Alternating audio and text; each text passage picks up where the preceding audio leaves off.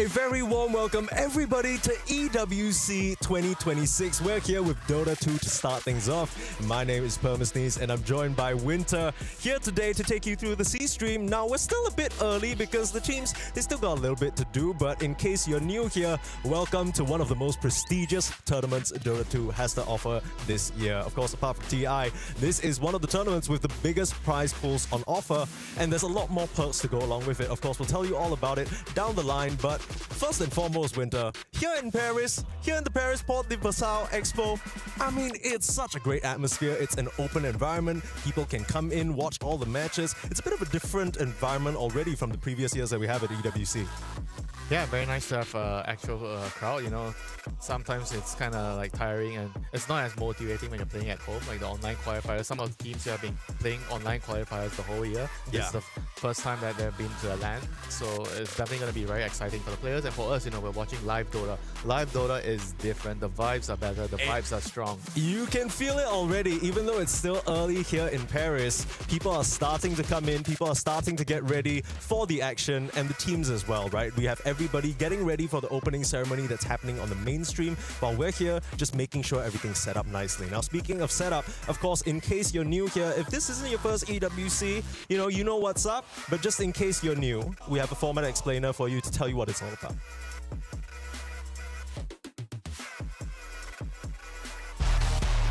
This year, the EWC Dota 2 format is more cutthroat than ever. This is how it's going to go down. The tournament starts with the group stage. The teams will be split into 4 groups of 6, where they'll play in a round-robin format. The top teams of each group qualify straight to the playoffs, and the bottom 2 are eliminated. The remaining teams move on to the survival stage, which is a single elimination best-of-3 gauntlet-style bracket, the team's final chance of survival. The first round of the gauntlet bracket starts with the 3rd and 4th placing teams from the group stage. The winner will meet the 2nd place team from group stage in round 2. Only 4 teams will move on from the survival stage to the playoffs. The playoffs are a best-of-3 single elimination bracket, where a single mistake can be the difference between moving on and being eliminated from the tournament. A 3rd place decider will be played for a bigger chunk of the prize pool, as well as valuable club championship points. The grand finals match is a best-of-5 for the 2 teams that have fought their way through each stage of the tournament. Only one of them will remain undefeated and claim the EWC 2026 Dota 2 trophy.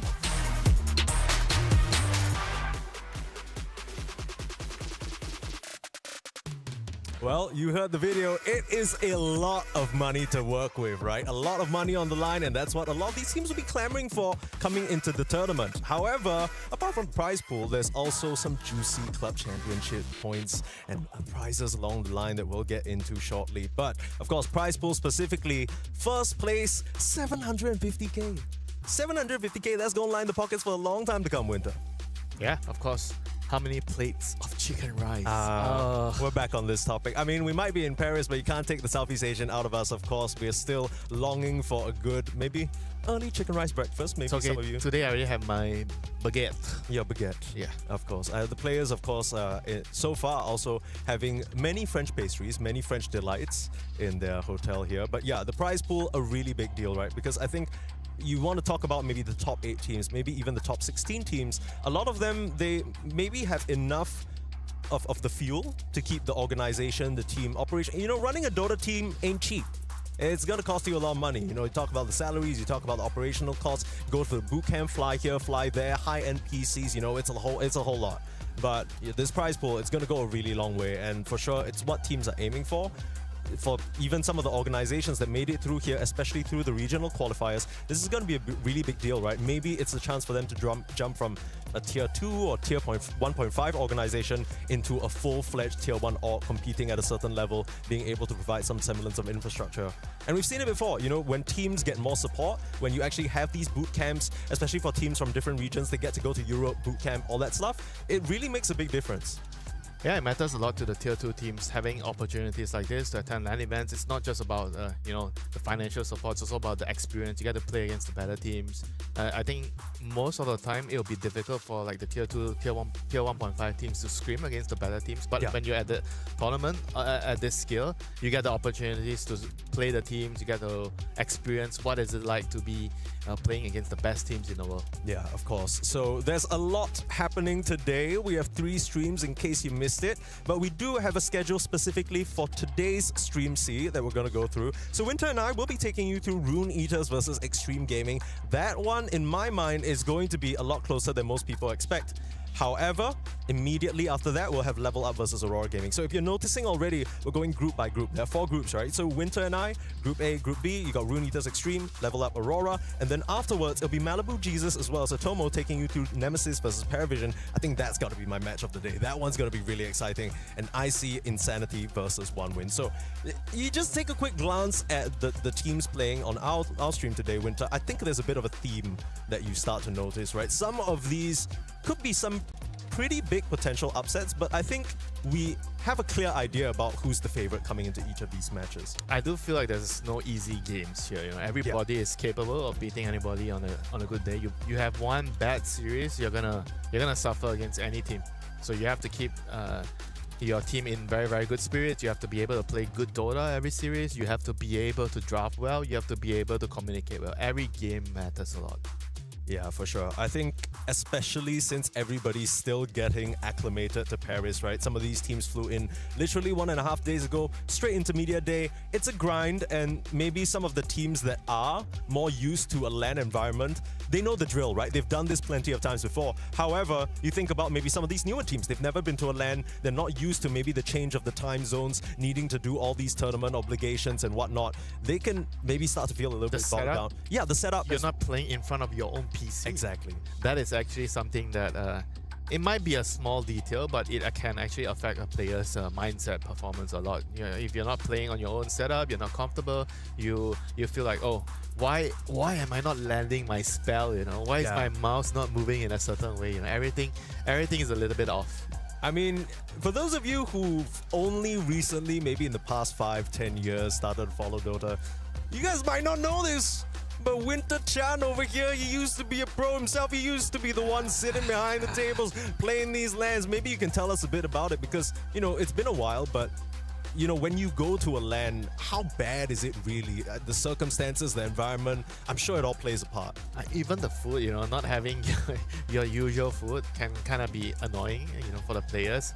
Like you don't get your normal carbohydrates, your comfort food, or you eat something that, you know, doesn't really go well in your stomach, and then you go to the tournament, then you don't really feel good. So that there's like a ton of reasons that could create discomfort for the players. You know, it doesn't have to be the setup, the keyboards, the mouse, the computers, but there can be anything. You know. Yeah. So you have to be used to traveling and playing at a certain at a certain level, so that you get used to all this randomness that could happen. Because at a LAN event, there's a lot more pressure. You have a lot more expectations. You want to achieve more. Like playing qualifiers at home, obviously it's very different. You're at home, it's just a qualifier game, and there's not as much pressure. But at the LAN event, there's a lot more on the line. Yeah, of course. A lot of pressure, a lot to play for. And let's quickly go over the groups because we have our opening ceremony coming up very shortly. But first, wanted to talk about how things have panned out, right?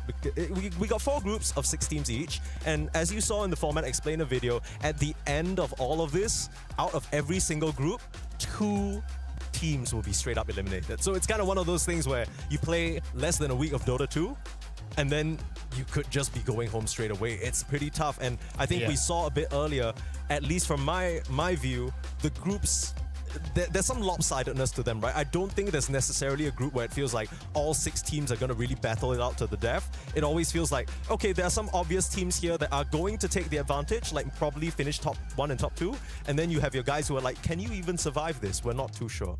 Yeah, and the format itself, because you only play one game, one series a day. Yeah. So it gives you ample time to do your homework for the game the next day. Yeah. So I would say that having enough like support stuff is also something that's really important. You'll be able to break down the games because there's going to be a lot of games you have to look at, try to understand the meta. And I think this is also something to really talk about, you know, for the team. Some teams are better at preparing. You give them time to prepare for a series, they'll do better. But some teams, if you just put them on the spot, they have to adjust their play style. They're not so good at that. Yeah, I mean, there's already so many factors coming into play when you're even describing it, because a lot of the times, you know, you're trying to focus on your own game, but then you also want to look at your opponent's replays, and then you want to make sure you're... Yeah, then that's the meta changing. Yeah, and then maybe one of the teams, like, because the thing is, you're busy playing your game. on your stream, right? And then you're focusing on that, you're prepping for that, you're maybe scrimming before that. And then suddenly on the other stream or in another group, someone's pulling out a completely new hero. You need to start looking into that because that could be the new thing. There's a lot of pressure mounting up, and for these players, the support staff, we've seen quite a few of them join a lot of these teams in the tournaments, but that's kind of where maybe you start to think the less supported orgs, like the tier 2, tier 1.5 orgs that are new to this environment. But at the same time, because the games right now, so recently Dota, you can't really spectate all the games in Dota, so I think that kind of also helps the less supported teams. You don't have as much maybe financial backing to hire extra people, but right now, there are a lot of things that's not available. You cannot get the match data, so I think it makes it more of an even playing field right now. Yeah, and that's exactly what we like to see, right? We don't want a situation where these teams are coming in, they're feeling hopeless. It feels like there's some electricity in the air here in Paris. It feels like there could be upsets, and this is the stream to watch for it. Because if you want to watch the big dogs battle out against each other, we know how that goes. You got stream A and stream B for that. But if you want to see a real nice underdog story, if you want to see some teams potentially pull off some magic, that's why you want to watch Stream C. Now, of course,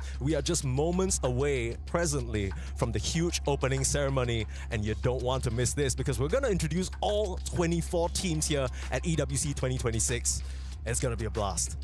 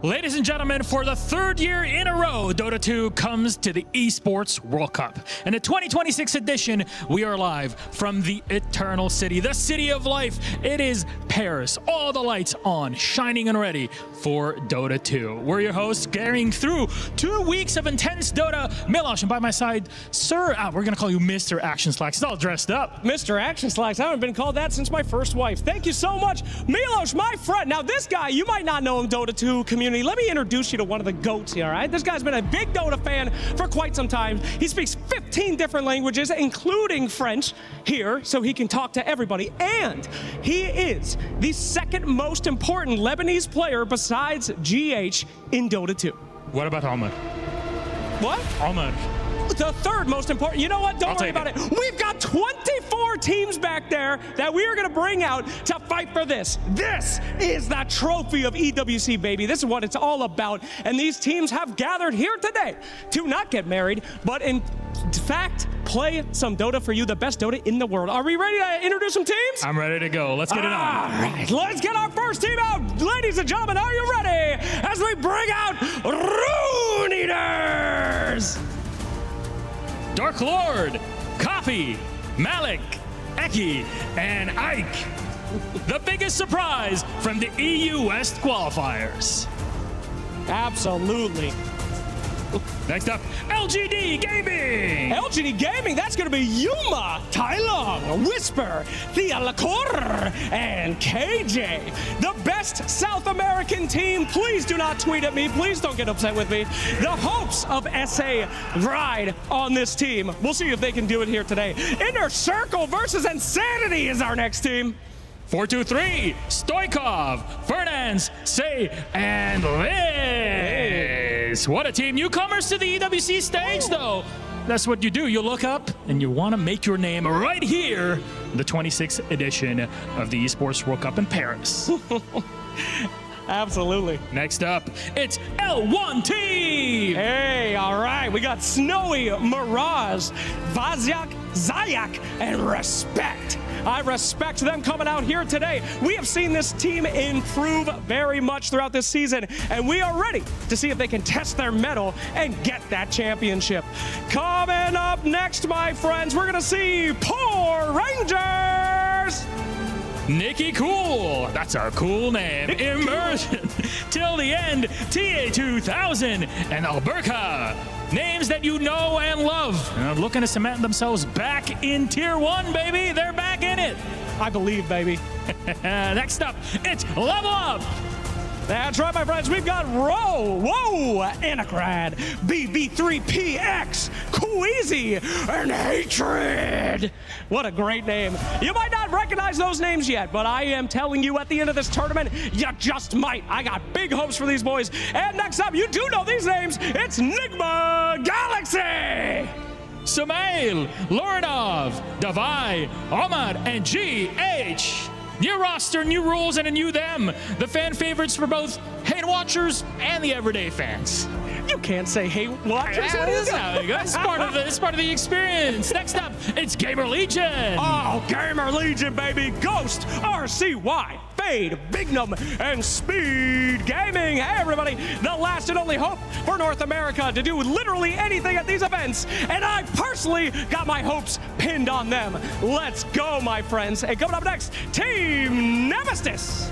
Rubicon 155, Analog, Jabs, Lalis, and Yamson. You love them for their supporter pack back when they represented SEA. Now they're in South America, and they're looking to make some big wave in Paris. I believe it, baby. Absolutely. Next up, let's bring up Reckonix. Oh, my boy Jacroy, In Your Dream, FBZ, Dalul, and Varis. Welcome, my friends, to the stage. Indo Pride has arrived, and I know that I am hyped up along with them. They're going to do fantastic. Coming up next, though, we have Vici Gaming. Shiro, XM, Bach, Xingqiu, and Y. One of the best teams from China, full of names that you love and adore over the past decade. It's what we want here. And new ones looking to make a name for themselves. That's our squad. Next up, it's Virtus Pro. Oh, damn. Tomato, Abed, Saberlight, Hellscream, and Fly. The adopted North American team. It don't matter where you're from, though. If Boba is your coach, you know these boys are USA. Heck yeah. My boys coming out yet again. So excited to have Virtus Pro here once more. Coming up next, though, we've got another team you know and love. It's OG Esports, baby. Natsumi, Yopag, Raven, Tims, and Skem. Southeast Asia's pride and joy representing the region. A team that absolutely lives up to the prestigious Dota name of OG. That's for sure. Absolutely. Absolutely. Next up, it's P time! Oh yeah, baby, you got Wits, Dark Mago, Frank, Schofield, and El Micho. The South American underdogs come to prove that even though they didn't make it to TI, they can still take that crown at EWC, baby! I believe it. Let's go. All right, coming up next, after that, let's bring our hands together for Team Mouse. Crystallis, Mid1, Boom, Yamage, and Pento. An opportunity again for Mouse. Maybe they can fulfill their destiny here in Paris at the Esports World Cup. I think they can do it. Absolutely. There's no two ways around it. Mouse want that cheese, baby, and there ain't no cheese better than in Paris. Well, that's one big cheese. We got some more coming up. It's Extreme Gaming. Oh, hell yeah. Ame, nothing to say. XXS, Fly, and X Nova. Now, you know this is a legendary team here at a legendary tournament, and the question remains, will Ame claim at least this crown here at EWC 2026? And after that, another iconic team you've seen so many times. Put your hands together for Team Liquid! Mike, Nisha, Ace, Boxy, and Tofu. Half finalists, half winners from EWC 2024. Looking for a certified win, the entire team all together, and a trophy that so far, Slags, has eluded them. Dang. Crazy. Next up, it's P-Vision! Satanic, no one noticed. 9 class and Ducalis. Never a stranger to the top 3 of these tournaments. Can they break that grand finals, though, and win gold in Paris? It's about time, and I think this might be the one. But coming up next, it's gonna be Team Yandex. Watson, Tira Jr., DM, Saxa, and Melody. One of the strongest teams of the 26th season and looking for one of their biggest wins of the year. That'll cement your legacy for sure. Absolutely, my friend. And they've had quite a year. Let's bring them out. It's 1W! 1W, baby! That's pure BZM 33, Ari, and Whitemon. You know this team. Come on, boys. It's a team that's been in a bit of hibernation lately, but when the time comes and they need to step it up, they always do. This team is going to be shaking it off and going far here at EWC. And coming up next is Aurora Gaming. Nightfall, Makoto, WS, Mira, and Kaori, the 21st team for the 21st century, but yet to make their big mark on the scene. It's their biggest chance yet here at EWC to make a solid impression on EWC and also on the Dota 2 community. Absolutely. And our next teams will be the first 2 competing here today. Super exciting. We thought we'd start things off with last year's club champions, baby. You know them. You love them. Let's bring them out. It's Team Falcons.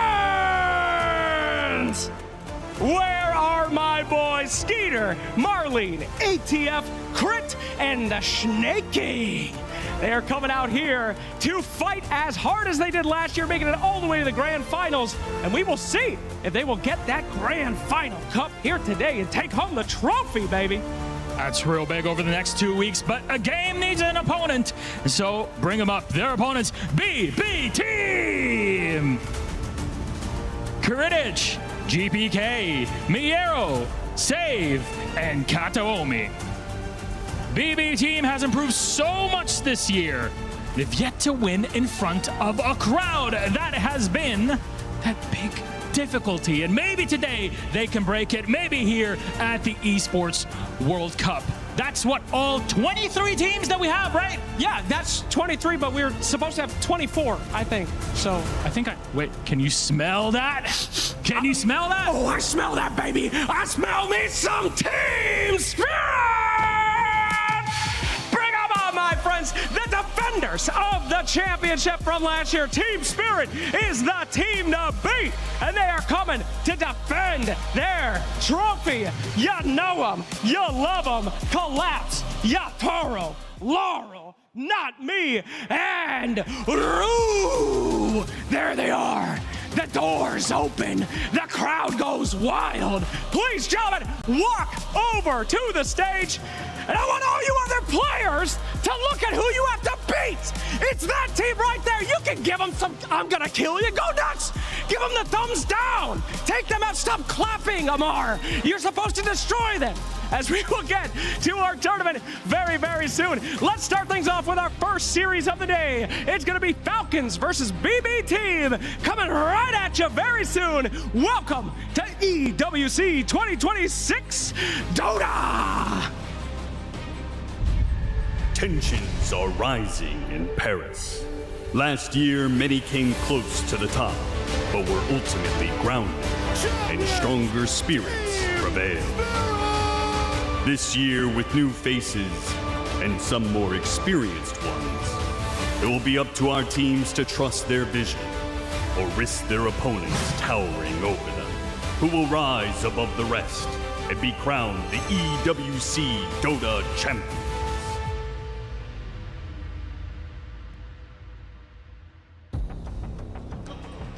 That is a lot of MMR in one space. To EWC 2026. What a spectacular opening ceremony. I love what they did, right? They put Spirit right in the middle. Everyone's got to turn and look at them. That's brutal. You know exactly who you have to beat. And especially for some of the teams new to the scene, or maybe a bit newer to this level of competition, like we said, Winter, it's a tall mountain to climb, but the mountain starts today. And the mountain, especially for Rune Eaters, in our first series here on the C-Stream versus Extreme Gaming, it's already begun, right? You are up against quite literally the strongest Chinese team right now in Dota 2. Yeah, it's also like a really delicate balance that you have to figure out. Do we need to pay attention to what our opponents are doing? Because when you're a tier 2, tier 1.5 team, you care more about your comfort. Yeah. We can only play a certain amount of heroes. We are not as flexible as the better teams. So how do we approach this? Do we just care about what we want, or we have to maybe make some small little adjustments against the opponents? You know, this is always a delicate balance. You cannot really go too far on one side or too far on the other side. Yeah, that's for sure. Now, of course, both Rune Eaters as well as Extreme Gaming are in Group A, so I wanted to maybe zoom out a little bit more and talk about Group A as a whole. Of course, we have Betboom Team, Gamer Legion, Poor Rangers, Extreme Gaming, Rune Eaters, and Falcons. These are the 6 teams in Group A. I mean, straight off the bat, I feel like I know what's going to happen in this group, right? I want to say, as somebody who's been watching Dota 2 for maybe the past few seasons, I think anyone can say the same. We kind of expect Falcons, Betboom to be top 2, and then maybe Extreme at third. You know, those top 3, you get flexible based on the form of the day, but then that's where, you know, those last 3 spots, Gamer Legion, you kind of expect them to make it, but who knows, right? Who knows what Poor Rangers or Rune Eaters can bring? Yeah, maybe today's the day, you know. Seems like Katami is playing with just one leg, you know. Yeah, you ain't gotta call him out like that. That's rough. But yeah, we still don't know. Maybe if we manage to get him on an interview here on this stream, we can actually ask him about it. But yeah, I don't think that'll impair his playing at all, right? You never know, you know. You have to sit at a different angle, you know. You don't feel as comfortable. The setup's different. Yeah, that's true. And then he's gonna use his Bane and he's gonna sleep his teammate accidentally. Oh, yeah. Never know. He's like, sorry that I used my leg accidentally or something like that. That'll be crazy. But yeah, of course, we are just waiting for our teams to get over here from the opening ceremony and get ready on this C-Stream stage. Lovely stage behind us. It's such a nice view, right? I think there's a certain, I don't want to say vibe, but there's a certain tension in the air when you're playing your opponents and they're right there. I mean, we keep talking about how it's clearly different from playing online, these regional qualifiers, versus actually being in a LAN setting. You know, the boys on Extreme Gaming, they are no strangers to this LAN setting. They play this every damn month, right? They're always at another tournament, always at another LAN. And then you compare that to Rune Eaters, you know, realistically speaking, if you look at their team, it sounds like a bunch of new faces, but really, if you look at the players, it's not like Rune Eaters are unexperienced either. Yeah. You got Copy, you got Malik. These guys have stood in for pretty significant teams. Most recently, Eki as well for Team Liquid, Ike as well for Mouse. So maybe it's not as big of a gap as we are expecting here. Yeah, from where I come from, we call that a Rojak team, you know, a team of mix and matches. So you have a couple of very weird or different ingredients coming together. But what's important is if they work together. That is the end result you want. You want to be able to work together. Yeah, specifically for this roster, of course, Rune Eaters, they've been an organization within Tier 2 Dota 2 for, I want to say, the better part of 2 seasons now. But quite literally, they signed this roster after they qualified for EWC, right? So Rune Eaters was another entire stack of 5 players. And then as soon as this previously known as Pipsqueak Plus 4 roster qualified for EWC, they dropped their existing roster, signed them on a youth team, and now these guys are representing Rune Eaters here. So it's not like it's a completely new Rojak team, as you're saying. These guys have played together for a little bit. What are your thoughts on them, though? Because these are not necessarily newer players, right? We've seen them around the block before. Do you think they work well together? Do you think they have potential to maybe upset some of the other big dogs in Group A? Yeah, some of the players, we've been quite familiar with them from Division 2. You know, they came from Division 2. They are players that I wouldn't say that in terms of skill, they are very far off from the Tier 1 players. It's more about like when they come together as a team, there are a lot of concepts that are lacking, how they're moving on the map, how they're playing as a team, how they're picking the heroes. There's a lot of, I think, inexperience there. There might be players that are not new, but when it comes down to the team aspect, I can see a difference, like how they're playing through the gates, where you're placing the wards. I know you love talking about warding, you know. So you every time you see a nice ward, you're like, oh man, that is, I'm gonna steal that one. Gotta start writing it down in the notebook, you know what I mean? But of course, you know, when you put 2 support players in the casting duo, that's what's gonna happen, right? We're gonna nerd out about these wards and whatnot. Now, I did want to talk about this specific matchup, but before I do that, let's talk about Extreme Gaming. Because these guys, right, everyone knows them. These are Chinese legends right here. They've been to every tournament. They've been in the scene for such a long time. I mean, I'm just wondering what your thoughts were on their form currently, because I feel like depending on who you talk to, some might think that Extreme Gaming are, you know, one of the more solid teams. You know, they have a good chance at top 6. But then they also have times where they start a bit sleepy and never really wake up. And then you wonder to yourself, oh, is Chinese Dota dead? Like, what's going on with these guys? Like, they lose out on all their early games. They look shaky. They can't really find their footing. So what's your vibe on them right now? Very volatile. I think they have a very high ceiling, but they could also lose to anybody. I think their drafting has been, I think, criticized a lot, where I think they are known for not really putting a lot of stock onto the laning phase. So they tend to lose laning phase a lot. Yeah. Because they like their team fights, you know. They tend to sacrifice the early game laning phase for team fights. Yeah, that's kind of my concern, right? Because if we want to talk about what it takes to be top 6, top 8 at these major Tier 1 tournaments, it feels like all aspects of the game have to be unlocked. Yes. And Extreme Gaming, even though they've managed to finish top 3, top 6 at some of these tournaments, they kind of managed to somehow bandage up that big weakness that they have of their early game. Yeah. So I'm curious, like, I wonder whether that's something some of these maybe weaker teams will try and take advantage of, because, you know, if Rune Eaters start to run over them in the first 10-15 minutes, they might start to make Extreme Gaming look like the underdogs. Yeah, you want to simplify the game. If you're the underdog team, I think you always want to look at a game where we always say this, if you can't play the lane, you can't play the game. So if you try to focus more on picking heroes that are good in the early game, you can try to maybe punish your opponents that maybe don't really like to put a lot of stock in the early game, the laning phase especially. Yeah, and I think that sums up Extreme Gaming in a nutshell, right? You see the guys on your screen, none of them are really known for their stellar early game plays. They are known for their big team fights, big coordination, you know, getting Army to that late game. We used to joke back in the days about Chinese Dota 2 being, oh, you know, we're going to go to sleep. For Protect 1, Naga Siren, you know, we're going to take a nap. Anti-Mage, we're going to take a nap, come back, they're going to be farming still, and then eventually they'll hit the throne, but it's going to be a long while.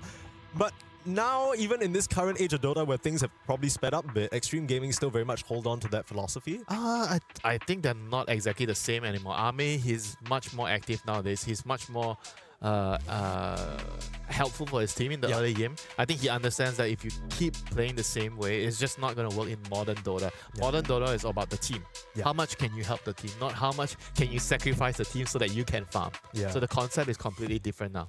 Yeah, we're not really seeing a lot of the older ideas of just kind of even the old school days of when you were playing support, right? It's all about I give everything I have to my core. I'm dying. It's okay. My carry is farming. Now it's wrong because you have to do your job as a support. You also need. You gotta scale. You gotta scale. You gotta do damage at some point. Where's my 4-star? Where's my 4-star? Where's my Lotus No, Orb, you know what? With Melody recently, where's my Aghanim's? Yeah, where's your BKB?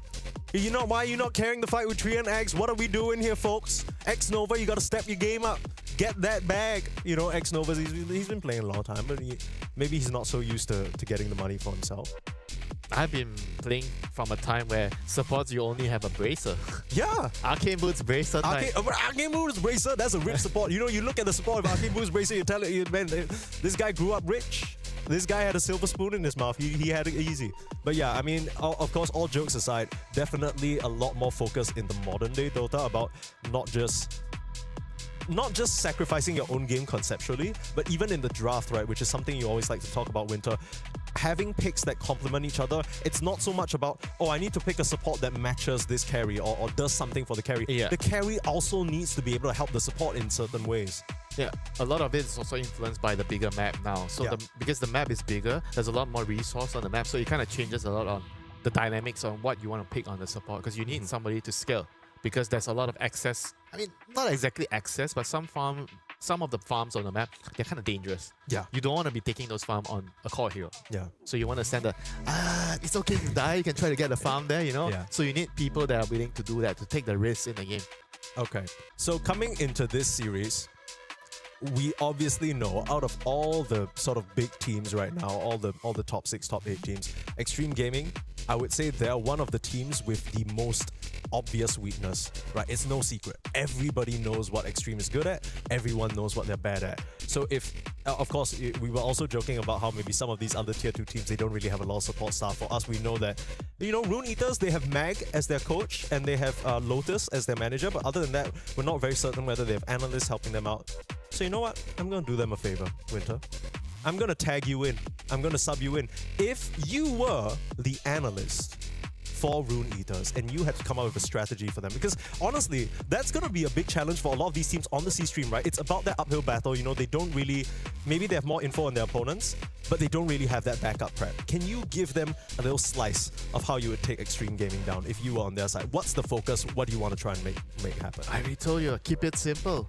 Pick good laning phase heroes. Okay. Crush them from the lane. Do not allow them to get to the late game, which is a hard task now because it's hard to end the game. I feel like the only way to end the game early is usually by having a Zoo hero. Sure. Like you have the Helm of Dom, so you can end the game early. You can get the Roche, you can get the Toms quickly, and you can siege high ground. Because high ground is always that, oh my god, you're staring at the high ground, you're thinking about the numbers, what are the odds, what are the risks, am I strong enough to push high ground? It's always a very huge question during the game. It sounds very complicated. Yeah, but if you have a Helm of Dominator hero, everything is simplified.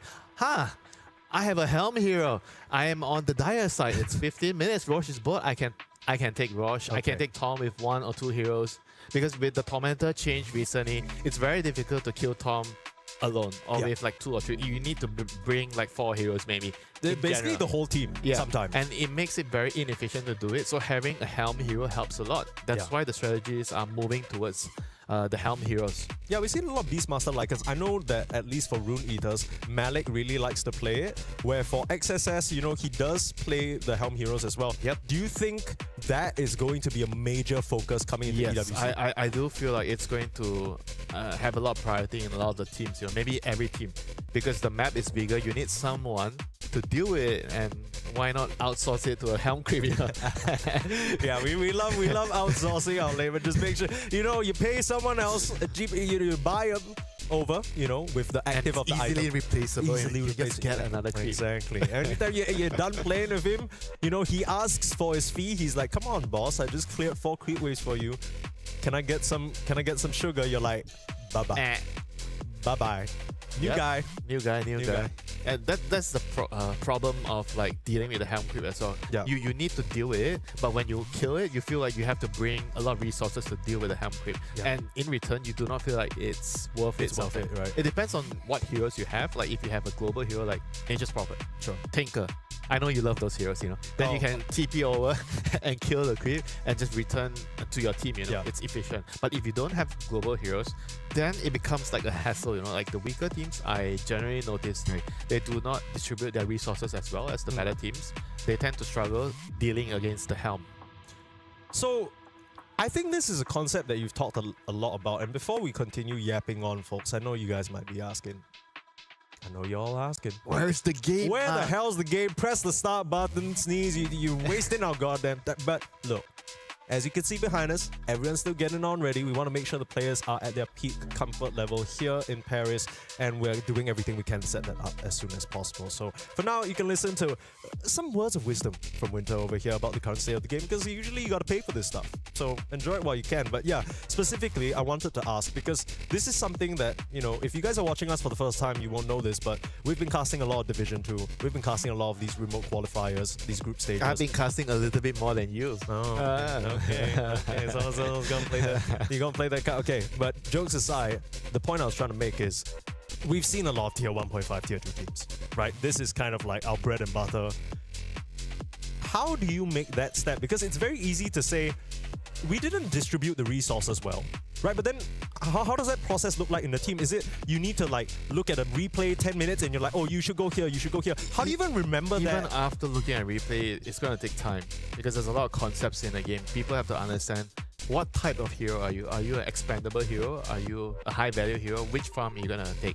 And every game is different. Sure. So I mean, right now you're giving me a very big answer. Could you give the class some examples? The class. So basically, you gotta look directly at it. You always want to have the safest farm for the carry. Sure. You always want to try to claim as much as possible on the map, and you do not want to put your high priority heroes in dangerous places farming. So I think that is like a simplified way of explaining the concept. You need to have the right heroes in the right places, but at the same time, you have to be at as many places as you can. The camps, you have to be able to get as much camps as you can when you're trying to traverse the map. And I think with the tier 1.5 teams, usually you see them sending the wrong heroes to the wrong places on the map, and they get picked off. And they get picked off on the important heroes. That becomes a problem. So the general concept seems to be that if I'm an expendable hero, let's say I'm playing some position 5, Crystal Maiden, that is a great example. Classic Crystal Maiden. Crystal Maiden, I'm pushing out a creep wave.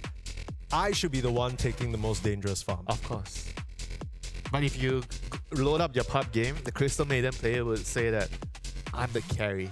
My cores are useless, so I have to carry the game, so they are taking the safest farm. Sure, Midas, BKB, by Aghanims. And then they're griefing the game. Yeah. Okay, well, none of that is going to happen here, thankfully. Yeah. At least we hope. At least we hope none of these players will Yeah, so the thing with Dota is changing all the time. So even within the tournament itself, usually you will see changes happening across 1 day, 2 days. Like today, maybe, everybody's coming into the tournament. Let's say the Helm. Yeah, we're coming up with this Helm theory. Yeah. Helm should be the highest priority strategy in the tournament. So somebody's going to say, okay, so if everybody is buying Helm, everybody is picking a Helm hero, what do we do? Yeah, we buy an aura hero. Don't buy, but we pick an aura hero. Yeah. So the aura hero gets a Crimson Guard, and the Crimson Guard protects the supports. Because what the Helm hero does is usually they bully the supports. Sure. You're playing support. You see a Helm creep coming over. You're like, oh my god, I'm dead. This is a live reaction of what I do. I see a Helm hero, I take my hands off the keyboard and walk away. But if you have a Centaur in your game and he clicks the Crimson Guard, you don't die. That's true. And you countered the Helm. That's true. You survived the Helm. Eat that. Yep. And then the dynamic of the game changes. Sure. So what stage of the wheel turning do you think we're at right now? Coming into this tournament, of course, I would say this one was an interesting one because so far in the season, it feels like we've had back-to-back tier 1 tournaments. So, there's a lot of chitter-chatter online. People are always saying that from one tournament to another, we just played this LAN finals 2 days ago, and then we're into the group stage. It's rock, paper, scissors. Sure. Like every event, so this strategy is viable now. It's strong. So you have to go to another strategy. Yeah, I'm asking you coming into this EWC, into today. What do you think is the big rock right now? What do you think is the big... I think the rock is the Helm. Yeah, so we didn't just talk about it by chance. It's legitimately the Helm. And the counter to the Helm is you buy auras. You need aura heroes. So you have the Crimson, the Pipe, so you can group up and you're able to fight off the Helm. And then the counter to the The auras is the dagger and the brawling heroes, so you constantly brawl. Okay. Because you play the map and you pick heroes off. Because when you're playing the aura heroes, so you tend to have this problem where everybody needs to hug each other. You need to be together. Yeah. So you cannot really split up too much. So when your opposing team is dodging you and using the daggers to pick heroes off, then it becomes a problem. Sure. So it's a cycle. And then what counters the dagger? The helm, because the helm... You see, I mean, when you explain it like that, it's all very simple. But then I have a question for you, because I'm thinking, if I'm one of the coaches, I'm one of the players, right? I pick a hero. I pick a Centaur Wall Runner. So I pick a Centaur Wall Runner, I buy Crimson Guard, I protect myself against the helm, because my opponents have picked a helm hero. Yes. What is stopping them from picking the brawl heroes? Then don't they scissors my paper? Yeah, that's why you have to figure all this information out during the draft, my friend. Okay. Well, the draft is coming up very shortly. I promise. I know you've been looking at our faces for quite a while now and starting to get a bit tired of it. But we will have the players on your screen. As you can see, look at Extreme Gaming in some fresh, nice, juicy jerseys. I feel like they're usually in black, right? This is a new look for them. You think it's a Paris special? It might be. I hope they bring some special strategies for Paris. You say this looking at... You guys can't see Winter right now, but he's looking at me. He knows exactly that there will be no special strategies for Paris. No. Oh, okay. You are wrong. I'm expecting something new. I'm expecting something spicy. Are you expecting something extreme? Nope. Something spicy instead. Okay. So Extreme Gaming on the usual, not very spicy to you? I mean, depends on what you think of Tinker. You know, Tinker is kind of like a... Yeah, Tinker's up there. Tinker's definitely a spicy one, if you're asking me. Yeah. Speaking of spice, if you know, you know. Of course, right now their coach is Maps, right? After some recent changes. That's why they're so good at playing the maps. I'm just gonna give a moment for that one to breathe. Are you happy? I hope you're happy with that one, Winter. I was wondering whether you had any experience or knowledge about specifically the Chinese coaches, right? Because at least for me, in the past 3 or 4 years, it's felt like for Chinese Dota, it's been maybe the same 20 players kind of rotating, shuffling around the same teams. Maybe you could say that for some other regions as well, but it's a similar situation for the coaches, right? If it's not Xiao A, it's Maps. If it's not Maps, it's, I think in some cases, it's SEP, S-E-P. He's coaching one of the Resilience. I see. Then sometimes, I mean, some other guy retired. Don't forget Yao. No, the thing is, Yao wasn't here until recently. Okay. He only just retired. But he was here from the start. This is Dota 1. Yeah, then he's back now. So I guess what I'm just more curious about is whether you can see the influences of the coaches on these Chinese teams, or whether it just kind of feels like... I think in general, there's like 2 types of coaches. If I were to just separate them and segregate them, some they come in with their own ideas, they bring their whip, you know, they want the team to be playing in a certain way. Sure. But some they're kind of like, they're coming in. I think Maps, if you compare Maps and Xiao, you can see the difference. Maps is more of, okay, I'm going to come into the team, my players are good at this, blah, blah, blah, and then I'm going to try to create and structure a way of playing with those heroes. Whereas if you have somebody like Xiao, he's going to come in, he's going to tell you, this is how we're going to play Dota right now. Right. Dota needs to be played this way. If you don't buy Helm, I'm done. So everybody needs to follow his demands, you know. So at the end of the day, I think you can have either way, but the result is going to matter the most. Sure. Like as long as you get the result, I don't care which method you're applying. Sure. And what about the side of Rune Eaters? Of course, we managed to watch them quite a bit in the whole Division 2 setup. They feel more like a team that I would say that they lean more towards comfort rather than picking what's the best strategy of the meta. They care more about what they want to play as a team, what they're comfortable. Sure. So I don't think they'll be focusing on counter-picking their opponents as much or picking what's best for the meta. They're going to be picking what's best for themselves. Would you argue to say that Extreme Gaming, now with Maps as their coach, is a similar profile? Because in the past, maybe you could argue to say that Xiao 8, when he was coaching the team, he had certain ideas of what was good in the meta and he would go for those. Yep. But then now Maps, you know, you're saying kind of brings a bit more of a complementary style, right? Does that open up maybe the players to go for their own picks? Because, I mean, out of all of them, we know Ame, sometimes he just has a few carry heroes that he really likes to play and he just goes for that regardless, right? In the team, I would say there's always a 1 or 2 guy. They need to be just in their own pool. They're gonna say what they want to play, so you're picking. Usually, I think it's the mid laner. You're gonna be picking the draft, the setup, like the foundation of the strategy, and then you slot the person's heroes in. Sure. And then he can be playing anything. So because you already tick a lot of the boxes with your initial picks, so I think you have to really focus on creating the right setup for that person. It's when you're picking the 18 pick or the 24 pick, usually how much you can use with that pick comes from the previous 3 picks. It's not like you're going to that pick and then, okay, what's good here, you know? You have to think about how are you setting up for the 18 or the 24 pick. 18 is for the team with the first pick, your most critical pick. 24 for the second pick team. So these are the 2 picks where it could really change a lot or determine a lot of your strategy. And some teams feel like, I want to use it in a certain way, and some teams use it in a different way. Some teams pick their mid laners on 18, some teams they just don't care. Oh, my mid laner is just going to be playing some spirit heroes. Why do I need to wait for 18 to pick the spirit hero? Why can't I just pick it at 9? Yeah, well, why? There were speaking of picks, we have a draft for you finally on our screens. It's first game of the day, Extreme Gaming versus Rune Eaters here. Of course, it is a best of 2, so we could end up with a draw. I think coming off the rip, the expectation is that Extreme Gaming are the stronger team here, just by caliber, experience, and recent achievements, of course. But Rune Eaters, we can't count them out as well, right? They are... It might seem like a ragtag bunch, but this is a ragtag bunch of players who have seen the heights of competitive Dota as well. You talk about Copy, you know, he was on Nouns for quite a bit.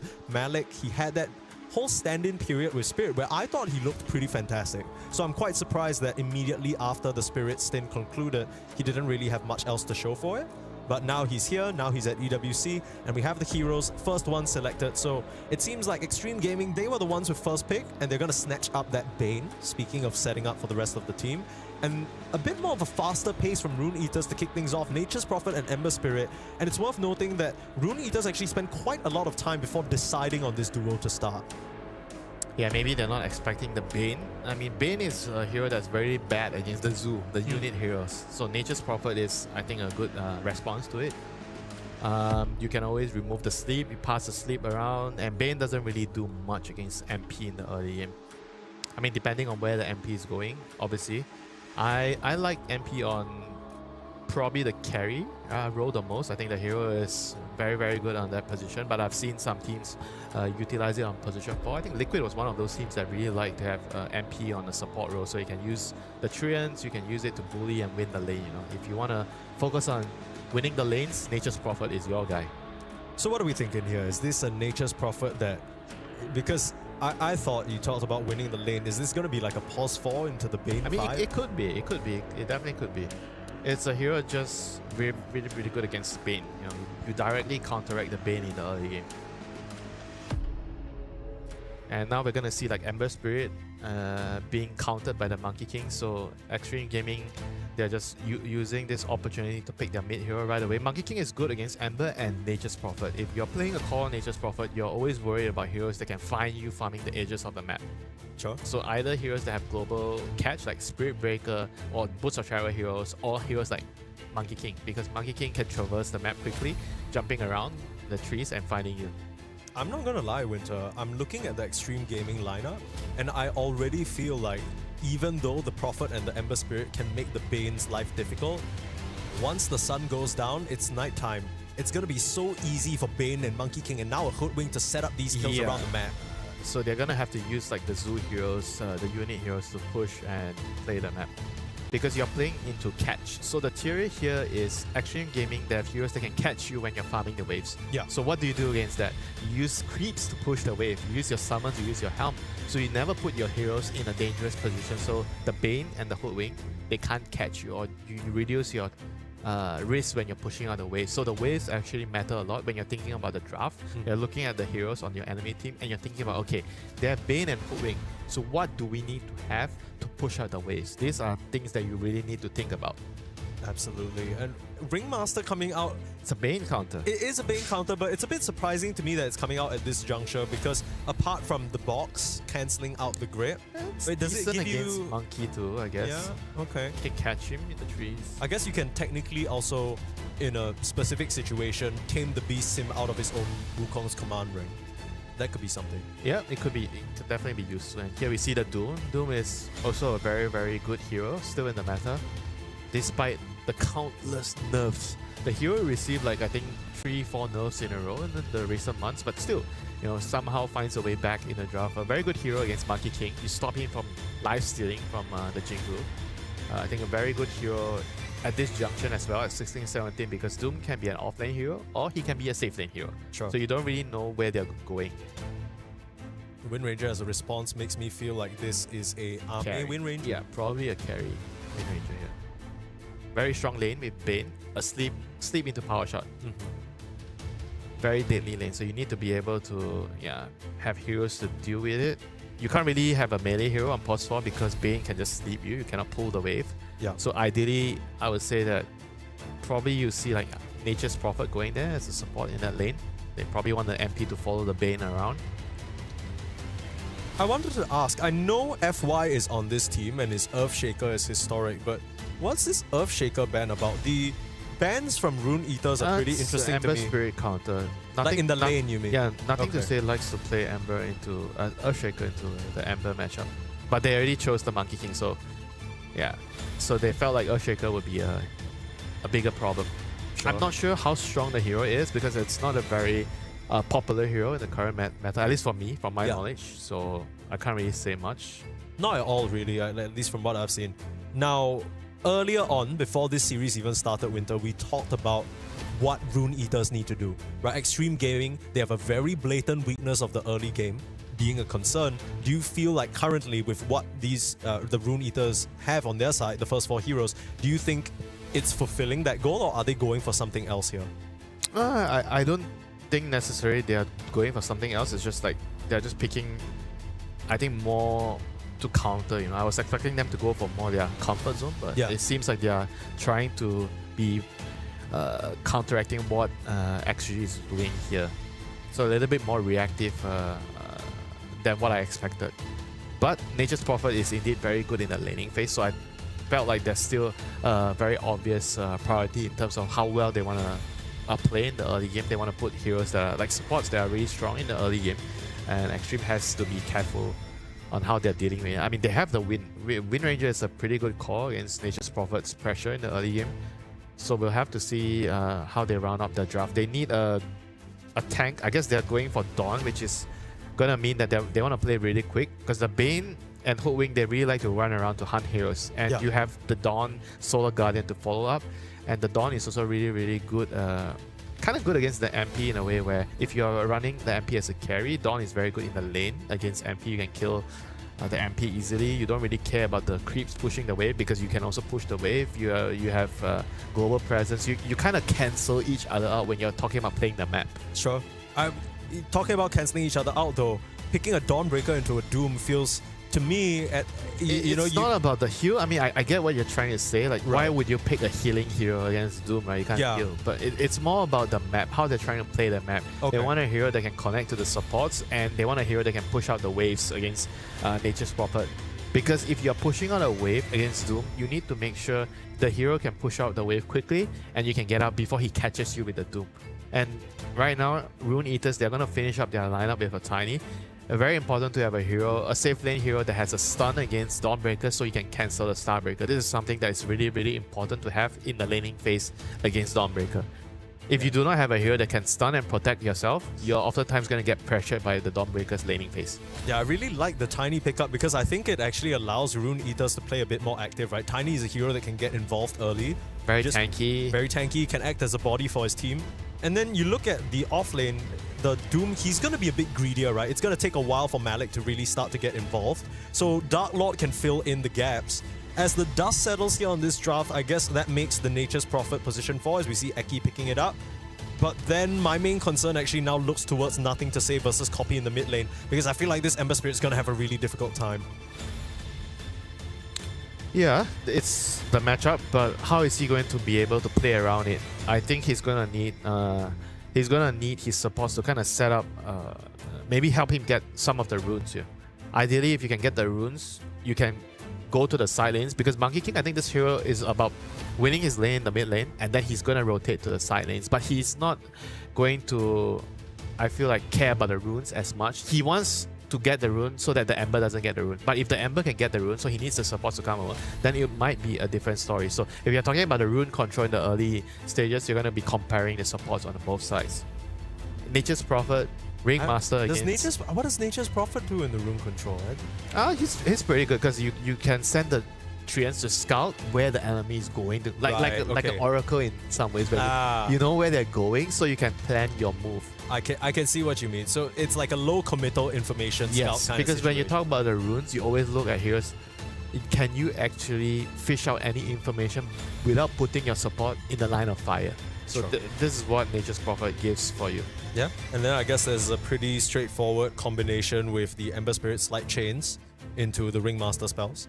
That's going to be quite a good amount of CC.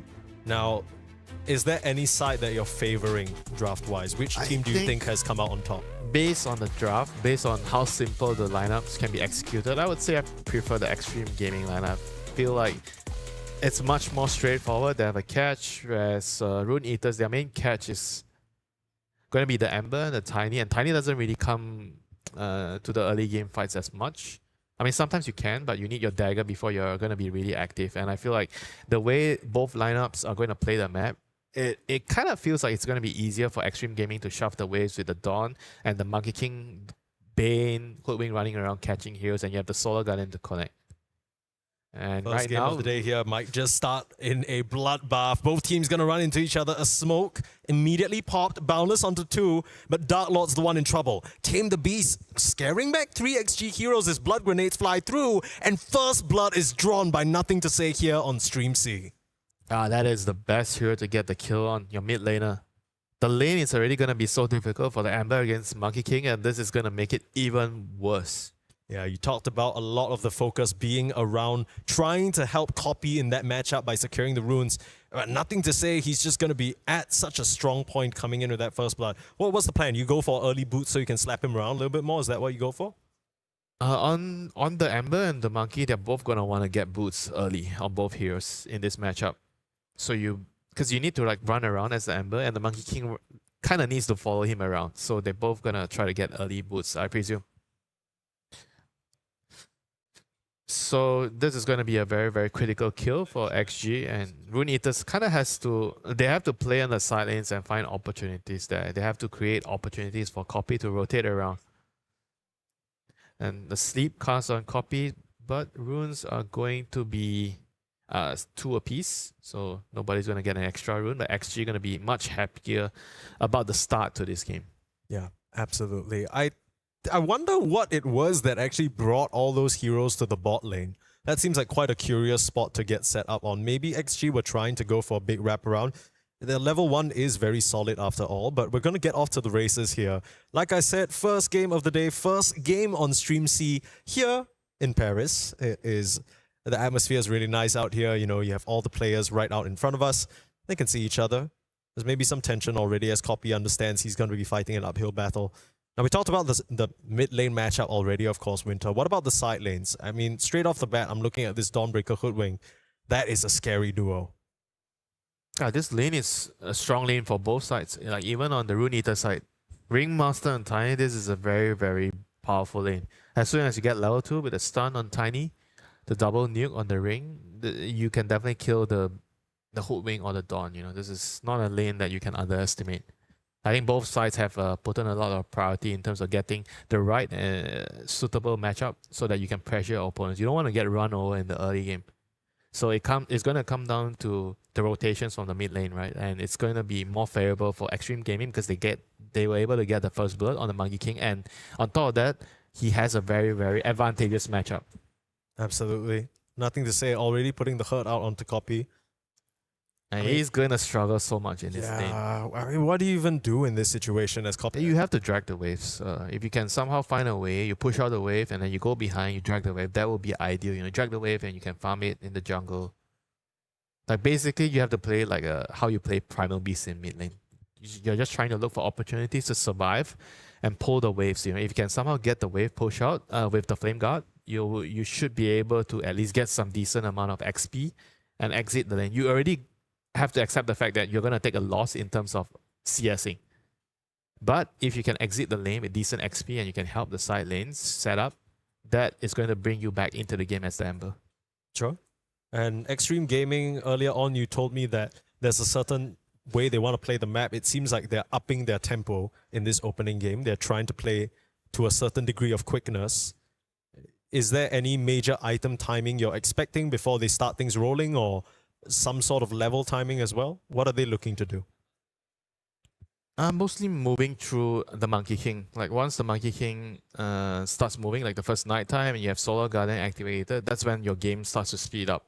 Whereas Rune Eaters, they kind of have to play through their Ember Spirit. If you have the Chains, you have the Doom, when it spells up. I mean, those are the things that you want to play around with as Rune Eaters. And we're going to see Dark Lord here picking up the Lotus. And whereas Rune Eaters, seems like they also were able to get the Lotus on the top lane. So they get both Lotuses to start off everything, despite giving away first blood before the game started. So this is kind of like a nice way of bouncing back because they have pretty good lanes. I'm trying to think about how the Nature's Prophet Doom actually interacts with this Bane and Wind Ranger. You don't interact with them. You just you just kind of like use the Treants. The Treants are the ones that are pushing the Bane back. You cannot really deal with it as Bane, and you kind of have to just you just kind of have to try to avoid it. Try to just I would say in most cases you're not going to be able to kill in this lane. You have to just try to ensure that your Wind is farming, and then you can maybe look for a gate play, because Bane is kind of a good hero to gate. You have cast range from the Nightmare, and your off lane has a pretty like high kill damage combo with the Dawn and the Hoodwing. So I would say he would be looking to play on other lanes instead of his own lane. I think you mentioned earlier as well that the gates are a really, really big component of what this current meta dictates, right? Like it's going to define how these teams can play the early game. I guess the question is who's going to gate first? Who's going to make that first play? You have the Nature's Prophet, so I mean, in a way, he has a gate of his own to anywhere he wants on the map, right? That's cheating a little bit. The Treants are the part where it's going to create a lot of problems because you can't fight the Treants, so you have to avoid it. So you have to kind of feel like look for opportunities to gate on the Bane, especially the Bane, because the Bane is the overall first pick. So you're kind of expecting the hero to get counter picked. Yeah, for sure. And so you have to be able to understand in this situation, what is your best move? Do you go through the gate? Basically, you have two options. Either the gate, or you choose to go to the mid lane and control the rune. But does the monkey need you to control the rune? So those are the questions you need to answer based on what's happening in the game. I guess some weight on X-Nova's shoulders already, because I feel like the more I think about it, Winter, you're spot on. This Nature's Prophet is the perfect answer to the Bane, because Bane wants to get moving early, and I frequently hear people say this, that Bane is like the king of the first 10 minutes of the game, because he can get so much done. Right? He can set up so many plays, he can make kills happen, he's a really strong body. But now I'm thinking anywhere that the Bane shows up on the map, it's going to be so easy for Eki to just TP and match his move. And just that alone should be enough to keep him nullified. And then I'm wondering how X-Nova's actually going to try and find his way in this game. His role is going to be very, very complicated. I mean, you expect that to happen. You're the overall first pick. You're going to have to figure things out, right? Sure. You're confident that you can play the hero well. You know the matchups. You know what you have to do in the game. I mean, I wouldn't say like it's impossible for him to play this game. It's just going to be complicated. He needs to understand where he needs to go. So he has opted to try to play for the 4-minute water rune. He goes for the rune. He knows he can't really do much on the top lane. So he's looking for his next play here. He knows he can't do a lot at top, so probably I would say gating would be his next option. It's going to be nighttime in 30 seconds, and your Bane, you want to play Dota when it's nighttime. You want to move around, abuse your night vision, but unfortunately now he can't really deal with the push, coming in from the creeps of the Nature's Prophet. Yeah, there's already a few fires happening around the map. As you can see, Rune Eaters applying immense pressure onto Ame, forcing a TP out. Nice sleep at the last moment to keep Malik away. Ame, win run at the very last instance, keeps himself alive. But look at this full rotation. Rune Eaters, Tiny's here. They've brought 4 heroes to the top lane. They're ready to rumble, and they take down X-Nova. Looking to chase onto FY as well. Power shot off the mark, can't slow Malik down, but FY will be able to scurry his way out of trouble. This was such an important timing here, because Eki, he just summoned those treants, they ran under the tower, double waved them, and from that point, it was so hard for Extreme Gaming to really come out with a response. Yeah, that was a very, very nice play. There was nothing XG could do against that, you know, because of the hero matchups and everything. Very, very nice move, bringing in the two heroes from the other side, coming through the gate. Like we said, you know, the gate plays are going to be very important, and Rune Eaters abuse it first. They were able to find their first move and upset the balance, and now catapult waves are spawning. It seems like, I guess the mid wave, the monkey is going to try to use his catapult first to try and pressure the tower, but his supports are nowhere to be seen because they are too busy dealing with the pressure Rune Eaters are throwing at them at the top side. Yeah, one of the best ways of dealing with pressure in one location is to create some in another location, create right? your own pressure. You do not want to always be reacting to the opponent's pressure. And the mid wave, we have a TP in. Nothing to say. He's forcing Rune Eaters to TP in to help the Ember Spirit. I mean, this is 4 heroes from Rune Eaters, and they're trying to run onto nothing to say right now. I think he should be home free. Skill point save for the jump? Oh no, he doesn't. No, he doesn't. This is great. I mean, the way that Rune Eaters are moving on the map, we were talking about how maybe some of these tier 1.5, tier 2 teams, they're not quite up to speed in that regard. But talking about speed, Rune Eaters feel like they're everywhere in this early game. Yeah, but unfortunately, they didn't really get a kill here. You know, bringing in 4 heroes and not getting a kill, that is not a very efficient way of spreading out your resources. Sure. And nothing to say, he's going to get slapped around. They might find the kill now if he's not careful. There's 2 supports ready to back him up, though. Land the bushwhack. Yeah, bushwhack off the mark. And even if he did, I mean, Eki's got a shield rune, so it's not really looking likely that they'll get the kill on him. Maybe Ike was a possible chance. But everyone walking away. Oh, the snipe from long range. Ame knocks his head over. Meanwhile, nothing to say. Copy in the mid lane, just getting run down. So even after not getting the support kills, FY stuck around in the mid lane, got a nice bushwhack and nailed Copy to a tree. Yeah, this is really, really bad news for Rune Eaters. They are the ones who brought the numbers, and they are the ones that are losing heroes. This is not a good trade. A pretty big disaster in the early game for Rune Eaters here.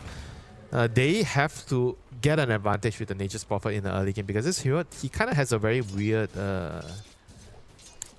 power spike. He's very good in the early game as a support because you pressure the lane, but after that you kind of just farm. You don't really do a lot for your team. You need to farm, get your shard, get your vessel, whatever you want to buy, and then be useful later. He's kind of greedy, so you need to get your value out of this hero in the early game as much as possible to compensate for the fact that he's not going to be too useful later. And Networth already looking nice. Eki, we talked about him needing to have a good start. Meanwhile, top lane Malik being run down. It's XG to reverse the pressure. They say you want to play fast, we can play fast too. Right up in your necks. Nothing to say on the killing spree. Meanwhile, the Doom drops as well. And nothing to say. Couldn't have said it better myself. I'm sure they feel really nice about this sequence of events. Yeah, it's been disaster, you know, since minute 6 until now for Rune Eaters. They have not really gotten anything on the board. They've made a lot of rotations. And your Nature's Prophet is just going to power down in the next couple of minutes. He's not going to be too useful, and you're going to start to see the Monkey King pressuring the side lanes. He's going to make his rotation to Malik. Oh dear, and Malik, he just TP'd up here. If he dies, that's going to be really rough for his game. But for some reason, Extreme Gaming not wanting to fully commit for this. The Monkey King was around the tree line, but... Yeah, he just felt like he didn't want to risk it. He didn't see a safe passage towards the Doom, so he felt like he just didn't want to do it, you know. But that would have been a really big kill because the Doom, like you said, he just TP back to the lane. Yeah. So to die, TP back to the lane and die again, that's a huge, huge blow. Yeah, I'm not gonna lie, when we started this game, I didn't have, you know, I didn't know what to expect from Rune Eaters, but that whole sequence of plays using the Doom as well as the Nature's Prophet, I thought we were gonna see continued pressure in that regard. But then just that mid lane move, bringing too many heroes, not getting nothing to say, and suddenly it's all comes sliding back down in an instant. They have the Doom available. Looks like Rune Eaters setting up for potential kill onto Ame. Need to get the connection. Doom comes through. Looks like this Wind Ranger's win running nowhere. Yeah, can't TP. So yeah, that's a very big kill. But Doom's used, so actually they are going to look to power on the pressure on the other side of the map. We see 3 heroes from XG pushing the tier 1 tower board. They're going to secure this. Nothing much Rune Eaters can do. And Solar Garden is also available. So they're going to be able to play even more aggressively on the map. The Bane sleeps the target, you get the Solar Guardian to fall down, or FY starting with the Bushwhack and you have a Solar Guardian coming down.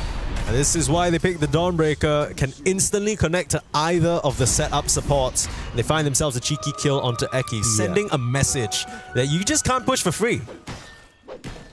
Yeah, but at the same time, you need to push the lane, so you have to figure out a safer way to do it. Either you use your Treant, use your ultimate on Nature's Prophet and get level 6. Because Doom is not the best hero to shove waves. Oh, now they're coming through the gates immediately, looking onto Darklord. The action does not end here. Arme snipes down his counterpart, but it's FY to get the last hit. Meanwhile, nothing to say. Still running down another, dominating. What a performance from him. When he picked this Monkey King, my immediate thought was, I felt like nothing to say. You know, it doesn't really strike me as a Monkey King player, but right now he's striking fear into the hearts of Rune Eaters in this early game. Yeah, they're putting a lot of emphasis on playing on the side lanes. You know, so far, the first 10 minutes of the game is Rune Eaters making the first move at 4 minutes. And then after that, it's been XG all the way in the next 6 minutes. They've been using the gates very, very aggressively to create pressure. And Rune Eaters, they're kind of struggling to find a way to balance and stabilize the game. You know, Copy is struggling, he needs runes. They have to figure out how to control the runes so that the Ember can use the runes to regain stability in the game for them. Yeah, but this continues to get harder, right? It's a 3k gold lead and Monkey King with a diffusal already completed. This is a crazy timing that Nothing to Say can use to put on a lot of pressure. You already mentioned, Winter, Extreme Gaming, they want to be using this Monkey King as an opening piece. And now, oh, come on. Sniped. That is cruel shot from 3 sides and blasted up with the wand as well. And I mean, now they're just going to take a tier 1 tower for free, Winter. Yep, second catapult wave, getting another tower for the XG side. Very, very good usage of the catapult timings here in this game. And Arme has been, this is what I'm saying, you know, he's very, very different from, say, 5 years ago. He is very, very active in the early game. He's coming to participate. He is joining the early fights. He's ensuring that his team gets the numbers advantage in the rune fights, in the tower fights. Anything that his team needs, he's there, you know, to help them out. And now we see 12-minute rune. X-Nova is going to pick that rune up. So no rune for Ember Spirit. No rune once again for Copy. Like, without runes, I don't see how Rune Eaters can actually move or progress on the map. They have the Doom available, but it's not going to be enough if you don't get a Doom on a very key target, like the Monkey. I think Monkey King is a very key hero. If you don't get the spell on him, how are you supposed to kill off the Monkey King? Speaking of the Monkey King, he's hunting down another, trying to tricycle on out of here. He gets out. Nice little cute usage. Maybe Nothing to Say in trouble, but actually, who's in trouble? I can't really tell. There's a Solar Guardian in the bot lane. 2 fights happening at the same time as FY will be the one to get drummed down in mid. Meanwhile, they're chasing down Darklord. That is the much bigger kill. The Tiny's going to drop thanks to the tag team efforts of Arme and XSS. That is basically the main cause right there. The Tiny. That's the hero that you want to get. Here's the key target. The Hoodwing, the Nature's Prophet, they are kind of like just the side dishes, you know, they're not the important heroes here. So XG once again coming ahead of that small little exchange there. I mean, you can see this Dawnbreaker, you know, coming to play. You're going to be putting a lot of pressure on your opponents by being able to connect globally to the supports. So you can play the map in a much more aggressive manner to pressure and look for kills. Whereas for Rune Eaters, they kind of have the problem of how are we shoving the waves out. If you look at the map, the creeps are always on their side of the map, so they are the ones getting pressured by Extreme Gaming a lot. It's not just the Monkey King jumping around, the Bane being sneaky, it's the Solar Guardian enabling all these plays on the map right now. Every time it's up, Rune Eaters just have to cower. And now making a play for the Wisdom Shrine, 14 minutes on the clock. Extreme Gaming, looking at their watches, they're ready to further the pressure, and Malik's over here. I mean, if he goes down, that's a lot of net worth. They want to commit for it, not really feeling too comfortable because that's a tanky Doom with the drums and his ultimate. So they'll think twice. I thought for sure they were going to go barreling down there. Back to the Twin Gates. Okay. Yeah, Twin Gate control definitely on XG's side right now. They have all the control over the Twin Gates, so Rune Eaters, they have to be very, very careful of how they're shuffling the side lanes at the moment. And you see Eki position himself very, very forward on the side lanes, making sure that he's the one in the line of fire if there's an aggressive play coming in. But it doesn't feel like Rune Eaters are going to be able to do much in the next couple of minutes. You know, nighttime is going to kick in 20 seconds, so the Bane is going to have the vision advantage. Yeah. And you have the Solar Guardian again. This is going to be a very, very tough nighttime coming in for Rune Eaters. They're going to look to try to deal with the pressure coming out from the Bane and the Solar Guardian, but it's going to be extremely difficult. Yeah, Rune Eaters, you can see already the amount of camps they've stacked. On paper, you would think, wow, they stacked so many camps, that means they must be having the net worth advantage, but it's only because they have so little camps to work with, right? They can't farm much of the map, so they're just forced to stack the camps, the few ones that they do have. Earlier on, we saw Extreme Gaming try for a move in the bot lane, but some Treants spotted them out. Like you mentioned, Winter, now that it's nighttime, that's going to be a lot harder to really keep tabs on their location. But the game slowed down a little bit, right? Past 5 minutes maybe have been pretty action-packed, but Rune Eaters have been able to keep themselves compact and safe for now. Set up in the top lane. TP's coming through. They got the Doom out to the Monkey King. I mean, the Solar Guardian's not saving him, so nothing to say. Will get caught and cut down. Looks like XSS will get dropped next as well. Nice power shot through. The whip will keep him in place, and Malik with a double kill. So Rune Eaters finding a strike back where they really, really needed it. Yeah, that was a very, very, I think, ambitious play by XSS, trying to save nothing to say. There was no way he could have done anything, and in Dota, we always talk about when somebody is going to be dead for sure, you do not be that +1 free kill, you know? Like, just let him die and you have to accept that that's your losses. But right now, because he went in and died and he used his ultimate, so now Rune Eaters, they kind of, you cannot really punish them for using their spells because you already used your own Solar Guardian to do that. They're going to try with the Bane, with the Sleep, he's going to grip. Copy's in trouble. No mana right now from the Diffusal, and he's down. What a play there from X-Nova. He sleeps the Ringmaster and goes straight for the grip onto the bigger target. So there's no save that can come out from the Ringmaster. He's just taking a nap. And they put Copy into the grave while he's sleeping. What a move. I mean, X-Nova, you said that his game wasn't going to be easy by any stretch of the imagination. Yeah, I mean, again, that was the thing I was saying, like, who is supposed to be pushing those waves? Because the Ember, putting himself in danger in the middle of the river, yeah, he was the target there. Yeah. And maybe they could have used Nature's Prophet to push the wave, you know, instead of the Ember, because he has to realize against Bane, because usually as Ember, you won't die. But against a hero like Bane, you kind of have to be a lot more cautious. These are the small little details where I think the Tier 1 teams, they do it better than the Tier 2 or Tier 1.5 teams. Oh, 100%. And I will say that maybe for Rune Eaters, they're used to playing against teams or Banes that wouldn't be able to pull that setup off, right? Yeah. The fact that he's sleeping and timing everything perfectly, the Fiend's Grip, everything lining up with nothing to say, getting the advantage. You know, they had just enough damage to cut down Copy before I came out. Probably expecting the Ringmaster to be able to save him no matter what, so he was playing so far up. But then, like you said, you know, it was a really nice play from X-Nova, sleeping the Ring, gripping the Ember, ensuring they get both kills. So what started out as a 6k-ish gold lead for Extreme Gaming, after that pick off onto the Monkey King in the top lane and XSS dropped down to 1k. But now it's been fluctuating, right? I would say that Rune Eaters, at least for me, tip of the spear, hold that thought. Looks like X-Nova will get killed off. He got the rune. He did get the rune. He denied the rune. Well, yeah, same thing there. Well, he does die. Is it worth it? If they can defend the tower, then it might be okay. But if they lose this tower, then it's not going to feel too good. I mean, they have their ultimates. They set out Wukong's command, Solar Guardian, all the circles on the ground. Dark Lord in trouble, but saved by the box for now. A rock in a box, that's not really what you want to see.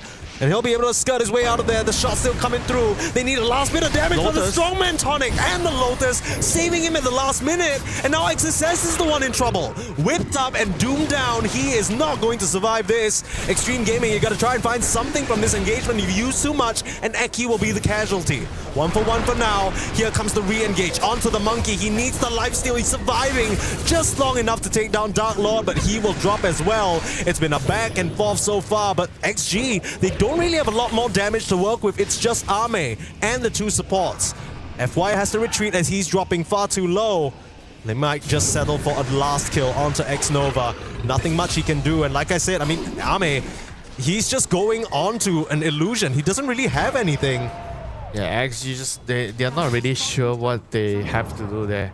I think they just needed to bail after the initial goal, after the Solar Guardian. But right now, because they kind of overchase for a little bit too much, and they lost both heroes, you know. Monkey King dies, Bane TP back to the he TP back to the fight. So yeah, this is definitely not an exchange that I actually were looking for. And now 20 minutes, the Tormentor is going to be up, so you're going to be making plans. Can we actually take the Tormentor? is the opponent going to get Roche, or do we go for Roche? You know, these are the important times to talk about what do we want as a team. I think there's also something to be said about how that team fight went, right? Because in my mind, Extreme Gaming, the way that they chased into Rune Eaters, a bit of lack of respect there. Here's a Solar Guardian, easy pickoffs. That's going to happen every day of the Very week. nice. A very nice kill. Is that going to give them a way to get the Tormentor? Nah, not when X-Nova gets caught in the mid lane, all easy from Copy. I mean, Rune Eaters, they're doing a good job pulling this one back from a pretty rough early game where they felt like they were losing control pretty rapidly. And a lot of it is thanks to the Doom, right? I feel like Malik's doing a great job getting the Doom on key targets. And actually, they're not really doing a good job on their side, recognizing, okay, this target is screwed. Yeah. They're not going to try and save him. And they have the save your buddy syndrome in the last 2 fights. And I felt like if they didn't have those 2 mistakes, this game should have been at maybe like a 5-6k lead already, you know, for XG Gaming. But as of right now, they get the Tormentor, so it's going to be just a 4k lead. Still not something too out of reach for Rune Eaters. They're going to TP Eki into this area. I guess he was kind of expecting heroes to be low here. What? Wow, that was a nice pick off here. Did he have a ward? Like, how did he know? He doesn't have a ward, but he just kind of guessed, I guess.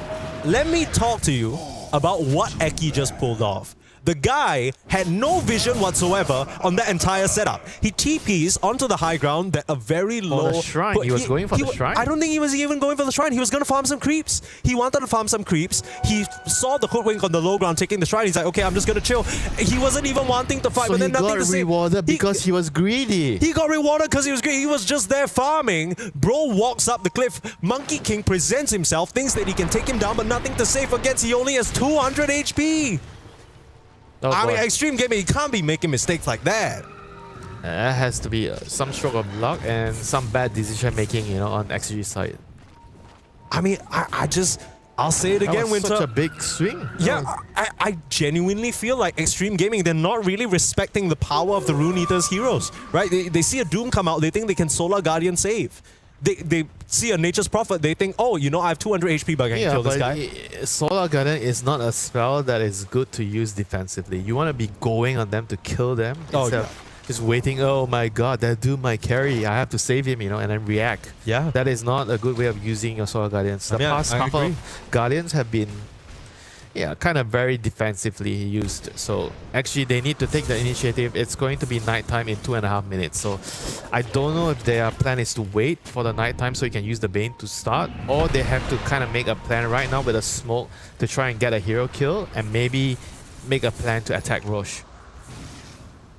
I feel like in a game like this, with the way that it started out, you'd expect XG to have a bigger advantage, but a glance at the net worth chart just shows it's all over the place. Malik, he's found himself an amazing game on this Doom, and he hasn't been slowed down so far. 12k net worth right behind XSS. BKB complete now, so he's going to be very hard to stop. The second he blinks into that fight, finds his target, how are you planning to peel the Doom off of him? That's the big question here. Of course, all the ultimates available so far. We've got 2 BKBs to work with, one on each of the offlaners. I guess the next fight's going to be around Roche, right? It's still daytime. Technically, Rune Eaters can make a go for it if they find a pick off. They should make a move during daytime. FY first.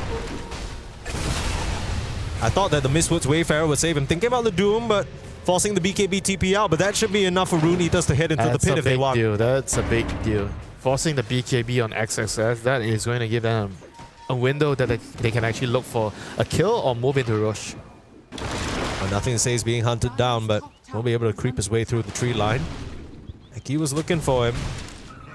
And he just remembers the last time that he got the kill and the Monkey King for free. Says, you want some more? I got one. I got more where that came from.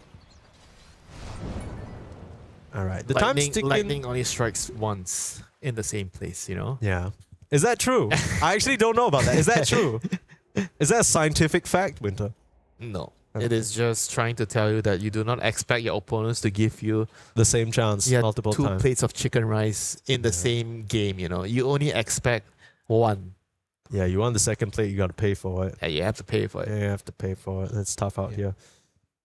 But yeah. I mean, the Roche is going to move to the bottom side in 1 minute. And that's going to favor XG because there's going to be bottom Roche plus it's going to be nighttime. But their kind of making a move right now just before night time is coming. So I feel like this move is a little bit too early for them.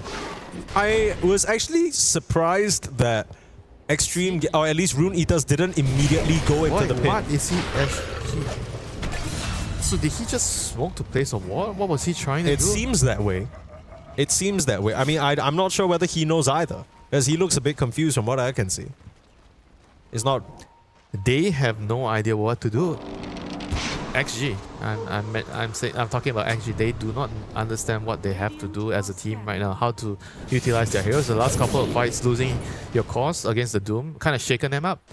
They kind of fall back. They're falling back into, all right, we are not sure what to do. Just sit back, hug each other, and farm mode. You know. Yeah. And look, Winter. I know you already explained that the Dawnbreaker is more of a pick in terms of playing the map, right? It's less about dealing with the Doom, but I just kind of feel like this 18-pick Doom from Rune Eaters has not really gone answered, right? Like, they don't have anything really on Extreme Gaming that can stop him. Once the target is doomed, here comes the Solar Guardian though. Trying to make the goal into copy, but he's very tanky with the shield rune. Still gonna survive, and Dark Lord, big counter initiation. Army doesn't stand a chance. We'll get run down now. Malik with that BKB like we spoke about. And now he's going for the Doom onto the Bane. That is cruel. Poor support doesn't get a game to play. Goes for the easier target, but now he might pay the price for it. He's got a bit too deep. That was a bad Doom, Mike. I mean, he could have doomed XSS. He could have doomed XSS, and now Eki's going to go down as well. Dark Lord, not if he has something to say about it. Straight back onto nothing to say, and the Monkey King will be the one going down. A nice boss to save, and they can't commit for that kill. Eki's going to fall staff in front of him. A Nightfall out, like you said, and FY couldn't even finish off the kill with a small nut.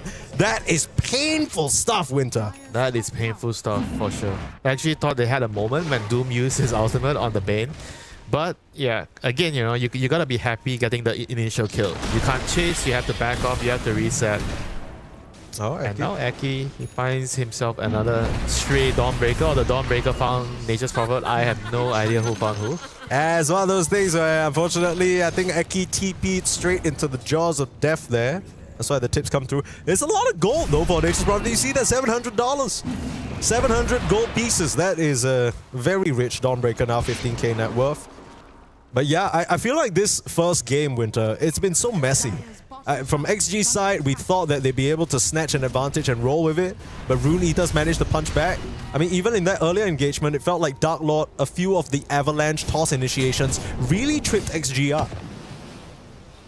Yeah, both teams just not really in the zone yet, you know. After all, it's always... It's day one. The first game jitters. We always say the first game of the day, you know, you gotta give the players a little bit of a leeway. All right, they're not really in the zone yet. Okay. I mean, you told me to give them the benefit of the doubt during the first game of the day. That's true. What you always tell me. Yeah, I think it's a factor. I mean, just now earlier on, you were telling me about how every small aspect about your hands are not warm yet, you know. No, for real, your hands are not warm. You know, the arena's a bit colder than you like. You're not sitting in a chair that's entirely comfortable. You're not sitting in front of a PC at home. This is especially a factor for maybe Rune Eaters who are not really used to this level of play at this consistent level.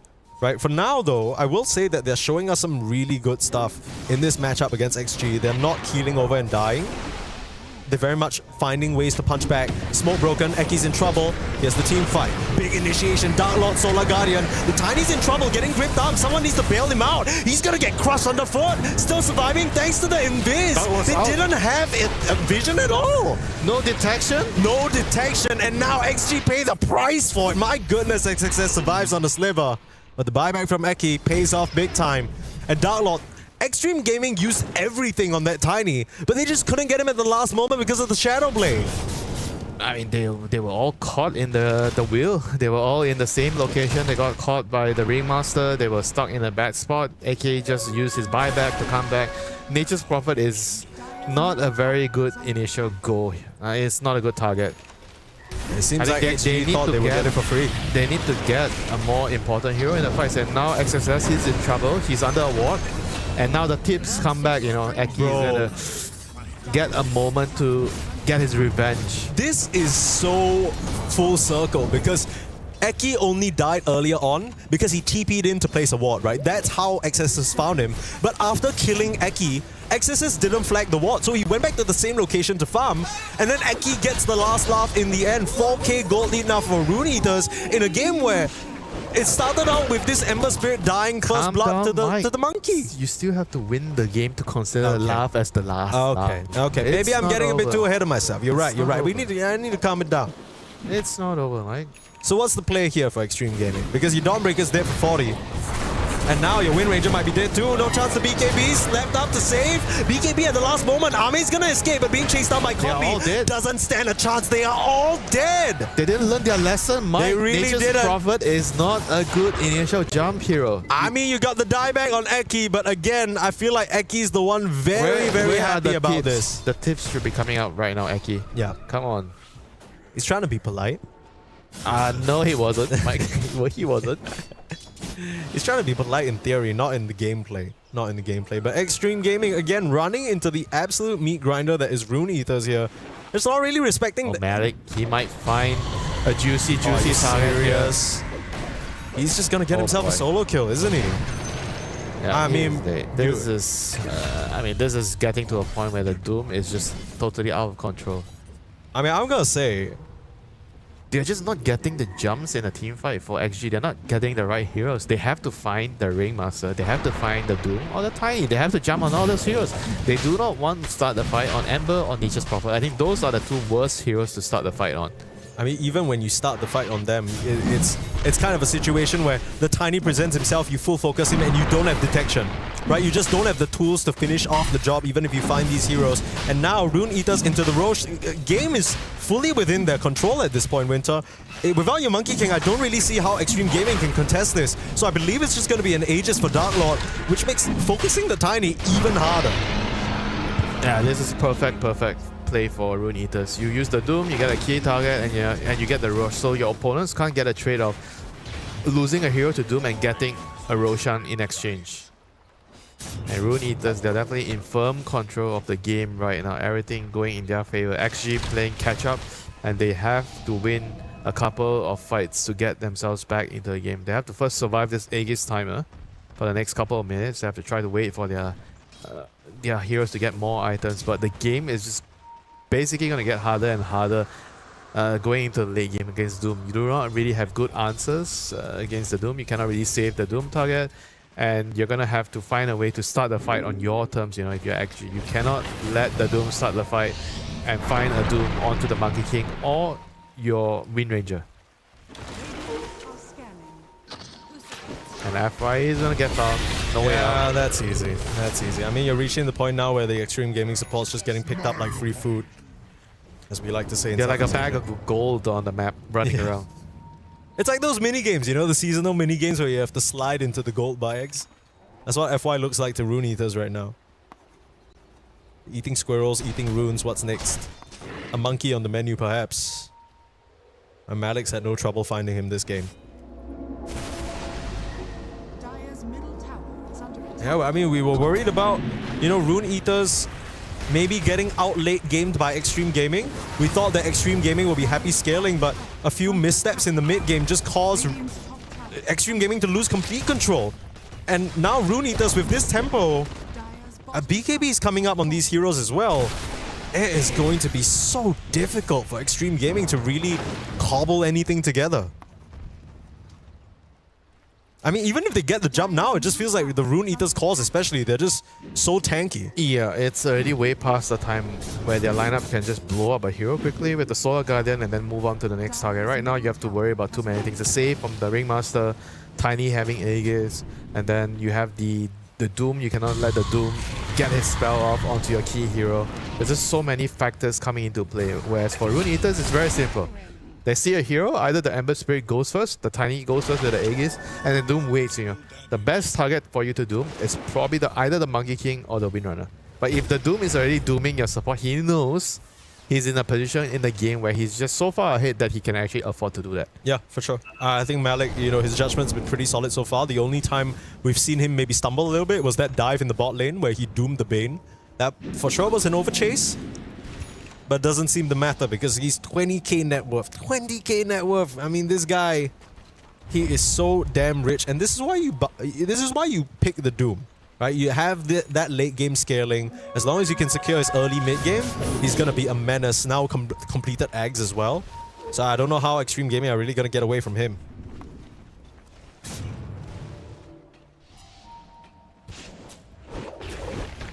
They're gonna have to use buybacks on Extreme Gaming. Like why? somebody has to tank the Doom with buyback. I mean, this keeps happening. This just keeps happening. Every time they see any hero, Malik can just blink in with the Shivas. Nothing that Extreme Gaming can do, as now their high ground is under siege by Dark Lord and his Aegis.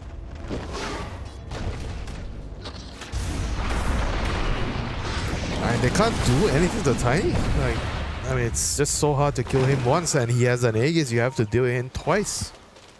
Nothing to say. He's trying to play on the other side of the map, but he's gonna get found.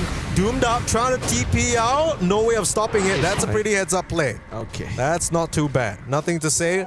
That's a little bit... That was a bit I feel close. like quick fingers with a Doom. A little bit too trigger.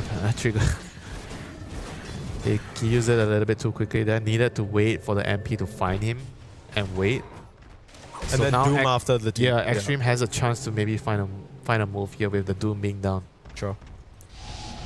I'm not sure whether you still want to move into the Aegis, but I'm sure this is the best chance that you've got. Indeed, Extreme Gaming smoking up on 3 heroes, bringing the Wind Ranger along. Now, I don't want to point any fingers, but I genuinely, Winter, have not even noticed Ame in this game. I haven't seen the Wind Ranger do anything. I think he had one or two he very... did his job in the early game. Yeah, one or two nice power he shots, was that's about useful it. in the early game, but after that, with the way the trajectory has gone, I don't think you can fault him because the whole team just made mistakes. Sure. So it kind of made the game awkward, and you can't really be playing offensive on your team with the Solar Guardian with the Windrunner. I think that kind of creates a problem where it feels like you can only farm because you cannot really accomplish much. You cannot make the first moves. You're losing the fights and you didn't get Roche, you know. So I think it's more of how the state of the game has been going rather than Ame just playing maybe a little bit more defensive. Sure. I think I have this picture in my mind of Wind Rangers generally playing more active and, you know, getting kills going, helping the team out, but it's felt like in a few of these situations, there's just not much you can do, and maybe you're right. Maybe it is just a matter of, you know, the rest of the team not really sizing up. Yeah, when somebody doesn't do their job, the other people in the game also kind of feel like it's difficult to do their job. You know? Everybody is linked to each other in the game. Sure. When somebody doesn't do their load of the work, it creates a lot of cascading problems in the game. So how do you start solving these problems if you're on Extreme Gaming? For now, they're looking at the top group end. up. You start by grouping up in the same location because when you group up, you might find pickoffs and you're not giving away pickoffs. So, like in pubs, when you're losing, people just split out and farm, and what happens? Yeah, everyone slowly just dies on the map, right? So if you're losing in a professional game, in a tournament game, you group up. You just wait, you be patient, and if you keep doing the right things, you will find an opportunity to make a move. Sure. Well, right now, Rune Eaters are the ones grouping up right outside of XG's high ground. Scary times here. Another BKB TP, yep. Have you been keeping tabs on those? I count 5. Like, so yeah. far. Oh, okay. I was gonna say 3. I guess you're keeping tabs. That's fine. And Rune Eaters, they're just waiting for the right opportunity to push higher. They do not want to just simply walk up if they don't get a pickoff. I feel like they're happy farming. If they can just farm the whole map, control the Ancients area, make sure they farm Ancients, and Extreme Gaming does not get their hands on Ancient camps, they're happy. And you can just even sit back and wait for the next Roshan to minimize the risk when you're pushing the high round. Actually, they are the ones that need to find a way to break out of this stranglehold that Rune Eaters have them on. Yeah, for those of you just joining us and not too clear about how we got to this point, you might be confused as to why XG Gaming are currently 11k behind. Well, it wasn't always this story, right? Extreme Gaming actually started the early game off fantastically. They had control, but they made a few mistakes where it really just felt like they weren't respecting the Doom, especially from Rune Eaters, right? They tried to save their friends, they took some uninspired fights, and now, all of a sudden, Rune Eaters are the ones in full control. Their lineup is the one that's scaling, while Extreme Gaming continue to fall behind. Now, yeah, even the solo smoke by the Bane, you know, I was talking about it earlier. before hitting nighttime, it was 30 seconds to nighttime. Yeah. That kind of shows that they weren't really sure how to play their lineup past the laning phase. They weren't really sure what they had to do after the disaster. I don't think the game was over by any means at that point, but they just needed to find what they have to do, who is supposed to be moving with who. Like the Bane needs to maybe move with the whole wing and just look for a pickup when you have Solar Guardian. You need to be on the aggressor offensive side. You need to find the first move. You do not want to be using your Solar Guardian defensively every single time. I just felt like the last couple of fights, XXS, he has been just clicking his R button. Oh, my carry is getting jumped. My mid laner is getting jumped. I have to try and save them. If they die, I don't get to play the fights. Yeah. Look at Eki. He's the designated tower hitter. BKB, Hurricane Pike, and an Orchid completed on top of the power treads. They don't really need Dark Lord to hit these towers. They got the Nature's Prophet to do the job. And look at his net worth. Very close to the Monkey King at this point. This new Nature's Prophet is such a menace, especially with the level 10 talent. The minus like cooldown on Nature's Call. You can just keep shoving these treants in. And I think you already mentioned, Winter, the supports, especially on Extreme Gaming, don't do too well against summons. So it's really hard for them to re-push out the map. Extreme Gaming, they're really just forced into this ball where they can't really do much. If you can't push the waves and you can't win the team fights, then what do? You know, so you have to choose something to do. They have to take a risk. They're going to move out right now during the nighttime, but nighttime is ending in 10 seconds. They are not going to have the vision advantage that the Bane is going to provide for them. I feel like they're not really thinking about this, you know, when they have this Bane first pick and you're picking Bane to open a draft and you're making moves like this. It suggests that they don't really understand how to play their heroes as a team. And would you say that the way to play this Bane is just move specifically at night? So if you're moving during the day, it it's has like a lot to do with the time in the game, you know, Okay. what you're supposed to do. And it just doesn't really show, their plays don't really show me that they do truly understand this Bane hero, you know, what to do with this hero. Right. I'm not questioning X-Nova's ability to play the hero individually, but as a team, the moves they're making with the hero doesn't seem like they know what to do. I think it just feels like the entire timeline or maybe schedule for them is disjointed, right? Because the game wasn't supposed to reach this point. Right? This was not part of the plan. And now it feels like Extreme Gaming, over the past 20 minutes or so, they've been struggling to find an answer or a way to break the game back into their favor, break the game back into stability. Now, Malik will be a great jump, but he beats them to the punch. It's daytime again, you know, hit the Bane. They don't find the opening, they don't find the jump. Ame is going to force the initiation, pop the BKB, but he is doomed. Okay. Nothing to say, kills off Eki. You got a whip, so Ame's gone. Meanwhile, the big team fight's happening on the other side. Really, it's not a team fight, it's just copy playing them a little bit. Dark Lord can now just push himself away. Not really sure what Extreme Gaming are trying to accomplish here because they are getting split apart. Now on to Nothing to Say, pulled down from his Wukongs, and Eki with the buyback will just strike him down. Even though Ame's bought back into the game, he just can't rejoin the fight. And Extreme Gaming, they will lose one after another. That is not what you want at all. As Extreme Gaming, they're gonna lose out big time. 2 calls down, Ame buying back to achieve nothing. They're just too desperate. They know that the game is over. They have to do something to try and tip the balance, and that kind of felt like that was their last attempt at fighting in the game, you know. They are right now running on fumes on the Extreme Gaming side. I don't see what else can they do, you know. Once the Roshan goes down, Tiny gets the A gaze, the game is going to be very, very much over. Yeah, Extreme Gaming, they do not really have much options remaining here. They don't have enough heroes to contest, so they have to give up and wait for the push to come and hope that Rune Eaters maybe make a mistake on the high ground push. It's going to be a haste rune here by Copy. They're going to make a move before the Roche is going to be dead, trying to make a quick move to catch out Extreme Gaming here.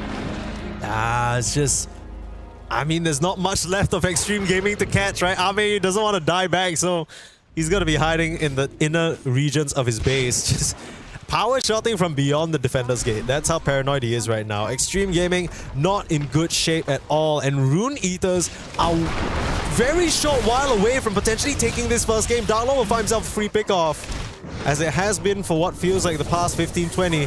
Some pings out coming out onto Ame. Rolling in with the wheel from the side. Doom is there. No hope. That is dieback on Ame. And meanwhile in the mid lane, they might have gotten killed to Ame, but Copy gets returned upon. The setup is there, and it's a godlike kill streak for FY on the buyback. And still losing your carry, having to use the buyback on the hoodwing. It just doesn't really feel good, you know. The bleeding, they're still bleeding out kills. Not right now. Rune Eaters, they still have time to wait on the Aegis. They don't really have to rush. They're still very happy with the situation of the game, the state of the game. Dark Lord doesn't really have anything to fear with the Windrunner down. There's no damage to kill him off. He's just running in, he's just initiating. Just hitting the buildings. He does not care. Dire's top tower is under attack.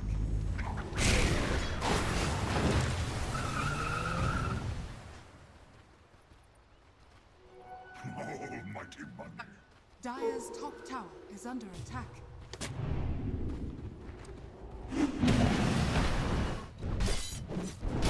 24k carrot magic in the air. That's the lead that Rune Eaters have right now. And it just feels like Extreme Gaming, they are running out of options. In fact, I don't even know whether they have options, if I'm being frank with you. What do they even have a way back into the game? I feel like they'd have to rely on Rune Eaters just running it up. They have to be given a way back into the game. Yeah, it has to be at this point.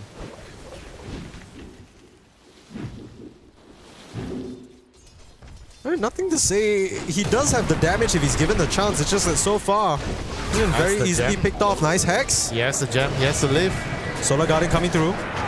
They will just change of the guard back up to the high ground. Here comes the chase copy. He's ready. Sliding in, finds them all. Full vision on everyone, but he stepped up for now. I mean, it doesn't even matter. Copy's got them cut down. Both supports just melting in an instant. I didn't even see where their bodies went. You got buyback on the Bane, but not really on the Hoodwink.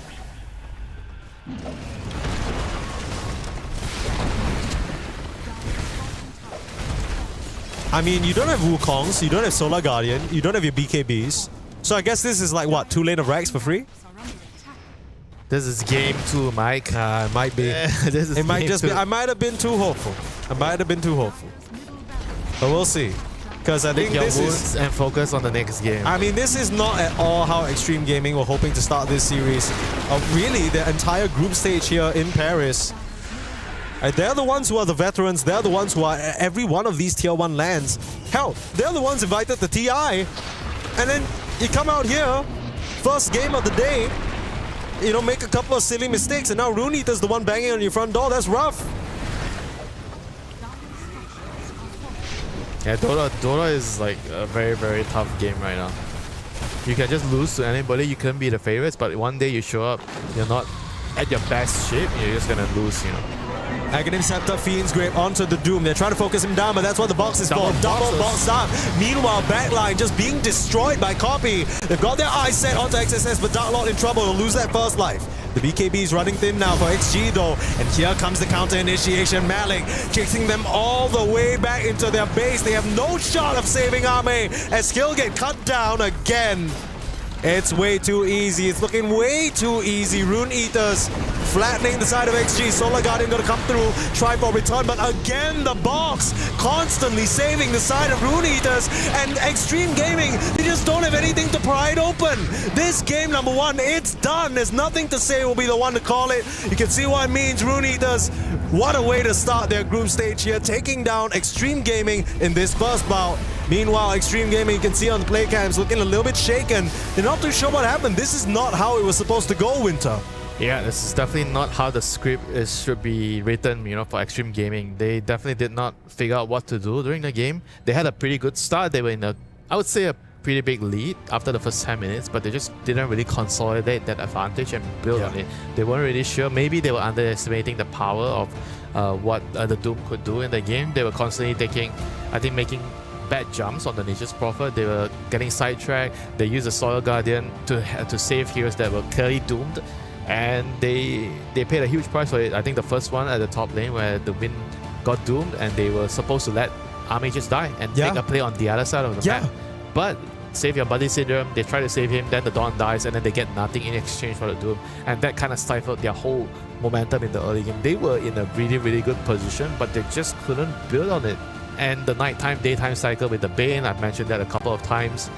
I just felt like they didn't really understood what they had to do with the Bane hero, how they should be moving on the map, how they should be waiting for the nighttime. They were making smoke plays during daytime, and it was like 10 seconds off, like 30 seconds off. You could have just waited. And then their smokes failed, the Bane died, they didn't do anything. The whole game just went out of control for Extreme Gaming. Yeah, it was just messy, right? Because the way the Extreme Gaming draft works, you imagine, is the supports are the ones setting up on the side lanes, getting ready for the cores to come in and connect globally. Use the Solar Guardian offensively, not defensively. Exactly. But then it feels like the script was flipped a little bit because the supports on the side lanes they're setting up, they're the ones being caught out because they're making the wrong moves. They're showing in the wrong places. And suddenly, your Solar Guardian doesn't feel too good to use because you're just using it to save someone who's getting picked off. The whole script quite literally got flipped upside down here in this first game on the C stream. Because we came into this thinking Extreme Gaming, you know, this might be one of the situations where it's a walk in the park. Rune Eaters, of course, not that they're a bad team, but clearly just from experience alone, you'd think Extreme Gaming would be able to get the better of them, but far from the case, as Rune Eaters show us they are here to play. And that is what EWC Paris is all about, right? There's going to be so many underdog stories. We got 24 teams ready to prove themselves, not just the big guys, but even some fresh faces as well. Rune Eaters taking that game number 1. And then for Extreme Gaming, I guess I have to ask, right, before we go for a short break for game number 2, what's the adjustment? What's the little band-aid that you need to put during the break to try and come back? They have to forget this game ever happened and play the next game fresh. You know, I think this is not the time for them to go back and think about what went wrong. I think they are a team that understood what went wrong and they just need to start fresh. Okay, so clean slate. Maybe grab a drink, you know, grab a fresh bottle of water, maybe grab a drink from backstage, freshen up, and get ready for game number 2 after a short break between Rune Eaters and Extreme Gaming.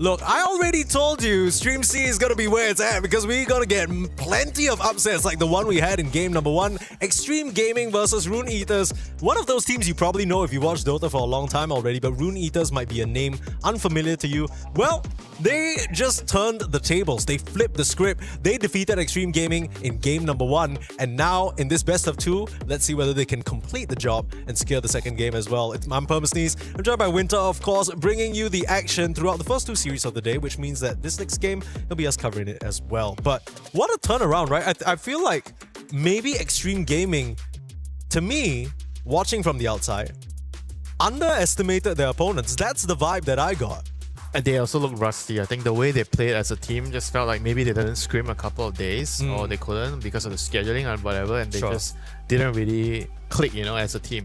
And a game like this would definitely sound our bells, and they have to, oh guys, we have to buck up. These are things that we already know. These are mistakes that we've already talked about 100 times, 50 times. We have to just keep reminding each other during the game. We have to make sure that everybody's in the zone. We have to talk to each other, because sometimes you can just be caused by the lack of communication on a certain player on the team. Somebody is not making the actual communications during the game at a certain moment, and people just go to the wrong places on the map, and a cascading effect just happens in the game. Somebody dies here, somebody dies on the bottom lane, and then it just keeps happening, and you don't really know what to do. There's a lack of direction in the game.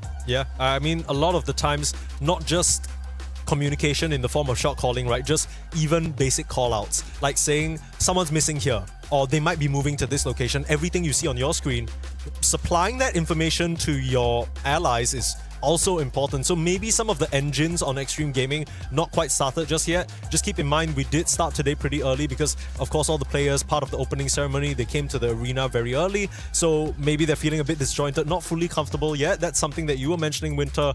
Very important for these teams, even for those who have played in multiple of these LAN settings before. Now, for those of you who didn't manage to watch the first game, let me give you a little recap, okay? So TLDR, Extreme Gaming, honestly, they started out the early game pretty nice, right? Extreme Gaming, they had nothing to say is Monkey King in the mid lane, getting a great advantage over Copies, Ember Spirit. But then...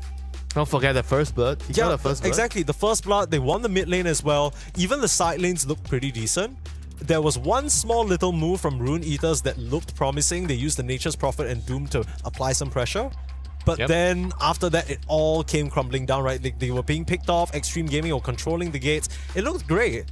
And then somewhere along the line, they just got doomed a couple of times, and then they just never came back from that. They doomed Ame, and XSS uses the Solar Guardian to try and save him, and then that's it, Like, they both died, and they couldn't really regain control of the game after that, and they kind of like were headless chicken walking around the map. The Bane wasn't sure, okay, who am I supposed to bring along the move, Am I supposed to go on my own, or am I supposed to wait for nighttime? Am I supposed to play during daytime? It seems like we can't farm, so he feels like, okay, I just need to walk around and find something, Yeah, it felt like what happens when you start losing and nobody has any idea. There's literally nobody's talking, nobody's saying, guys, let's try and, in some situations when you're behind, you need to come up with a plan. There's no collective plan. Exactly. There might be some sort of individual plan, but no one's saying it. I think I want to do this, but then they're not coming together as a team to figure out, all right, you want to do this, and how can we help you do this? How can we play along that line?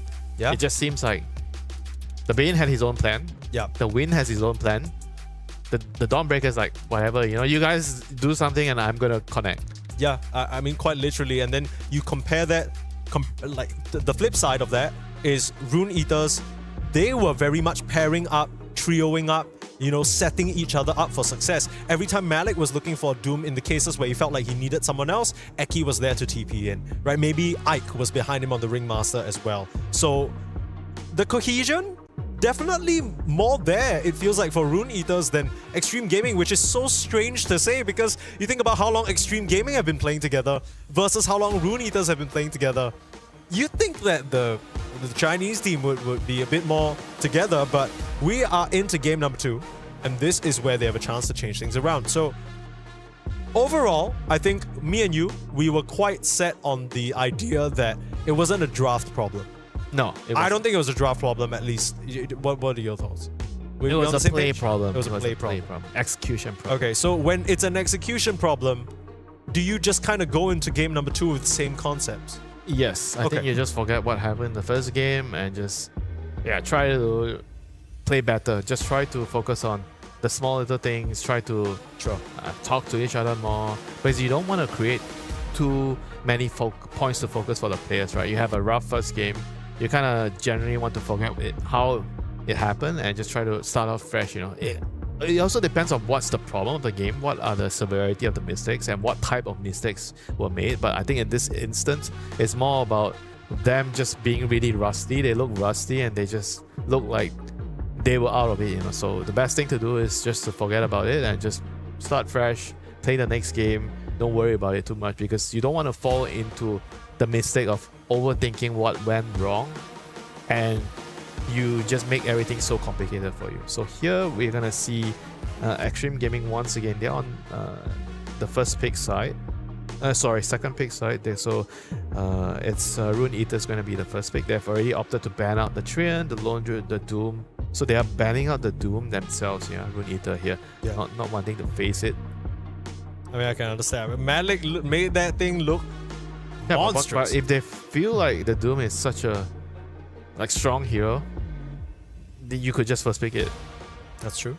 On your side. Maybe for them they don't think it's strong enough to first pick, but they're worried Extreme Gaming might. So they think that it's a good 9th pick, but it's not a good 8th pick. Yeah. Because earlier on it was flipped, right? Where Extreme Gaming showed the Bane first and then they countered. So they're worried that whatever they might pick, perhaps in this opening first pick, could get doomed and screwed over. Oh, they're taking quite a bit of time.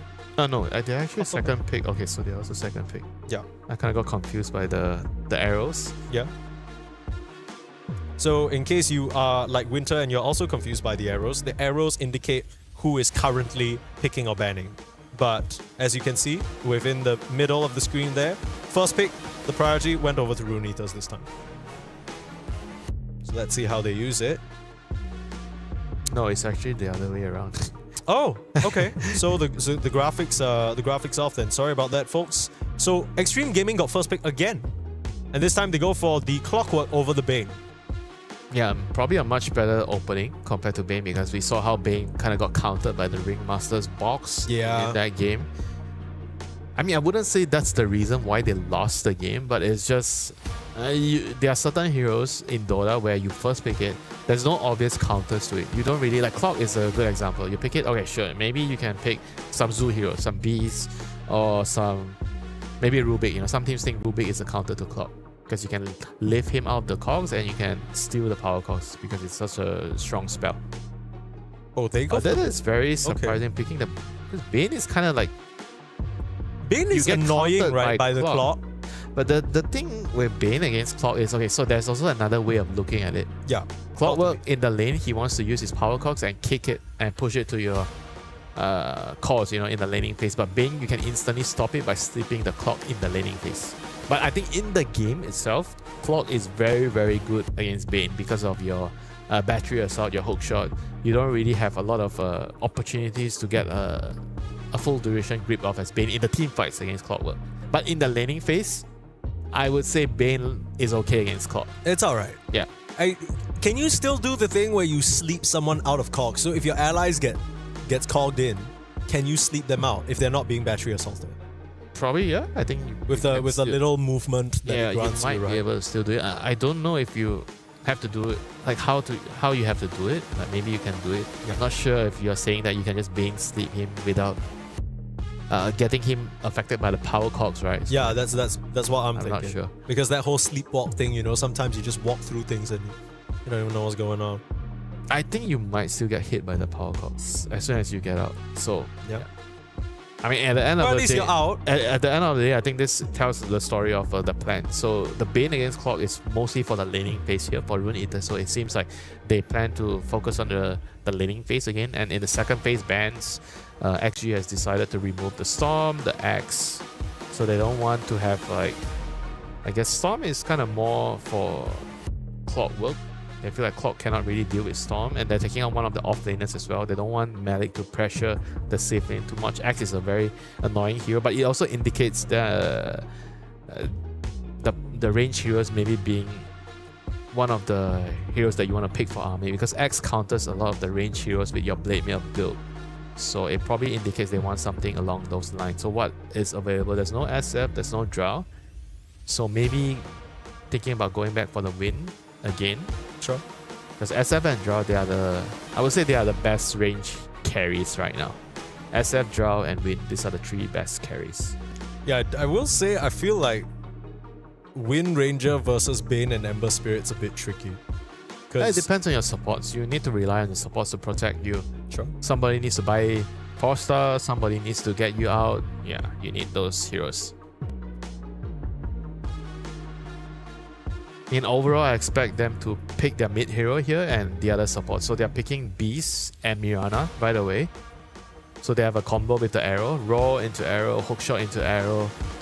Like Beast is already a very good matchup against the Ember Spirit. It's similar to last game where they just pick a counter to the Ember, like with the Monkey King. And this time Extreme Gaming, what is this? They're choosing to swap a little bit, things a little bit up, because Beast is good. It's not just good against Ember in the lane, but because it's a Zoo hero. A Zoo hero is very good against Bane. Bane can't do anything against Zoo heroes. Yeah, you did say at the start of the day that Zoo was going to be the main kind of, I guess, bargaining chip, right? Like that people want to argue over in the draft. But what makes it solid here, especially the Mirana, is what's kind of confusing me, because I feel like we haven't seen the Priestess of the Moon in quite a while. I think it's just a very good hero with the Beast. It's the arrow into raw combo. You get kills easily. And not to mention that it's kind of strong laner right now. With the new buffs to the hero, the laning phase got better. It helps the side lanes with the lotuses. Is there anything about the interaction between Mirana and Bane that you think? Because my immediate thought is Bane likes to play nighttime. Mirana also likes to play nighttime. I'm not sure. I don't think so. I think it's just the combos they have. They have Mirana with the raw and the hook shot, right? Hook shot into arrow. Dota is simple sometimes, Mike. Yeah, you look at the heroes, you're trying to figure out if there's another There's like layers, yeah. But it's just the combination of spells. So you need to have the right spells to kill off heroes. It's very interesting in that way where there's almost like a bell curve, right? When you start playing Dota 2, you think, oh, raw into arrows, Porte. You know, hook shot into some, I don't know, what other obvious combos are there? Snapfire. Bane grip into Snapfire. We're seeing Bane grip into Snap. Okay, we're seeing Bane grip into Snap. But you get my point. At the start, when you first start playing Dota and you're not like really high skilled or even middle skilled, you think, okay, arrow into raw. That's a great combo. And then once you get to the middle, you start overcomplicating things. You add a bit too much sauce. And even at the top level, Extreme Gaming is saying, arrow raw. That seems pretty nice. Well, now they need to deal with a Tiny and a Snapfire though. That's not very nice. That's a lot of magic burst damage. That's a lot of stun.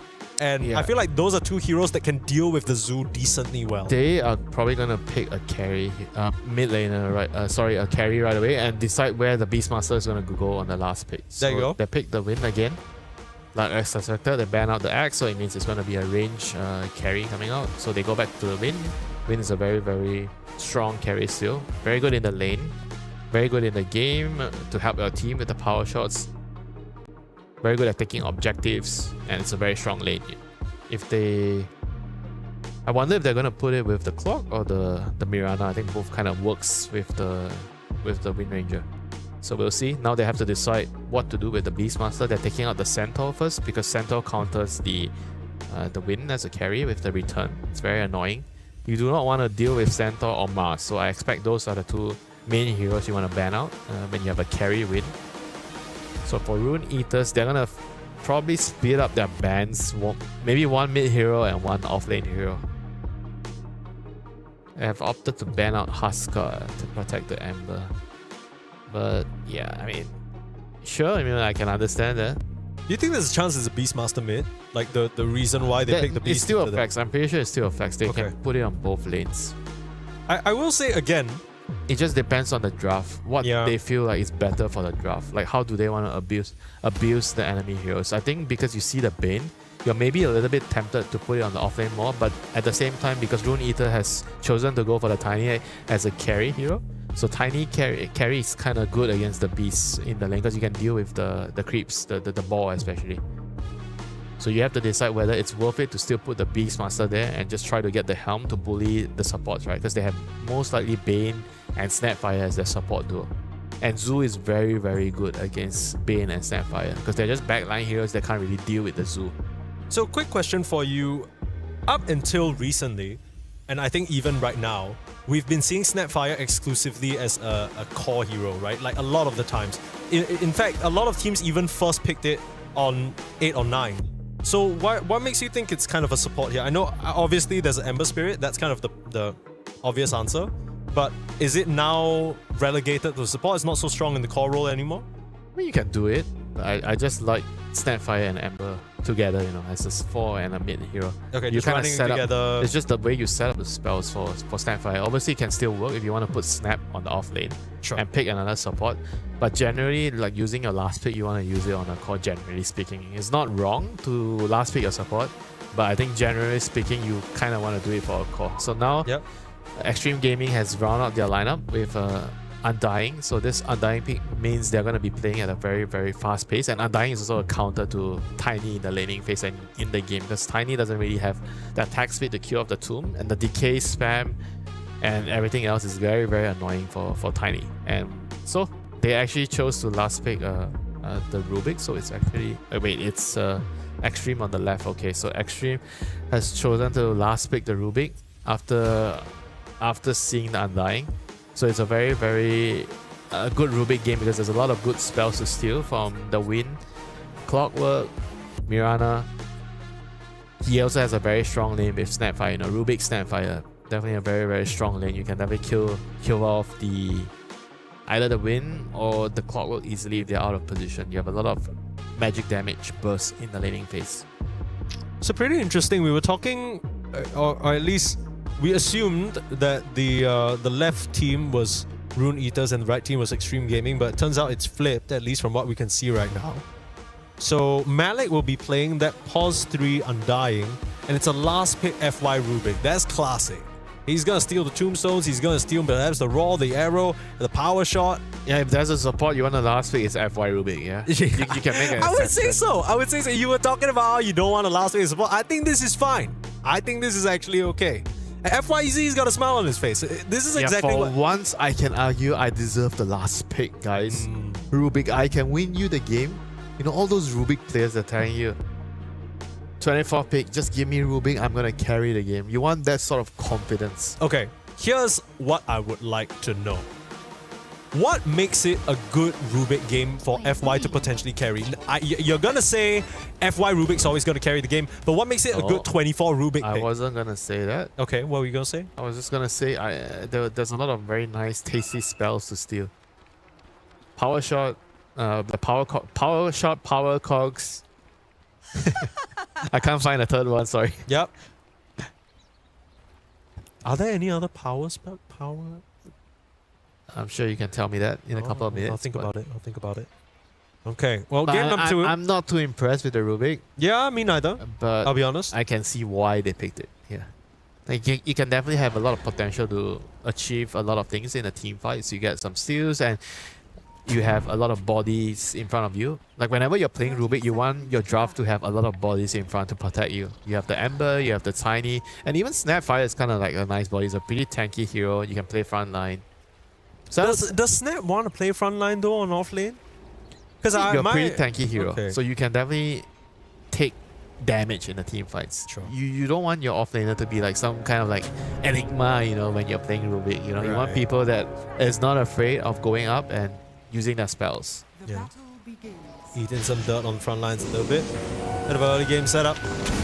Dark Lord will get blasted a little bit. I think he's accepted his fate and knows that he's going to go down. Oh my god, the 24th pick. Rubik gets the first blood. He stole the first blood away from the mid laner. Nothing to say.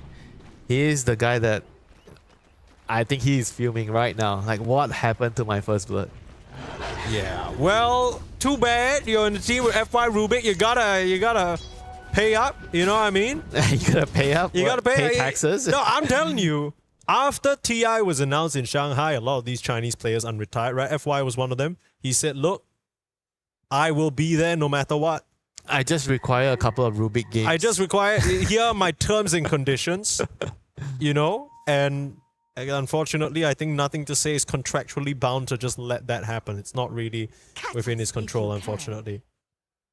But yeah, okay, we're off to the races here. Now, we didn't really get a lot of time to discuss the last pick, Undying, just yet. I think that's pretty interesting as a response, I guess, to the... It's just really good against Tiny. It's a good lane matchup. You can't hit the tomb, that's about it.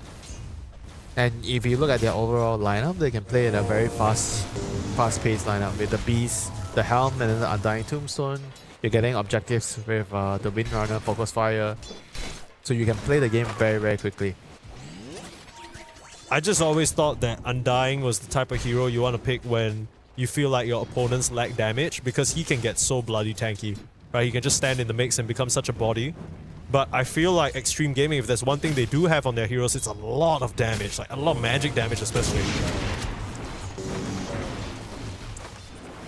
Do you think Pipe is still a real item, Winter?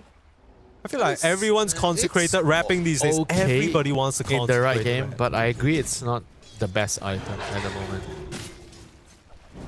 And you're definitely not getting a pipe. You're talking about getting a pipe on Undying? Yeah. Nah, you don't want to get pipe. Is that crazy? That's crazy. It's... I mean, it's kind of good against Snap. I thought it was great. I mean, you got Snap, Rubik, Snap, Ember, Tiny to a certain extent. You know? If you ask 10 offlaners, would you buy pipe for your team? I can tell you the answer most of the time is no. Yeah, well, if 10 of those offlaners were all ace from Liquid, the answer would be yes. So, really depends on who you ask. You are not You allowed gotta... to ask the same player. Okay. I understand. Gotta be fair, Mike. Yeah, that's fair. Rune Eaters, they've got to be feeling good though, right? After taking that game number 1. There's something to be said about already defying expectations. I'm sure a lot of people assumed that Extreme Gaming would be able to roll over them pretty convincingly, but immediately putting a stop to that narrative and writing your own story, I think Rune Eaters, they've got to be feeling good. They're playing their Dota. They got some of their heroes as well in this game. I mean, I know for sure Eki ain't randomly picking with Mirana if he's not comfortable on it.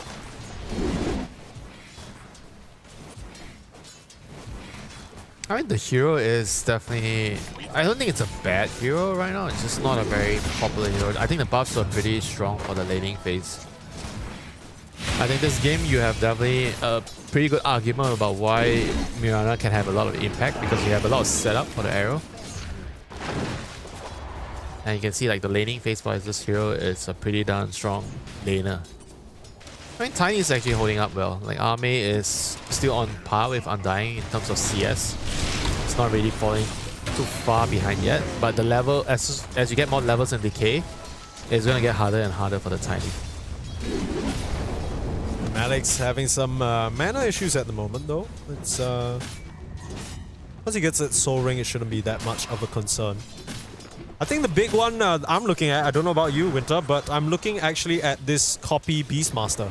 I think he's going to be the one that Rune Eaters look to play through this game. Yeah, but is he going to go Aghanims or is he going to go Helm? I kind of feel he should go Helm, even though he's playing mid. I think Noob, before when he was still in Nigma Galaxy, he was kind of the one that popularized it, still buying Helm, even if you go mid on the Beastmaster.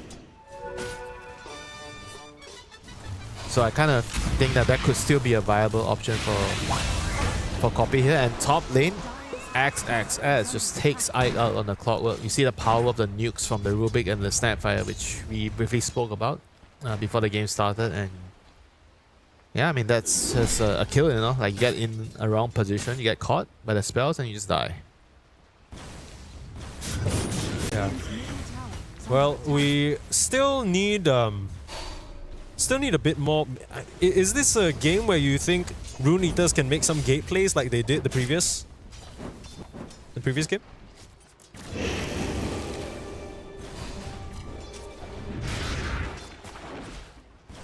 You mean for the offlaner?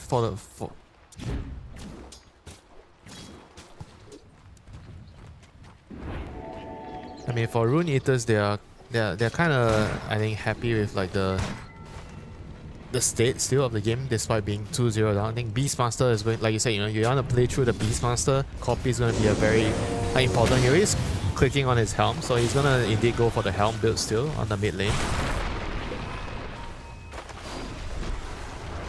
And Malik's going to drop the tomb. And here comes the clock and the Mirana coming in with the tomb. There's nothing Army can do. It's gonna die here. Like once again, Rune Eaters, they find the first move through the gate. They're able to use the gate to pressure during the catapult wave. Bit of a situation in the mid lane. Copy's getting run down. FY there to help. Copy's still able to get the kill first though. Okay. That's what you want from your Beastmaster. FY could sap some EXP, but there's some carnage happening in the bot lane. Gotta be careful. Looking for a potential dive with Ike and Malik in the picture. But this is rough. I mean, we knew the Beastmaster Ember matchup was gonna be a little bit tricky for Ember. It's another situation again where nothing to say is getting bested by Copy here.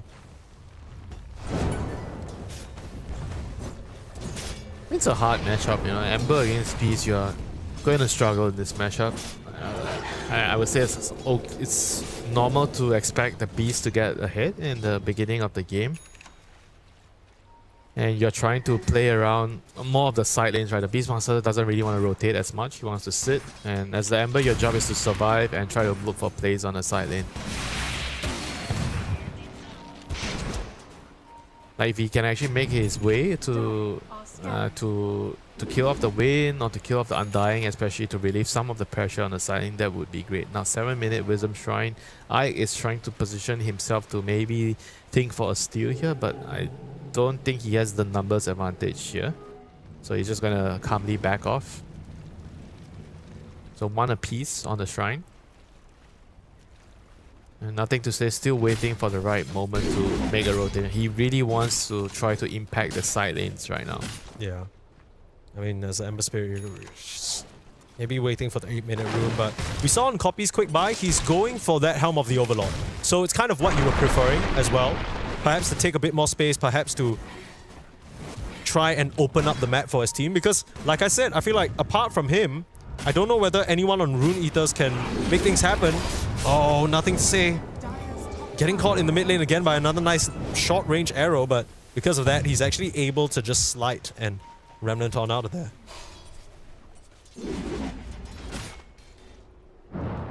8 minutes rune. Very important for the Ember to get this rune. He has some backup here. Both supports on XG coming in. Okay. Nicely done there by Axel. He waited. He trusted the Ember to be able to pick up the rune there. He didn't pick up the rune. And they get a kill. Oh, the TP in from the Snapfire. Long-range Kisses putting the pressure onto Copy. They've taken down Eki and now they'll slice down the Beastmaster as well. As a return, looks like X-Nova did go down to some of the creeps as well as the damage from the supports, but still, great moves from XG to try and even out the situation in the mid lane. Yeah, a big win getting the Beastmaster kill. He is the hero that you need to slow down. You talk about the Helm briefly, so you know that this hero is going to dictate a lot of the tempo for the Rune Eater side. So it's very important for XG to slow him down, you know, in this game. Like every time they can slow the Helm timing down by 1 minute, 30 seconds, that's going to help them a lot. You know, Ame needs time to farm, get his Echo Saber, get his dagger. Once you get the dagger on the Tiny, you can be really active with playing around the map with your team. But right now, Rune Eaters, they definitely still have the advantage in terms of the strength of their heroes in the early game. They have the pressure with their heroes being stronger in the early stages. Yeah, I'm trying to figure out... I was wondering about this Rubik last pick, and I think I understand Extreme Gaming's concept, because as soon as FY hit that level 6, he made a beeline exactly for where the Undying is, stole Decay, and now they're just going Decay for Decay. So it's a complete deadlock down there in the bot lane. Not much that Malik can do to force any pressure, because the Rubik was just there, decaying him non-stop. The Rune Eaters, they've had enough of this. They've brought the numbers, they're looking to try and topple this tier 1 tower. Extreme not in any area nearby to try and contest this. Radiant's bottom tower is under attack. And nothing to say is putting on the pressure mid lane.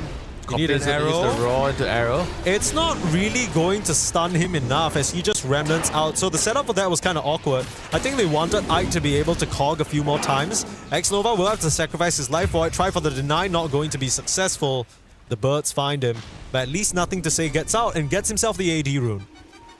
Yeah, the rune is what matters here. Like getting the rune and losing just a support. And you kind of also forced the Beast to use Raw and he brought in his supports. This is great news for Extreme Gaming. space created for Army.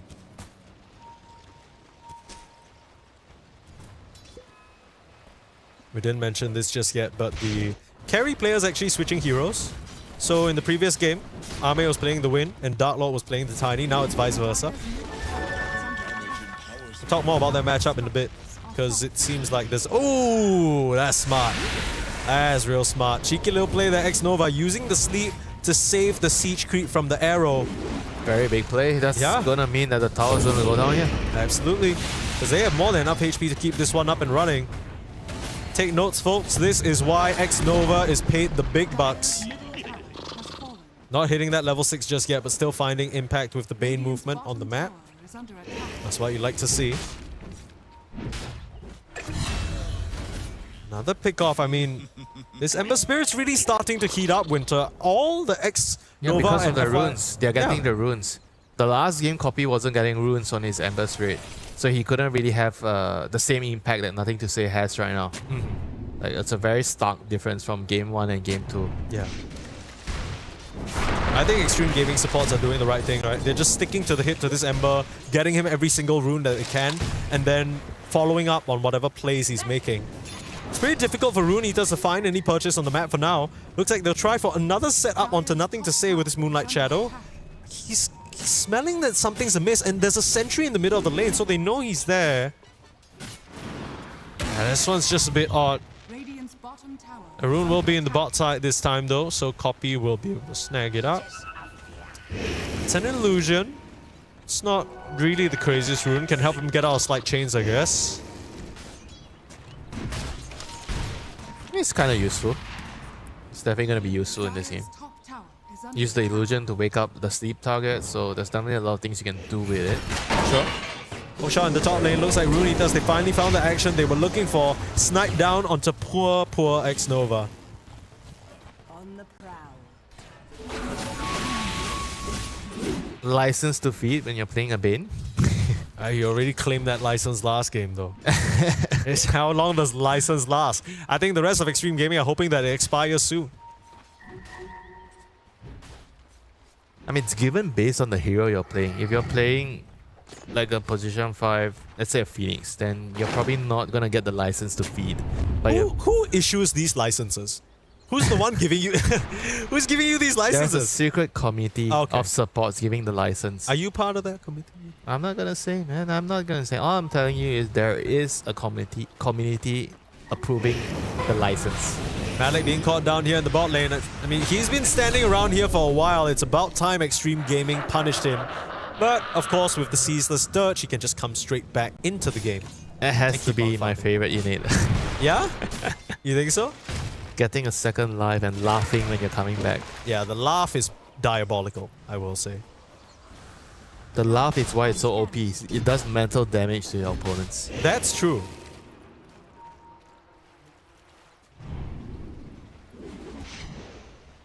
After all, we all know that Dota is a mental game.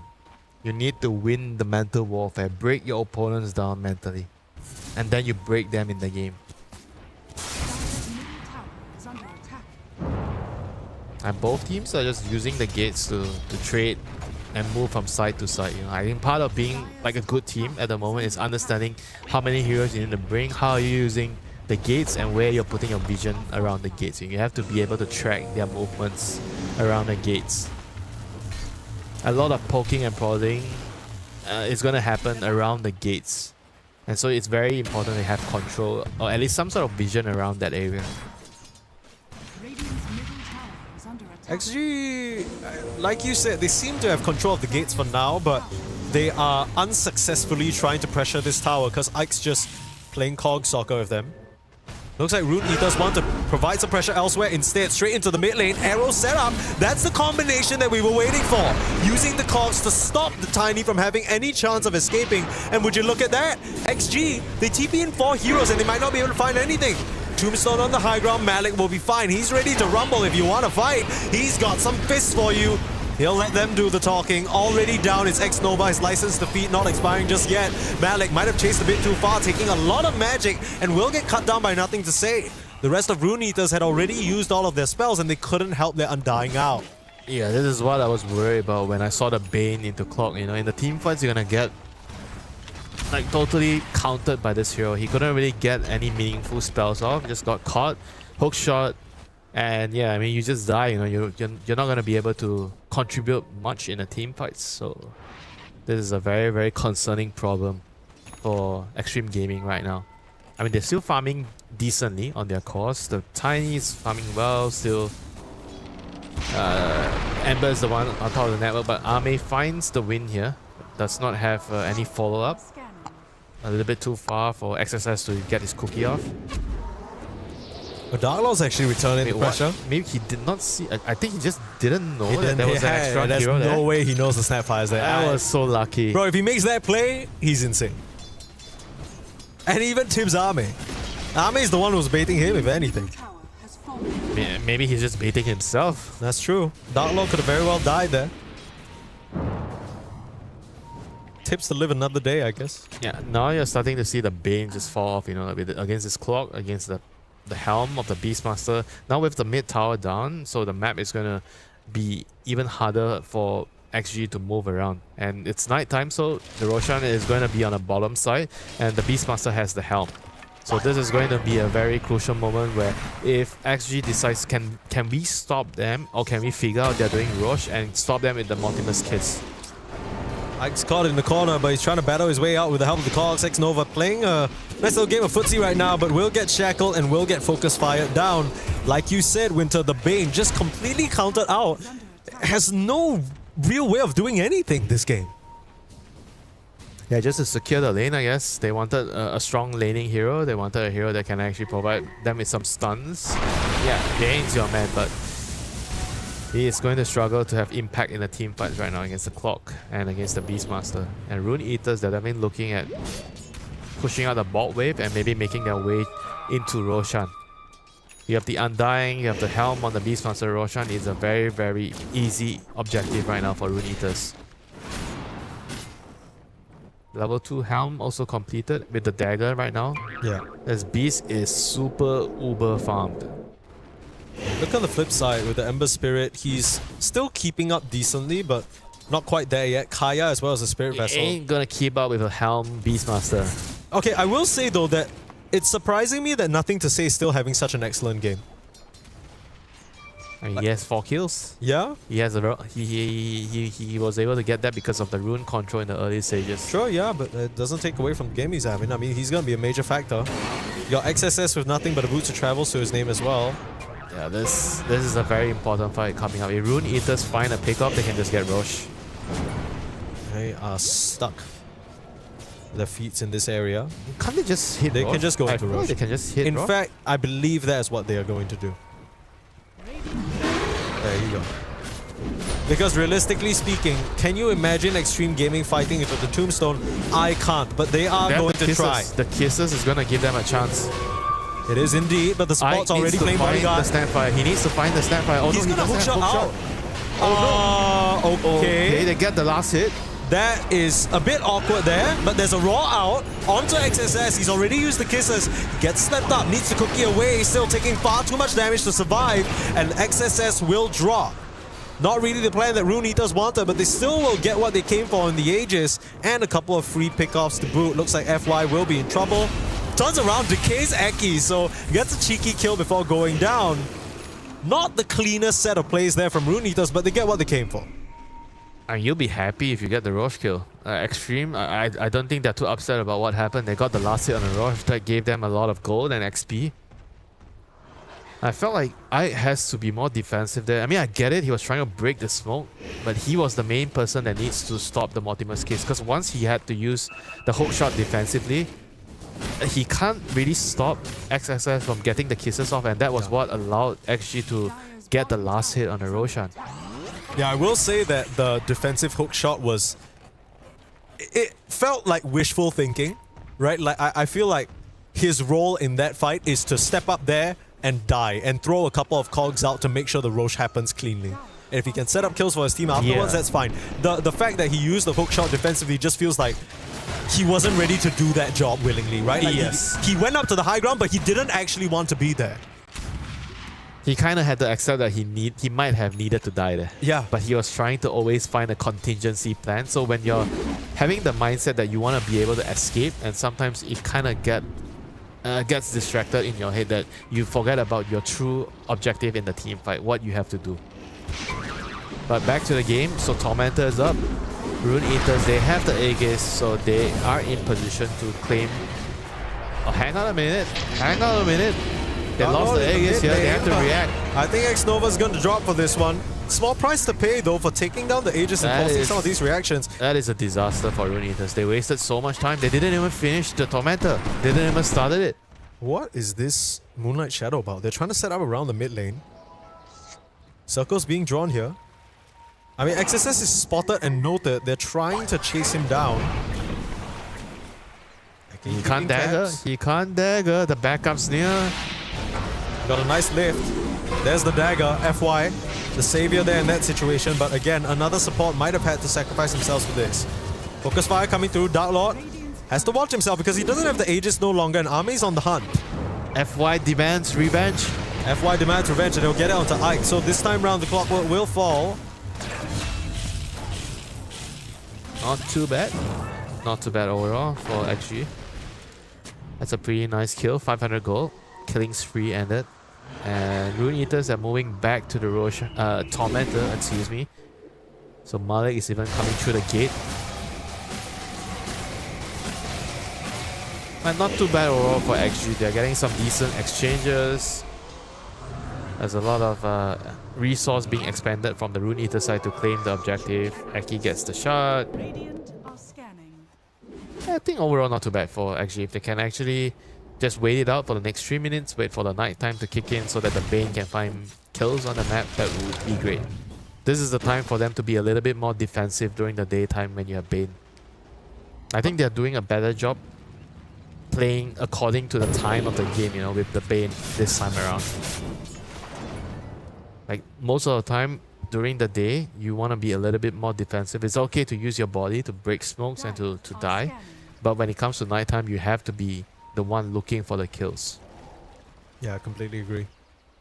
Well, this time around, it's a lot more... I don't want to say it's simpler, but they have an Ember to work with, right? That makes things a lot more straightforward in my mind. Compared to like, not that a Monkey King is bad, but it kind of felt like last game they kept running up into a easy Doom Monkey turnaround. doesn't provide as much disable as the Ember. Yeah, that's for sure. I think right now both teams are kind of just like waiting for the right opportunity to strike. If they can get a key pick off, so the wards are going to come into play. Very, very important. The vision that you have on the map is going to determine what can you do on the map. Yeah. And if you look at the small little dots, I mean, kind of the vision is kind of good for extreme gaming. They have 2 advanced wards on the top area, top side, so they see the jungle, the top jungle, and the mid section of the map, and they're just kind of just chilling and hoping that they can just ride it out the next 1 minute. So when nighttime comes, they can move and use the vision, the advanced vision, to play around with the Bane. I'm not gonna lie to you, apart from that Roshan move that Rune Eaters made with this Helm of the Overlord, I feel like I expected a bit more map domination from them. Because in the previous times that we've seen Beastmaster, right, they've slowed down. I'm not really sure what that's about. A little bit too much for my liking, because they have the Helm and they're against a Bane during daytime. I feel like it's usually the time to strike. Yeah, usually it's time to strike. What do you think they're worried about here? They're waiting for the BKB on Dark Lord, I presume. I think that is their biggest item timing they're gonna get. But at the same time, you also have to think of what is the other item timings on my other heroes, right? Not just the carry. The carry is not the only hero you want to consider. I mean, Malik's going to get his BKB soon, but the Beast with his Helm, the longer you wait, the Helm is just going to lose its effectiveness. He's going to get his BKB now, so I think with this BKB, it is go time, but unfortunately, nighttime is going to start in 10 seconds. And it's also go time for the side of Extreme Gaming because they have their BKBs. They make Malik look like minced meat. Yeah, he can't really push the mid wave. I feel like someone else should have done this job. Like, if you cannot clear the creeps quickly enough, you are not supposed to be designated to push out that wave. Yeah. I have this one rule. The mid wave is only exclusive to heroes that can clear out the waves quickly. Yeah. Like, as soon as possible. I mean, maybe in his mind, he thought, I have a Mirana, I have a Clockwork. None of those support heroes can clear out the wave, so it has to be me or my beast. So he tried to take that role, but he just... The beast can just use the creeps to push it out. Yeah, exactly. It doesn't have to be any of those heroes. Yeah, this is kind of where we see maybe a bit of that weakness come in, where, you know, you were saying some of these tier 2 teams, tier 1.5 teams, they have trouble perhaps assigning the right heroes. Yes. I mean, in this particular case, you could have just literally used the creep. And now Eki's going to be caught as well, cut down by this Ember Spirit. Yeah, this is night time. Yeah. It's Bane time. It is indeed. I feel like Extreme Gaming, this is more what we're used to seeing from them, right? Rune Eaters, this time around, they're the ones struggling to come up with some sort of way of bouncing back into the game. Not that they're behind or anything, it just feels like, what are they waiting for? The triple BKBs. They're gonna have triple BKBs on the win, on the beast. I mean, Extreme Gaming also have their BKBs now is the problem. Yeah, it just feels like they didn't really use their overlord timing to kind of take control of the map. The overlord on copy just didn't really feel like it did its impact in the game. Yeah. You're completely happy, you know, as actually your Bane survived the overlord timing. You didn't really lose the game. And it's 50-50 right now. So I would say overall the advantage is on the XG side. They're happy with the state of the game. It's nighttime. They're continuously looking for pickoffs. They're trying to use the night vision on the Bane to get an advantage. Yeah, Rune Eaters, they are the ones that I feel like they're kind of stressed out to look for a play. They need to be the ones dictating the play on the map. They need to be the ones pressuring. Actually, they're just happy taking trades at the moment. Tier 1 tower trade going for both sides here, and Roche is going to spawn in 1 minute, so it's going to be a nighttime Roche. It's going to be on the bot side. It technically favors Rune Eaters, no? Oh, I guess it depends right now. Because nighttime, right? Like, it's nighttime, and if actually can set up some vision on the bottom area, they already have one deep ward on the cliff. So I don't necessarily feel like it's going to favor Rune Eaters. It just depends on how the fight starts. And now XG, they're ready to start a fight with a smoke. It's still nighttime, so they have the vision advantage with the Bane. XSS shows himself, but allows himself to get raw. Nice lift back defensively, but they're on the chase, trying to eliminate the Snapfire before she can get the kisses off. They'll kiss her goodnight. Big turnaround there, trying to at least get something in return on Ame, but he can't find the kill. It's just the support, and Ike will find himself a hook shot onto Copy of the Shackles. Oh, that's not Copy, sorry, nothing to say, excuse me. Still chasing on to Dark Lord. This Wind Ranger is losing a lot of HP. The Lotus indeed helping him out, but not enough as Ame's there to finish off the job. Looks like Extreme Gaming managing to turn things around after all. That was a very nice fight. That was good kiting from Extreme Gaming. Yeah. XSS, he got focus fired. He was running, he was trying to buy time, and it actually cost Rune Eaters so much. Initially, they killed off the snap, but they had to use their BKBs to get the kill. So once their BKBs ran out, Ame comes in the middle of the fight, understands that he's unkillable, and he just slowly but surely whittled them down. You know, Dark Lord had no chance once he has no BKB. That was a very, very patient fight from XG. That is the XG we were hoping to see. Yeah, absolutely. I mean, now they're starting to just light up here. Ame getting active with that Shadow Blade, or rather now completed Silver Edge. Yeah, Rune Eaters, they're in trouble right now.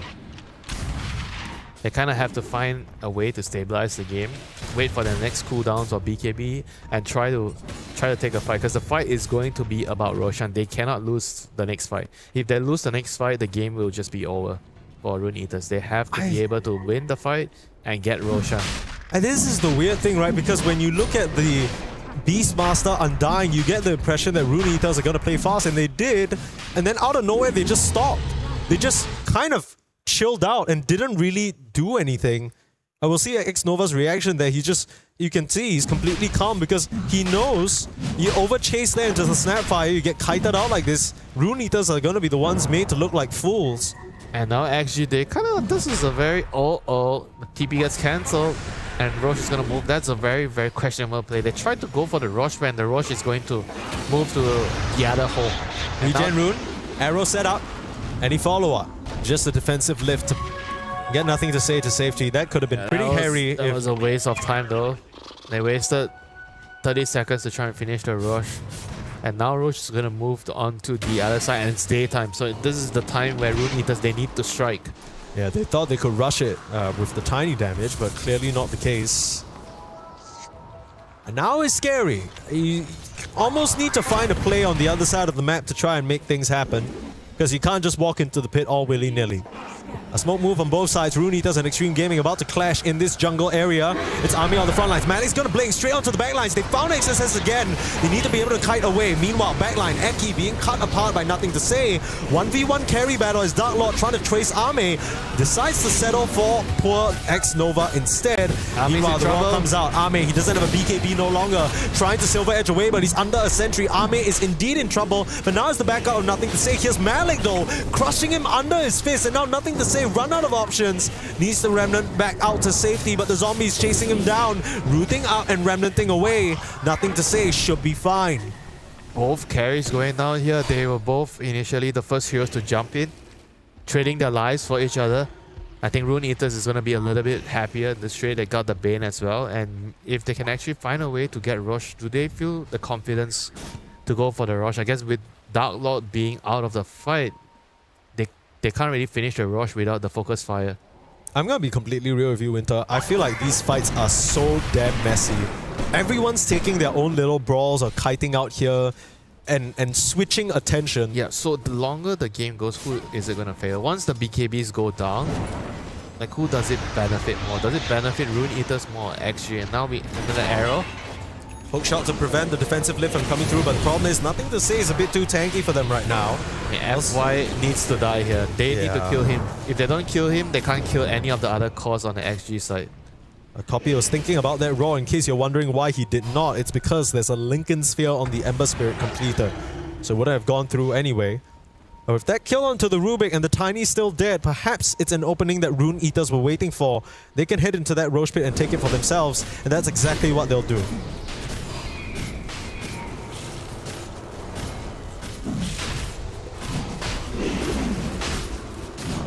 And finally, Rune Eaters, they are back on track with the Helm, able to claim the Roche.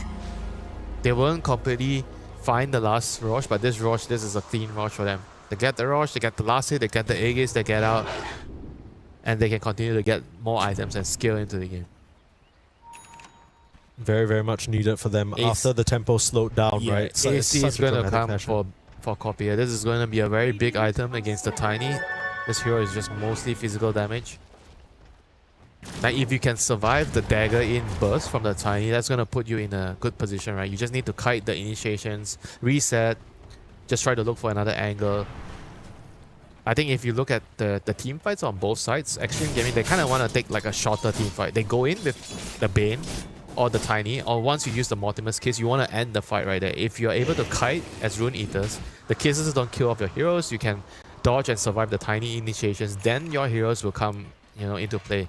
Like if it's a long fight. Undying loves the long fight. Yeah, actually I wonder about that though, because I agree with what you're saying with Undying liking a long fight. But, you know, with the Snapfire having such low uptime on the spells, the Rubik steals something, you know, the constant Ember Spirit spells as well, I thought that maybe Extreme Gaming would also not mind that long of a fight. In my mind, when Rune Eaters jump in with a Raw, with an arrow setup, if they don't get a kill, it feels like they're the ones in trouble. I mean, I can see that. And also at the same time, if Tiny doesn't have BKB, you don't end the fight right away. Sure. You're getting kited by the Tombstone zombies, you're getting kited by Power Cogs. There's just so many small little annoying spells, you know? That's true. I guess you're hoping the Snapfire can somehow be out of range so that she doesn't get picked off, but at the same time close enough range to gun down the Tombstone or something. She's gonna secretly be the real carry once the game goes long. The Snapfire, once you get your talents, your 20, 25 talents, you slowly itemize into it, like your big damage. Yeah, like the refresher down the line, right? Because she already has 20, so 2 Fire Snap cookies. Eki's gonna get caught. Looking for more here. Ike's gonna try and hook shot, doesn't land it though. Really, really awkward. Okay. Just a gentle high five across the lines. Yeah, again, a very messy fight. I mean, Rune Eaters, I guess they were just trying to find a position where they could attack. It's daytime, so they want to try to make use as much of the remaining daytime. And now nighttime is going to kick in. So the Bane factor is once again going to be an advantage for Extreme Gaming, the Night Vision. And he has his Aghanim Scepter done here. I'm just trying to figure out at this point in the game, how the Mirana can actually impact the fights. It feels like Eki's trying to jump in here with the Yule's arrow setup, Kind but of like just like a follow-up to the Raw, mostly. If you can get somehow your Wind Waker, then you can save for the Fiend's Grip. That would be nice for Eki. Yeah, but outside of that, I can see what you're trying to say. You know? Like the Mirana doesn't feel like he has a purpose in the team fights. And XG, they're gonna get Tormentor once more. So who's gonna get it? X-Nova is gonna get his AoE Brain Sap. Not the most impactful one, but it's kind of useful. yeah. Especially when you're against Zoo heroes, so you want to get that shard. Like Dota nowadays is just also so much about like which supports has the shards, right? Because Tormentor is something that you're always gonna get, and you definitely want to have supports that have very, very useful shards to play around. Yeah. And a lot of other factors, right, in this current meta of Dota where not just the shard, but now everybody can guarantee the greedy enchantment on the neutral items. So you want supports that can actually buy items that like would typically be more expensive, but then it actually gives you a big power spike. Like those Aghanims, right, that you were mentioning earlier. You basically need to be useful throughout the game. Yeah. Gone are the days where, okay, I'm just gonna go in, I'm an undying, I just want to tank, you know. Yeah. Those days are gone. Well, for now, Rune Eaters, they're the ones with the Aegis breaching onto the high ground, but not necessarily forcing the issue. If there's one thing we know about Rune Eaters this game is that they are happy to be patient. They're not necessarily in a rush. Are they right to be patient? Are they going to have the better scaling? You know? That's a different story. Aeondis is proc, looking for an arrow set up onto the Tiny, not going to get caught for now. Fiend's Grip onto Dark Lord. Keep in mind, he does have an Aegis. Eki does go down on the back line. Malik's going to blink in. Looks like Rune Eaters want to fight around this Aegis respawn. Got the BKB from Dark Lord. Turns around trying to shackle, but there's a Linken's for that effect. Nothing to say, we'll be able to slide out of trouble. Extreme Gaming doing a good job kiting. Force a 1-for-1 for now. BKBs traded. Copy and Army both popping they there. Still have Raw. They do indeed still have Raw. Try for the stolen shackle. Got the catch on the Malik, but that's a pretty difficult target. Snapfire Cookie off the mark while the Tomb saves the Undying. And now a defensive lift. I mean, both these teams, they got so many tools to try and get away from each other. Now the BKB, now the Ravage from the Creep. Seriously? Come on, Rune Eaters. That is bad, bad luck. As Extreme Gaming, after tons of kiting, get the better of them in this fight. Looks like Copy will go down as well. I mean, the whole way that was set up was already pretty rough for Extreme Gaming, but they play it patient. They wait out their initial Aegis first life. Rune Eaters made the decision to stick around and fight, and it cost them dearly. I mean, you were also spot on about if XG is taking the long fight, they have a lot of like short CD spells that can come online. You poke, you prod, like the tiny stun toss, the Bane spells, or weak spells, and especially the Snapfire, the XSS with his Cookie landing on 2 heroes. That kind of sealed the deal in that fight for XG. And Rune Eaters not really getting the right angle of initiation. They had the Aegis on Dark Lord, but they weren't really able to use it to win the fight here. Yeah, we'll see a replay of that. I mean, it's so tricky for either of these teams to get the fight that they want, but this was the initiation that ruined all of it. Ame in with a huge avalanche, and that set up for the Croaker to actually knock everyone up as well. Rune Eaters, they had run out of options at that point, and all 3 calls of theirs go down. Now Extreme Gaming, they're the ones on the high ground. I mean, Rune Eaters, you don't really want to be buying back on this one.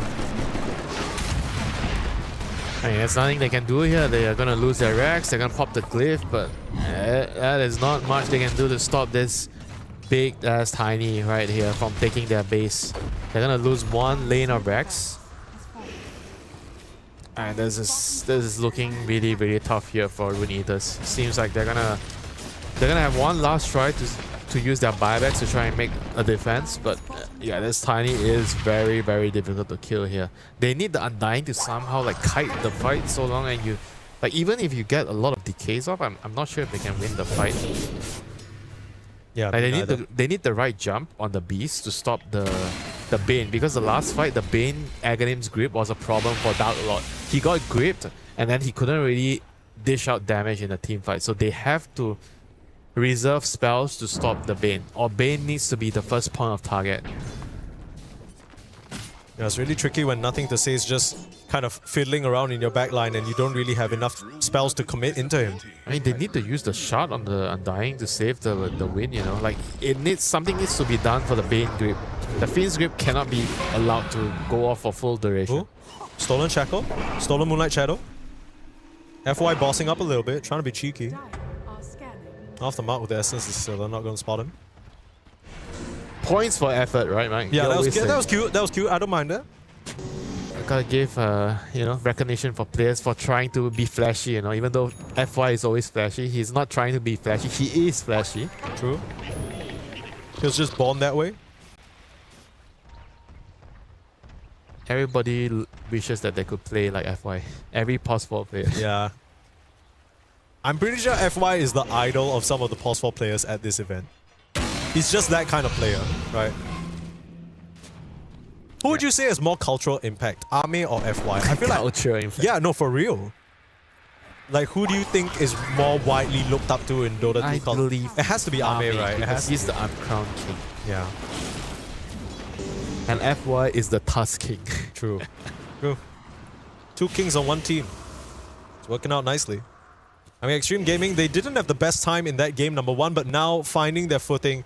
This game has not been clean by any stretch of the imagination, but however you get the job done, that's more than important enough, right? You even out the series, you don't feel as bad. I mean, if you start out your group stage with a 2-0 loss to a team that you're not really projected to lose against, that's got to do something for the confidence. It's not going to feel too great. That's why, Mike, you gotta just play the game. You can't think about stuff like this, you know? If you're a player, you just need to think about what I have to do in this game, and figure out, okay, if I lose the game, what was the problem? Just fix the problem and keep improving. The moment you start thinking, oh, we're not supposed to lose this, like all the emotions, right? All the feelings, you cannot let that distract you from your job in the game, Mike. Well, I mean, the upside is that Extreme Gaming, all 5 of those guys, ice cold. They have 0 emotions whatsoever. You can see on the player cams, no one's really bothered by a thing. Yeah, I don't know about 0, but... Okay. Yeah, well, we've seen some rage quits, you know. But at least they don't let it show on their face, is what I'm saying. Maybe that's good enough. The way they play the game is fine, as long as they don't show it on their faces. Yeah. It's better than being passive aggressive. Diving, you can be chasing the enemy, you can be running into 5 heroes, but as long as you're ice cold, you're calm. According to Mike Sang here. I mean, it's cool. It's cool to be ice cold and calm, in my opinion. You make like the craziest sick team fight play and then you just have 0 reaction. That's dope. Yeah, but at the same time, you can't take the emotion out of the game, you know. We all are passionate about the game. Emotion comes hand in hand with the game. Sure. And I think it's the passion, the emotion that's brought teams like Rune Eaters this far. It's brought them that Game 1 win where they fought scrappily to bounce back. But now, Extreme Gaming kind of flipping the script back on them, back to what it was supposed to be. Ike gets instantly eliminated. A very ambitious attempt at contesting the Roshan there. At least they tried. They did. It's not going to amount to anything. Aegis for Ame, Refresher for XSS, and nothing to say with a cheese. All 3 cores loaded up with 1 goodie each. Ame step aside. XSS is the carry right now with the Refresher shot. That's true. Although I will say, I have to give Ame his flowers because I think so far in this game, he's done an excellent job. The avalanche initiations have been spot on. I think he's landed them on at least 2 or 3 heroes each time. So just because a random cookie missed, you're taking away the flowers from my boy XX. And look, I'm not taking away the flowers. I'm just saying, when he lands that crazy Refresher shot, Mortimer's Kisses later, we'll have all the time in the world to gas him up. You know what I'm saying? Fair enough, Mike. Fair enough. His time's coming. Just you wait. Screw the Swift Blink on Ame and all this damage. At the same time, I think the team fight is over once one Mortimer's kiss go up. We'll see. The fight is already gone. Yeah, he's level 25. These kisses are going to be intense. There's going to be more kisses than your mother ever gave you when you were a child. Come on, Mike. Here's the first kisses. BKB, Dark Lord trying to fight through and put the damage onto Ame, but Ame is completely fine. Barely a scratch on that man. Meanwhile, nothing to say on the backline. Doing the damage, and there's really nothing they can do about it. Ame's still fighting. Dark Lord is down, and Rune Eaters, they've got no legs left to stand on. A full grip out onto the Undying. He can't even enter his own tomb. He finally will find entry. And they'll slowly but surely punch it down. He's at least able to blink away, but he won't survive. No Caesar Surge to help him there. Well, okay, well, it comes after a delay, but I mean, you've used just about everything here on Rune Eaters. Not much left to speak for. Another defensive hook shot. I mean, Ike's a bit of a specialist in that regard, but that's not going to salvage this game. I mean, Ame doesn't even lose his first life, Winter. It's not enough damage. If you can't focus fire, you can't throw everything on the Tiny. It's just very difficult to kill him. Their spells are all single target. Beast, Wind. And you have to worry about the Ember Spirit jumping in, revealing your position. There's just too much to worry about. I think their heroes just kind of, they don't scale as well in the late game compared to the XG side. Yeah, we'll say so far, Ember Spirit and Tiny, 100% win rate in this series, while Wind Ranger not looking too hot. And Instant Grid X Nova, he pulls no punches. He said, you dare to counter pick me, I'm gonna make your life hell. Buybacks coming through. Rune Eaters trying to stand their ground and fight, but this is a bit of a desolate landscape to look at right now. Especially nothing to say, just standing there trying to punch away at the tomb. He's not scared of a thing. Or maybe he should be. Could be a Raw coming out to trip him up. He's got the Lincolns coming off cooldown. Malik's gonna Raw onto FY. A nice sneak to save. FY still able to get forced out the way, and here comes the kisses. Here comes it raining down from the sky. The fire's burning. And Rune Eaters is still trying to make it work. BKB onto Darklord will at least gun down Ame, so a pretty nice defense so far. Refresh XSS trying to finish off Eki, but he's got zombies on his tail and not enough cookies to get him out of this situation. So maybe a bit too overambitious there. Extreme Gaming not quite ready to end the game just yet against all the buybacks. Yeah, they kind of try to just push without their spells, you know. They didn't have the Bane Grip. They just didn't have the same resources as before, you know, just being a little bit too antsy to try to end the game. So now they pay the price, they're going to learn from their lesson, and they're going to respect, you know, that Rune Eaters. If you don't have the Bane Grip, and Darklord's allowed to do the deeps in the team fight, you can see the amount of damage he's doing onto Ame. Yeah. Ame is not unkillable if there is no Bane Grip onto the Wind Ranger. Yeah, and as many tools as Extreme Gaming had, they used so many of them to try and save FY. Yeah. It ends up dying anyway. And they had nothing for Ame. Exactly. Ame is like, bro, where's my 4-star? Bro, where's my Lincolns? Where's anything? And then XSS, he's on his own, on his cookie journey in the middle of the team fight. Oh, oops, guys, I ran out of cookies. I guess I'm dead. Yep. Not the most ceremonious way to end that fight, but Extreme Gaming, by no stretch of the imagination, dampened by that attempt. Still very much in the driver's seat. Rune Eaters, they're happy to accept a gift from Extreme Gaming. You got a Hex as well on the Beastmaster, so a way to cancel the Lincolns, if that's what it comes down to.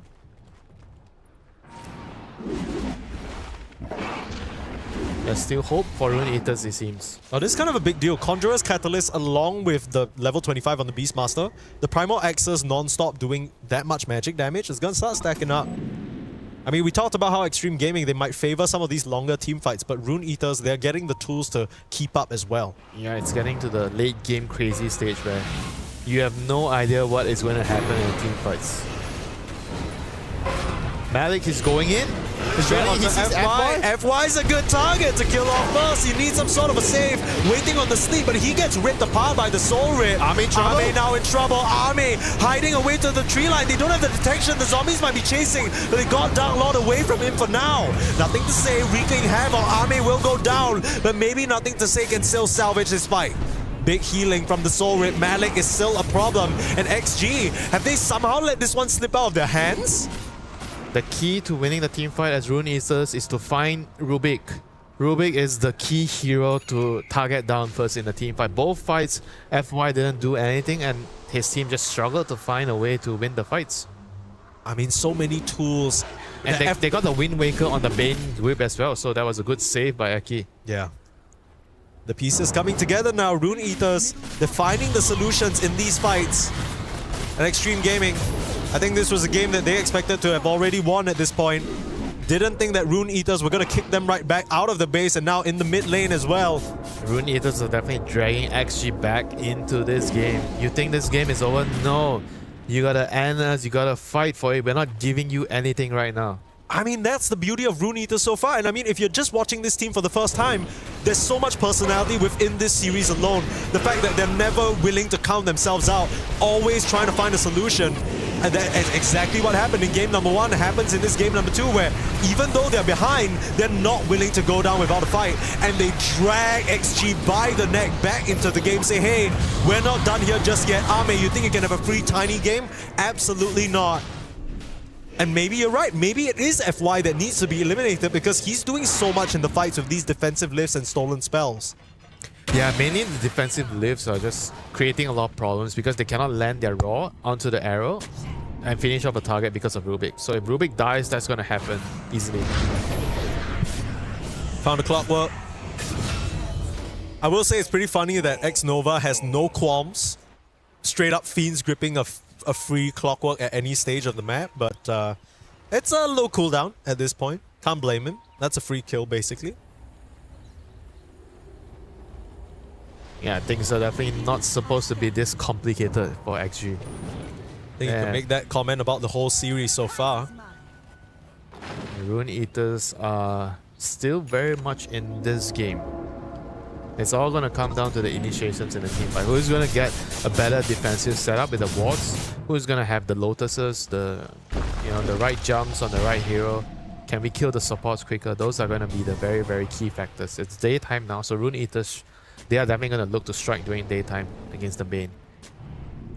Like if you see a key hero with a vision or a ward or with the Bane vision, then you're going to get a very good fight. So it's going to be very, very critical to choose the right moment to jump here for Rune Eaters. And FY has to be very, very careful with his position. 2 fights in a row, he got caught. Yeah. It's kind of a big problem because Extreme Gaming have to throw everything in the kitchen sink just to try and save him, only for him to die anyway. And then the team fight just becomes a mess. I will say though, even though Extreme Gaming are struggling a little bit right now, I know I just said struggling, they're 16k ahead, but you know, it does feel like Rune Eaters have regained some semblance of control in this game, and it really does come down to initiation. I wanted to point out, I think overall, Extreme Gaming, you still have to, you know, give props to Nothing to Say. He's definitely the one making a lot happen for the team right now. He's the one maybe they can rely on to disrupt the backline a little bit and stop the help from coming to Dark Lord. That's what they'll have to rely on at this point. Malik, blinking forward again. He got stolen. Okay, Fiend's Grip. He's in trouble. He is going to die. I mean, he's going to come down from the Wind Waker and get dropped immediately. Takes a bit longer than expected to keep him up and running, but the stolen Soul Rip saving Nothing to Say. Big plays from FY again. You need to find a way to kill this Rubik if you want to win the fight. XSS popping his BKB. They're trying to get their hands onto anybody. Spotted on Dark Lord. Wind Ranger trouble. Wind Ranger dead. Oh, XG, they're so good at collapsing right in an instant. They're surveying the area. Any other easy grabs for them? Looks like it's a clockwork on the side. Nothing to Say. He's found a support. A defensive hook shot again from Ike, just getting out of trouble. But look at Nothing to Say. He is hungry for blood. Doesn't matter if it doesn't matter if the blood has a little bit of iron in it. He'll have it anyway. He's not picky, even refreshing just to get that kill. Come on. And Nothing to Say. 13-1 and 20. What a performance here from the mid laner of XG. Yeah, what a stark difference here from the previous fight. Now the Rubik doesn't get focused on. XG gets the right jump, and they were able to just steamroll the fight. They just took the fight easily. You ain't got buyback on the Wind Ranger. You ain't got buyback on the clock. What you gonna do? That's the question. I don't think Rune Eaters have an answer to. That's Mega Creeps. This might be the end of the series. Looks like XG, they'll be able to even out the score unless Rune Eaters have something to say about it. But Nothing to Say silences them. And a grip means there's nothing to really do. Try for the Wind Waker save, but the Mirana can't get in place because Nothing to Say has it chained up. Oh, the Ember, he's a big problem for them, but maybe finally they can knock him down. As a buyback available, Extreme Gaming again not wanting to overplay, and Rune Eaters again not ready to go down without a fight. Even into Mega Creeps, even at the cost of their own buybacks, they are struggling and fighting on, clawing at every chance that they can get. Yeah, Roche is up. Time to just retreat, cut your losses, get Roche and finish the game, you know. Extreme Gaming, they have understood they made the mistake the last time for just not really respecting that Rune Eaters can still come back into the game, and this time taking it safe. It's going back. They had the buyback on Ember, so they actually had the choice to buy back and fought. to fight there, you know. But they just chose to, all right, guys, we don't really need to force anything. Just go back, get the Roche, and just seal the game, you know. Don't want to take any unnecessary risks. Yeah, I'm not going to lie to you, Winter. From how messy the game has been so far, I thought Nothing to Say was instantly going to buy back. I thought it was just going to get in there because, you know, in my mind, Mega Creeps, you know, the game's more or less done, 30k gold lead. But yeah, it's the stability. It's a bit of that organization that Extreme Gaming were missing in game number 1 that cost them the first bout here. I like this move. I like this risk that Dark Lord's taking right now. What a cool play. He knows he has 30 seconds, but Roche is going to change homes. They're trying to keep Roche trapped inside. Can they actually finish it before it moves? The Raw's out. Extreme Gaming. That's a big play. They're going to try and finish it. They can't get it. Oh, they still do. They still do. They get the Aegis, but the credit goes over to Extreme Gaming, and now things are messy. That was a cheeky play right there. Rune Eaters need to get the hell out of here. No more Aegis. Nothing to say is back. Nothing to say is indeed back, but there's no chance of an Aegis for anyone on Extreme Gaming. What a call there from Rune Eaters. Not quietly waiting to lose, instead taking matters into their own hands. And things might still look very dire, but it could be worse. Extreme Gaming now without an Aegis, I mean, surely you still go high ground. Nothing else really left to wait for. The second life from Dark Lord will make this defense a whole lot easier. And if they wait any longer, it's going to be 60-minute items. Yeah. The key note here is that Rune Eaters don't have a glyph available. So if Extreme Gaming find a way right next to the base to focus it down, they'll start with Dark Lord first. Rune Eaters, they need to do everything they can to hold on to this base. Tombstone being focused down, Fiend's Grip is there, Dark Lord, he still has that second life to work with. Extreme Gaming taking their time. They are not forcing the issue, they're poking and prodding, but in comes the Hex BKB copy. Can't really find his mark with the cookies and the lifts, defensively getting Ame out of there. Extreme Gaming now using Nothing to Say as a tip of the spear, taking the contact and not allowing Rune Eaters to find any angle into this engagement. So tricky. Smokes up, Rune Eaters trying to get some sort of a positional advantage. Look at Copy wrapping around. Still has a Raw available. Not sure who he's jumped on, but Malik there on the back line. They're trying to finish off the Bane and the support shot there. Ame in trouble. Dark Lord focusing down. They need a bit more vision. They got it. Ame's gonna go down. He does have a buyback, but Copy's dropped low and Nothing to Say. We were talking about Ame, we were talking about XSS, but the Ember Spirit is the real carry here. He's gonna chop down this poor Undying. And now there really is nothing left for Rune Eaters. They just can't do enough to take down this Ember Spirit. Nothing to Say is too damn good this game. He'll cut down the tube, he'll put the players in it, and he'll even out the series. The buybacks, they come through. The G's are never dropped. But Rune Eaters, they'll be forced out of this game number 2 as Extreme Gaming take it at 57 minutes. Yeah, just what a game, you know, like overall, so much back and forth, and Rune Eaters, I think credit is credit where it's due. They put up a good fight, even though they were so far behind at some point, but they were able to put XG in a very uncomfortable position. They were supposed to be able to just clear out the game quickly, cleanly. They were able to get a huge lead, but yeah, but the game kind of got complicated at the end because of 1 or 2 small little mistakes from XG. Yeah. And Rune Eaters kind of took a good Roche. They were able to risk it all, use the remaining time before Roche moved to the other side of the map, to the bottom side. Before it moved, and they used the power cogs to trap the Roche, use the roll to keep the Roche in place and finish off the Roche. That kind of kept the game going because XG, they were supposed to just get the Roche and end the game. Yeah, absolutely. I think this is a series of a lot of supposed to be's, right? Coming into this one, XG was supposed to be the favorites. Rune Eaters maybe was supposed to be kind of, I don't want to say easy opponents, but maybe more straightforward opponents than some of the other teams in the group. But nothing went according to plan. Ever since that Game 1 started, Rune Eaters showed us that they're not just some random European team that made it here by chance or by luck. They have that grit. I mean, talk about how they even qualified here to begin with. They defeated Na'Vi 2-1. So as much as this is a Game 2 XG victory, to me this is a really cool story developing because Rune Eaters might just be one of those underdogs overall, not just in Group A, but for us to watch in this tournament. Yeah, you definitely have to be careful with every opponent here. Even if you're a team like XG, any opponent in the group can definitely beat you on a good day. You have to be on your A game. Yeah. If you saw it on the first game, they were just clearly rusty. They were, I mean, I guess they just woke up or whatever you want to call it. They played a bad game and they lost, you know. Exactly. You have to be 100% ready for every single game. And the craziest part about all of that is it's not even like XG didn't know how to play that first game, right? We talk about their caliber as players, and we saw it in action. A lot of the criticism from you, Winter, in that first game was that it seemed like XG weren't really moving well with the Bane at the night times, right? In the right places. But in this game number 2, it's clearly demonstrated that they know what they're doing. They know how to play this Bane. It's just all these external factors, maybe the comfort, maybe the waking up early, like you said, first game. Maybe they just forgot. Exactly. Maybe they just weren't on their A game in the first game. There's so many things that can go wrong in a LAN setting like this where the pressure's on, right? XG, they have very high expectations to live up to.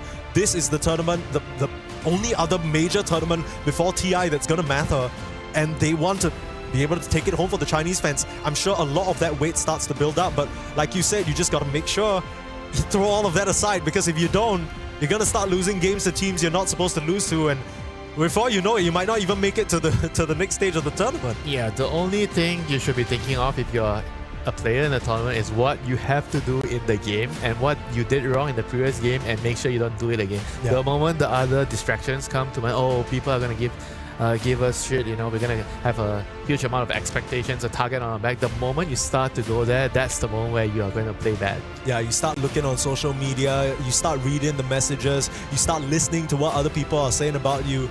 You got to block out all that noise, and hopefully for XG, this didn't dampen their confidence too much, and hopefully as well for Rune Eaters, this is something that they can take away from and learn from, right? Because the other opponents in their group, they're no easy opponents either. But of course, we end this series 1-1, not really the score that I think we expected coming in, but overall, still one that bodes well for this Group A and how the different teams are going to match up. If there's one thing that you had to take away from Extreme Gaming though, that maybe they could improve on, is there anything that you noticed even in that win? I think mostly with the way they're playing as a team, they were much better in the second game. They understood who's supposed to play with who, and they just made adjustments. Yeah, of course, we can ask the men themselves, because we have none other than an interview with X-Nova coming up with you very shortly to maybe understand a little bit more about what went wrong, right? Like how they got from that game 1 state to game 2 state. They've just won game number 2. Sure, they didn't win the series, yes, but they did come off of a win, so that's going to be something to peruse their minds about. Whether it really was a situation where it was early morning jitters, because these guys, they've been to tons of tournaments before. Surely you'd think it should be pretty clear-cut, should be pretty straightforward, but yeah. In case you're just joining us, of course, we just wrapped up our first series here on the EWC 2026 Dota 2 C stream, where it was Rune Eaters up against Extreme Gaming. Now, Rune Eaters were able to take game number 1, but Extreme Gaming were able to fire right back in game number 2. And right now, of course, we have none other than Mr. X-Nova here joining us for an interview. How are you doing, sir? And I guess. It's fine? It's just another day in the office for you? Probably we were expecting a better win, but since it's a tie, so it was not in our expectation. Yeah. Sure. And talking about expectations, I'm sure a lot of you, what you focus on is about what's in the game, right? Like what you need to do in any given matchup or playing your heroes and stuff like that. But coming into this tournament as a whole for XG and maybe for yourself, were there any expectations? Where do you guys, how are you guys feeling about where you're going to end up in this tournament? Actually, we spent quite a lot of time prepare for this tournament. We boot camp much more earlier compared to the other teams, right. So we were putting a lot of hopes and expectation into this. So yeah, we just hope we will do well. Sure, Winter?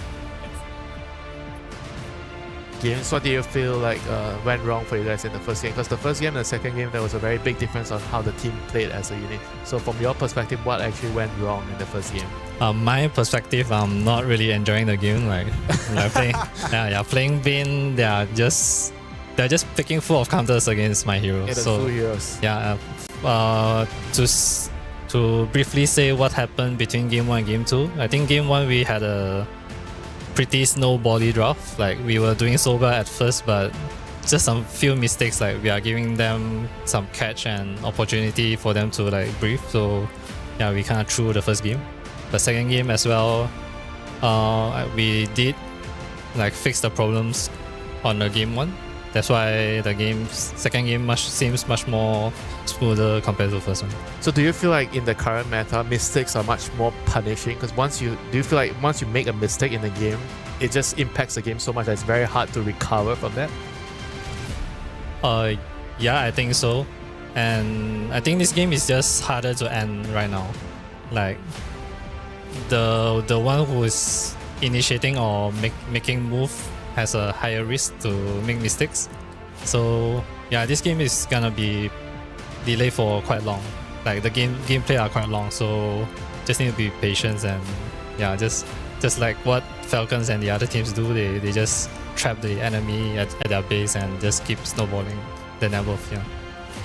Okay. Oh. Well, I do have to ask, of course, less about this particular game, but more as a whole. You mentioned you guys did a lot of prep coming into it. And I think one of the biggest questions a lot of people have is, of course, recently you guys have a new coach, right? It's Maps. Over Shao 8, I guess, not to fuel anything here, but I just wanted to know, from your perspective as a player, what do you think are the main positive qualities that Maps has brought to the team? Like, in your sort of more recent time working with him, what do you like about him as a coach? I think they are pretty similar. So oh, okay.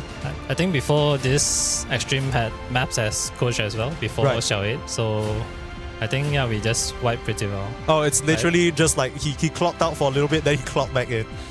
It's like no difference. It's just like he never left. Yeah, we are just friends. Yeah. Okay, just friends. I mean, it's nice to hear that you guys have that friendly relationship. And of course, last thing here, going up into Rune Eaters, you mentioned immediately that you felt like maybe the win was supposed to be a bit cleaner for you guys. How much do you really know about Rune Eaters? Did you guys spend time studying this team, or did you guys prepare anything specific for them? We don't really know much about them. We just scrimmed them like once in the past week. Okay. And yeah, the result was much more better. Okay. Okay, And so that's why we were expecting the win. okay, I understand. Maybe they kept some secrets in their pocket, but like you said, maybe the game one didn't go exactly as planned. But we won't keep you for long. I'm sure you have things to discuss with your team. So thank you so much for joining us, Xnova. Congratulations again on the Game 2 win. Okay, thank you. Okay. Well, that wraps it all up. It's always nice, you know, this is a full, Southeast Asian panel here, straight in the heart of Paris. I'm not going to complain about it. Xnova, lovely guy as usual to talk to. But yeah, I mean, by his own admission, right, that Game 1, it wasn't supposed to go that way. And even in the scrims, as he was alluding to, they should have handily beaten Rune Eaters, at least from their expectations. But it's also interesting to hear, right, Winter, because you mentioned as a player, you don't really want to be thinking about all of that. But clearly he had some ideas about, okay, you know, we've boot camped a lot. We even started preparing earlier than some of these other teams. Feel like the results should maybe reflect a little better for that. So maybe if Extreme Gaming over the next few days, if they start to stumble a little bit more, then maybe that's where the pressure starts to set in. Yeah, maybe. That's why you kind of have to just not think about it and just focus on a game. I think sometimes when you feel like, oh, we are be prepared for 2 weeks. Why are we still in this shape? You know, it kind of just doesn't really help. You know, you have to just focus really on the game because you cannot predict what's going to happen. Even if you have ample time to prepare, you might not learn what you need to learn to be good in the tournament. And during the tournament, you start to realize, oh, we didn't really realize this because during the boot camp, our opponents didn't do this to us, so we did not learn this. So when we come here, we are only starting to learn it here. So you're slow, you're behind despite having what you presume is a good boot camp. Yeah, I mean, all of these things are just expectations that don't really add much to how you're actually going to perform, right? So you got to put all that aside. But for now, we're putting Group A behind us because we're moving on to Group B. Coming up next, we've got Level Up versus Aurora, another match that might see a pretty big upset. We'll have it for you after a short break. Don't go anywhere.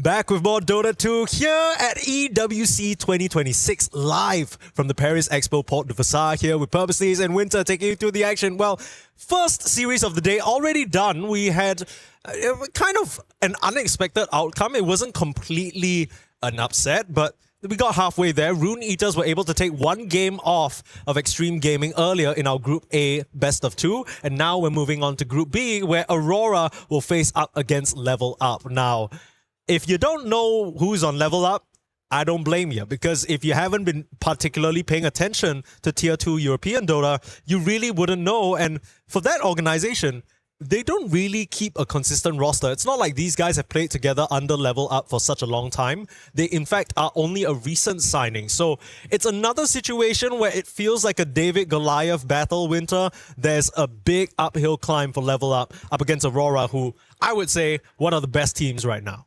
Yeah, it's going to be really, really difficult for them, but hopefully they have some, pocket strats up their sleeves, some surprise.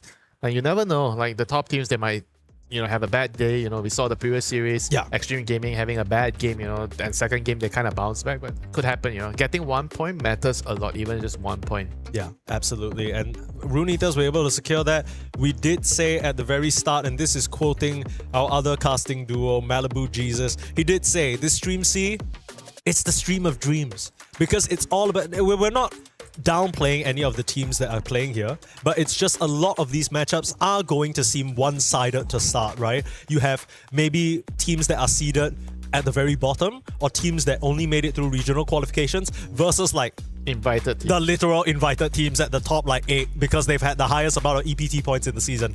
It's a huge disparity that so far seems to be overcomable because of all the external factors. We already talked a lot about how all the pressure, all the expectations, and even the environment can completely throw your game. This kind of, I feel like, plays really well for the underdogs, because you get to learn right away. Because if you play the better team further down the tournament, I feel like maybe it doesn't really change your prospect that much. But if you learn something right away, it might help you beat the 50-50 opponents. There are going to be games where maybe you have a good chance of winning. But because you've already learned something in your earlier series, you figure out, oh, what are the teams that are good, they're doing this part of the game well, and they're prioritizing this part of this sort of heroes, and you get to learn that and quickly adapt it, because you play one series a day and then you go back and you get to reflect, you look at the replays, you look at the other games, and you get to learn, So I think this format, if you play the better teams right away, it might actually benefit the underdog teams more. Actually, the funniest thing now that you're saying it about this particular format, in case you guys aren't aware at home,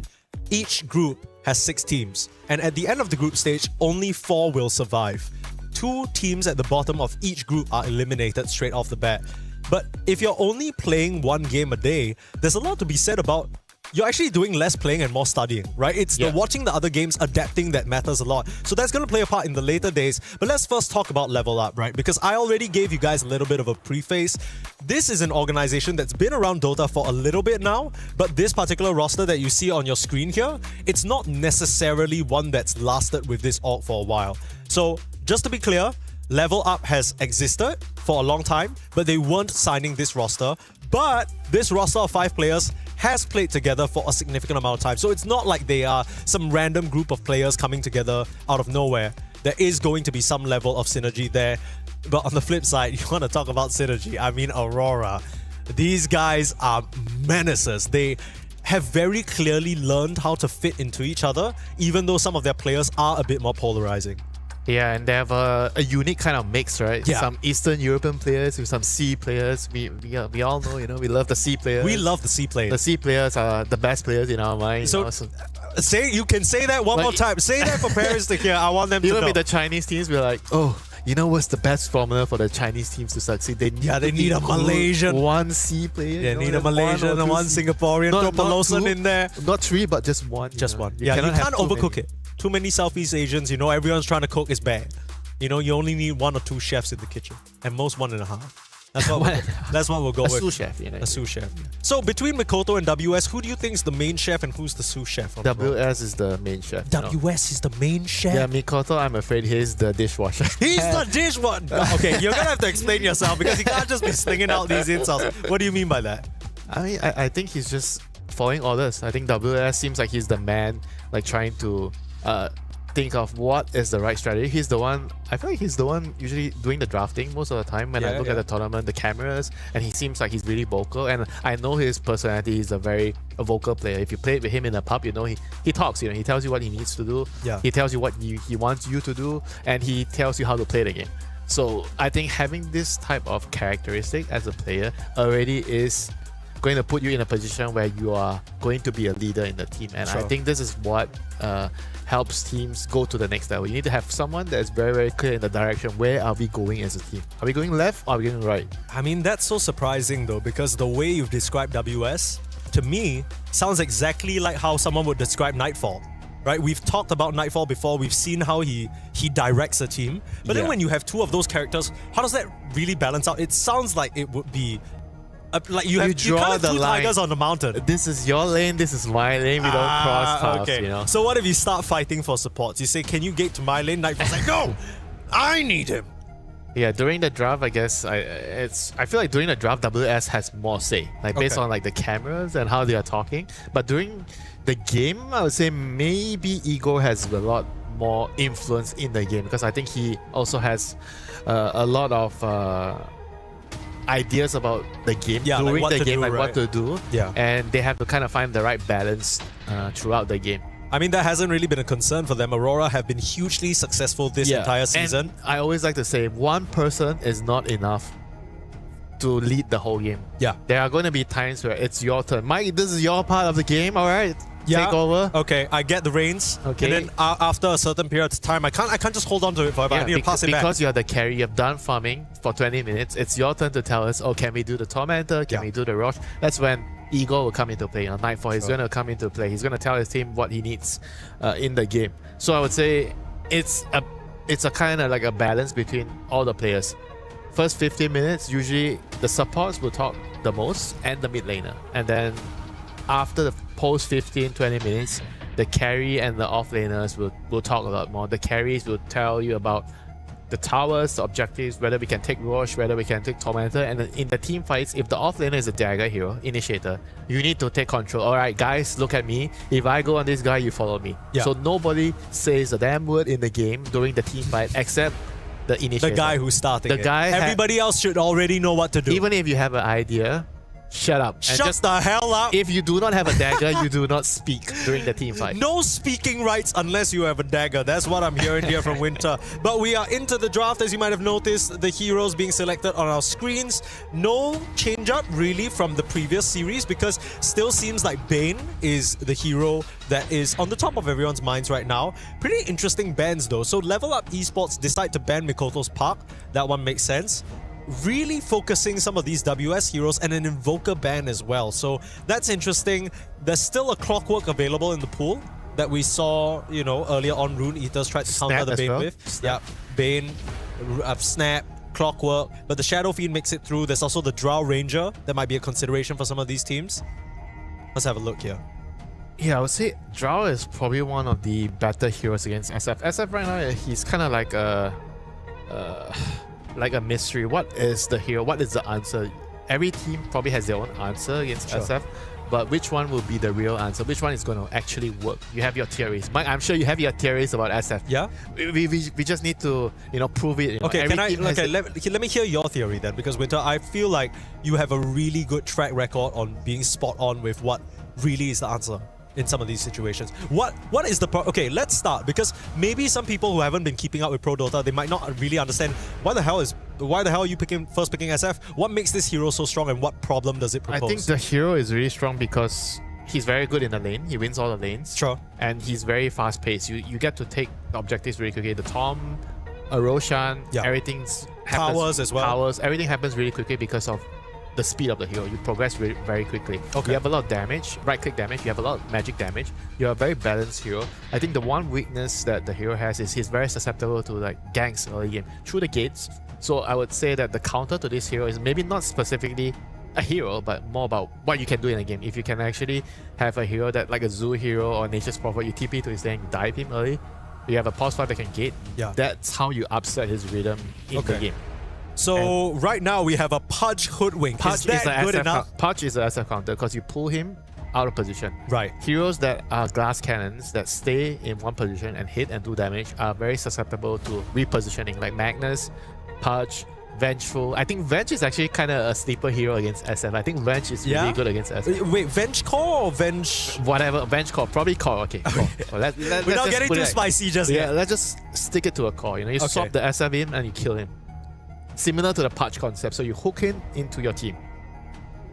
Yeah, I can see that. And even though, so this is a small note about Baby 3Packs, who is the offlaner here for Level Up. He's actually swapped roles quite a lot. So he was an offlaner, then he became a POS 5 for like, I want to say like 6 months, and then he swapped back to offlane again. I see. But even within these swaps, in order to learn the trade of Dota, you need to go to every department. A little bit of a journeyman situation. Yeah, that's for sure. But even before he swapped back and forth, he's always been a Pudge enjoyer. So this might be a Pudge offlane. Yeah, but the problem with their heroes, Pudge, Hoodwink, Bane, they are all single target heroes and they don't do well against the Zoo. And right now, Aurora goes for the Zoo right away with the Kotal, and they have Corey's classic signature hero, Phoenix Warlock. Yes, Phoenix is probably his best hero, I would say. Yeah, out of all. I mean, Phoenix is the hero that he made his name on, right? Everyone knows him exactly. Back when the was it Quest, PSG Quest? Yeah. In the Bali Major, that was when he first sort of showed everyone how terrifying of a player could be. SF, Phoenix, Kotal, the team fight is just out of this world right now. I mean, the Clinks is an answer in the lane to the Beastmaster, but it doesn't really feel so good this game. I mean, the Beast could just be mid, you know, you never know. It could be mid. It looks like it's gonna be off lane, but it could definitely be mid after seeing the Clinks. But then again, the Beastmasters nowadays, you're playing with the Axe. So with Kotal, you don't have to get Arcane Boots. But usually you get Arcane Boots, you play with the Axe. So I would say in general, the counters that kill the ball is not exactly hard counters as before. Because you can just play with the Axe. I mean, that's what makes Beastmaster such a scary hero, right? Because if you counter him in lane with some of these CMs and Chantresses, you can literally just go max X. CM? Did you say CM? Sorry, countering Beastmaster with CM? Get out of here. I need to get with the times. That's on me. Sorry about that, buddy. Okay, well, overall, I don't know if I'm all in on this Clinks 18 pick. It doesn't really feel like a big problem. I think it fits the team of their lineup where they need to really just rush and gate, because Clinks is very good against SF in a way where you can fight him, fight him. Yeah. You can do more damage than him if you get a good start. You just need the position on top of him, right? Yes, basically. and you can gate gank as well. So I think the idea is there about what they want to do in this game. And now can they round up their draft in a very meaningful way? So what are they lacking here? It seems like I feel like they lack a little bit more of initiation. The Bane and Hoodwink doesn't really feel like it's going to be enough. I mean, same for Aurora, right? You're kind of looking for a mid laner that can get in there and start the action. The issue is Aurora, they're not looking to catch heroes on the map. They're just looking to ball together. They farm, they ball together with Keeper. So you have Keeper, you have SF, A or B, so you have auras, right? You stack the auras, you use the helm to farm the map. Yeah. And then you group up your heroes in one section and you push the towers. But then why do you need catch? I mean, yes, but you're also assuming that this entire time that you're farming and getting ready to level up are not going to come running at you. They can't team fight you if you're together. Okay, well, you're not going to be look together. At the left you're not going to be together the entire first 15 minutes, Winter. You telling me they go 5-man at 10? I have been together with you the moment I landed here. That's a different story, brother. That's some contractual obligation right there. Sorry about that. I don't know what to tell you. They're taking quite a bit of time. Taking quite a lot of time, actually. Okay, so they ban out the Zeus? Why did they ban out the Zeus? I guess just worried about the Clinks being spotted out. Long range cancel on the Fiend's Grip and Dismember. No. Aurora ban out the Zeus. Oh. On level up. Huh.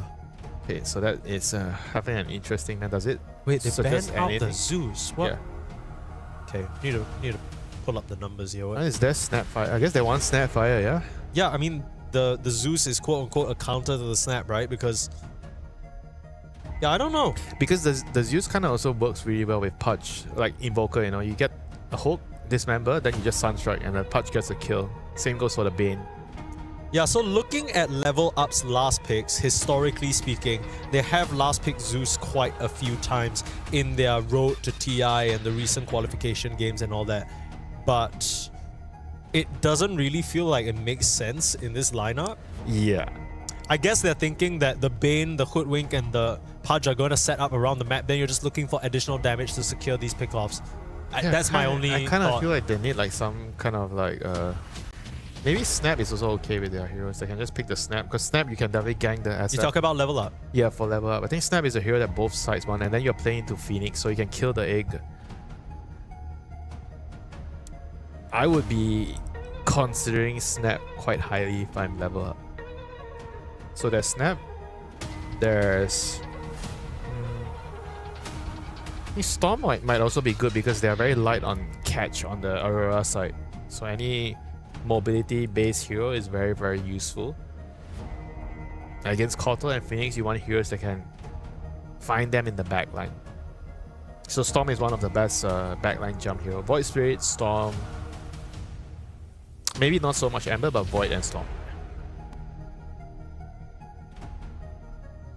I just feel like the Storm will make a lot of sense with the Keeper of the Light. At least if I'm looking at Aurora side. I mean, hell, honestly, any of the spirits would make a lot of sense with the Keeper of the Light. You can play Ember Kotal. That's kind of why I was a bit confused. You were saying, oh, we don't want any of these like fast heroes or whatnot. You got Kotal. You don't necessarily have to sit back and chill, right? You can run up into them. I think a slight change would make some of their days rather miserable. Yeah, somebody has to make space for everyone else. That's what I'm saying. Needs to farm so much. Exactly. SF needs to farm. No wonder you said Mikoto was now the dishwasher. Why? Because Nightfall's farming on the Shadow Field. WS is farming on the Beastmaster, and Mikoto, clean up the mess, please, in the mid lane. Well, he is the space maker. I don't know if you can associate space maker and dishwasher together. I mean, he's cleaning up space by washing these dishes, I'll tell you that. Yeah, so level up, go for the Ember. They want to have the setup for the hook. Yeah. Chains into hook. But Is that just going to be a Mikoto Storm? Yeah, he's going to just pick a hero to punish the Ember in lane. Yeah. Oh, you think so? You think he's just going to pick a hero for the lane? He's just going to pick a Monkey King. Bro, he's a C player. Every C mid laner, they want to counter pick the enemy mid laner. That's true. They want to have the advantageous matchup. If you're going to ask a C mid laner, bro, can you pick a hero that's good with our lineup? Compared to you when you're asking, can you just pick a winning matchup? He's going to pick the lane winning matchup. That's true. That is the Mikoto special. He's all about winning the lane and crushing you that way. Apparently, he does this a lot in his pubs as well. Yeah, who's the Kotal gonna chakra? You know, he ain't gonna chakra the Monkey King. He's gonna chakra the beast. I mean, at this point, the Kotal might chakra the SF more than the Monkey King. Just to get the razors. This is a type of game where you actually... So there's two ways to play the Kotal. So one, you follow... If you have a good chakra hero, like mid hero, you follow him. Yeah. Like if you have an Ember, Storm, like any spirit hero, Pango or whatever. Yeah. So you follow that hero. But in the case where there is no mid hero that uses the chakra, so you play for your own game, you farm, you play a bit more greedy and you farm and you get your locket. Like if it's a good game for locket, you can just rush the locket and then you play together with your own. Yeah, you play for your own game items. and then you group up and then you push towers. Okay, so which is what they are looking at this game. This is precisely what they're looking at with this lineup. Okay. And is there any concern at all with how chaotic the level up lineup is, that they might just start running into your jungle, stealing these stacks, you know, getting these kills? I mean, you got to punch that's why the Monkey King is there. He's going to win his lane and he's going to be defending his jungle for the SF and for the beast to farm. Okay. So this Monkey King pick is very crucial for that matter. You might call him the dishwasher, or I might call him the dishwasher, but he is definitely not washing dishes here. He is going to be washing heroes here. He needs to kick them out of their side of the map or even steal their farm. He needs to create pressure on the Monkey King, and I think based on the draft and the lane matchup, he should be having a good start that will allow him to snowball. Sure. He needs to absolutely snowball on Monkey. I guess the follow-up question would be, if Mikoto's busy on the Monkey King, creating space around the map, I feel like usually players in these kind of positions, they have like a +1, right? Maybe a support that you can play with. Do you think the Phoenix or the Kotal would be along with him, or is it just him alone on this kind of mission? Probably him alone. I think he'll be moving alone. He's going to be really fat because he has a lane-winning matchup, and he's going to move and everybody can farm. Occasionally, you can join him on the Phoenix or the Kotal, but I think for the most part, they'll be sitting in their lanes waiting for Sun Wukong to come and gank the lane. I'm just wondering whether the Monkey King's enough, because I'm worried that, you know, he's jumping around in the trees, he gets bushwhacked down, and then he gets hooked up, and then... he's gonna have like, I don't know if he's rushing defusal, like he's gonna get like a very early defusal, and yeah, he's gonna snowball this game. Okay. Well, looks like Monkey King for Mikoto set up to be very successful, perhaps the richest dishwasher we've ever seen. right here in Paris. Aurora will be starting or looking to start their rampage in the group stage against a bit, I want to say, more of an untested opponent, right? Level Up, even on their way here, it's not necessarily like, you know, you watch their games, you're like, damn, this is a team that's really going to shake things up at EWC. But it would be amazing to see them prove us wrong. And of course, no one better to do it than Baby 3Packs on his signature Pudge off lane. And you could argue that maybe it's not in his most played heroes, but this is something he's been running for a long time, so he knows what's up. Setting up some early wards and try and maybe play for a hook. Yeah, he's going to be very crucial here because their game plan is a slight change into hook. They need to get kills with this combination or sleep into hook. Now we might even see like some interesting, like normally you don't alt cast your Nightmare so the target doesn't move, but when you have a Pudge, you might want to do it. You turn it on, let's see if it happens, you know. You just make sure that you use it and then you allow the Pudge to get an easy hook so the target doesn't move. I think this is the only matchup I would consider using that that setting, you know, auto cast the Nightmare so it doesn't move the target. Oh, okay. Well, Aurora, they're not going to get caught out by that attempt there from Baby 3Packs. Everyone standing away from the central location. And able to actually snatch the rune right from under his nose. So, 2 apiece. Yeah, nothing crazy. This is going to be the key lane to watch, the mid lane. Like, how much is the Monkey King going to run away with this lane? Or is he going to, you know, not get enough advantage? If the Ember somehow survives the first couple of minutes and he gets control of the runes, then he can actually play the game. Yeah. So it's all about surviving for Darknia here in this matchup. And for those of you maybe a bit confused about who you're seeing on your screen in the mid lane, no, it's not a new player called Darknia. It's actually Inkrad. But you might have recognized him. He had a very brief stint on Team Spirit. It almost felt like another maybe potential superstar, maybe a potential Nisha coming out that Puppy had found. It just didn't really work out. It was along the slew of when they were playing with, I believe, 423 as well on Secret. It was in the sort of declining Secret days, unfortunately, but... The Youth Academy. Yeah. I mean, at that point, Puppy was bringing in some players that weren't really hitting quite the same as the ones he used to. Of course, he is no pushover. It's a tough matchup though, so it's going to be tricky regardless. Queasy drawing first blood there. Wow. I mean, the Hoodwink completely outplaying the Phoenix, I think. Catching him off guard and getting that last touch. Yeah, Phoenix is just not a very strong hero at level 1.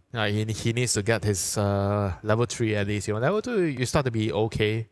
You can run away with the dive, but level 3 is when the lane actually starts to hurt, you know, with the fire spirits. But before that, level 1 and level 2 is a pretty weak hero. And yeah, Hoodwink definitely took full advantage of that. With this the matchup CS, is man, just look getting at it. destroyed. What the hell? Yeah, this matchup is really difficult. What I've seen in the past, players just go boots, you know. You don't even go bottle, you just get boots and you try to survive. I mean, he's trying to buy bottle. Maybe he's just not as experienced in a certain matchup, you know. I think playing mid and to be able to do well during tournaments, you have to have a vast understanding about certain matchups, what items you need to go. It's a lot of small little decisions that you have to make correctly in a specific matchup. You know what I've actually seen? Like this is something that's not really talked about very much, but teams starting a tournament being a bit more daring to pick their mid heroes first, and then after they face enough rough matchups, they just start only asking for last pick or 18 and stuff like that. And I feel like that's understandable, but then that's where the drafting competencies of the team starts to deteriorate. Right, you lose a lot of flexibility in that regard compared to a team that can very brazenly, like I think the big example is like Falcons, right? They will, in some cases, Malrine very confidently just first pick or even second phase a hero, and he's like, yeah, regardless of what happens, I'm going to tie the lane. Sand King. First pick Sand King. Yeah, we've seen it, you know, and then it's just, we saw it in the earlier series as well. Nothing to say was able to get the better of Poppy. It's a complicated topic because it depends on your opponents. You need to understand what is the other mid laner's hero pool. Right. What is your mid laner's hero pool and what is the other mid laner's hero pool. So then when you dissect it and you can figure out what can I get away with? What does he play and what he doesn't play, and then you have to figure that out. How much of that do you think? I don't think it's like you it feels I like don't think such it's something that changes throughout the tournament. It's something I think it's based on series per series. The opponent. Yeah, your opponent. Okay.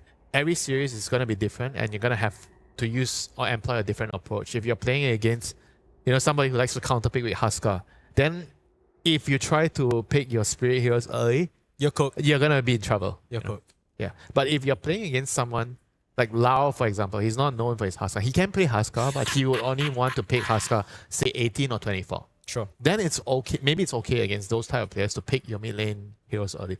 Yeah. So it really depends on the matchup. I would say it has more to do with the matchup, the mid laner matchup, rather than the duration of the tournament being whether it's early in the tournament or whether it's later stages of the tournament. Sure, yeah, I can agree with that. I will say though, on that topic about it being specific to your opponents, one of the advantages that Level Up have is that they are more of an underdog and they're less identified. Right? What I mean by that is maybe the public information about them, in case you have never scrimmed against them, you wouldn't know what their comfort picks, or you might not even understand this guy's full hero pool. But then on the flip side, you know that Mikoto's gonna counterpick. I mean, this guy's been doing this shit for years at this point. So do you think maybe this was a bit of an oversight on Level Up's side where they didn't anticipate this? Maybe, but at the same time, I could understand why they wanted Ember. Ember just makes their lineup feel they have a lot of synergy together. The chains into the hook. Yeah. I think the Pudge hook is the key, like this hero needs to be unlocked in the draft. So they're just picking heroes to unlock the Pudge. And I think everything just looks reasonable with the sequence of heroes. Okay. You can't really ban everything. There's just so many counters. That's true. And you have to just pick your poison, what you want to deal with. You were talking about how every single team has their own answer to the SF. I didn't really expect a Pudge to come out as much as relocation is one of the key. Yeah.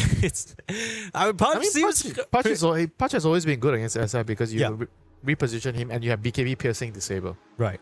You can stun him during his PKB. Like when he wants to stand there BKB and press out or and then you can right just click. bite him and then just hold him down. So Pudge is always nice against SF.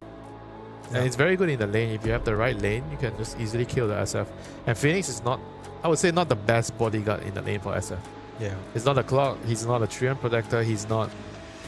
I'm tempted to say Ogre, but then I don't want to get in trouble. Why would you get in trouble? Yeah, stop telling people to pick Ogre, In pubs, people are like, oh, Ogre's a good hero, What's wrong with Ogre? No, am I missing something? Ogre I love Ogre Magi. Ogre is a support hero you pick when you're just trying to pretend to play support. Wow. You buy Midas, You know I got 600 games on Ogre. I know. I mean, I know you had a lot of games, you know what you're not saying the exact number, but I know you play a lot of Ogre. You're looking at me with accusing eyes, Winter. I'm gonna cover my face, when I talk to you. Damn. Well, folks, in case you're wondering what's going on, in case it wasn't clear enough on your screen, having a bit of a technical situation. Apologies about that. We'll get back into the game very, very shortly. Just trying to sort things out. Trying to fit an Ogre into the game? Yeah, I mean, I wish. Midas? I mean, Inkrad is now saying, man, I wouldn't mind a remake with how this early game's gone. It's not really ideal. I don't understand why do we have Pudge.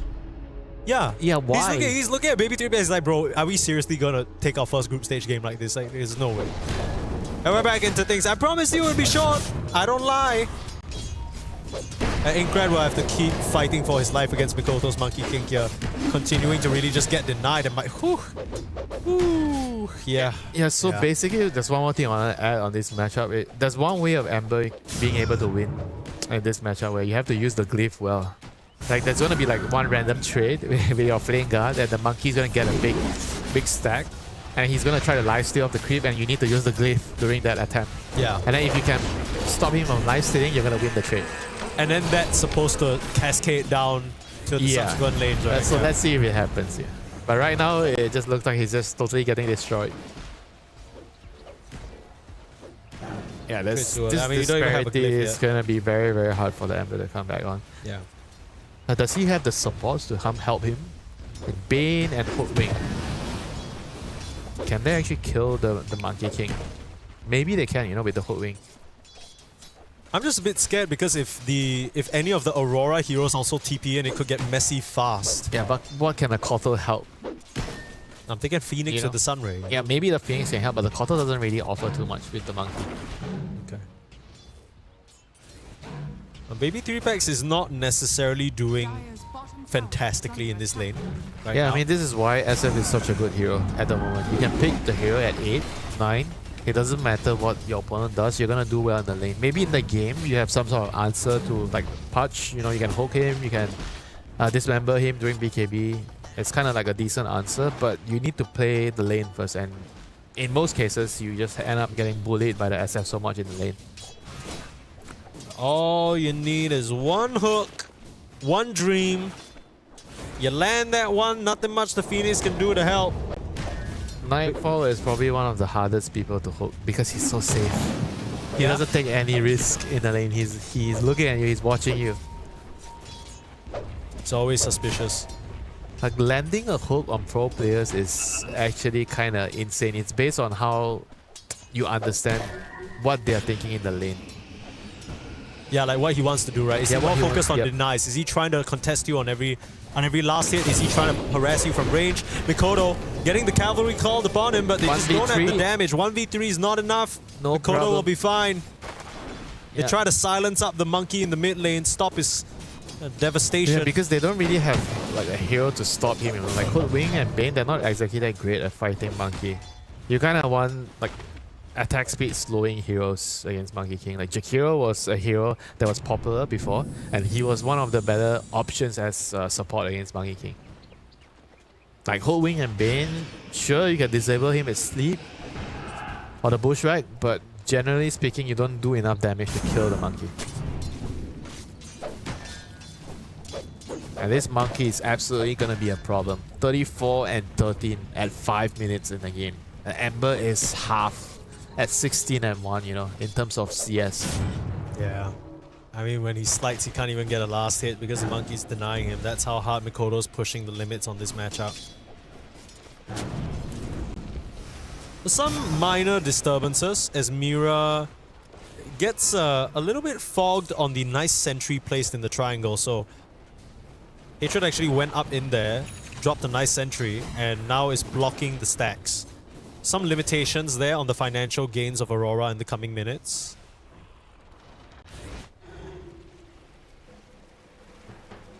I mean, let's see if Level Up decides to fight the rune or they have to play on the side here. 6-minute power rune coming up.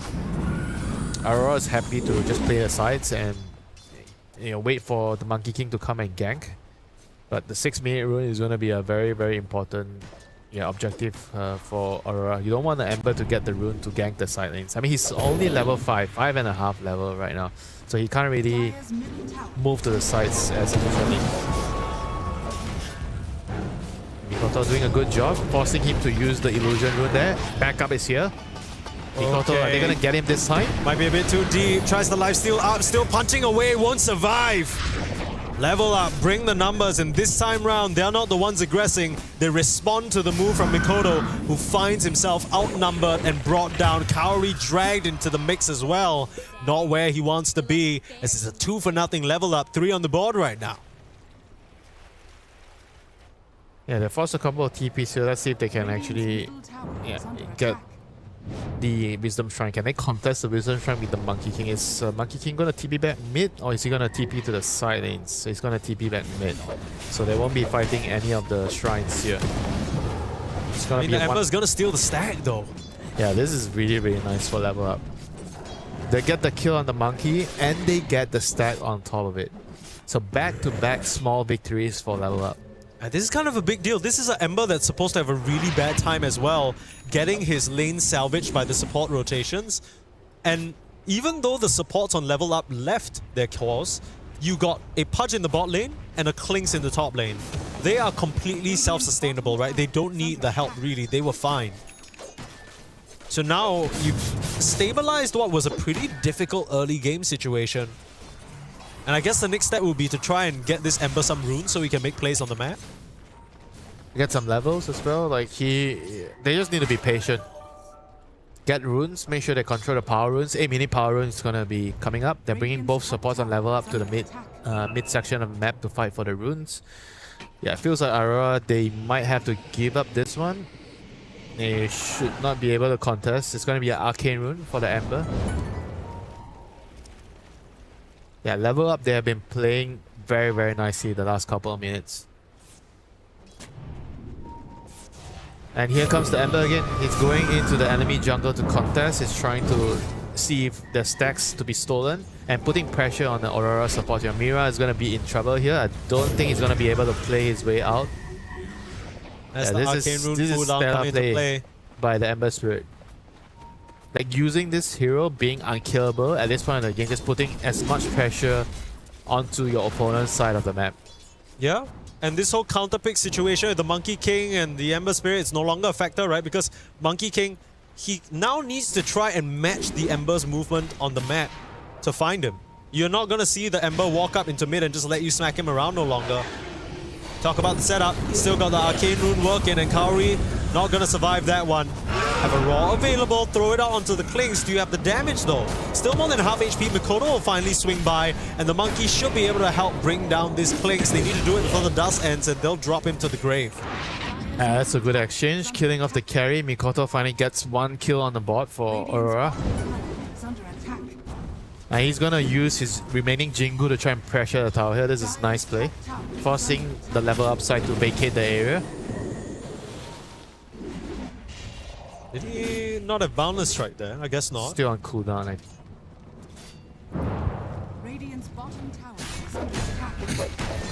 Things are starting to go back on track for Aurora right now. They're gonna open the tower at top with the helm. And level up is gonna do the same.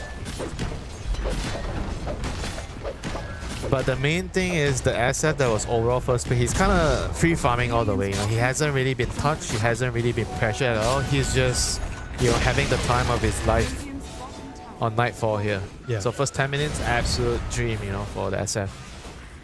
It's kind of a problem. It was first pick Nightfall SF as well. Yeah, that's why this hero is a very, very difficult hero to deal with at the moment.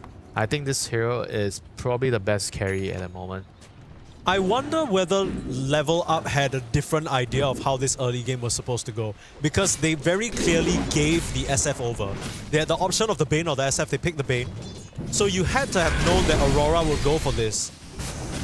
It just doesn't seem like we're seeing the solution other than the theoretical punch hook to relocate. Yeah, I think they will still have a chance to shut the SF down, but SF punishes mistakes very heavily. You make 1 or 2 mistakes, you kind of just lose the game. There's no more chance for you. I think when you're playing against like Lone Druid, I even feel like against Lone Druid, maybe you have more chances in the game. You can afford to make more mistakes. But against SF, I think you make 1 mistake, you lose Roach, you lose a couple of towers, and then another mistake, the game is just straight up over. Yeah.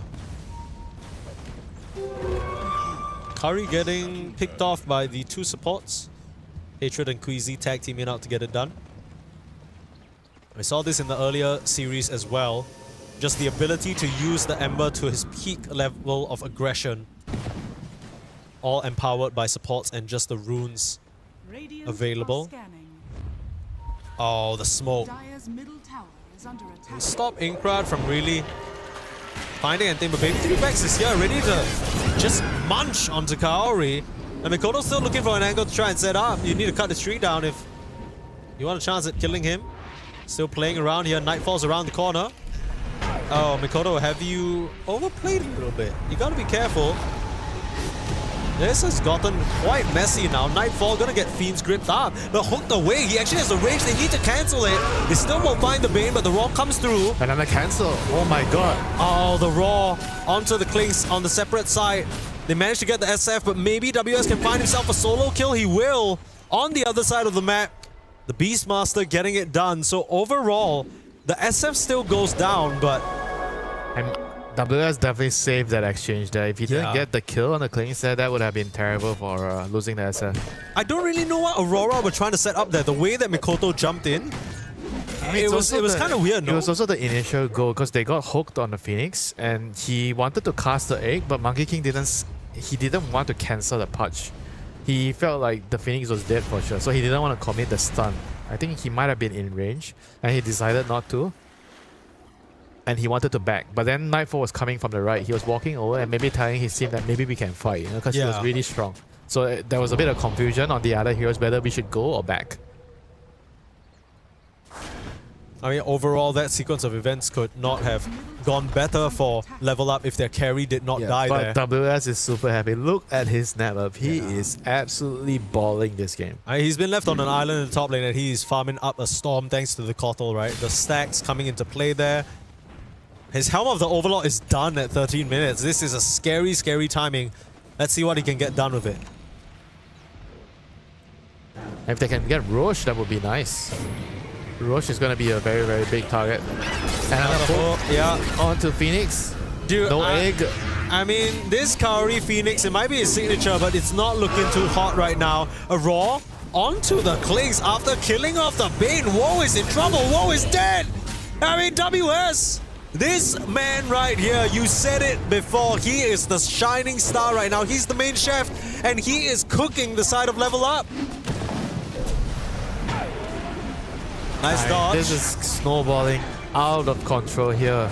Yikes. You got to stem the bleeding. Level Up, you got to slow the moves, but here's a hook, maybe trying to punish onto Mira. Still pretty tanky, still surviving, creating the distance and getting out.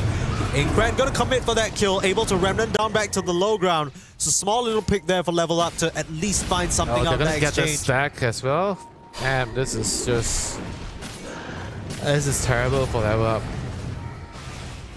They have to find a way to fight back, but it just seems like they don't really have the tools to brute force through this 5-man, right? The ball is so strong. Like the last 2 exchanges, they were able to kill off the Phoenix right away before Phoenix could have done anything, but they still took worse trades.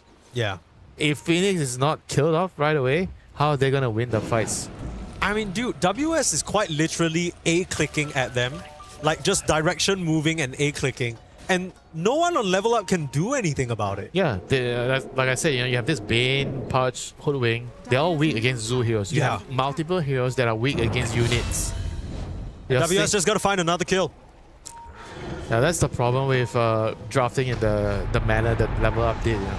They have too many heroes that are single target abilities and they cannot deal with the Zoo right now. And this timing that WS has is going to allow his team to take all the towers, get Roshan, and just take full control of the game. He has a completed blink, by the way, 2 minutes after he finished that Helm Overlord. Bro, he is just balling out of control.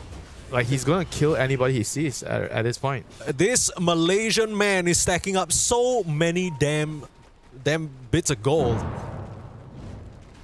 I mean, it's not even entirely him, right? Like, the rest of the team has also played to allow for him to amass this net worth.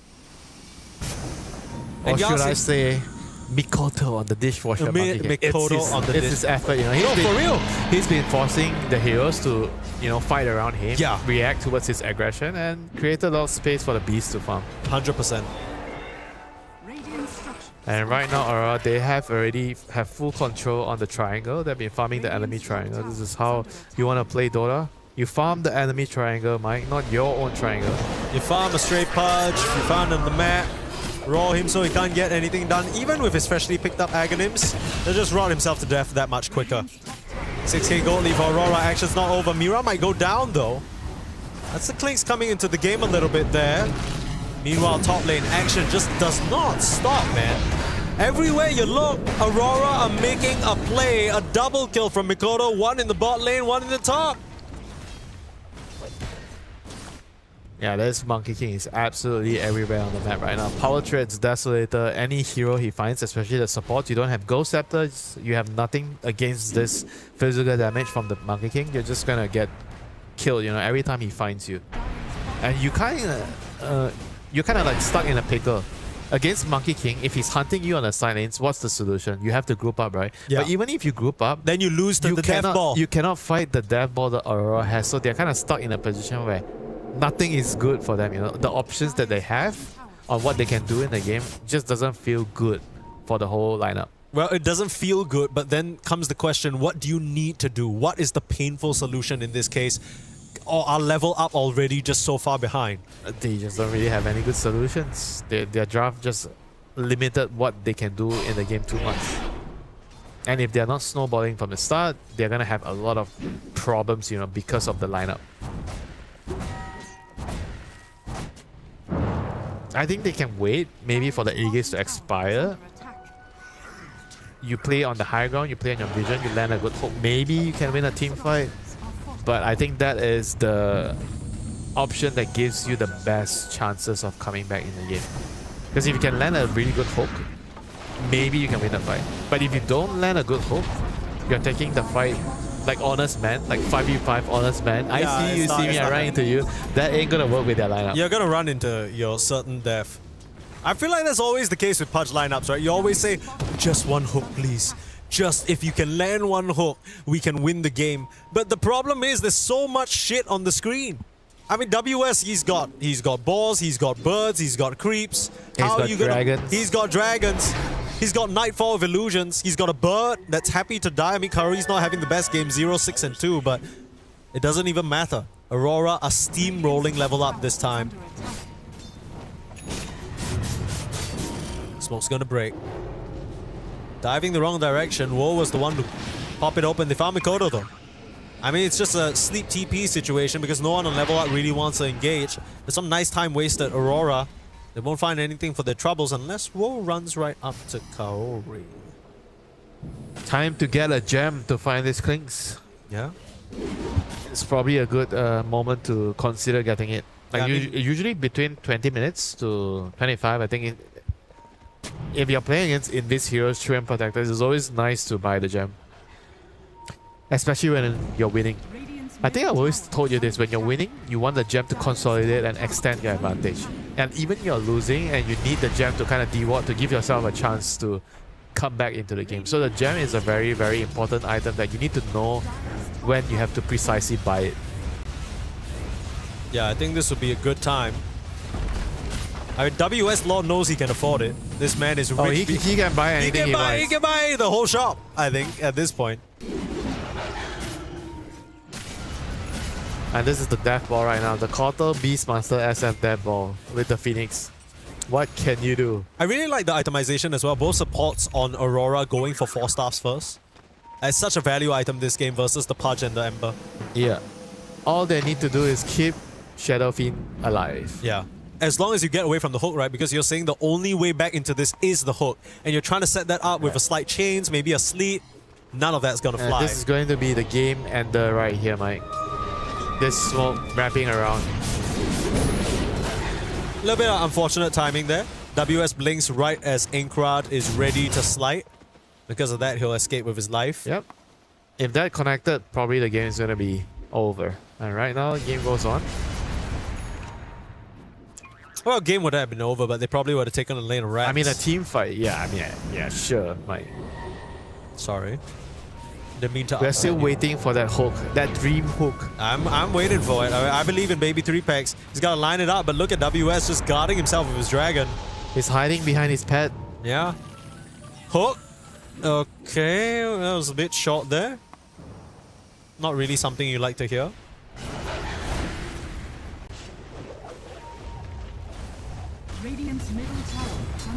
Did he blink for that or did he just walk up? I think he just tried to walk up. He caught a glimpse of him when he was jumping from tree to tree. A 2-kill deficit, but 6k gold lead here for Aurora as they've drafted themselves a pretty straightforward macro strategy, giving level up 2 difficult options. Either you run into this Monkey King and get picked off on the map if you're splitting up, or you group up together. But then even when you group up together, you can't really fight the Aurora 5-man. Seems like level up are low on options right now. Low on resources, low on space on the map. I mean, their hope is that they can try and contest perhaps this next Roche. That's going to come up in maybe 2 minutes or so.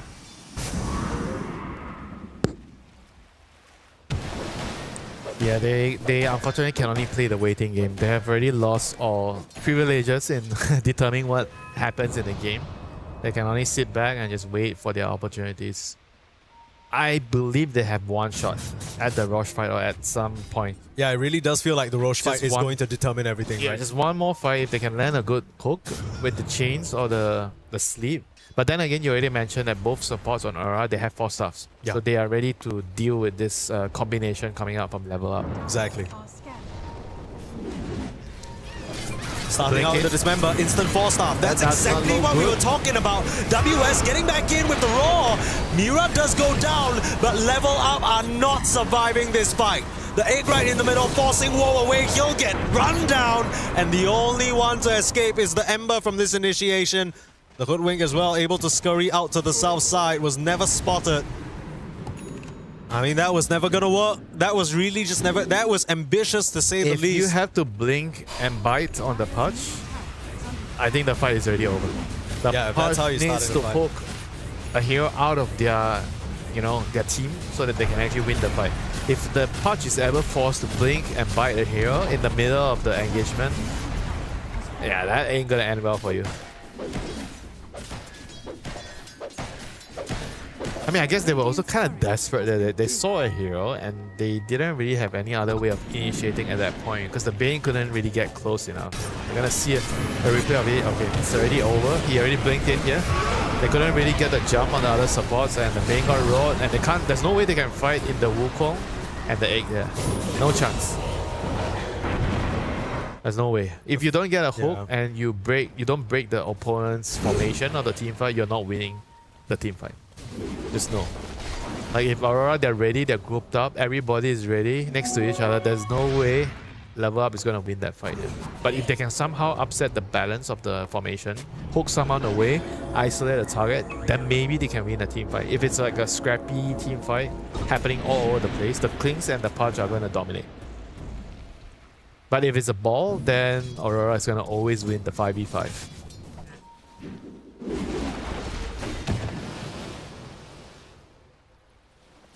Aurora right now feels like regardless of where they are on the map, they're winning these engagements. It just feels like it has to be such a specific setup for Level Up to get anything done. In fact, I feel like it's been such a long time since I've seen Level Up get anything done that I don't even know what that picture looks like anymore. Is under attack. You're playing... They just can't. It's just Yeah, you're limited by your heroes. You're playing Hoodwink, Bane, Pudge, and Clinks. These heroes scream set up on the side lane, set up for pickoffs. There's just no real pickoff that feels good to try and find on Aurora right now. They're always at least paired up or at least completely stuck together as we see on our screen now. Smoke's gonna break Queasy. Gonna get bored up.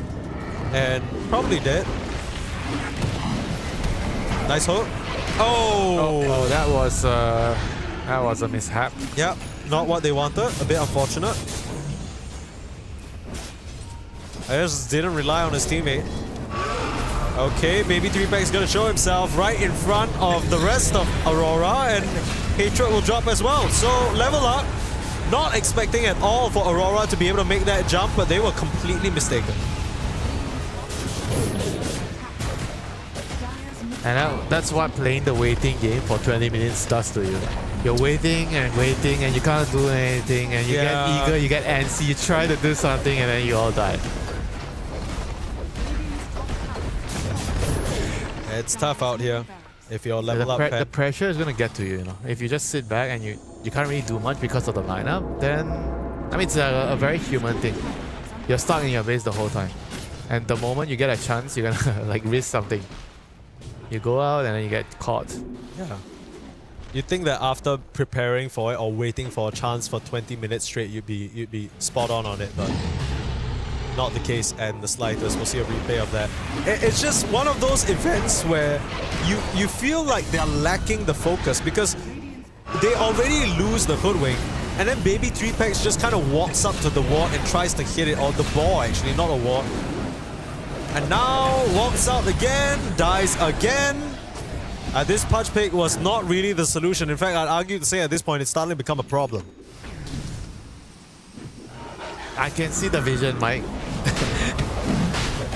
I can see the vision of the Pudge, but just maybe not with this specific setup. With Bane and Hoodwink. I think they needed more team fighting supports. Because the problem with Porte is he's a single target hero. Yeah. And I always talk about drafts where you need to be able to cover your boxes. If one hero doesn't do much in the team fights, you're very good at pick off, then you need the other heroes to kind of fill up your gap. But because Vayne and Pudge, including Huwing, they're all kind of similar heroes. Yeah. Even Klinks, you know, you can argue Klinks is also kind of the same category where they are very good at pick-offs, like killing one hero. Yeah. But when it comes to 5v5, they just do not match up. Yeah, there's like zero team fight on level up at all. The closest thing you have to a team fight is maybe like a 2 or 3 man bushwhack, or you want to consider the Ember being able to get into the back line. It's not really what you're looking at. Raw into the BKB, that's a tad awkward. Should be able to TP Nightfall out against Nightfall himself.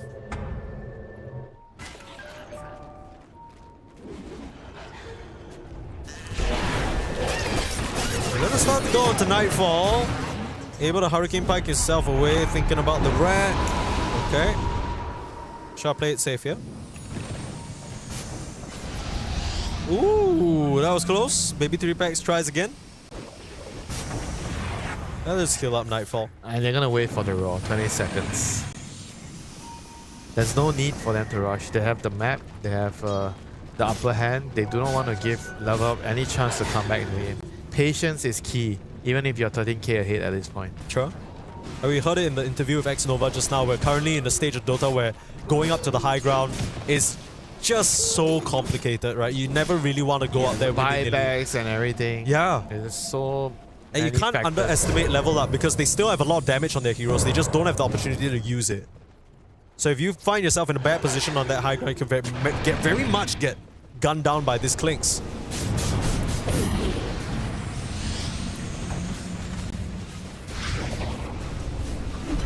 Slow but steady siege. Nice hook. Holding on to Nightfall. How have they found that? What an angle there. The 4 staffs helping out though. There's the Raw. Nice sleep save. Trying to bail out Inkrat, but the chain stuns are just too clean from Aurora. They'll wipe out the Ember. Another hook. Okay. Okay, all you need is 1 or 2 hooks. Mikoto in some trouble getting Fiend Script up right now, but able to retreat away. BKB's forced out, 8 right there. They have to try and full commit for it. Woe will focus it down and they'll get the Kaori Phoenix. The rest of Aurora now on the run with Inkrat leading the charge on the chase. Looking towards Mira, maybe Aurora want to stand their ground and fight. Nightfall turning around trying to find a hit. Looking onto auto-attacking down this Klinks. Mikoto on the backline kills off the Klinks, but they might lose Nightfall for it. He's still surviving, but with the Requiem will get himself the kills, and WS turns around, swipes down that Ember. And that is a die back for Inkrat. I mean, you can't really blame Level Up for going for that play. That got really hairy, really close, but at the end of the day, it just wasn't enough, Winter. Yeah, just imagine if they weren't so far behind, you know, that fight could have just been the perfect fight for Level Up. But they were just too far behind. Like the Ember did so much, 8,000 damage in that fight, but just couldn't. Yeah, there's just too much HP to go through. The heals from the Quarter, the Phoenix. Yeah, if you think about it, everything also went well, right, for Level Up. They got a full grip on Mikoto. They managed to buy back on the Ember, put out a lot of his damage. Baby 3-packs basically got a free Aegis grab just from hooking multiple times in the right spot onto Nightfall, but it just wasn't enough here. And now the Bane's gonna get smashed. Yeah, this one's looking rough. Not quite as close of an affair as the Rune Eaters XG series. Level Up looking slightly outclassed here by Aurora in this game number 1 of their series. And you can try the hooks all you want, but at this point, WS, he can just jump forward, punish. You buy back on the Bane, look for an angle. But the BKB is still there. They've reclaimed the gem. Baby 3-pack's got to blink in. BKB dismember. They're trying to focus down Mira. Hooks off the mark though. Nice little dodge. Now, even though you bought back, WS is the one chasing you down. Oh, big boundless in. Mikoto looking for his targets, hiding away the Shadow Blade, and nothing Woe can really do. They've hooked in the Phoenix. Immediate egg is there. Woe trying to focus it down, but he understands he can't just stand his ground against Mikoto. You need to change the guard. Mikoto's actually going to go down. Way too far forward, right as the Ember respawns. And Aurora needing to chill just a little bit. Maybe you give up Kaori, maybe you give up Mira. Nightfall not gonna let his cause go down without a fight. Turns around, focuses down Woe. You gotta buy back on the Klinks, but not wanting to use it just yet. And this is still a hairy situation. Aurora, they've lost some numbers and they can just back up and recuperate, and that's exactly what they'll do. Their two carries are still alive, Mike. The Beast and the SF. True. And together they can just kill everybody on level up. Especially with an AD rune to work with too. Look at WS just patrolling the high ground, expecting someone from level up to come out. Oh, that is a big career kill. The Octarine recipe being taken down. Not gonna have that available for a while. Meanwhile, Aghonim's finished by WS. Yeah, this game has been absolute stellar from WS. I think from the start, from the laning phase to the mid game to the late game, he's been super impactful. He knew what he needed to do. Yeah. He got a very nice timing of the dagger with the Overlord, and he just like took control of the game. I mean, he's also making a lot of these solo plays, right? He didn't even need necessarily his team he to... killed out the Klings alone, a couple of times. It was just nice to watch. Yeah, this was kind of over-ambitious at times from both teams. You know, you get the dieback on the Bane, you feel like that should be enough. They got the 8, Mikoto tries to walk forward to protect it, but then commits, which is just a bit awkward there, and because of that, Level Up actually able to kill off both supports. But it comes at the cost of the Klings, of course.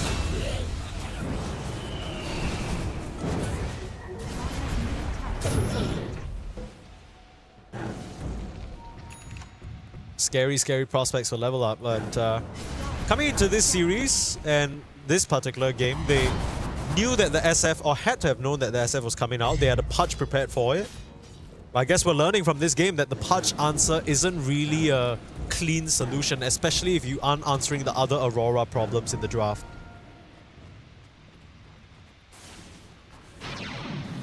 Well, I always tell you, Mike, if you want to try something, try it in the first game. Well, it's good to figure out what works from the get-go.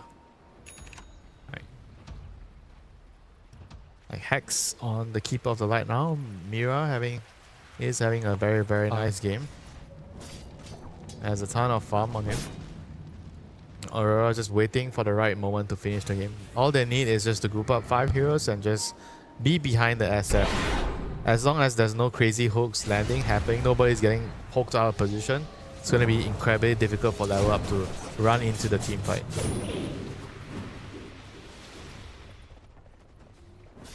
That's exactly what they're doing. Aurora getting ready to end the game. Hex out onto Aincrad.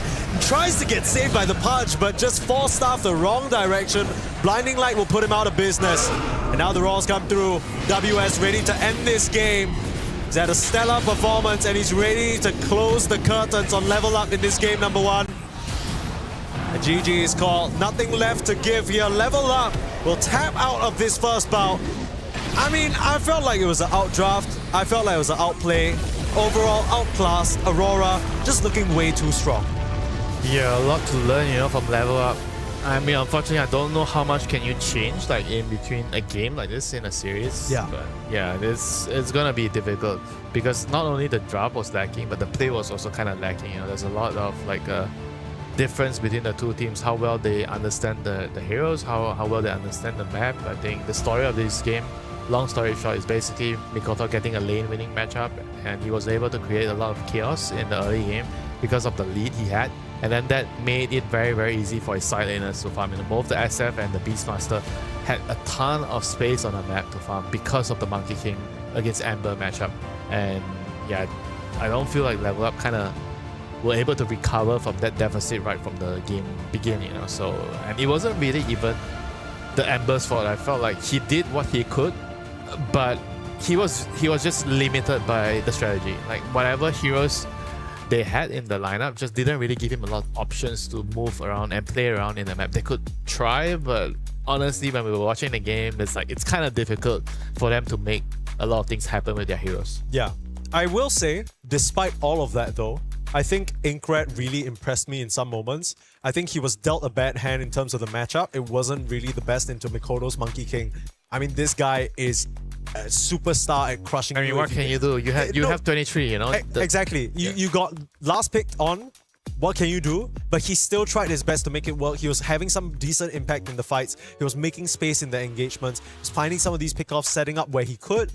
But at the end of the day, there's only so much you can do, like you said. When WS is just snowballed out of control, when, Nightfall has had a free game, it's like, you already are dealt a bad matchup in mid, then you look to your side lanes, you're like, damn, what the hell happened here? Like, what can I even do? You need me to do everything? I think that's a really tough position to be in. But I guess in that sense, I need to give him props because I think he still managed that to an okay degree. It's not the matchup that is the problem. I think it's just the way they set up the draft. It was initially when they picked, because I always like to say, if you have a problem picking your 23 or 18 or 20, whatever, the last pick, it's not because you figured out the wrong hero at that junction. It was already wrong before. Sure. The build up to that position of the draft was already, I felt like there's a lot of holes, in the draft. I know what you're saying. It's like the 18 is kind of like the roof of it, but the roof only looks shaky because your foundation's wobbly, right? Yeah. It's not built up right. So it's like kind of lopsided, So looks bad. he had to cover so much ground with that final pick, which you can't, You really can't. And I think Aincrad, whatever it's worth, I think props to him. He tried his best, but it just wasn't enough this time round. But the teams have a very short break to try and figure out what they need to change. I mean, on Aurora's side, I feel like you don't really need to do anything different, right? Everything went according to plan. They got the heroes that they wanted. I'm sure they're very happy. Level up, is it a draft thing? Like maybe they need to fill in the gaps a little bit more, those it's opening everything. picks? The draft and the team stuff, everything. Everything, huh? I mean, I guess if you had to put it one way, you'd have to say they need to level up for game number 2. Thank you, Mike. Thank you. And thank you very much, everybody. And of course, we will have that game number 2 for you after a short break. You don't want to miss it. Hopefully not as one-sided as the first one, but we'll have to see. We'll see you guys soon.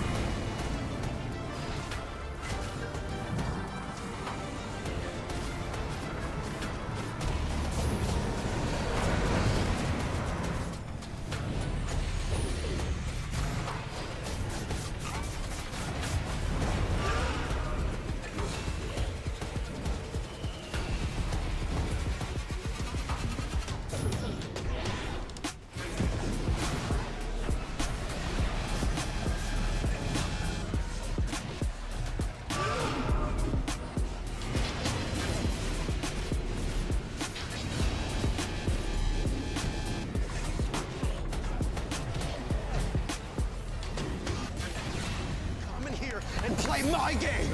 He knows nothing. Let's go! Tyler 1, you're done. Raw energy. Half for half and blow the house down.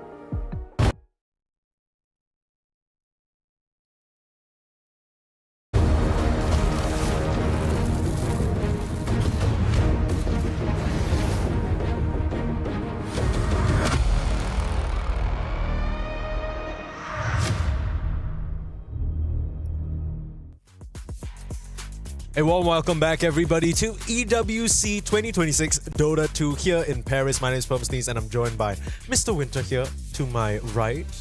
Hello, sir. Hello, sir. And we have the second game of Level Up versus Aurora. Now, coming into this stream, we already knew the stakes were high and the climb was going to be an uphill one, especially for a lot of these lower seeded teams, a lot of these regional qualified teams. Level Up, you know, we kind of were hoping to see a little bit of something special. We did in terms of the patch pick, but it didn't really deliver, and Aurora were just able to play their very typical macro game and completely crush them. So hopefully in game number 2 things are a bit more even, because at least in the first series, Rune Eaters versus Extreme Gaming, we were also expecting maybe Extreme Gaming to bowl over their competition, but Rune Eaters put up a really good fight. Yeah, I think it tells us the story of the series. The team coming in as an underdog felt like they needed to try something different. They needed to play in a different way to try to catch their opponents off guard. And then they tried it in the first game and it didn't work. And I expect Level Up to go back to the more standard type of strategies in the second game. Yeah, because the thing is, if you've watched any Level Up games, it's not like they're incapable of playing normal Dota. They just couldn't play normal Dota the last game because of the limitations from the heroes. Yeah, if you try and invest in the cheese in the draft, then you're gonna end up with cheese smell while you're trying to play the game. It ain't gonna work. But if you've already played, or at least picked heroes that you've practiced over and over, and it's kind of stock standard Dota that everyone understands, yes, you're not really surprising Aurora, but you can just play the Dota 2 that you know and are comfortable with, and then maybe that takes you further than whatever this patch pick was. You need to get good at the basics, you know. You kind of expect to cheese your way or durian your way or every game, you know. Exactly. And to be honest, I'm not suggesting that it's okay to lose any of the group stage games. Of course, you're trying to get as many points as possible. But like you were mentioning earlier, Winter, this is a 6-day group stage where each team is only playing one best of 2 a day. That's not a lot of games. In some other formats, you might end up playing multiple best of 3s a day, right? Where that will be a true grind, where you're really just locked in, pressing the buttons non-stop. But this tournament, it's really going to be a lot more about how much you can learn and pick up, especially for the teams that don't have as much experience. Yeah, a lot of games that you have to go back, you know, after the day is over, you might not have a good day, but you have to go and learn and understand. Yeah. So what is good for the meta right now? What is the other teams doing? What can we take away from day one? Because usually day one is the day where everybody comes in, you have your own hypothesis about the meta. He has his own hypothesis and everybody puts it to the test, you know. And then after the end of first day, you have to go back, grind through the information, put everything together, and then come up with a recipe for your own team, you know. Yeah. What can we do to be better? I will say, there's something that might be something that Level Up were trying to do, specifically with the Pudge, right? Maybe their hypothesis is, okay, we're going to approach this tournament and it's going to be every time we see Shadow Feed. You know, I agree with the hypothesis about the Pudge against SF, but it was just the other pieces. Yeah. The seasoning was not right, you know. I get what you're saying. But then, let me ask you the question. If you try this hypothesis with the Pudge and then it doesn't work out, then your takeaway is that, oh, the Pudge doesn't work against the SF, right? Yeah. It will. I feel like it messes up your calibration. You need to come up with the right conclusions after the end of the loss. So it's very important to figure out, why did we lose? Was it the initial pick? Was it the picks after the initial pick? Or was it, you know, the like bans? the last pick, right? Or was it the matchup. bans? Whatever the reason is, you have to come to the right conclusion so you can move forward. If you don't come to the right conclusion and everybody just say, let's just not pick it, you don't move forward as a team.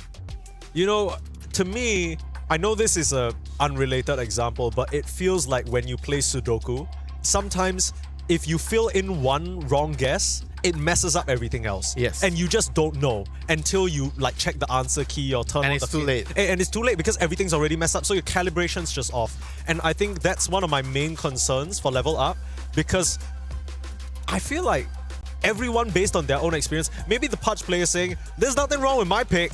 I landed some hooks, you know what I mean? It was the mid's fault. And then the mid's like, bro, I did the most damage the whole game. You guys got me in a shit matchup. Like, what do you want me to do? And then the two supports are like hiding under the table. The two supports are like, please don't speak. No, it's please. not me, you know. Yeah, the two supports are like, you guys talk about it. We're just gonna chill back there.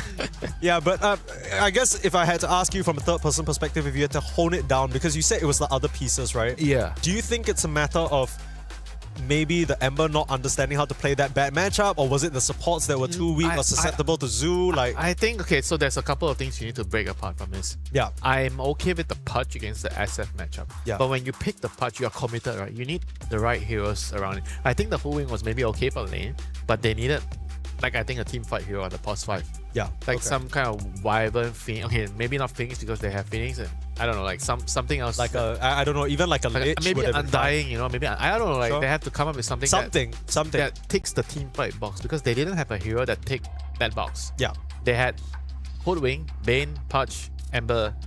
That's it. Everybody is not a team fight hero. So how you're supposed to take the team fight?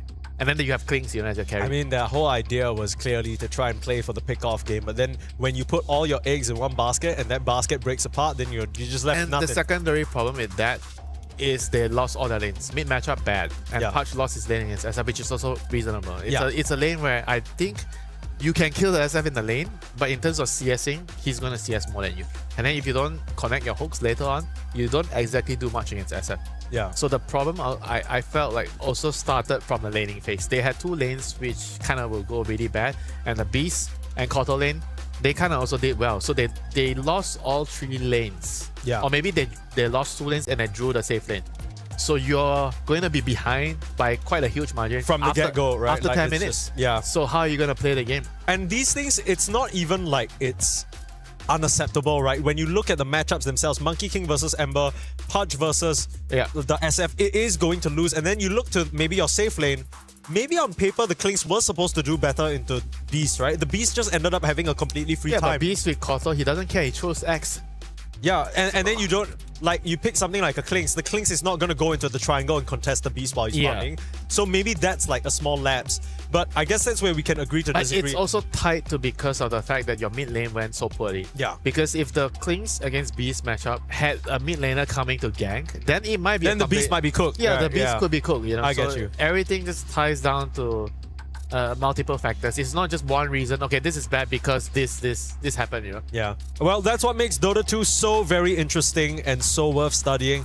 And specifically, going to the draft of game number 2, I guess the adjustment for level up, we would hope, is something a bit more well-balanced. Right? I think that's my takeaway.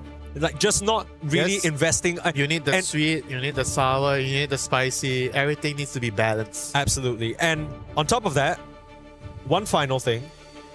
I think when you're playing against an opponent that you know is pretty strong, or if not significantly stronger than you are, maybe you just don't pick something that relies on you hitting some kind of insane hook shot. You know what I mean? So even if they played a great punch game, Mike, it's not that. It's different. I think it's different. You It's think about so? building the draft. I really don't mind the punch. It's just the other pieces. You need to figure out what are the other pieces. I think the ideas that they had in that game, they were not the same type of ideas. It felt like, okay, the guy wanted to play Pudge, Sure. and they picked Pudge early, but they didn't follow up with the other pieces that would go well with the Pudge. Maybe Right. the player just wanted to play the heroes that he wanted to play, and they didn't really consider the whole picture. right, he's just saying, oh, Pudge is going to be good into SF, bro. And then that's it. That's the end of the discussion, Then right? after that, someone else says something else. I want to play this hero here, and the end result, the end product is they don't get a draft that aligns with each other's job in the game. Yeah. Oh, here's a different complexion already. First pick for Aurora, snatching up the frog. Okay. The frog. We do know WS plays this quite a bit.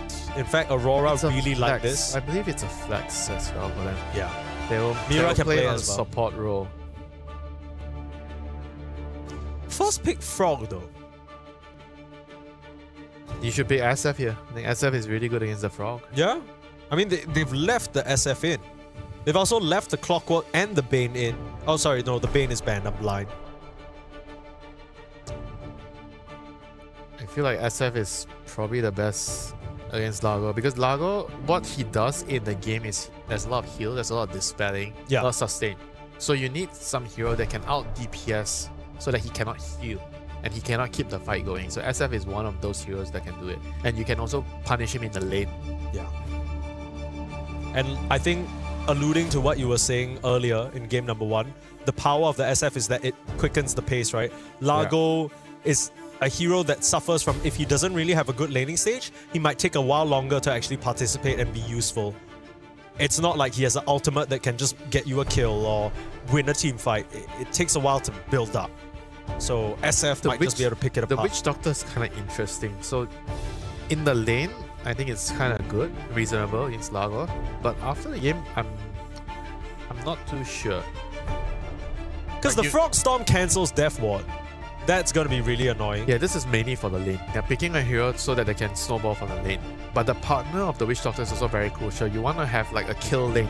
A lane that you can very obviously just use the Maledict with the other hero to kill. Like for example, an Elk Witch Doctor lane or some sort of stun. You want some sort of stun in a lane. The weirdest thing for me right here is that Level Up are using their 9 pick with the Witch Doctor, because I'm going to be real with you, I don't think Witch Doctor is ever going to be banned. Yeah, So it's probably better for them to pick the partner first. That's what and I was then thinking. Pick the Witch Doctor, because Witch Doctor is not going to be banned. But is if there they any pick- reason why they would do that? I'm not sure though. I just think it's not very good to pick the Witch Doctor on 9. In general, support picks on 9 is not my thing, unless it's like a broken support. A very imbalanced support. But right now, I don't really know if there's a lot of supports I would pick at the 9th phase here. Yeah. The 9th pick here. I mean, the main thing is also, if this is a support that's strong and has the chance to be flexed, it might be a different look, right? But with this Witch Doctor pick, you know for sure it's going to be like the Pulse 5. So it's already locked in. So look at the problem here. So the next 2 bans on Aurora, they remove the partners of the Witch Doctor, the Elk and the Drought. These are 2 heroes that are really, really good with the Witch Doctor lane. You still have the SF though, right? Yeah, the SF is still a very good pick. But they prioritize the center. I mean, I don't know what directive Level Up are taking, but they clearly have a very different idea of what they want to do. It means they might be limited by hero pool, so you can kind of deduce from their the pick sequence here.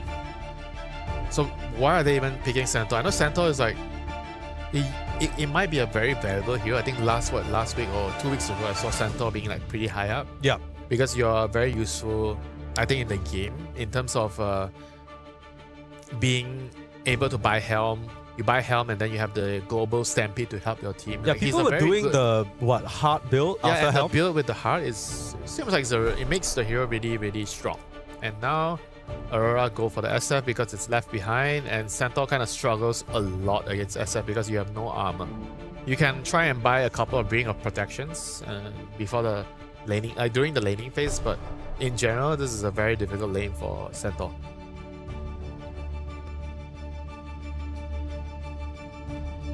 And it feels like Aurora, they're getting everything they want. And they go for the Hoodwink here, another strong lane.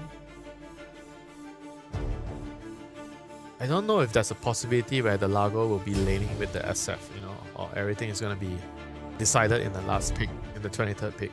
They're going to pick their mid laner next, so right now, Level Up, they're going to probably show their other support, and they're going to have to show their carry here, I believe. They're going to pick their mid last, unless they have some sort of like mid hero that can play the blind picks, like Snapfire, so they're going to show Snap first. So maybe the Snap is a support here with the Centaur, pretty strong lane. Snap plus Centaur, if they want to do that. But I don't know about you, Mike, but I kind of feel like Snap is... I feel better on a core, if I have this hero. Yeah, me too. It has so much power scaling, right? I feel like Snap as a support, you kind of miss a lot of opportunities of the hero. But it seems like they're going to keep everything up in the air here by picking Snap and Tiny. So the Snap could be a 4. They're just... I don't know if it's a real flex or just pretend flex, but they're keeping the Snap as a flex, mid/post 4. They're going for the Tiny and Witch Doctor. So this is a very, very strong lane. Tiny Witch Doctor, you're gonna die in the lane. Level 2, you're dead. Melodic, stun from Tiny, and just a couple of right clicks, you're gonna die. So does that worry, or are they gonna change the Largo to a support and pick another carry hero? Sorry, offlane hero. They need another offlane hero. Are they gonna go down that route? It seems like it might be a good Timbersaw game. There is a couple of strength heroes already, so that is a very dangerous pick right now, looking for Aurora. I mean, Timbersaw might be good in the game overall, but wouldn't it be also scary into Witch Doctor Tiny? Because the magic burst early on is... Yeah. It's like a double-edged sword, but it's still a very good pick. I think against Centaur and Tiny, it's already valuable enough that I would risk to pick it, Damn, okay. Yeah, you think the Largo's just unplayable in the pause 3 now? I mean, you can play it, but it's just... I think this game, it might not be the best against Tiny and Witch Doctor. Okay. I think the idea of first picking Largo is always that you can flex it. If you can't flex the hero, why are you first picking it? I just feel like it might be a bit awkward, right? Because at this point, are you suggesting maybe something like a SF1 and then a 5 Hoodwink and 4 Largo? Or I mean, because if it's a 5 Largo, SF and I think that makes a lot more sense with Timber. Timber with Hoodwink and Largo with SF. Yeah, but like some sort of bodyguard in the top. But from Level Up's perspective, they think that this is just going to be the offlane duo. They're banning out post 5 heroes, which is also possible. Like they could. I think Undying is also pretty nice as a position 5 here. Or even position 3. You pick Undying is very good against Centaur and Tiny. So the hero. What about Level Up? What do Level Up want? I think what they want is going to be heavily dependent on what Aurora go for here. The Snap, like I said, it's a flex. It's a 4 or a mid. And whatever they do last is going to be very, very dependent on what we see, what they see from Aurora here. So they have to figure out everything that could happen here and pick a last hero that would, be able to deal with everything Level Up is going to throw at you. I think there's an art of picking heroes on the first pick side, because you always have to pre-plan things. You always have to you already need to know what the road is you're gonna take, right? And if they A, then you B. It's always nice to 23 pick your support, usually. Okay. But now a lot of the supports are banned. Yeah. I think the two heroes I would consider is either Timber or Undying. Whether it's pos 5 or off lane, I'm fine with it. The Undying being pos 5 or off lane. Undying could be pretty nice against the Tiny for sure, but you're against a Snapfire who can gun down your tomb, and also the Witch Doctor Maledict feels like pretty Holy- rough. What is this hero? I mean, we are in a match where Kaori is playing, so if there's anyone who's going to bring out this Jakiro, it has to be that man. He already got his Phoenix in game number 1. You know, he's trying to play all his signatures. Where's his Warlock? Next one. You just gotta wait for the next series. Gotta wait for the next best of 2. So Jakiro is really good against Tiny, because Tiny, you're slow, you have a low attack speed, so the Jakiro spells, the Liquid Fire and the Dual Breath is very, very deadly against you. It's a very strong lane with SF, and it works really well with Ember. Jakiro plus Ember is one of the best combinations in the game. One of the best friends, you know. Chains into the Jakiro spells, the Macropire, the Ice Path. Yeah, it's gonna be nasty. And the Ice Path is really nice this game for stopping the Witch Doctor ultimate and the Snapfire ultimate. So you can cancel both of their channeling spells with Ice Path. Ice Path is also just going to be excellent just because Tiny Centaur War Runner, you know, they're going to try and collapse in on one of the targets. And this, in a way, protects your Shadow Fiend as well. So now you have a few ways of getting him out of trouble. If he gets collapsed upon, you have the Jakiro to Ice Path where he was to stop the aggression. And then worst case scenario, the Largo licks him back out. Right? So there's a few ways that they can protect Nightfall in this setup. What do you want here from the side of Level Up? I mean, I'm still okay with the Snapfire mid. I feel like that's going to be nice into the Ember. So you're looking at maybe a pos 4? No, they are looking at a pos 2. Alright. They want to win the lane. Alright. But this is not as one-sided as the Monkey King Ember lane. Okay. This is a lane where it's going to be difficult for Ember, but there are ways to play around it. It's not as oppressive, and later in the game, you're going to buy Vessel on Ember Spirit, so you have a way of killing the Dive Prophet here. Vessel is a very, very good item in this game. It's good against DP, Tiny, as a Witch Doctor heal. Yeah, it's just a very nice item for Ember Spirit. Why do you think they picked the Death Prophet here? What's the idea? Because they're trying to just like play really quick, snowball, because their heroes do a lot of damage. Because against, like I said, against Largo, you need heroes that deal a lot of damage because you run into damage problems against Largo. Okay. Largo heals and just keeps everyone alive. But Death Prophet, you have to run. You see the hero, you can never stand and fight there. Sure. I think DP is really good into the Ember in the lane, and it's really good against Largo later. And against SF, I think against SF it can kind of be like a double-edged sword. In the early game, maybe you can still have opportunities to kill the SF, but I think later in the game you cannot stick next to the SF because there's just no way. It's scary, yeah, for sure. No way. I think for me, every time I see a Death Prophet, I worry because it feels like the hero's a bit one-dimensional, right? She kind of needs to get she going. Is a one-dimensional hero. Yeah, so I'm just worried because it feels like we're rinse and repeating the problem with Level Up in Game 1 where they passed a certain point, they only had one way of playing these like cheesy heroes or this response that they had planned. And then I'm just worried if the early game doesn't go the way that Level Up are hoping, then will the Death Prophet just kind of look gimmicky? Yeah, it could. And there's definitely a chance that it could happen. I'm terrified because I kind of was hoping, not gonna lie, I thought that Level Up, maybe after you tried something a little bit funkier in game number 1. I mean, DP is not as funky as Pudge, you know. DP is more towards the normal spectrum. I think DP, she has a place in the meta. You see teams pick DP into, I think, Storm, any Spirit matchup, you can bully the lane and you can snowball the lane into a very aggressive mid-game. You take towers, you take objectives really quickly. I think the hero kind of has potential in the current meta. I like the hero a lot. I think maybe you feel like the hero is not a very standard hero, but I think the hero has potential. And he's more standard. She's more standard than Pudge. Every time there's this kind of hero that's like, I pop my ultimate, and after I pop my ultimate, if I don't get a one team fight, it's like AFK mode for like a little bit.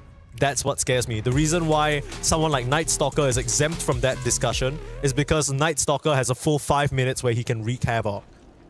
Death Prophet, you finish using Expo, you don't get a tower, you just twiddle your thumbs. But Night Stalker is not a lane winner. Death Prophet is a lane winner. You're supposed to get off to a very good start on this hero because you dominate your lane. So let's see if the Death Prophet is going to have a good lane this time. Last game, he got bodied as Ember against Mikoto. Monkey King But this game, Darknia is going to want a different story. He wants a different start to the game. He had the counter pick matchup this time, so it's up to him to showcase that I can also counter Mikoto in the lane and I can beat him in the lane. Yeah, it's an ego thing, you know. If you lost the game because of the matchup, the next game you want to do the same thing. You want to prove a point. Yeah, you're basically saying like, look, you only won because of the matchup, bro. Like it ain't like that. And we did give him his flowers, right? For those of you who didn't get the chance to watch game 1, it was very much an outclass and outdraft. But despite all of it, and despite Inkrat playing a really difficult matchup, Ember into MK, he still did pretty decently near the end of the game. I think he tried his best to make space, but it's just one of those situations where he had way too much to do as one Ember was already playing a bad matchup.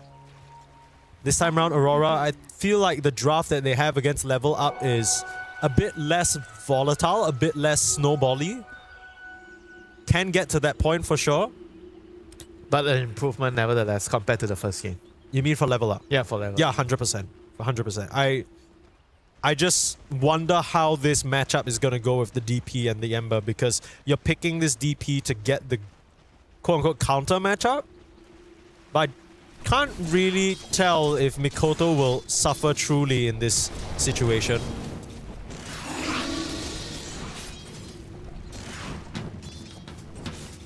Now for now, easy Flame Guard clear the first wave. Radiant's turret has been killed. Baby 3 packs on a Centaur Wall Runner, another one of his main heroes, I'd say. This is something that he was playing quite a bit in the recent qualification season. Ah, this is not a fun lane, Mike. You mean for the Centaur and yeah, for the Centaur. I mean, maybe the snap can offset the balance of the lane. Yeah, I thought the snap would be good enough. Because snap versus Jakiro one-on-one is a little bit tough, but then you add a Centaur into the mix, a Stomp or two. That's not too bad. I mean, Jakiro, he's at endless amounts of nerfs, right? It's not quite the beast that he used to be, for sure. I'm glad the nerfs ended, Mike. Yeah, same. It's a fun hero. Yeah, it was. There's something very appealing about being able to spit fire and ice and just send the off-laner back to base. Yeah, that's what I'm saying. That's my play style. That's why I like the Witch Doctor so much. Speaking of, in the bot lane, some tussling. Put the Maledict onto WS, put some damage on him. Oh dear. Okay, Mikoto. Really low, but trying to go for an aggressive play. Under the tower, has to be careful. Fairy fires first. He is cutting it real close on this Ember Spirit. Having to slide. I think he is dead. Okay. Inkrat gonna get the better of him. You can see a small little turn on his mouth. If you're looking at the player cams, I'm sure he's very happy about that. It's not too bad out of death, I think. He burned away a lot of the resources. The DP, if he gets the other water rune, he needs to get the other water rune. If the Ember gets the water rune, then yeah, it's important to secure the water rune. He can't let the DP get both water runes to refill the water. Yeah, if not, that kill's gonna have been for free. Yeah, the kill would have been okay if the DP got both water runes, but now it's okay for the Ember Spirit. Like, all these small little things actually matter so much. Small little slight chains off the mark. Unfortunate there. Yeah, he played so aggressive there. He went for 1-1-1 to give himself a chance to fight the DP. I don't think a lot of players would have tried to do that, right? Yeah. I agree. Although I respect the attempt, because I think if the DP wasn't that close to the tower, I think the DP's actually dead. Bot lane. Some pressure onto Hatred. Got Fairy Fires and Voodoo Restorations to work with on the Witch Doctor. I believe there was a Lotus and a Stick as well. Still looking pretty healthy from what I can see. Mira also salving up. I mean, as long as WS is farming in this lane, I think it's fine, right? Because you quite literally 9-picked the Witch Doctor to shit on him in lane, and if he's still getting some CS, it's okay. In fact, he's out CSing the Tiny. 6 denies on WS in this lane. I mean, it's also the Hoodwing, right? Like, Hoodwing is a very strong level 1 hero, and oh my god. Okay. If this is not a good death, then he's gonna lose what, one and a half waves yeah, under the tower. This is a very painful death. Yeah, this is what I was wondering, if the Snapfire can upset the balance, you know, with the cookie and pushing the centaur forward. Okay, maybe not. Yikes. Can they actually kill the SF? That was what I was wondering, you know. Is this lane good enough to be able to take down the SF? Both side lanes for Aurora doing excellently. In the bot lane, they managed to take down the Witch Doctor. And top lane, it's a massacre. Nightfall and Kaori getting the double up here. The only lane that's really struggling for Aurora is this mid. And again, it's a situation where we talked about, you know, it's the 23 pick. You're supposed to suffer, but I think Mikoto started the flow of his own suffering with that over-aggressive play. Yeah, but overall, things are going to according to plan, except for the fact that they picked Witch Doctor thinking to counter the Largo, but it doesn't really stop the Largo from farming the lane. He's very, very, you know, fat, you know, considering that he got counter-picked by Witch Doctor and Tiny. But I was like mentioning earlier to you, it's also something to do with like having a pause fall like Hoodwink. Hoodwink is a very strong level 1 hero, so oftentimes you can see teams using this pick to offset like level 1 pressure from the enemy team. They pick a strong pause 5 to bully your off laner, so you just get a Hoodwink to stabilize the lane. Oh, this Centaur is so sad. I just didn't think that the Hoodwink would be enough. I thought the Hoodwink and the Largo might struggle a little bit more. Yeah, okay, rest in peace. Okay, this is getting ugly, man. Okay, let's turn our sights towards mid, because that's the only place that's going well for level up. And they're gonna bring both supports in, but it comes at the cost because the side lane 2 cores are just dead. This is like the opposite problem of Aurora, where, you know, your side lanes are farming out of control. You look left, you look right, Inkrat, you know, his off lane and carry are just not having the best of times. They are doing the right thing. They're playing with the strong lane. You need to go to the lane that is doing the most. But somehow Kaori steals the rune. Now, how does this happen? Aurora is losing the mid lane, but they somehow get the first power rune of the game. Like is Kaori gonna kill Baby yeah, Prefect? This is illegal, Mike. This should not be happening. Did he land that dual breath? I think only one of the breath. What?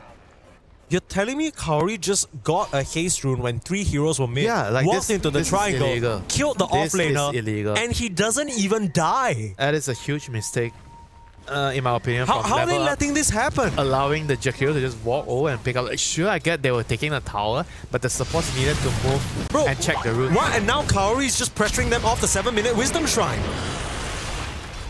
Yeah, this is real bad news. This is... I mean... Mira's here and Level Up are not in position to take this one away. The you need the TP away. Oh, his TP got cancelled. Oh, Mikoto! Ah, Mikoto's got his ass. That one's painful. Try to TP in the middle of the lane was the Death Prophet, but immediately a slight change shuts that down, and they lose both Shrines of Wisdom on top of an already catastrophic early game winter. This is going to be a very big hole to come back from for Level Up. And they're going to have to rely on Ankra, on the Death Prophet. He has a very good start. He is the strongest hero in the game, and he needs to be the hero that helps his team get back into this game. Like, he has to do it by making rotations, controlling runes, and I like the role of Atos Rush as well this game because they need an extra, you know, catch for the Ember Spirit. So this is definitely going to give them ways of coming back into the game. The side laners are just getting Jakiro right now. Everywhere we are looking at, Jakiro is there throwing fire and ice. You know what, Winter? I'll be so honest with you. I have not heard anyone say get Jakiro in such a long time. I don't know whether I'm happy or sad about it. I guess it could only be Kaori to do this because he is making Jakiro look like a top tier pick.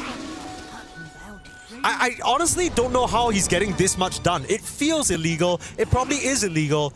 In fact, I think we have security on site that should be able to arrest Kaori after this match because he's committing some crimes out here. I think the SF being his lane partner helps a lot, but the 6-minute power run, like the fact that they got the power run on the Jakiro is absolutely game losing.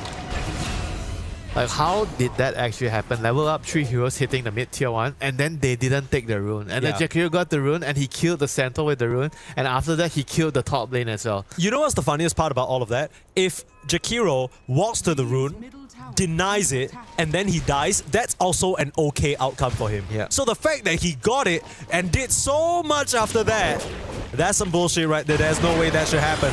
And the carnage continues. The carnage, of course, with a capital K because Kaori's involved. Nice little turnaround, paralyzing Cask onto 2, stops that aggression for now. Both supports on Aurora have to retreat and let Queasy live. I mean, the SF is having a free game once more. Like, this is so concerning. And you can just early pick this hero. Like, there's something wrong if you can always early pick the hero and you get so much farm on a hero. It just means that the hero is just too strong. Maybe 3 packs tried the Pudge solution in the previous game. This time round, it's a Centaur, but same result Centaur, either way. I can guarantee you it's not the solution for SF. Because I've been on the end of that, that matchup, with the Centaur against SF. Every time I lane against Shadowfiend, I just feel like it's just so hard for me to play the game and the lane. This Tiny is in a really awkward position, but they're ignoring him for now. There's the chains looking towards him. He is left all alone. Try to Centaur War Runner ultimate out. Need a stun, need a slow. Something to stop Woe from just running away. Mikoto will just catch right up to him. Another slight chains finds a double for Mikoto. Aurora bring the numbers to defend their tower, and they prevent Aincrad from being able to do anything on his Death Prophet. They're not done. WS still on the chase. It's only a level 4 Snapfire who stands no chance versus this onslaught. They'll find themselves a third, just absolutely decimating level up right now. And what is this? A Death Prophet ultimate used during the Arcane Rune just to scare Mikoto off? Okay. I mean, it's Arcane Rune cooldown. Maybe she can find something here. She has to find something here. I mean, it's a bushwhack. Atos immediately licked off by himself. Ice Palm off the mark. That's awkward. Still though, Hotfoot Hustle getting Aurora on out of there. And all Aincrad will find was just a little bit of damage on the tier 1. That's just not good enough, Winter. You can feel the desperation from that TP under the Death Prophet there. Like, he knew he needed to get something done. He was so close to getting something done, but just couldn't get any value out of that Arcane Rune Exorcism. And he knows his team is in so much trouble and he has to do something, and every time he tries to do something, it just doesn't work out. It starts out with this awkward position from the Tiny. It began as a wrap-around play around the tower. I don't think they expected the full forces of Aurora to come through. And the problem is the Death Prophet, she didn't have ultimate mana. So she wasn't able to just get in there. Now Woe will drop for a second time, so continuing to stack the coffers here. Aurora playing to their frog in the bot lane and now might look for Hatred as well. Just need a lick, need a bushwhack. This guy's gonna get frog stomped down into the curb. Slowly but surely. One more lick gets the job done. Yeah, they're just getting run over by this Largo, It's this first pick Largo. Unreal.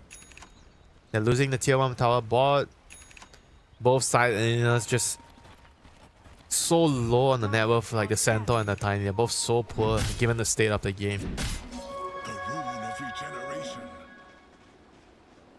They have to try to get their supports to level 6 and use the level 6 to get some core kills, especially the SF. They have level 6 on Queasy on the snap. I think this is gonna give them some chance to kill the SF. Like, they have to try to do something. If they just sit back and farm and they just wait and just react to what Aurora is doing, they are not going to be able to accomplish anything. The vessel being used, I think this is it, man. Like, the moment the DP died, this is the only hero having a decent game. Yeah. And if he dies and he doesn't get to do anything in return, the game is just going to be so hard. And now your tier 1 mid is going down as well. So once this tower goes down, you can't even control the runes, and Ember is going to get all the runes. If Ember has all the runes, what are your play options, on the level up side? I mean, this was my problem with this last pick VP. I just kind of feel like I'm looking at a lineup that runs out of options if the lane doesn't go well. Yeah, but it's not the... I don't feel like it's the DP's fault. I'm not. It's the side lane. I'm not blaming the DP at all. It's the safe lane. I felt like the safe lane, you see the matchup, you need to come out better from the laning phase after you see your matchup. If you see the matchup and you can't get an advantage with the heroes that you've chosen. It means that either their picks are just so strong or your pick is not suitable.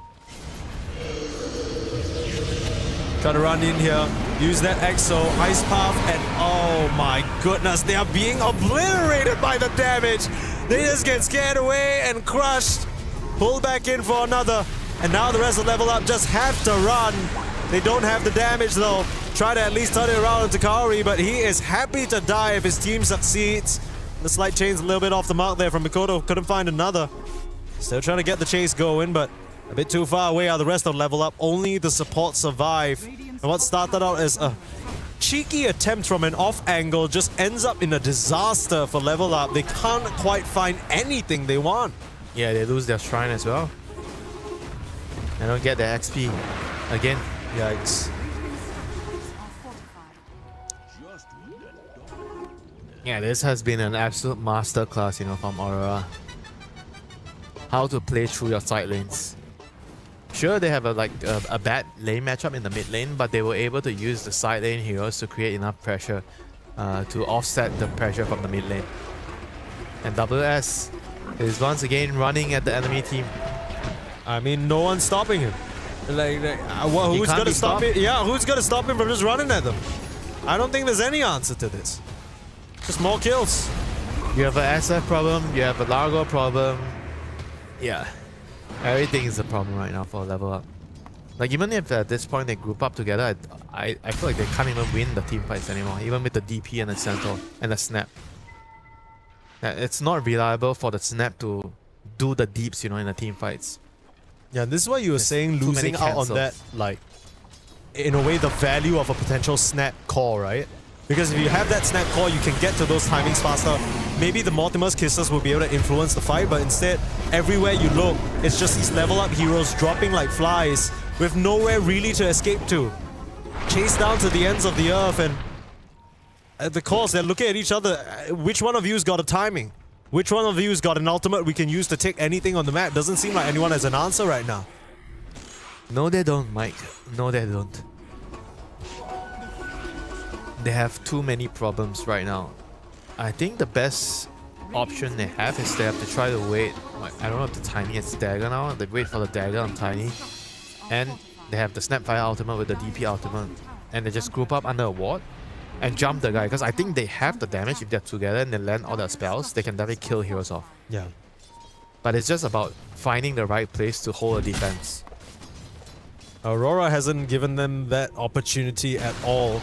As you look at Baby 3-Packs, he is still struggling towards his first few items. All he's got is a helm on to his name. Far away from a Lotus Orb. The world's gonna get caught. They're bringing the numbers to try and help him. Stampede, healing. You needed a cookie maybe to get War on out of there. Turning around to Mikoto perhaps. Still looking pretty healthy though. Flame Guard helping out. He's actually going to turn around, put one more Spirit Vessel on Mikoto. Quite literally playing with fire there. They bring 4 heroes to try and stop him, and they aren't able to. Meanwhile, DP just being run down. WS and Kaori get it done. Yeah, that was hard to watch, Mike. You guys can't see this, but Winter is just slumped over in his chair because he can't. You don't need to see this. You don't need to see this. I think this is one of those games where, to be honest with you, Level Up. I can feel the pain from Level Up. I can see the pain from Level Up. They're right behind me, and they're all slumped over in the chairs as well. They don't really know what to do. And the Coconut's got to start bouncing quite nicely. Force Aurora back, at least for now, but that TP was never going to work out. You got to cancel it, brother. 0, 5, and 0 from your Centaur off lane. Yeah, do you understand how difficult it is to end a game? Like, for a game to get this point, to this point, at pre-20, yeah, you still can't high ground, right? It's so hard, you know. Well, to be fair, they haven't cracked high ground quite literally yet. I mean, they have Jakiro. It's taken them a while.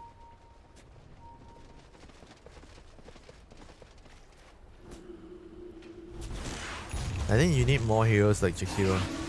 Because people are talking about how difficult it is to crack high grounds. It's because there's not a lot of answers to going up high ground without putting yourself or your team in a lot of danger.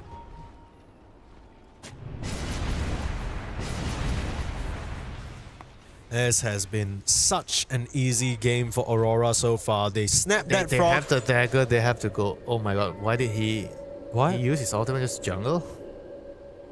Why did he do that? Did something happen? Like, was he in the middle of a fight or something? Did he find a hero? I guess he just wanted to use it to farm. But if you use your ultimate to farm, it means you have completely given up on the game. Yeah, because they could be doing this last try, right? You know that they're going Roche, you make a smoke with your ultimates and you try to fight. I still think there's a chance if they had all their ultimates up, they land all their stuff, they can still win the team fight. And this Roche isn't necessarily quick as well. Mikoto will start chaining people up. Looks like the Witch Doctor will just die. Okay. Yep, the Requiem just to secure it. They were worried about the jump in. Nice blink away there. Tiny will preserve himself. It's about the best thing he can do right now. Best he can manage. The game continues to swing Aurora's way further and further out of the grasp of level up. They just... They need to come together and use all their spells, is what you're saying, Winter. But the problem is they don't have that opportunity. Aurora are just not walking up to high ground just yet. They're taking all the objectives, all the farm on the map. And there's not much level up can do about it. It's not like they can play the map. It's not like they can really find a pick off. It's far from straightforward. Kaori will get himself a free shot. I'm sure he's very happy about that. Mira, on the other hand, having to buy his own, not very happy about that. And about this Jakiro shard, specifically for Kaori, back when the Jakiro was a bit more popular, I do remember a time where he was just quite literally buying this as a first item. Arcane Boots shard, just to farm. Drum shot. Indeed. Getting this for free is going to be a real treat for him. I mean, in the mid game, the hero is the same. You know, the part where they nerf the hero is mostly the early game. Yeah, less lane domination, right? Yeah, but mid game, the hero is still a very fast hero. You get to take towers, you run enemy down. Try for a stomp out, easy lick away. There's the Atos follow-up, but Baby 3-Packs being cut apart by Mikoto, having to pop his ultimate, but not able to survive. Way too much damage and just 3 auto attacks! Okay, well there goes your Witch Doctor. Can't heal your way out of this one. And all these ideas that Level Up had about over-damaging the side of Aurora not gonna pan through. Here's the initiation, a last hurrah, but not much, really more than a whisper. The Tiny jumps in straight into his death. They buyback on the Witch Doctor, but he barely shows his face. Fully expect the GGs to be dropped slowly, but surely, and sure enough, there it is. That's gonna wrap up the game. Level Up versus Aurora, finishing in an instant. I mean, 21 minutes in this current age of Dota 2, that is basically unheard of at this point. I mean, how bad does the game gotta go? How bad does the game gotta go when you end it at 22? When the enemy pos 5 gets the rune in front of 3 heroes. Yeah. That is... It gets the rune in front of... Sorry, let's recap. Gets the rune in front of 3 heroes. Kills your offlaner in the triangle. And it's not even like he was alone there. There were 3 heroes around. There were him, 3 because heroes. It was a haste rune. There was a haste rune. And none of them turned to actually help the Centaur Wall Runner. Not gonna lie, if I was a Centaur Wall Runner, I would have disconnected. I believe you. Would you have disconnected? No, because I never give up. I believe that's in your motto. I believe that's in your motto, if I'm not mistaken. But yeah, I honestly, not to compare an apple to an orange, but I was quite literally hoping that we'd see a bit more fight from Level Up, similar to what we saw from Rune Eaters, right? They were able to take one game out, and even in the game that they were losing against Extreme, they put up a really, really solid fight. They never really let Extreme get away with a free win. But I hate to say this, but I feel like Aurora got away with some free wins today. Like the first game with the Pudge, it felt trivial. It felt like it was just another day in the office for Aurora. They didn't even have to sweat it. And then come into this game, you got the early pick Witch Doctor, Centaur, and then the last pick DP. Like, yeah, sure, you killed Mikoto a couple of times in lane, but you just get smacked regardless. It just doesn't feel good. Yeah, I mean, it's just the foundation, you know, the foundational understanding of the game. Like when you see something like this happen, they have 3 heroes hitting the mid tower and nobody goes and takes the rune, and the Jakiro takes the rune and does something like this here. Like you have to go back to the foundations. Like what do you What's missing? what's missing in the game and what are you looking at, what's important. And clearly they're just not really looking at the runes, you know, because there's so many things happening in the game and somebody is just, maybe it's somebody's job to say it out during the game, but the fact that it happens tells me that there's something wrong with the foundation of the team. Well, we did say earlier on that this is a tournament where actually an adaptation in studying your opponents and trying to, excuse me for making this joke again, but honestly level up your own gameplay by watching what's around you is important. So I guess at least Level Up will have the next few days to get that sorted. And what in a very quick summary, what would you say is the main takeaway that they can try and grab from this series to take into tomorrow? Yeah, I think apart from the foundational play in the game, like the runes and how they're moving, the draft setup, you know, how are they planning their draft? Because the first game, even though you can blame the Pudge, but the pieces around the Pudge, they were a question mark. And then in this game, the 9-pick Witch Doctor, after seeing the Largo, instead of picking a core that's really good against Largo, that's also a question, because they could have definitely picked SF, by the way. Yeah. But maybe they don't play the hero, or maybe they can't play the hero, I'm not sure. But those are the things that tell me that they don't really understand the draft sequence, and the fact that they could have just picked the Witch Doctor later. Why are they picking it at 9? Yeah, they could have gotten the Witch Doctor for sure. You know? I just feel like the priority system, whatever, what they think is more important than the other is just like all over the place. Yeah, and if you're telling me that I don't want to show my core first, but it doesn't matter because you pick 9 and then you have to pick 13. Exactly. 2 heroes have to be picked together. Exactly. And I think just overall, the level up, just decision to go for the Witch Doctor first. If you're first picking a hero like Witch Doctor and then you don't win the lane, they obviously didn't lose because of the Witch Doctor pick, but it just sets up, it's the foundation, like you said. It tells you about how they understand the game, what they're thinking about the game, which heroes they're prioritizing, and the fact that they didn't even win the lane, you know, after seeing the lane. That is also a huge problem. Indeed. And now we will get to hear a bit more specifically from one of the players who was in the game. I'm sure he'll have a lot to tell us here. It's none other than Mira from Aurora. Can I get you to stand right over here so they can see you very nicely on the camera? Okay, I believe we have you here. Thank you so much for joining us. I mean, that was a very quick 2-0. Was that what you expected? Yeah. I mean, because I mean, like it seemed, I mean, like from the quals, and they're like not, I mean, like as like strong as the other teams. They're just from like tier 2 scene. So we were expecting to win them like easy, and it was easy.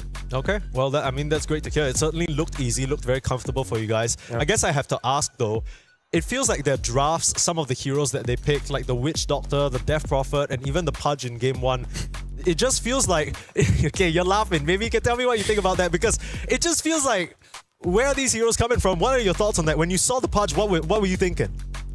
I mean, they just pick, I mean, like heroes from pubs. They just play like a lot. It's like chase heroes for them. They like confident, but it's like works just like the pub Dota. But like in the competitive, it's not like, I mean, like as good to hook people and just like kill someone.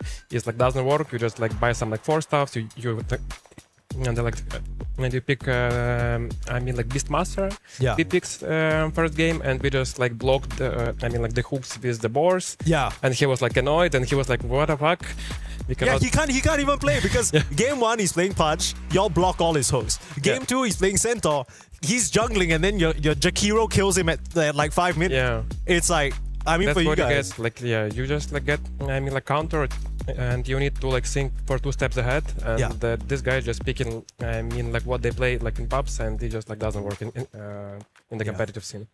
So from your point of view, for a team at their level, how are they going to get to the level where they can actually challenge the teams at your level, because they are only playing heroes that they are comfortable with? How can they get past this hurdle? I think they need to like spectate, I mean, like the games more from like tier 1 scene, and like learn more. They need to see like what people play, and like maybe to repeat even, because like that's like the only way you can like become better, I feel like, and just play better, because you just need to like lane better, you need to move better, and that's what I mean like they can do. Okay.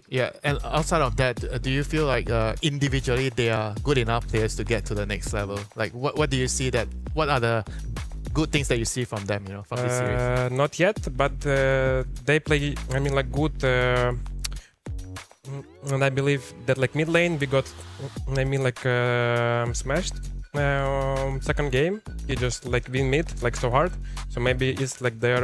And I mean like mid laner that is their like very. I mean like good player. He can like win games for them maybe. Yeah. In the like further matches. So maybe just try and play a bit more through Inkra, their mid laner. Because I mean, that first game was tough for him also, right? He was on the Ember Spirit Monkey King matchup. And not the best matchup. Yeah, and he still managed to kind of sometimes make to recover, and he had a good farm, and he had like some impact, so yeah.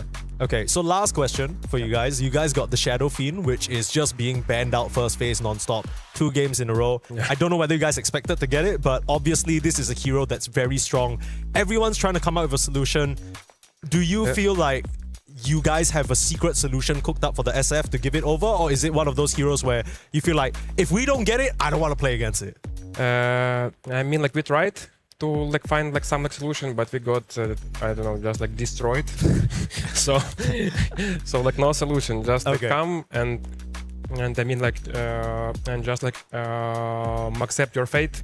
Just like lose lane and try to win games. They pick the SF, you're like, alright, it's over. We just try again another time. Okay, last question for you, because I know this has been a bit of your time already, so appreciate you being here. But out of everybody in the group, so apart from you guys, there's L1 team, Level Up, Nigma Galaxy, P-Time, as well as Liquid. Is there any team that you're looking forward to playing?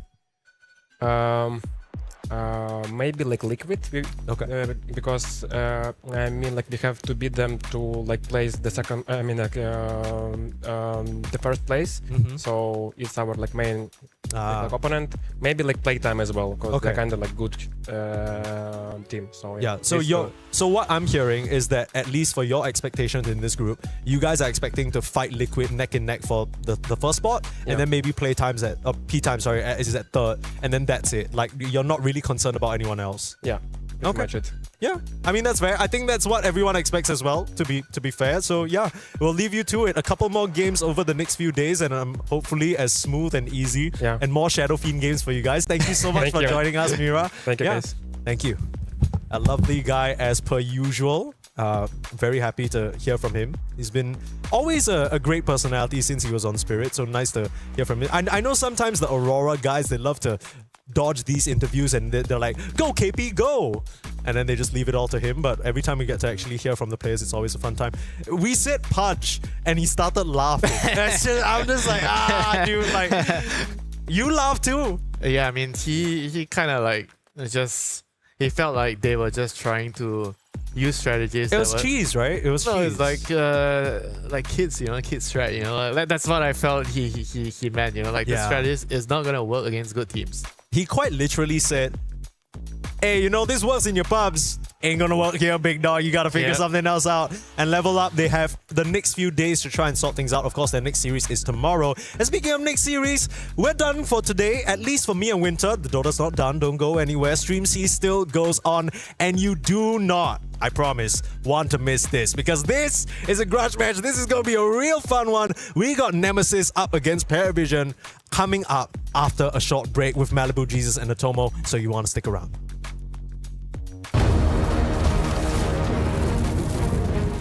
Okay.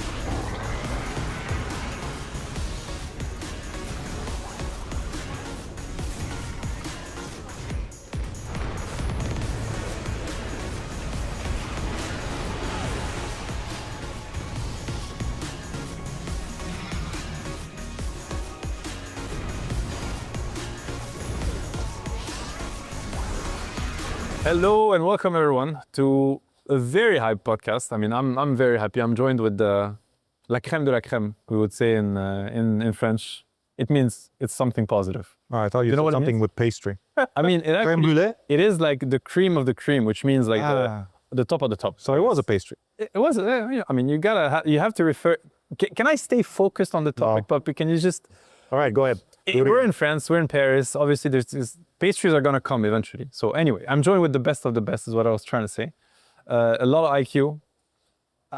Can I say a lot of MMR? Not as much MMR. No. How much MMR do we have to work with here? I'm higher than all of you. That's true. Yeah. It's a lot of MMR still.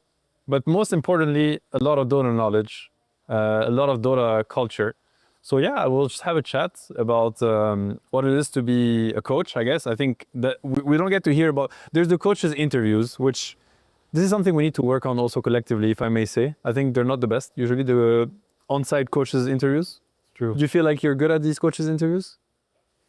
For me, I'll like them usually. Yeah? Like just say random. That's what it feels like when we hear from everyone. Like coaches are like, don't bother me. Throw a couple info. Yeah, we have a good draft. They also have a good draft. Yeah. Yeah, I feel like we just I try to shop as much media to the players as possible. Okay. Are you good at the coaches interview, Puppy? I haven't had many, but I mean, how do you feel actually? You're the newest coach in town, right? Like out of this club.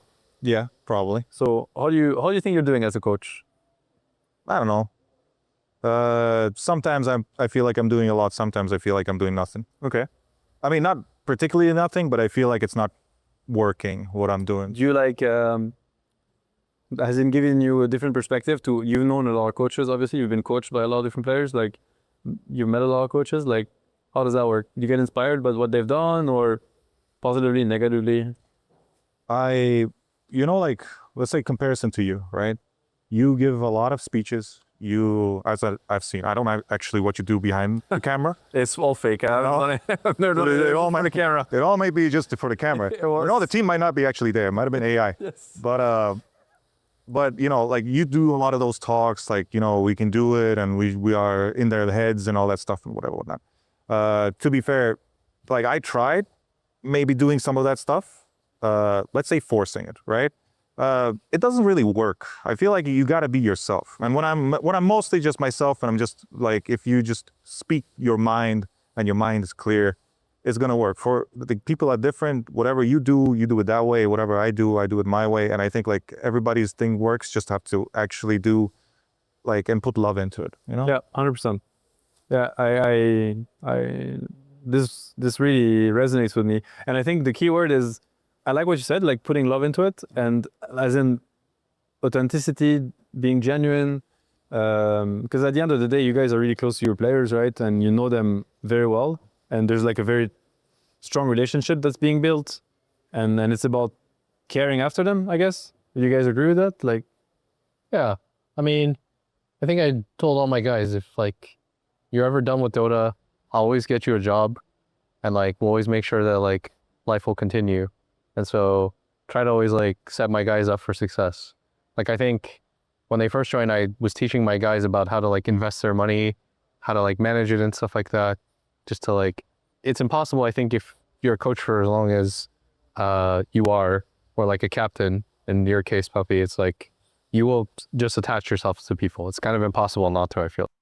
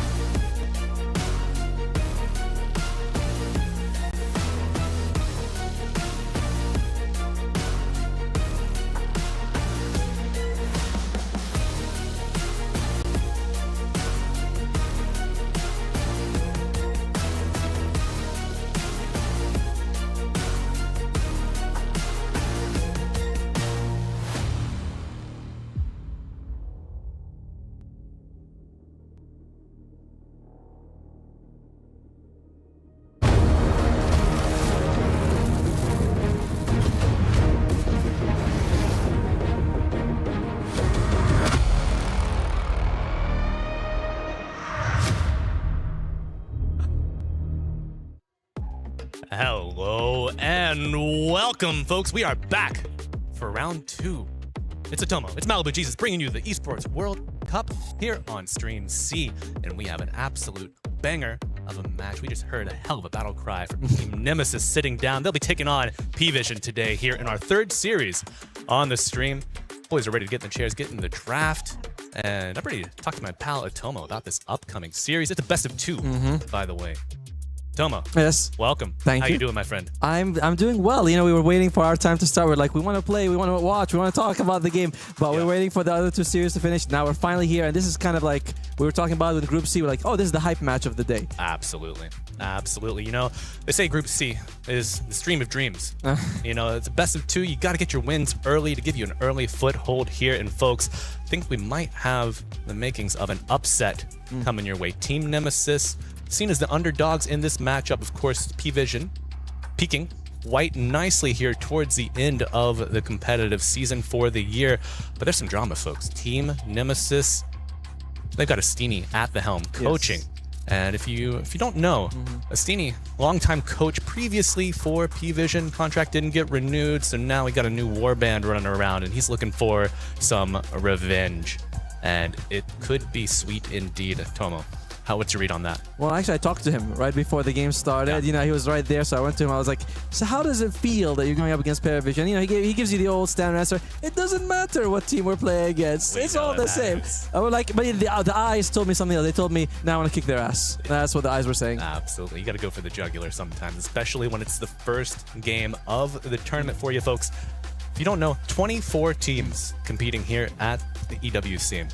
And Tomo, what does an early win mean for you against a competitive field such as this? I mean, especially for Team Nemesis, it's going to be a big one. You're up against P-Vision, which is, you could say, one of the strongest teams of the tournament right now. And they were, when I talked to them, they were like saying, it's kind of good for us that we're going up against the juggernauts in the beginning. Because if we lose, we can at least learn something, modify, adjust, and then make it better, like when we go up against the weaker teams. So they like the way the setup's going for them. So a loss against P-Vision, it's not so bad for them. Yeah. Absolutely. So Pool C, pretty strong in their own right. Mal's falling a little bit from grace from their previous competitive, stature. But P-Vision on your screen now, folks, you got a hell of a roster there. You got Satanic, No One, and the rest of them. Ducalis, 9 class, and a new offlaner. Well, maybe more of a solidified offlaner. Tell us about him. What do you got? We had noticed going in because for a while, P-Vision, they're trying to work things out with SS and wasn't quite gelling. They need someone who's very stable, someone who can play like sort of the aura heroes, who can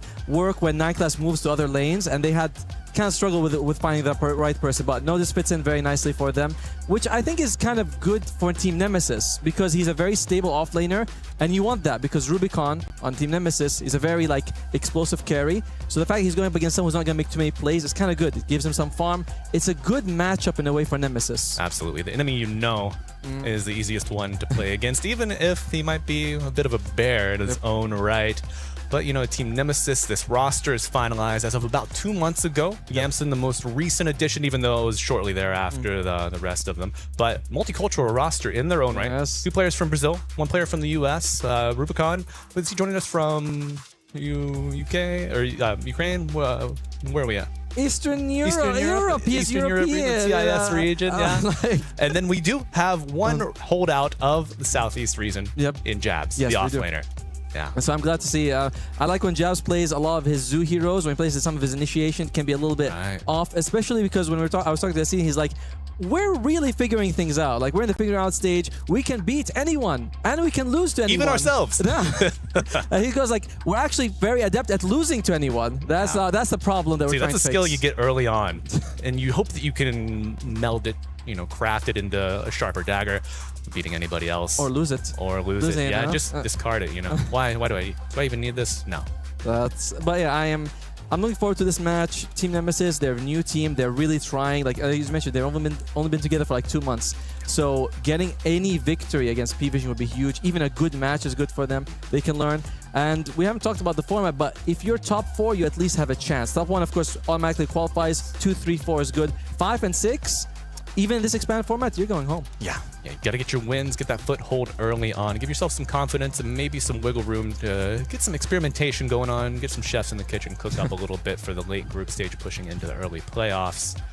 but also a bit of a change up for Nemesis. You know, they moved from SEA. Yes. And as the roster changes happened, folks were talking, are they going to remain in SEA? Are they going to fly everybody out? Or are they going to play out of South America? Well, folks, they qualified out of South America, the regional qualifiers for EWC, and they did it in stunning fashion. I think the best of 5 was a 3-0 win over Starbacks. Yes. 3-1 perhaps? 3-1, and they went through the lower bracket. But to be fair, they didn't have to go up against the 2 juggernauts of LGD and the P-Time. So it's like, it wasn't, you know, it was an open field. Like anyone could have made it. I'm glad Nemesis was able to do that. I'm glad seeing Lillis being, coming back to the scene, being coached by Astini. And we mentioned, of course, they have a Southeast Asian player, which we like. We like multiculturalism Love here. To see it. But LGD, as you mentioned, fought through Western Europe. Yep. Right? Oh yeah, that's true. A bit controversial. A bit controversial. You know, most of the time in the past, people thought, I'll go to SA, I'll poach a slot out of SA. Well, the leading export now, South America, is asking, and they're coming for your slots, so you got to keep them safe, guard them, hold them tight. But Atomo, meta starting to solidify here. A little bit of a change up in the recent balance patches, but nothing major. What are some early bans? What are some early picks that you think these teams are going to value? I know we've spoken about 9 class kind of getting the hammer from Puppy. He's like, you're going to play some conventional heroes in this 4 role, and you're going to like it. And he's excelled at it. You know, everybody's thought, is 9 class 1-trick or a 9-trick pony? No. He's deep in that hero puddle into an Olympic-sized pool.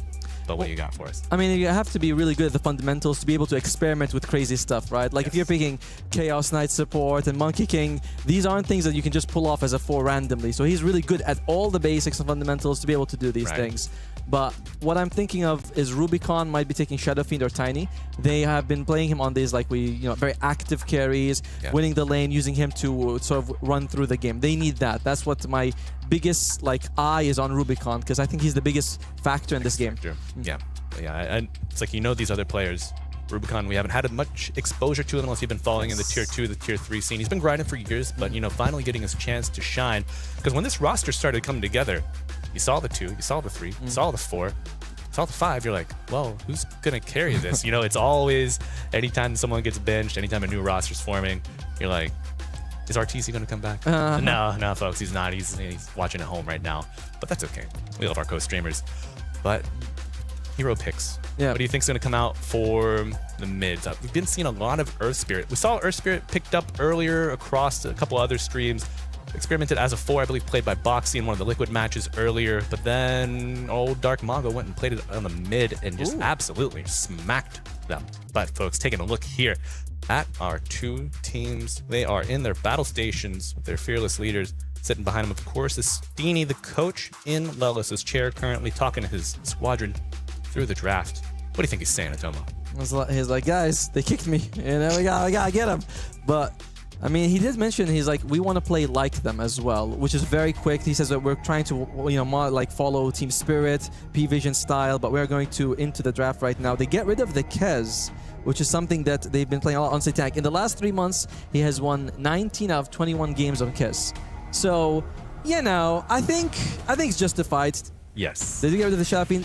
Tiny might be the first pick. It's something Satak's most played hero and Rubicon's most played hero. So both carries really like it. I don't know if you want to first pick your carry instantly, but it's one of those that's going to be very highly contested. Absolutely. Now, do you think you let it through, grab it, and then, maybe anticipate there's something in the water? We're not going to play it on the carry. We'll just throw it on the 4. Maybe throw it on the mid. Is there any room where that's worthwhile, whether it's valid? What are your opinions? I feel like neither one of these teams has been playing a lot of Tiny 4, so I wouldn't say it that way. Tiny right now with that Shadow Blade build, with the Echo Saber, you just go and burst people down. Scales well late game, is always very durable, so I like the idea of that Tiny is going to be the focus. Surprisingly, this means Lone Druid. We got one more ban. Is it Lone Druid? Is it Tiny? They take it to the Snapfire instead. Okay, Earth Spirit picked up for Nemesis off the bat. I think that's going to be our old pal Analog taking that in the mid lane. Analog on it. I feel like that's less likely. No, I don't think that it's going to be for the mid Earth Spirit. As you mentioned, we're seeing more as a 4, so not quite. Okay, so maybe Leslau back on the Earth Spirit, roaming around the map, level 2 at 8 minutes in, just still setting up kills nonetheless. But this leaves, Lone Druid and Tiny are both in the pool. kind of crazy. Yeah. You leave Lone Druid in the pool, they are very confident. Now, to be fair with you, I was looking at the numbers. In the last 3 months, Satanic has played Lone Druid like maybe once or twice, something like that. It's very low numbers, but that might be because it's always banned, not because he doesn't want it. Right, it's just to get through. Yep. So this is a very interesting choice by... I mean, it's bold, right? I'm going to give them what is considered the strongest pick in the game, and we're hopefully going to beat it. Yeah, well, if wishes were fishes, we might see Nemesis on a boat, but it will be the Lone Druid coming out for P Vision, as you mentioned. Now, any chance no one takes us to the mid lane? No, I don't think so. I just feel like it's gonna be something that Satanic has played. Again, it's not, they don't get their hands on it a lot for P Vision, so we don't have that much data to work on. But Lone Druid carry, standard, you know, it's like you see Crystal Main, you're like, oh, that's a 5, you know. So that's just how it works out. Yeah, especially with the Kez already targeted, knowing the SF can go to either no one or Satanic as well as the Viper. They've done that in the past. Just Lone Druid, maybe the obvious option for Satanic there, but no Skywrath. I'll go back and say that Tiny is very good against Lone Druid. Because you're able to find him in his human form, burst him down. You might need a little bit of help later on, so I'm not sure what kind of global presence they're going to pick to pair with the Tiny for later, but Tiny in general is not bad against Lone Druid. He gets the Agam Scepter, he's like by himself, no one's protecting him. Easy kill. Okay. So perhaps that coming out, maybe more of a global, maybe more of a vision-based, jump you on the backline kind of draft, catch you away from your team. So with you mentioning that, I am kind of feeling maybe a Nyx Assassin. I know we mentioned the Earth Spirit for Lawless, but maybe a little trick up the sleeve, an ace perhaps. Nyx Assassin for Lawless, Earth Spirit mid for Analog. They did ban out the Snapfire. Now, this hero made a massive shift towards the mid lane. That is where you're going to find it more often than not. But Lellis, outstanding Snapfire player in his own right. One of his signature heroes, as well as the Dark Willow. Almost caught him, as well as the Dark Lellis, but... Yeah, I mean, we see the Blink Shard on the Snapfire with the Boots of Travels, really good. So, I'm fine not seeing it. I'd like an AA actually. Give me AA and Tiny and try that. Kill the Lone Druid. Yeah, seeing more AA and folks, as we mentioned, Dark Willow, the signature hero of Lellis, stolen away from Nemesis by P Vision, picked up. Have you seen the 9 class? The 9 class Dark Willow? He hasn't been playing it too much. He's been going to a lot of Call and Rubik, but some of these teams haven't played for like 3 weeks, for almost a month. So, there might be a little bit of modifications. So I haven't seen it yet, but what is he going to do for that? That's going to be so crazy. He's going to go Ags into... Well, you mention it. Do you miss the days of Carry Willow, or are you still scarred by that? No, I didn't like that. I didn't like that. I was like, I'm glad it's gone. Yeah.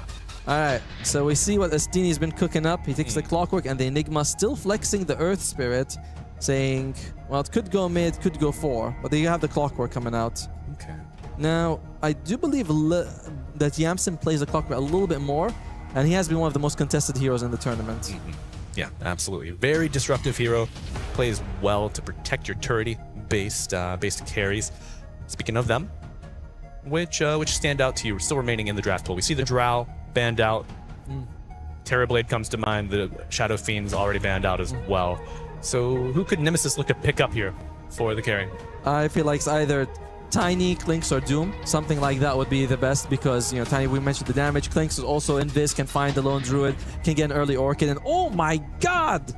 It's an Omni Knight! Look, Malibu, it's you in the game! That's me! That's me! A little bit of a beard, a little bit of a braid, and a mean mug to boot.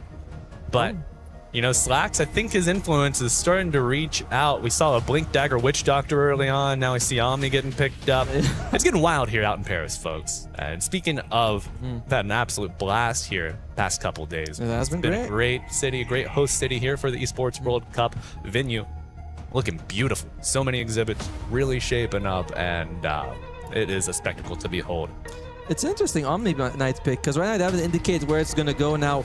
For, a lot of his career, Omni Knight was a sport, but then he became kind of, flourished in the offlane role. And we go Radiance, Echo Saber. Bomni Knight. Bomni Knight. Bonk in the head, right? Yeah, Boinky Knight even, It's unholy what he can do to people. That's right. So I like it's very flexible, and maybe we'll see that right now that P Vision can pick something like a mid to keep flexing the Omni Knight. So maybe no one's hero is Pango. No, Pango's not in the pool.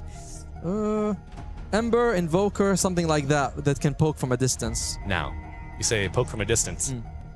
I'm thinking no one sniper. The old faithful. In case of emergency, break glass, the McKean gun comes down off the shelf, and an old body just walking down that mid lane, holding W, peeping him. He's taking a while with this one, so I would prefer... I think he's looking at me. I think he heard me. I prefer the Ember over anything else, honestly. I think the Ember for the poke would be really good. Hard to catch for the rest of the enemy team. They go for the Largo, though, instead.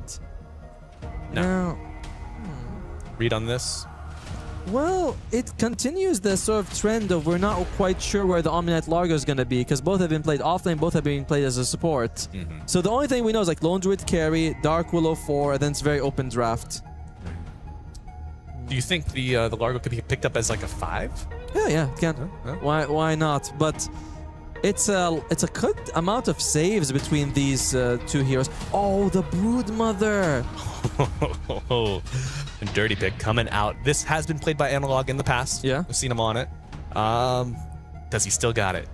I was expecting to see Broodmother the next pick, the next game by Suh, because he plays a lot for as Insanity. But no, and this one's coming out for P-Vision. Sorry, not P-Vision. Nemesis against P-Vision.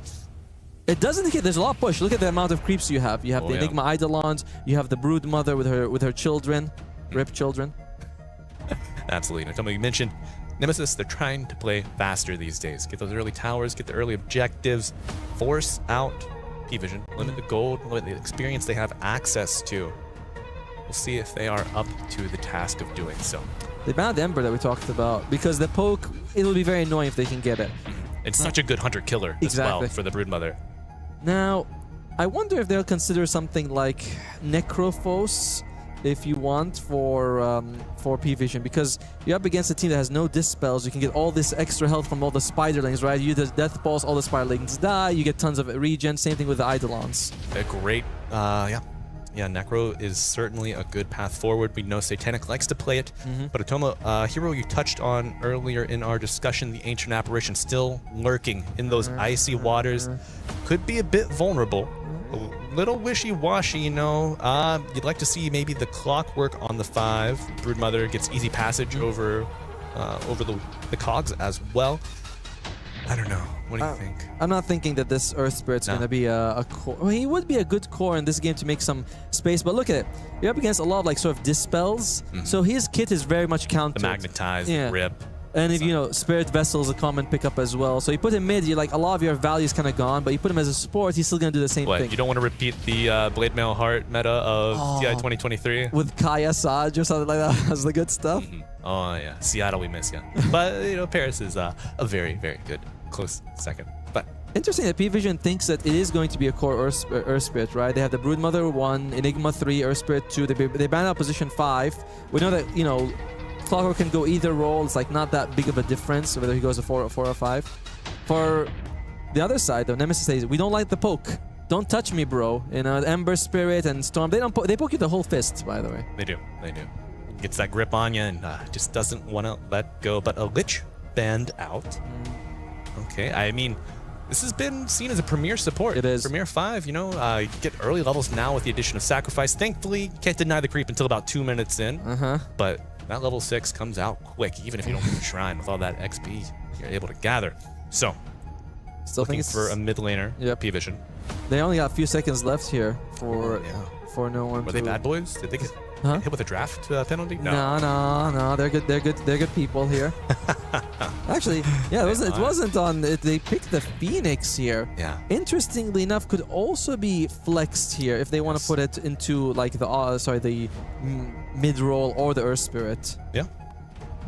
It's no stranger to a core Phoenix. However, still some vulnerable approaches to cracking this egg. All right, let's see on the other side. They only got 15 seconds here for P-Vision to finish up their draft. I think it's going to be a mid laner or something for no one. Oy, oy, oy. Yeah. Do you have enough to protect the sniper if you take it here? No. Puck. There you go, folks. Hear the passion, hear the fury. Vamos, caralho. All right, so we're not. It is going to be the mid Earth Spirit, and it's going to be the 5 Phoenix with the 4 Clockwork. On the other side, they did take a mid. In the end, it's going to be the Puck, and it's going to be the 3 Largo. I'm glad we're going to have a, I believe, 5 Omni-Knight. I've been playing this hero a little bit. I'm finding like he's really fun to play. Yeah. The shield's really good. His shard's fantastic. Absolutely. Purify plus Bear, then Tangling Root. You get rooted, you get hit with 2 attacks, boom, pure damage on top of that, and the Bear is healed back up. So if you go all in on the Bear early on, I mean, what? You've got the Eidolons, you got to spread them out, dodge the pure damage from that. Tough lane. I think it's tough. It's like interesting approaches from both sides, right? On one, you have this kind of quick push. You both, have, the space and the sun right now with Enigma and the Phoenix. Right, a very otherworldly draft. Right, the galaxy. The whole galaxy is in the palm of your hands. So it's a fast push with great team fight. On the other side, it's a lot more sustain in the Woodland Friends. Yeah, and like split push. You have the Frog with his save. You have the Omni-Knight. Puck is very hard to catch in a game like this. Yes, yeah. Puckish gonna be a bit of a nightmare. It's not as bad as it once was, but. You thinking an early Orchid here on Rubicon, or do you just need to Giga Farm? I probably can get an early Orchid, and then Puck is like, I'm gonna have to get a freaking Yule Scepter. But again, you have a Largo and an Omni. Omni does not dispel true, but he still gives you a huge amount of magic resistance and health regeneration. Absolutely. Now, teams looking to face off here. Quick question for you, Mechanics. Insatiable Hunger. Can that be dispelled? I don't think so. Okay. I'm fairly sure it can't. Okay. Yeah. So a bit of a boon there, where the Largo comes down and licks him up. Not going to take that away, but Frog Stomp could be a nice countermeasure. You want to see us on the waves. Insatiable Hunger comes out. You say, don't worry, I got my buddies. We'll see it in the game, right? Because I'm like not 100% sure, but I think that you can't, like, Largo can't lick off a lot of the buffs that you have. A lot of them are undispellable. Yes. So I think he's going to be, Mother's like, I'm hungry. And she's not going to be like, oh, well, I'm fine now. He licked me. I'm good. Like, no. She's still hungry.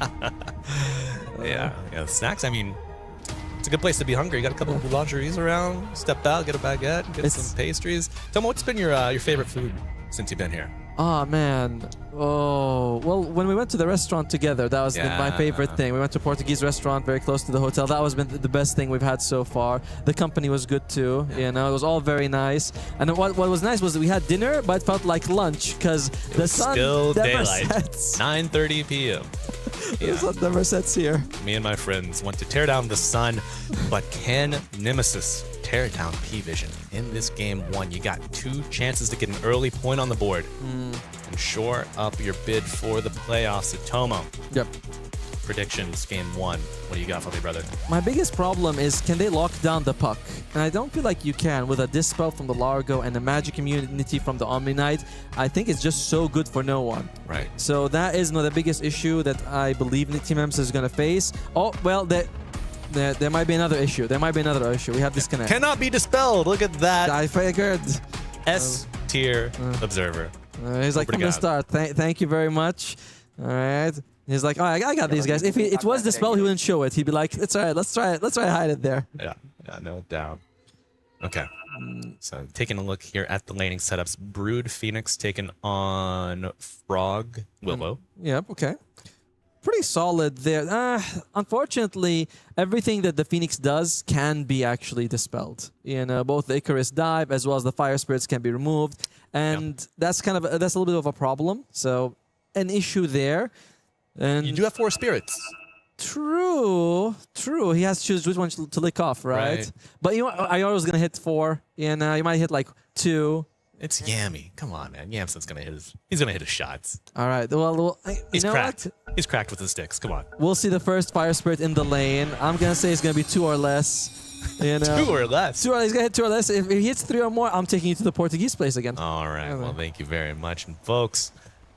We're taking you here to game 1. I'm Malibu Jesus, joined by my pal Atomo for our very first LAN appearance. It's been a long road, but it has been a sweet, sweet arrival here at the Esports World Cup. And I know Nemesis and P-Vision are going to give us a hell of a show here in game 1. They're not that amazing on P-Vision to stop a fast push. Eidolons have like a bit of extra magic resistance. The Broodlings can also like dodge anything from the Puck. You look at Dark Willow, Omni, unless something's there, the Omni doesn't really like do damage. Someone has to go in and sort of sacrifice. So I'm if Team Nemesis is off to a really good start, I do think they can overthrow P-Vision. Yeah. Yeah, absolutely. It's all going to come down to the lanes, though. Gonna have to play a really solid early 3 to 5 minutes before you can get any cracks at a tower or wiggle room accordingly. But Shadow Realm Purify, pretty sneaky. Yep. Entangle Purify with the Roar afterwards. Some plays available on the micro scale. The bear itself, right? Just like it's one thing you can always throw. It's like, if it dies, we'll just revive it. Has a longer cooldown than before, to be fair. But look at that, the bear's going. If he dies, he revives. But Bounty Rune's coming out. Beautiful cog, a little bit of hockey coming out. Or maybe a World Cup. Look at that, hit 3. Oh, good deny. Very nice deny there by Jabs, using the Eidolons. Very well done there. But it's still a P-Vision advantage, getting 2 to the 1 for Nemesis. But it's not 3-1, you know? Right.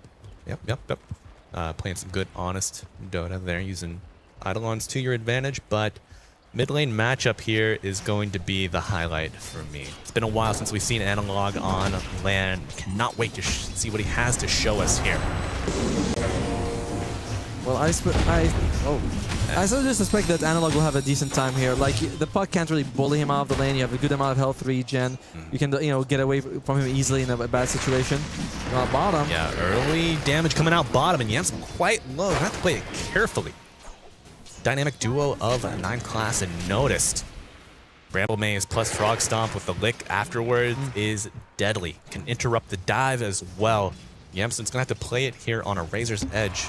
A great degree of caution. Gonna salve up early on. In general, like, the Phoenix has always been a hero that can do on the lane, but it's like if you do well, it's because your carry is doing a lot of work and you're just providing damage. Most of the time, I don't feel like you win a lane or lose a lane based on the Phoenix himself's performance. Right, you really got to lean heavily on the armor, the HP regen of the tower as well. Try to get them to take some bad trades early on to really maximize your spell usage, because those fire spirits, it's a long time before you get that second wave. We're open for the level 2 at level 3, but it's a long road. And no one escaping under the tower pressure. And folks, we're just seeing a bit of wave shove back and forth. Of course, trying to get their CS.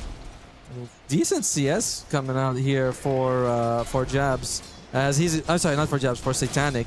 Jabs only got 2. I imagine some of it, though, could be cogs and Eidolons. So it's not, a little slightly inflated, but still. That's in the 11, 12 CS, nearing perfect if it's not artificially inflated, as you mentioned. Side lane play going on, about less than 9 creep camps. But mid lane, going to be a 1-for-1 water rune. Both cores have their bottle ready to go. So far, though, they are coming out a little bit behind on Nemesis in both their carry and their off lane right now. It's not going too well for Rubicon with only 5 CS, only 4 coming out for Jabs. So not ideal, but it's fine. It's, we haven't entered in a scary situation just yet. Yeah, well, the Shadow Realm hit might just be enough to force Rubicon.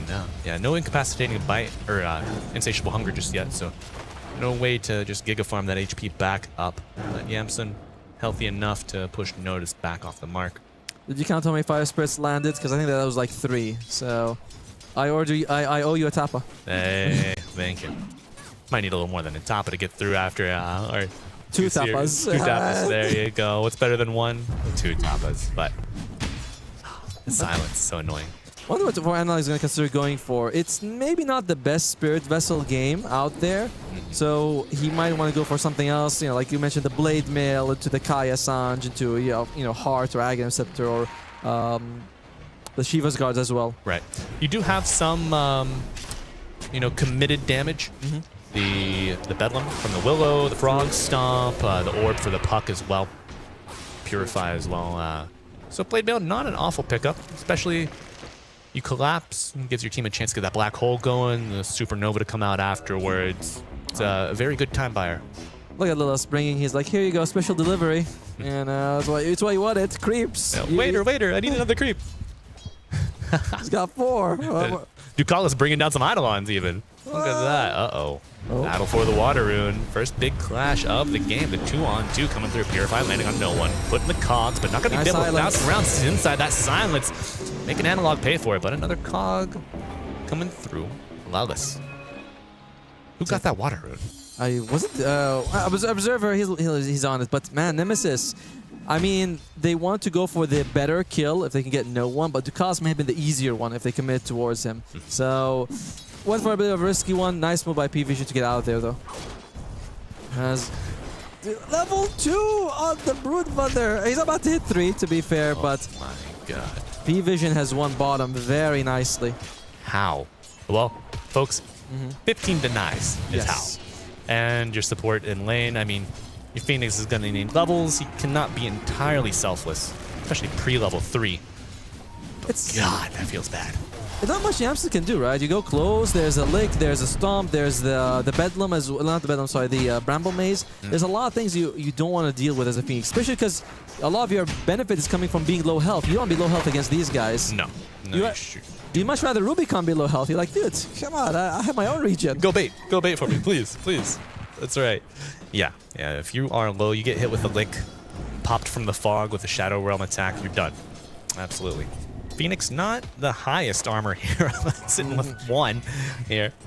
Poor guy. If you hover over, it'll be like 0.8 as well. It's not even 1. Yeah. It's just like almost 1. It's like, well, we couldn't give you a 0.8 here. We had to round up, but it calculates as 0.8. It just displays as 1. Decent damage from Magas. That ward giving them good vision, and Magas is like, okay, there's no way he's landing it that well against them. Whoa. In the middle of the bramble, gonna go diving forward. Blood grenade may have been a little off the mark. Right clicks mounting first blood goes to 9 class. A little late. That is actually the slowest time so far of our first day of play here at 5 minutes and 49 seconds. Patience from both sides. I really like how nice class he was getting hit by fire spirits. Like, there's just something's off. This guy should be landing these fire spirits. Puts down a sentry, finds the D ward, and gets a kill right after. But notably, Hitomo, he waits until after the scuffle, the D ward. So he lets them go for the play with the obs still intact. Gets the kill, denies the vision. Rubicon, does he know no one's around? Now he knows. I sure hope so, yeah. Yeah, Yamsen just back from the dead, looking to return to the grave. No one going to pick up the kill here. Orb scouting forward, may have gotten a glimpse at the Broodmother, but apparently not. This is a brutal lane, level 3 Brood at this stage of the game. And the other side's level 5 there on Satanic. Yeah, top side looking a little better. Enigma, of course, level 5. When you got Lelis in your lane, you're going to have a good time. He's on your team here. A little bit of snap region coming up for Satanic. The Bear not looking too healthy, maybe a little anemic. Lelis unable to interrupt the TP. Analog arriving top side looking for a kill. Bear is resummoned somewhere else on the map, and looks like this tower will be yielded by P-Vision, but news for Nemesis. Your mid tower is under attack. It's fine. I mean, Nemesis, they'd love to get the Satanic kill, of course, but getting a tower out of it is still decent. And I imagine Jabs is going to go for like more of the aura build. He's got the drums, probably Boots of Bearing, then we'll see afterwards if he wants to go for like Blink Dagger BKB. They don't really have anything that pierces BKB on the other side. Yeah. Isn't it wild that more often than not, the first or main aura that we're seeing on our cores is drums? Yeah, Boots of drums to Boots of Bearing. That's crazy. What a shift. Yeah, look at that. Average time 10:30. Look at that. Ducalis eating some cogs for lunch. One nice thing though for Team Nemesis is if they group up, their early team fight is better than P-Vision. The issue is the levels. Oh, here we go. Okay, well, let's see if that silence is enough damage lasting. No one low, but a repel. Helping him out. Body block. The rune is up, but I believe it's top side. Gonna be a battle for it, and the Curse Crown does land here. Yamsen thrown to the wolves of P-Vision once again. Lelis even entrapped in the brambles, but will he fall?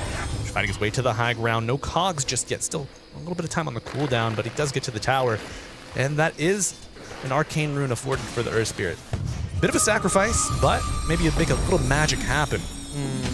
At least they were able to use the coil. What I love about what just happened is that as Analog was rolling through with the Cursed Crown, he stuns Yamsen. He's like, "Are you having fun?"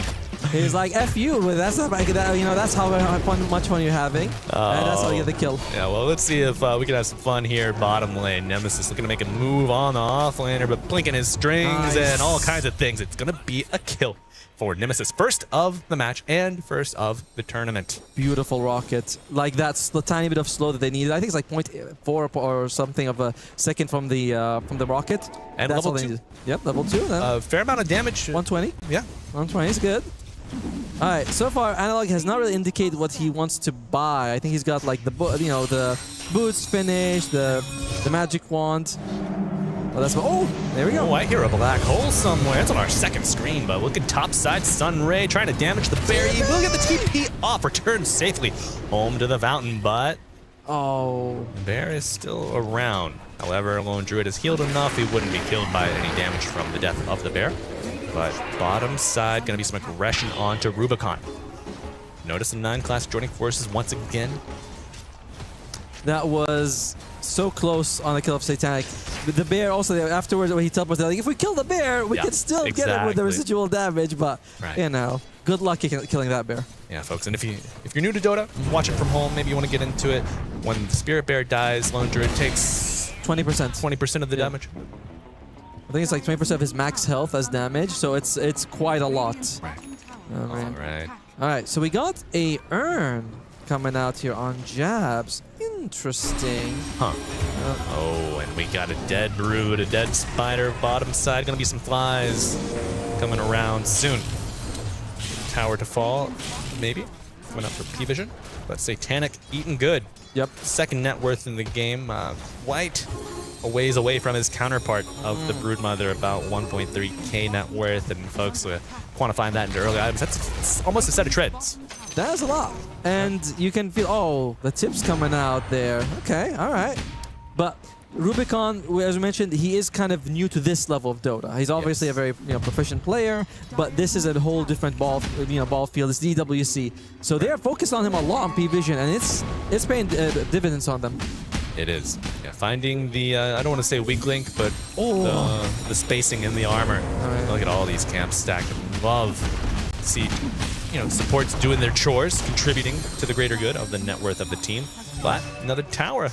Eidolon City, the zoo is back. Yes. The zoo is back, folks. That's Nemesis' biggest strength so far, because they still don't have their ultimates on like Yamsen or Lilith. So there's no hook shot, there's no egg. Once they get that, team fights become a little bit easier.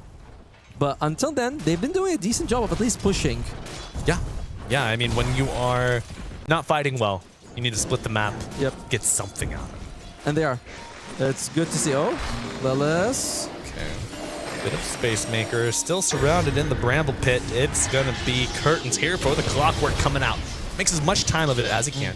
Pulling 3 heroes to share in the golden experience. Sharing the love. Nothing brings the team together like being the same person. High fives afterwards. We really got him. Talk about it over ice cream. That's right. Oh, you remember that time we killed Lelis? All of us? Those cogs did nothing.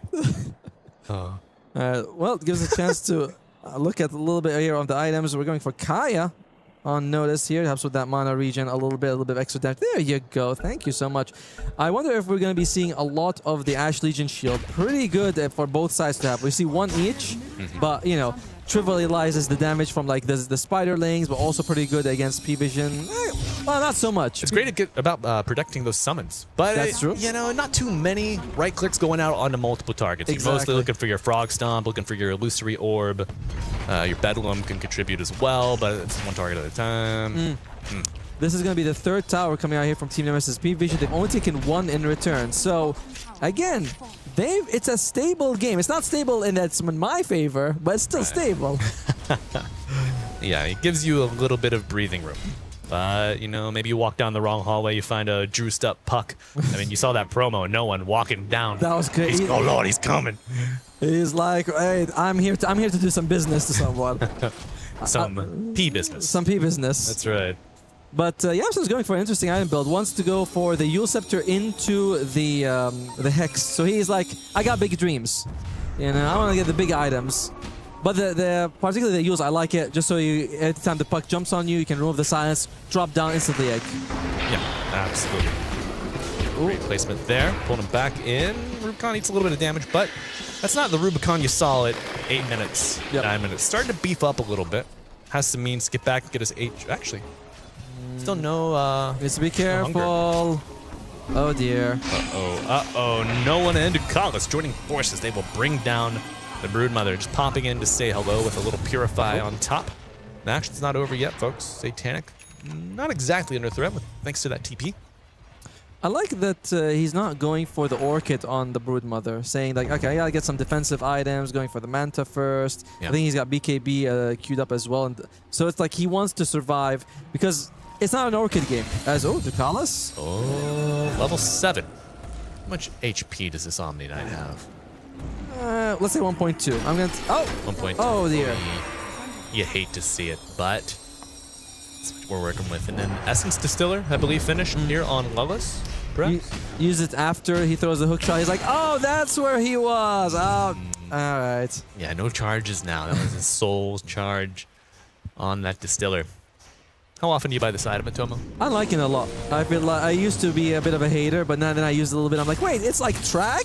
It's like Add track. a blood grenade? And a blood grenade. I kind of like it. Yeah. And I can heal my friends with it. Not that I ever do, but it's an option. You never play party stack, Atomo. Who are your friends? No. Who are your friends? I mean... You think with all of us here, we'd queue up, but we just don't. Yeah. What can you do? Now, so far, let's look at the win percentage, because Nemesis, again, they've maintained this 2,000 to 3,000 gold lead, gold deficit the entire game, but it's not the best situation to be in when you know the enemy's got lone druids. Right. Here we go. Here we go. Hook shot, not quite to safety. Analog rolled through, interrupted the escape, and Clellis is going to pay for it. Suffering at the hands of P-Vision, led by no one, getting the kill. I think he was hoping to get a hook shot on Analog after he lands, but he kind of got him too early. Yeah. So just stuck to where he was. A little bit unfortunate there. Yeah, it could have hit Analog a little further out, but maybe the jabs on the Enigma as well. Oh my god, look at those Eidolons, just like popcorn. All right, here's the thing. They do have good percentage damage on Nemesis between the Sunray as well as the Midnight Pulse. So even if they fall behind and the enemy has a lot of health, you're still doing percentage-based damage. You're just doing more damage. Yeah, you're doing a good amount of damage regardless. But I gotta land the spells. They got one kill. Yeah. Well, we have not. We saw one black hole. We saw one. Satanic reveals himself. Could be Showing on juicy. the waves. Could Good be silence. juicy, and it's worth the squeeze. Satanic dead for over 40. Now, catapult as well. So maybe using the catapults to draw out the cores, forcing them to shove on these waves. You're in the right place at the right time and making magic for yourself, and no one losing the man off the cog. Look at the orb to the right side of the fight, pops over to it, but Rubicon on the chase, protected by Ducalis. No one returns a volley, but the fire spirit's adding up. Attack speed slow, shielding is active, and we're gonna go in. Another coil coming out. Magnetize, not used yet. Still holding that ace up their sleeve. Big team fight ultimates being held. They lose the Willow. Nemesis striking back, but Atoma, as you mentioned, that 2K deficit still floating between the two teams, and that was with Lone Druid off the map. It's still, I mean, you can still walk away pretty happy on Nemesis. They didn't use Egg, they didn't use Black Hole, so they didn't really have to expend any big abilities, and they get a tier 2 out of it. The issue remains that no one is somewhat uncatchable at the moment. Yes. And they're really like, how are we supposed to get the guy? Well, I would direct you to Yamson's buy. The sheep stick.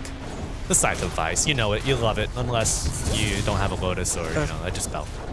Yeah, about that. Well, he's got a Yule Scepter first, and that's the correct option for sure. But yeah, no one will be the biggest issue. Probably best to just ignore him and focus on other people on P-Vision first. Yeah, agreed. It does a lot of damage. Poking.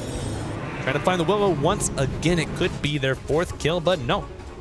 Safety of the tier 2 and Largo. His healing humming tune. Did you see what he did on the Yamson? He's like, I don't want the Eels. I want to go straight Hex. I like this.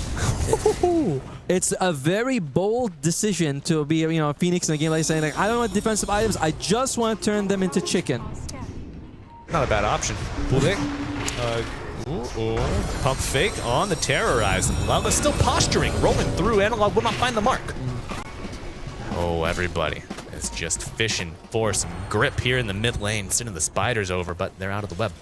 And Atoma, we mentioned, you and I discussing just kind of a shifting of the meta, the developments we're seeing. Games are pushing longer and longer these days. Yep, I like it. Unless you stomp. Like we saw game 2 for Aurora there.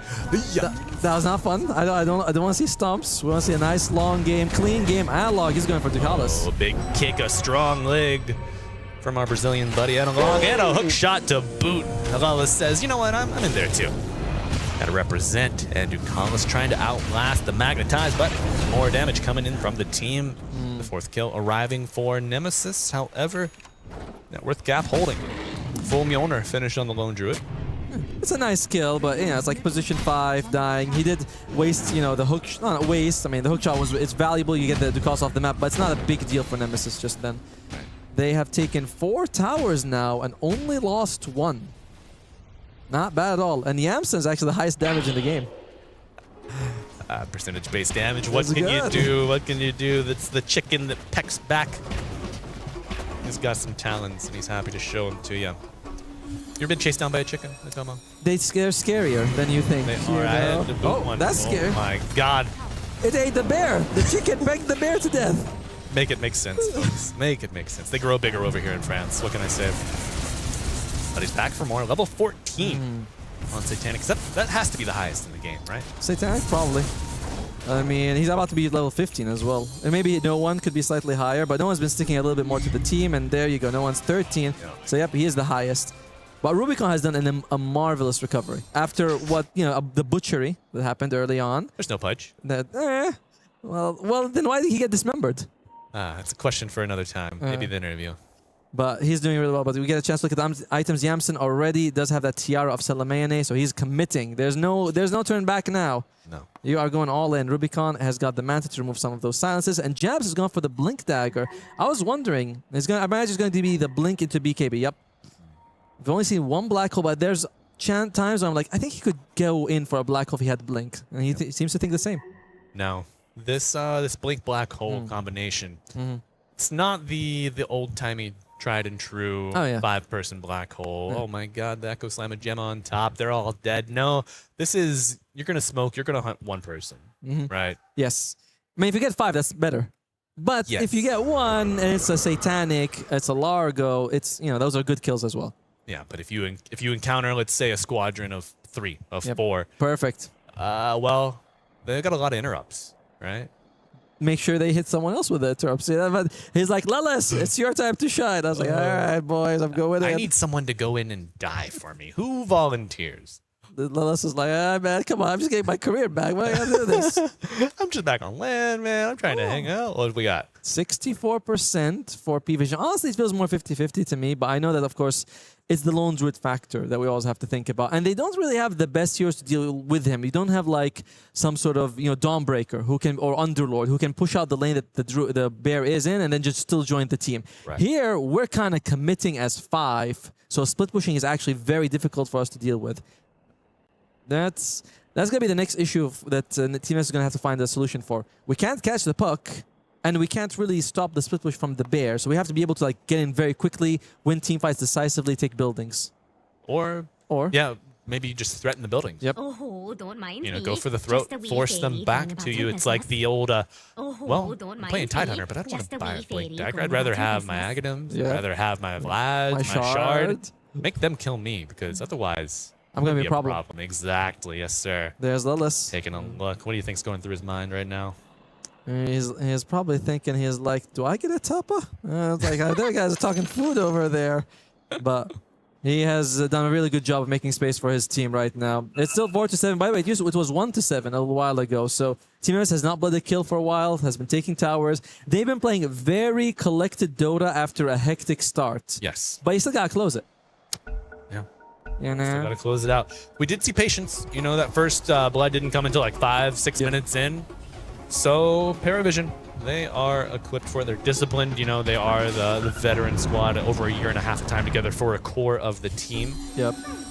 BKB is coming out soon for Analog, for Jabs, and I believe Rubicon's also going for his triple BKB. Not much that they can do on P-Vision for that. That is a huge timing when Nemesis gets it. Oh, there's one of them. Oh. Is it worth getting the bear? It is very worth to get the bear. If you can get the bear, you get the bear. What about committing black hole? I mean, I don't know if you want to commit a black hole for a bear, because then it gets resummoned and you're like, well, that's not great. Take a swing, but maybe, you know, the big guns at bay. Yes.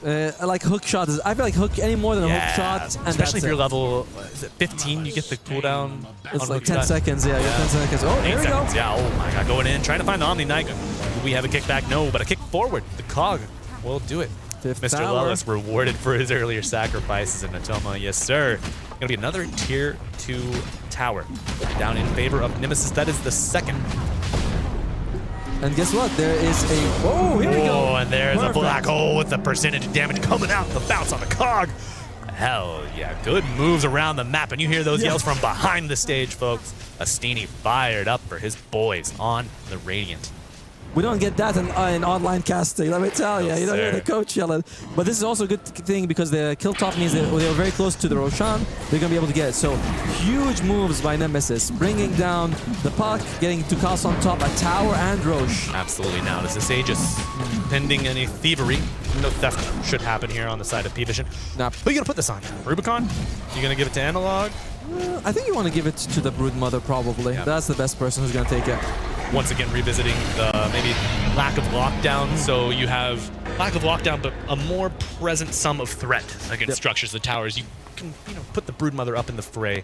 Go hit, and she's like, how about I let my children do it for me? Like, well, all right, as long as the tower Sounds goes down. familiar, Tomo, huh? You're just banking on him to grow up. I got to the new one. The new one's not going to grow up for a long time. But he's got to start carrying his weight soon enough, right? Soon. Yeah. Start walking. Just attach attach a cloth to him, help him off the floors. It's a little mini Roomba, right? You shouldn't. That's his middle name, right? No, that's not his name is not Roomba. No. That's a good one though, right? It is a good one. God, folks, what would you do if your parents named you Roomba? Probably walk around a lot. Yeah. And we like walked around a lot yesterday. Yes, Day we did. before. My feet are hurting. But right now, I think P-Vision is the one who's hurting more. Look at that. They are going to go for the Tormentor. I believe Lilith already has his. Same thing with Jabs. So it's probably going to get... Phoenix would love it. Yeah. A little extra sun ray, some more mischance coming out. Oh, the mischance was removed, by the way. Sadly. Ooh, Dying Light, though. There's a talent, I think. For That's it? 1% mischance. But whoa, I hear a coil. And speaking of Dying Light, it is extinguished. Either way, a good kill getting there on Yamsen, but it's still a victory overall for Nemesis. We get the Tormentor, you get our position 5. He doesn't use Egg. We're all right with it. Yeah. And yeah, but that free Sun Ray when you Egg, so good. Absolutely. And look at that. Yamsen had the most painful early game out of all of the supports, but now he's King of Smallville. There you go. Do they get it? Spider in the web. Looking for the bear. Oh my god, turning around and fighting back. That Mjolnir proc doing a lot of work here. Especially those Eidolons pumping in. You know, Ice Frog sees that, he's like, I'll add 5 seconds to the bear's cooldown, that'll solve everything. My finest creation. It's like, this is fine, this is how I intended it to be. Dude, the carry goes against the summon, and is like they're very close in net worth as well, and he brings it down to like maybe half health, and the bear turns around and swipes him a few times. Insane. His claws are sharp. Yeah, and reminder that P-Vision just first picked the bear, because Nemesis was like, yeah, you can take it. Yeah. You know what you're getting into. Maybe relying on the mischance of the incapacitating bite, but...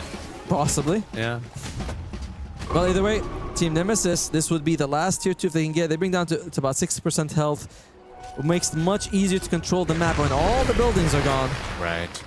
Do P-Vision want to defend this tower, or do they just want to stall? It looks like they're stalling. Look at Noah. He's at the top lane. He's just split pushing with that puck, and knowing that no one can catch him. And what does he actually have on this puck? Well, Atomo, this is how he died last time. Trying to push out that mid wave. We saw the Enigma show up, get that black hole, and you do see purple. Mr. Jabby. Mr. Jabs, yeah. What's he got? He's got no defensive items. No one. Very confident in his team, right? Like no Yules, no BKB, nothing defensive. Just blink into a Parasma. Trust. You got the repel, you got the lick, you got the terrorize. Resets available. I guess it's just an exercise in recklessness, maybe. It makes it riskier for you to split push by yourself because you're not gonna have Ducalis with you when you do that. Right. But now, if you are the split push threat, well, let's put that discussion on pause. Bear kicked back. Lullis on the side, a hook shot in, trying to bring down the first life of the bear, but Lullis getting those claws in his backside. Mark of dishonor as the clockwork balls going in. They get the first life down, and the Aghanim set. No, not an accident just yet on Ducalis. Forgive me. And Egg will pop, hitting absolutely nobody. No one. Jab's coming. On the side. Jabby Wabby. What do you got for us, buddy? A blink, a dream, a black hole perhaps, a silence again on the bear, but ultimately to no effect. Interesting. Rubicon, even though he had like set up to go for the BKB, he went for the butterfly instead, which is fine. But we mentioned there's not a whole ton of physical damage on the other side. It's just the bear. Right. So, but whereas the BKB would have been a solution to all the spells coming out. Do you think he's anticipating the right-click damage of the puck, perhaps? Possibly, but I think the Parasma hit is actually True like strike. Yeah, it's True Strike. So I don't know. It's an interesting choice by Rubicon, but he knows the hero much better than I ever will. I know that the poison touch attack of the Orb of Venom. Oh, that thought. Nice hook shot coming in, looking to disrupt. Well, this Cog Hockey, does he get one? No, thanks to the repel. It's a black hole. Oh, tier 2 demolished. No Aegis to play. We'll dispel that. All right. Take the tower, lose the Aegis. Aegis was about to time out in 10 seconds. Of course, this was from an earlier fight, but it's fine. Like, the Aegis was used the way you wanted to use it, basically. Yeah. I mean, you'd rather win a fight, but if you're going to use it and come out even, it's okay. You know, beggars can't be choosers, right? You just got to kind of roll the dice and see where they land. But, Satanic, what are you working toward now? Oh, man. He's going for a Silver Edge. Oh. That's nice. I'm dishonorable. I'm still shocked every time when there's a patch comes out. I always go down to Lone Druid. I'm like, let's see what happened. They go Savage Roar plus 2-second cooldown. You're like, really? That's it? That's what you thought was the problem. The Savage Roar, or when he goes like the scaling of his death. He adds like plus 2 gold or 2 XP when he dies. You're like, well, I guess that's fine now. But what about level 1? Level 1. Oh. Oh, the bear. See the bear looking for a little clockwork, a little keen here, and his suit will not be enough. Oh no. What have you done, Yemsen? Stand still for your boy. Oh, Analog. He gets silenced up. He's going for his rune helpful. He's got a gem. He's got to be careful here. BKB ready with the magnetize as well. 5 stones to play. But will you throw them? They're really struggling to deal with this bear. They are really having issues. We kind of talked about how no one's hard to catch, and the split push from Satanic, but it's just the bear itself. They're like the bears. It doesn't need to do it. Oh, look, Hex finished up on the Amson. That's nice. That's gonna help. That might be the earliest Hex we've seen on a position 5. 28 minutes. Not due to a great game state for him, perhaps, but just sheer dedication, maybe stubbornness. It's a good thing. They need it, though. It's a great catch against no one. Now they don't have to rely on a hook shot or a blink black hole, which blink black hole, by the way, very right. It's got to be the second or third wave. Gotta be. So are you thinking dive hex? Dive hex is the that's a good option along with this. As long as you have more options, one of them is gonna land. Right. But it's the bear. The bear. You know, like. And folks, if you're curious, he said the bear 12 times. Oh, really? Well, okay, I have one more if you want. I should call him Baloo, you know, like Baloo's coming for you. Do you know about the Chicago Bears? No. Team? American football team. There you go. That's what I figured. Yeah. But this bear, he is tearing them a new one right now on Team Nemesis. Now, they could wait for the next Roche. They've taken all the tier 2s, but they're not actually able to exert map control. That's when when it starts one team, pulling ahead. We got them in their base. They got no tier 2s. They can't go out. But the bear don't care. No. You know? No, certainly does not. That Aghanims, the Shadow Blade, makes it very pesky. Just able to hop in a hidey hole and wait it out. Go next. And with the Shadow Blade, everyone's like, where bear? Where bear? Where bear? Is he here? Or is he there? Is he over there or under there? Where? Exactly. Who, me? Well, they had the vision, so they're able to get rid of that ward here. They smoke up on Team Nemesis. We've seen one black hole. No, I think 2 black holes this game. Yeah. One got a kill on no one. The other one was, well, the puck no one. Right. And the other one killed no one. Well, I would like to, recapitulate here on this gem pickup. It's very good. Very good. I like it. Especially when you are knowing that the enemy team's relying on the split push. They're looking for some vision to cover their tails, especially lack of defensive items picked up on no one, as we pointed to earlier. So wiping out that vision, going to be the next step in maybe securing the next Tormentor. It's not just not just the wards, but the bear itself, right? As it passes through, you see it, you're like, all right, we can kill it. I think there's a Glimmer Cape on Ducalis, so that solves that problem a little bit. Not that's the biggest issue, but Adds up. Yeah, all these small things. Right, just like the Hex on Phoenix, another option of approach. It's another option of escape. I feel like dewarding with a gem is slightly less relevant than a Hex on the Phoenix. You know, like there's like a little bit less. Oh, no, sorry, the Glimmer. Yeah. The Glimmer. Of course. Yeah. An avenue of invasion versus an avenue of escape. Oh, we got the bear. Finally, some action. Take down this damn bear, boys. Hell yeah. Do we have a resummon? Of course we do. Resummon in 1, 2. I was like, don't worry about him. He's got there. You can see the bear in the minimap. He's right there. Oh my! And you can see Analog getting the business end of the puck. To pop the BKB here, breaks the coil, going through. Avoid any damage incoming. P-Vision has respected Team Nemesis team fight. All right, you got to magnetize. You can contribute that from afar, but no. It's going to be a state of reset. I think both teams are aware whoever wins this next fight will command the next 10 minutes. That's critical. Yeah. And like P-Vision, we have the split push, we got the bear, but they have the team fight on the other side. It's Black Hole Egg. Black Hole Egg. It's my, we have a Dota cover band that plays after hours, folks. If you want to see us, just pop up behind the venue. They're popping up behind this tower, looking for a kill on the bear. Well, not Jabs. I think he's gonna go for it fairly soon. He's been holding on. He's been itching to use it. Come on, Jabby. You think left jab or right jab? Right jab. Right jab coming up, but the tower down. No more T1 to fight around in the mid lane. Notice singing his song, frogging along, looking for a target. He is the first point of contact here, unless Nemesis are able to wrap around. I mean, it's been 31 minutes. I know he's used 2 black holes, but Jab's very conservative with it so far. Not willing to really just throw it out willy-nilly. You could say he might have been able to use it once or twice extra. Like the cooldown is, it's not 10 minutes. Right. It's 3, but he has been conservative. Yeah. Well, I mean, no black hole. That opens the door for 3 minutes of terror. Yep. From P-Vision. It's kind of like when if you play Dota 1, you had this command for Pudge. It's HA, hook accuracy. Every time you miss, it goes down. So he's like, I got my BA. And right. Black hole accuracy, gotta keep it high. My BHA. Oh, university man, huh? Keep PMA, keep Good. BHA. Yeah. You know? Now, where are we gonna look here for Nemesis? They smoked up. Is anyone nearby? We're only seeing their vision right now. And there we go, that's one. Oh. Do we have a second one? Conflict brewing. Well, gonna lick him back. And the BKB active, gonna give him a way to escape here. Back to Ty's committed, but a reset from both teams, healing him up. Yeah, so gonna have to pop the egg. Keeps that sun ray going. Satanic looking for the egg, but the black hole in to cover it. Not a black hole, but a Malefice instead. And the bear very low, getting brought to its knees. All 4 of them. Resummon instantly. Yeah. But no black hole used. They can still have one option here if a team fight were to break out. Nemesis is very careful with it. They're like, no matter what we do, is we want to only use the black hole if it's absolutely necessary. Like he jumped into Malefice just to make sure he gets it on the bear. Very nicely done. Absolutely. But Roshan's up. That is going to be the next point of contention here for both teams. What a good word, contention. But without contentness or content. Oh, Aeon Disc. Tomo. Huh, sorry? You feel content? Very much so, now that we're here. Would an Aegis make you feel better?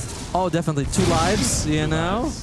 I'm just a Tomo. You're Jesus. So, one of us should get the Aegis. Yeah, it takes a couple days, though, Not exactly overnight delivery there, but, I don't know. Does it mean cats have 9 Aegises just sitting around? They have to have a big shelf for that, right? That would be a lot. As by the way, no one, he's got the Aeon, 2 Aeon discs. Hook shot onto the Willow. 2 Aeon discs at play. But, So puck, Aeon disc, Noticed. bit of a cheat code. Oh, and notice as well. Yeah. However, all outgoing damage nullified. Yeah. Reduced completely or reduced to 0. Yeah, reduced to 0. Now, this is interesting because when you're playing against like Faceless Void or heroes like that that have this big AoE spell that you can't dodge, Aeon Disc is a solution. So they're thinking, all right, the black hole, it's coming, and we don't want it to rip us to shreds, so we might as well dodge most of the damage. Oh, Lilith. Speaking of shreds, there was a clockwork there. Now no one going in for the coup de grace out of black. Cole is waiting at bay. The BKB going to be a ticket out for Analog. Rubicon. However, the pursuit is hot, and it is on. Roll into the high ground. Rubicon will be nice seen. hex. Yeah, beautiful hex, but it's reflected. Lotus Orb from Notice. And does he have a shard on the Largo?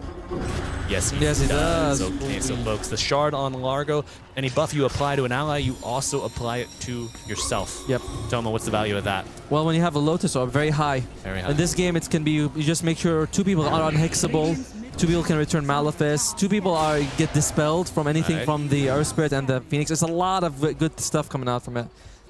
Now, they want to proc the Aeon Disc. You can see Nemesis, they're poking them. They're like, just come on, man, just pop the Aeon Disc so we can actually fight. There's also been another issue. Can we look at the levels? I think Nemesis, because they've been sticking around with each other for most of the game, you can see the levels are a bit lower. Like you have 14 on Jabs to the 18 on Noticed. Yeah. Oh. 22 on no one as well. No BKB this time for the Earth Spirit. However, Rubicon's got his ready to go. But the Guardian Angel gonna save the Bear of Satanic. And now, Bear turning back around, but no one. Aeon just popped. He goes in. Hook shot hits Notice, trying to limit the effect of the frog, but Clockwork will fall. Support in the middle lane are dead for Nemesis. And P-Vision are striking true. It is entering the territory of like Jabs, man. We gotta get that black hole, buddy. We do. Like it has been no joke, what, 15 minutes since the last black hole, and I understand he wants to be very careful with it. He does not want to waste. He knows it's an opening. If he throws it, it doesn't catch on P-Vision, but sometimes the black hole is bigger than the threat of the black hole. It is. The actual black hole is the thing you want. We love the adage. We love the saying, but what is an idea if not employed? There you go. Yeah. A fantasy, maybe. I don't know. Taking a look here. Powered by our sponsor, Lenovo. Looking at all these ults coming up. Got something to play with. Got BKBs active 2 of the 3, but that is the sound of Roshan falling, and it will be an Aegis awarded to no one's puck. We have, this creates another issue. Aeon Disc and Aegis on a puck that's very hard to catch to begin with, who's going to be licked and has the Heavenly Grace on him. Team Nemesis, they're in the situation where like, how do we actually get kills? Right. Well, you're probably not going to kill the puck. No. Not going to kill the bear, not going to kill the Largo. He's got it. There you I believe go. this is the black hole. It starts sucking people in and does percentage damage as well. Yes. Okay, well, let's see if it's enough. Fights a brewing. So is a Storm, but Rubicon popping that BKB, healing up with this Q. Right clicks, mounting the Bear of Satanic, force the BKB on its own. Goes back out, the stun landing, but Guardian Angel. A lot of work here. The stun from the Coil Snap, and the Brood will fall. Dead for 70. Egg, too late. Black hole, undisposed. Cannot be bothered to throw it with that R button. It's all hand raises and shoulder shrugs over here, folks, and no one going in. Silent in the Enigma Cogs will land once. Will they land twice? No. And the Bear is pushing the mid lane. No risk at all for Satanic to do all this. And they are able to bring down Rubicon. Egg was used, but as we've seen, the team fight has not come out for Team Nemesis. I don't know if it's because P-Vision has been doing a great job of like splitting them apart, but it has hurt them. Yeah, that magic of minute 15 through 25. Yep. It's dried up. The well has gone dry. I wouldn't say it's quite poisoned just yet. It's dry. But it's dry. We're waiting for a nice little rainfall to come back and refresh the roster of Nemesis. 38 minutes here into game 1, but this deficit is serious. There you go. He's going to use it. Yeah, TP interrupted, no BKB available. Will he have any avenue of escape? Taking boy, but the damage mounting. It's a roll off to a little alcove, a little island in the sun, but it's an island with no one on it. Yes, it is. Yeah. But I mean, I guess you make some sort of space for Analog. Analog doesn't expect anyone to be there. Kind of TP's in the middle of the lane. You know, that's a very much of. I don't think anyone's here, guys. No one's here. Uh-oh. I found him, guys. All right. 38 minutes. Tier 4 neutrals starting to get into play. Nullifier going to be the item of choice for Rubicon, saying, all right, I see your Aeon Discs and all these other abilities you have. I just want to remove them. It's nice. Okay. Looking for the scaling. You know, we've seen teams lose, just not having routes of itemization, late game potentiation. But Nemesis, okay, let's see if they can meet the challenge of the hour. P-Vision arriving at your door. Let's notice about to hit level 20 as well. And oh, nicely done. Dukas finishes his Ag Scepter. This gives you global ultimate as well as extra health regeneration. Use it. Yeah, you've got two people that can just sit in Fountain and play the game here. Yes. Amazing. But Rubicon forced to BKB here. Will he be able to heal up? The right clicks land, but no one figures out the clockwork, and the heat is on, folks. They're looking for another kill. They do find the Brood Mother under her own tier 3. Late egg, no black hole. What is happening? Nemesis.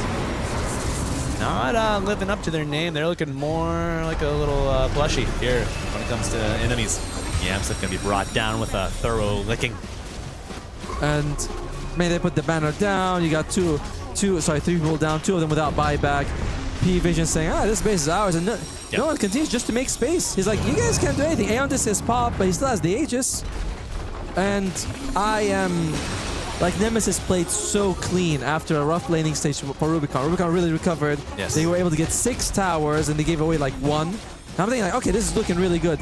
And I will give credit, P-Vision, the stacks, great bear control, great work with no one, but no black holes is, I feel like, the biggest issue. Another issue on that, 4,200 gold of dead net worth on the Enigma. It's true, yeah. Tied straight to the Ag It's all the Scepter. Ags. Yeah, all comes through the black hole. No black hole, no Ags. No what? No Shivas? I believe. You could add a Shiva. Wait. We're going to see a big black hole now. Here you go. Here we go. Hex on the puck. Is it going to be enough? BKB. Oh, the pulse is down, but the coil comes out to answer. Jab's looking for something, but the defense is arriving. Oh, is he being sneaky, Jabby boy? Dream forming around the back door here. Nemesis looking to strike from behind, but the black hole onto the solo puck still has the Aegis. Folks, you hear the voice line coming out from no one. The fear applied, and 3 more heroes dead. A buyback. Yeah, that's called. Yeah, GG called here, and game 1 will go to Nemesis or P-Vision. Nemesis falling here, 41 minutes in, a 23-6 kill on the 45k net worth advantage. P-Vision claim the first win of their tournament run. Nemesis fall to 0-1 in the series. Atomo, lessons to take away for Nemesis. I mean, you know, I have it in my notes. That I say Jabs, he's not great on initiation heroes. Like, you know, it's one of the, you know, you watch play a lot, you're like, okay, I think this guy's really good with like damage support. This guy's really good with save stuff. And Jabs, I mean, we can't put everything on him. That's that's unfair to do. It's a whole team effort, but we just didn't see black holes. And when he got the blink dagger, kind of like at that 25-minute mark, I was thinking, okay, he's gonna get some good jumps out of this. Yeah. But just holding it for the entire game, using 2 black holes in 41 minutes, you gotta get the guy to be a little bit more confident. Maybe pick something else for him. Okay, so let's put a spin on it. You know, initiation heroes might not be his strongest path through. Yeah. Where does his strength lie? He's great on zoo heroes. True. Something more like the Beastmaster and the Lycan, things like that. I mean, I know Enigma. that Enigma. I think Enigma we can classify more initiation. Let's go with that. He has entered the initiation zone. Okay. So we will we'll look to see Jabs maybe return to a hero that can just exist with his beasties around him in game 2.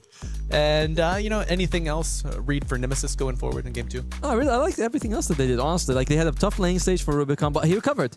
He did really well. They took 6 towers very early on. They got some decent catch from Lilith as well. Yes. I'll say another thing, letting the Lone Druid go through, and clearly they weren't able to solve that problem. I think you gotta ban Lone Druid, have Jabs a little bit more comfortable. We could see, you know, a game 3. Maybe? Well, no? Bad news, Atomo. Oh, well. Best of 2. Yeah. But we could see the game 3 is the grudge match that happens in the player lounge. Yeah, that's right. But you know, for P-Vision, game 2, you want to see them abbreviate the format, the plan of the game, or are you fine with them, you know, taking their time, setting up a good landing stage, dragging it out? Or do you want to see a more authoritative response to the fight back from Nemesis? I expect they're going to have to modify just because Satanic's not going to get Lone Druid again. Yeah. You know what I mean? If he's not going to get Lone Druid again, he's going to have to modify the hero he plays because Lone Druid is very unique with what he can do. His only hero can sort of like stay far away, send the bear. You know, there's Spectre, there are other heroes that are similar, but only Lone Druid does it with so little risk. Right. Nature's Prophet, perhaps a third, true. A second, maybe. Okay. But options exist for both teams on their path forward. But as far as our path forward, folks, we're going to throw it to a brief intermission. let the players refresh and come back ready to go for a game 2. Don't go anywhere, folks. It's EWC here in Paris. We got Nemesis and P-Vision coming up for game 2 after this break. Stay tuned.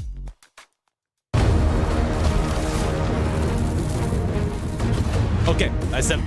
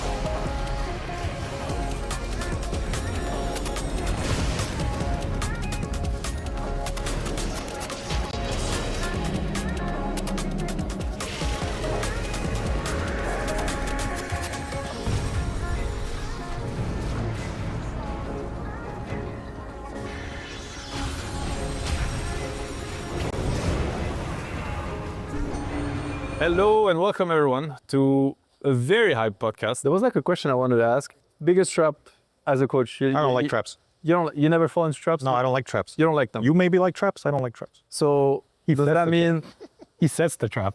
you set the trap? I mean, I don't know. Like, It's the trap. He's Yu-Gi-Oh. Yu-Gi-Oh, brother. No, I mean, if I had to answer that question seriously, I feel like Dota changes so fast, constantly, that those traps are not really traps. They're just mistakes that I make along the way. Like, I obviously learn from them. I try to not make it again.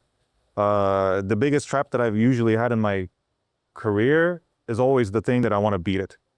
I mean, sometimes it's better to just ban it, I guess, but like I will try to beat it a long time. But these days I'm more lenient on just banning the hero. Like, it's much easier. Yeah. And I think that was my biggest trap, I guess. I used to believe that if you beat what's the strongest, then you become the strongest. Yeah. Like you guys have been in a lot of tournaments and won a lot of tournaments as players or coaches.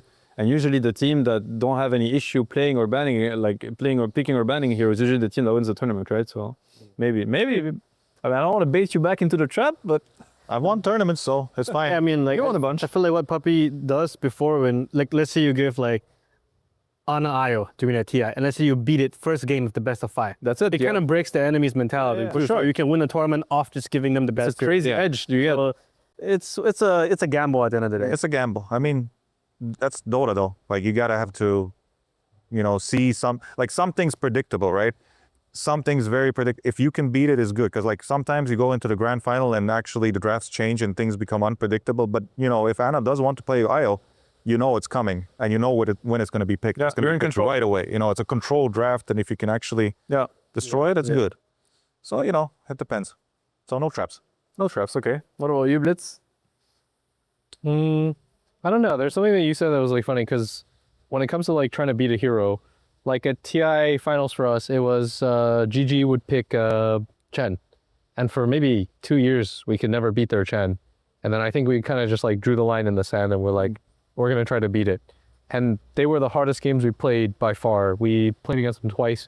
Both of them were like super sweaty, but eventually when we beat it twice, they just like, they don't dare again. Yeah. Because I feel like nobody, even if you know that it's like the right thing to do, it's like, it feels bad to lose with it 3 times in a row, right? Even though it was by far our closest games against them at TI, like the only games that they gave us any sort of like, difficulty was a Janet. So sometimes like, somebody in your team will just be like, we don't have enough bans. There's usually like some stupid hero during that TI. It was like Lone Druid was like auto win. Remember that one that was like, actually just auto win, so you just had to ban that. There was something else that they played, I can't remember, that we were like, we have to ban that. Alchemist. Yeah, and then it was kind of just like, you have to deal with like the worst or the best of like the worst situations. So sometimes like, it feels silly to like the outside perspective because you're not trying something different, but it's also like, probably you guys do the same. The day before, you just like drill scenarios, and then you just have to accept that a good team, you're going to play against a good hero. There's just no way around it. Like there's usually, really good teams usually have 2 or 3 really annoying heroes that they're going to play. In Pari for a long time, it was like Monkey King. Against most teams, you can't ban it, or like Slark. Yeah. And then there's like something stupid in the pool that you already have to ban. There's like 2 heroes that you won't dare give up. And then, a casual viewer will watch it and be like, these guys are so stupid. Why don't they just ban Monkey or Slark or something? Yeah. And then it's like, a nice one, dude. Keep going. I used to look, the looking for diamond meme. Have you seen? Yeah. The guy that's like, he's looking for the diamond. Is literally, he's getting so close. It's just on the other edge, and then he gives up. He's like, I'm never gonna find it. I used to use that a lot with players because it's like, you want to beat something, you're gonna lose against it, right? Or you want to build a strategy. It's gonna look bad, and it's gonna look bad, and then it's only because it looks bad that you start, shaping it, and eventually it's gonna look good. But if you're gonna give up every time something bad happens, I mean, then you're at step 1. You're just looking for another step 1, and never get started. He thinks he can come in here and play my game. He knows nothing. Let's go! Tyler Wine, you're done. This is my ladder. You can't climb it. It's better than being hard-suck at Masters. You're going too far now. Your eyes buggy. Your elbows ashy. Is that airline? That's an L airline. Somebody better hold me. Okay, yeah. Do something then. Raw energy. Half blow the house down.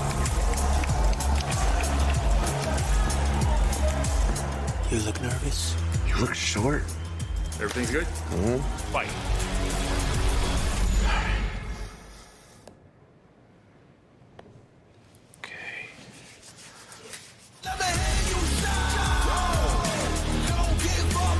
Do you really need the wraps? Yeah, that feels like overkill to me.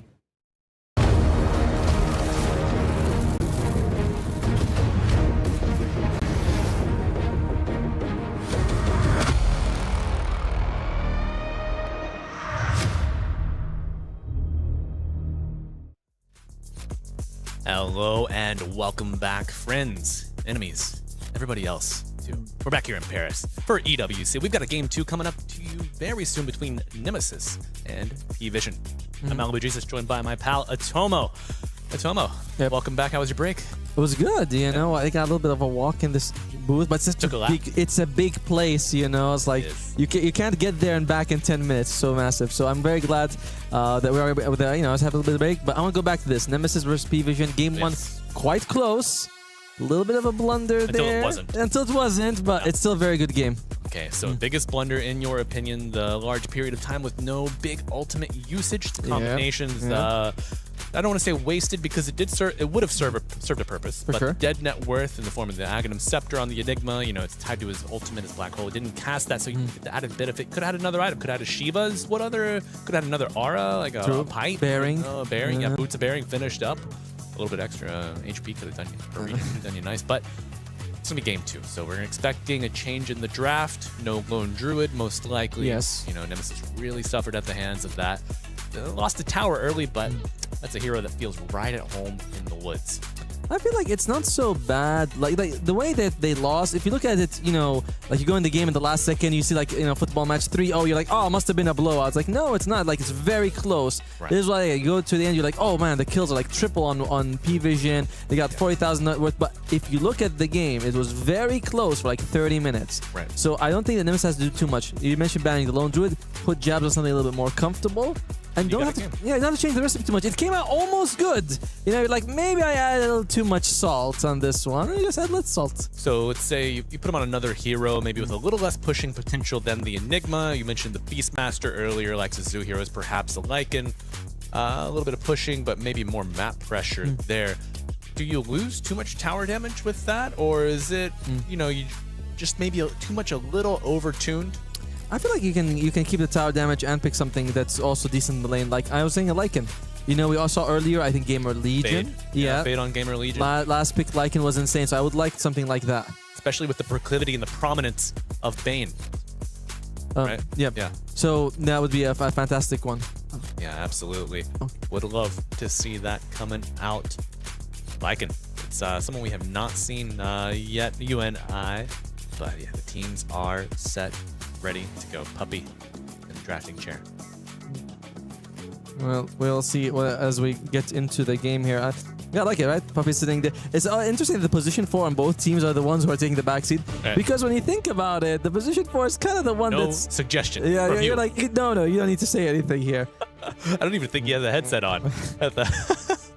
Poor guy, just excluded from the conversation.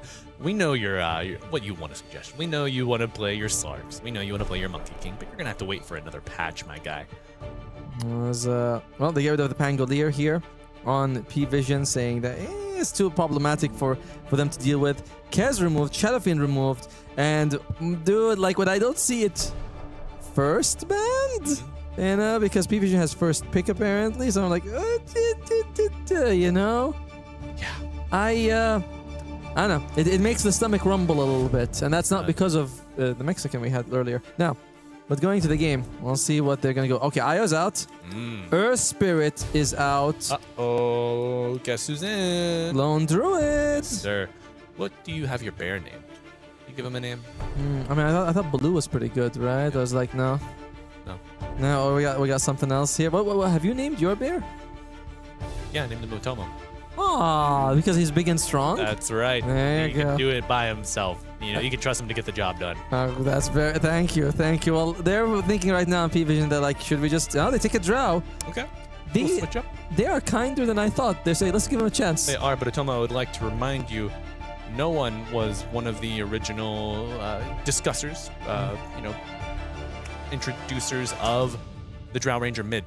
The ability to orb walk through the creep wave, bully out the other mid laner, threaten towers early, and have your supports rotate to you, and you just become a walking fortress. Now we see what they want to pair. Sorry, what they want to pick against this Drow Ranger here in the lane. Not a lot of things are good against Drow in the lane, right? She has this massive slow. No, they're not. She can push you away when you get close to her. She is a very difficult hero to lane against. So they're gonna go. Hey, there you go. That's what we've been waiting for. We want something like this. Interesting, because while Drow Ranger, I would say she's necessarily bad against Zoo heroes, but you can have the wolves come up from different angle and you come for one. You're unslowable in your wolf form, so it's one of the better counters. And you have like good amount of armor as well. And as far as the laning goes, one of Drow's stronger phases, block the camp with one wolf, pull the wave with the other, catch it, drag it between the towers, bada bing, bada boom, you got early levels. Yeah, I like it. It's a good opening from Nemesis right now. This is... Can this opening be punished? What is first pick like and vulnerable to? What's still on the board? Mars usually, you put the dog in the kennel right there. You're like, you ain't going out here. Come here, buddy. So Winter Wyvern's another one. Usually have a lot of strong summons that do tons of damage. Winter Wyvern comes out. Anyone near the summons is going to have problems. He's all physical damage as well, so very high armor heroes. People who can get a Crimson Guard as well. Like you get a Crimson Guard, the wolves do no damage. Like they don't need no armor, but they got no teeth too. They need a lack of armor. Yeah, they chip their teeth when you're like, is in a breastplate. What am I supposed to do? You ever chip a tooth? I did. I was eating shawarma. I was what like, a terrible way to ruin one of the best foods. Right. I was like, it's so soft. How does this one chip my tooth? But that was a bad one. You were stressed. I was definitely. You were working nights. It was a long time ago. You're a changed man now. Yeah, I don't eat shawarma as much. No. Those implants are looking good on you, man. Shining. Thank you. On stage. But what else is shining? The next pick phase coming up after this final ban. In the second phase will be Enchantress. Okay. No little friends. They take the Coddle as well here. Coming out for Nemesis. Who plays this more? I believe this is more likely to be picked on Lilith. So it's a good way to keep your distance from the Drow. You have that miss chance as well to push her away. Right. It's just a solid hero overall. The Coddle is like, he's never bad. He never feels particularly like amazing 10 out of 10, but he's never a bad pick either. Does Analog play this hero? Let me check here for a second. Oh, damn it, where are the notes? Old man gets a cloud. No, he does not. Well, to be fair, I mean, we were like, you can take notes here. No, he does not play. And look at that. Winter Wyvern being picked as the counter to the Lycan, who, as I mentioned, is all physical damage. Really bad against the Winter's Curse. But I like the music. It's very like, about the fight's about to begin. So like, music is a cheat code. Yeah, it's a very good one. Yeah, it sets the mood for it. Sure.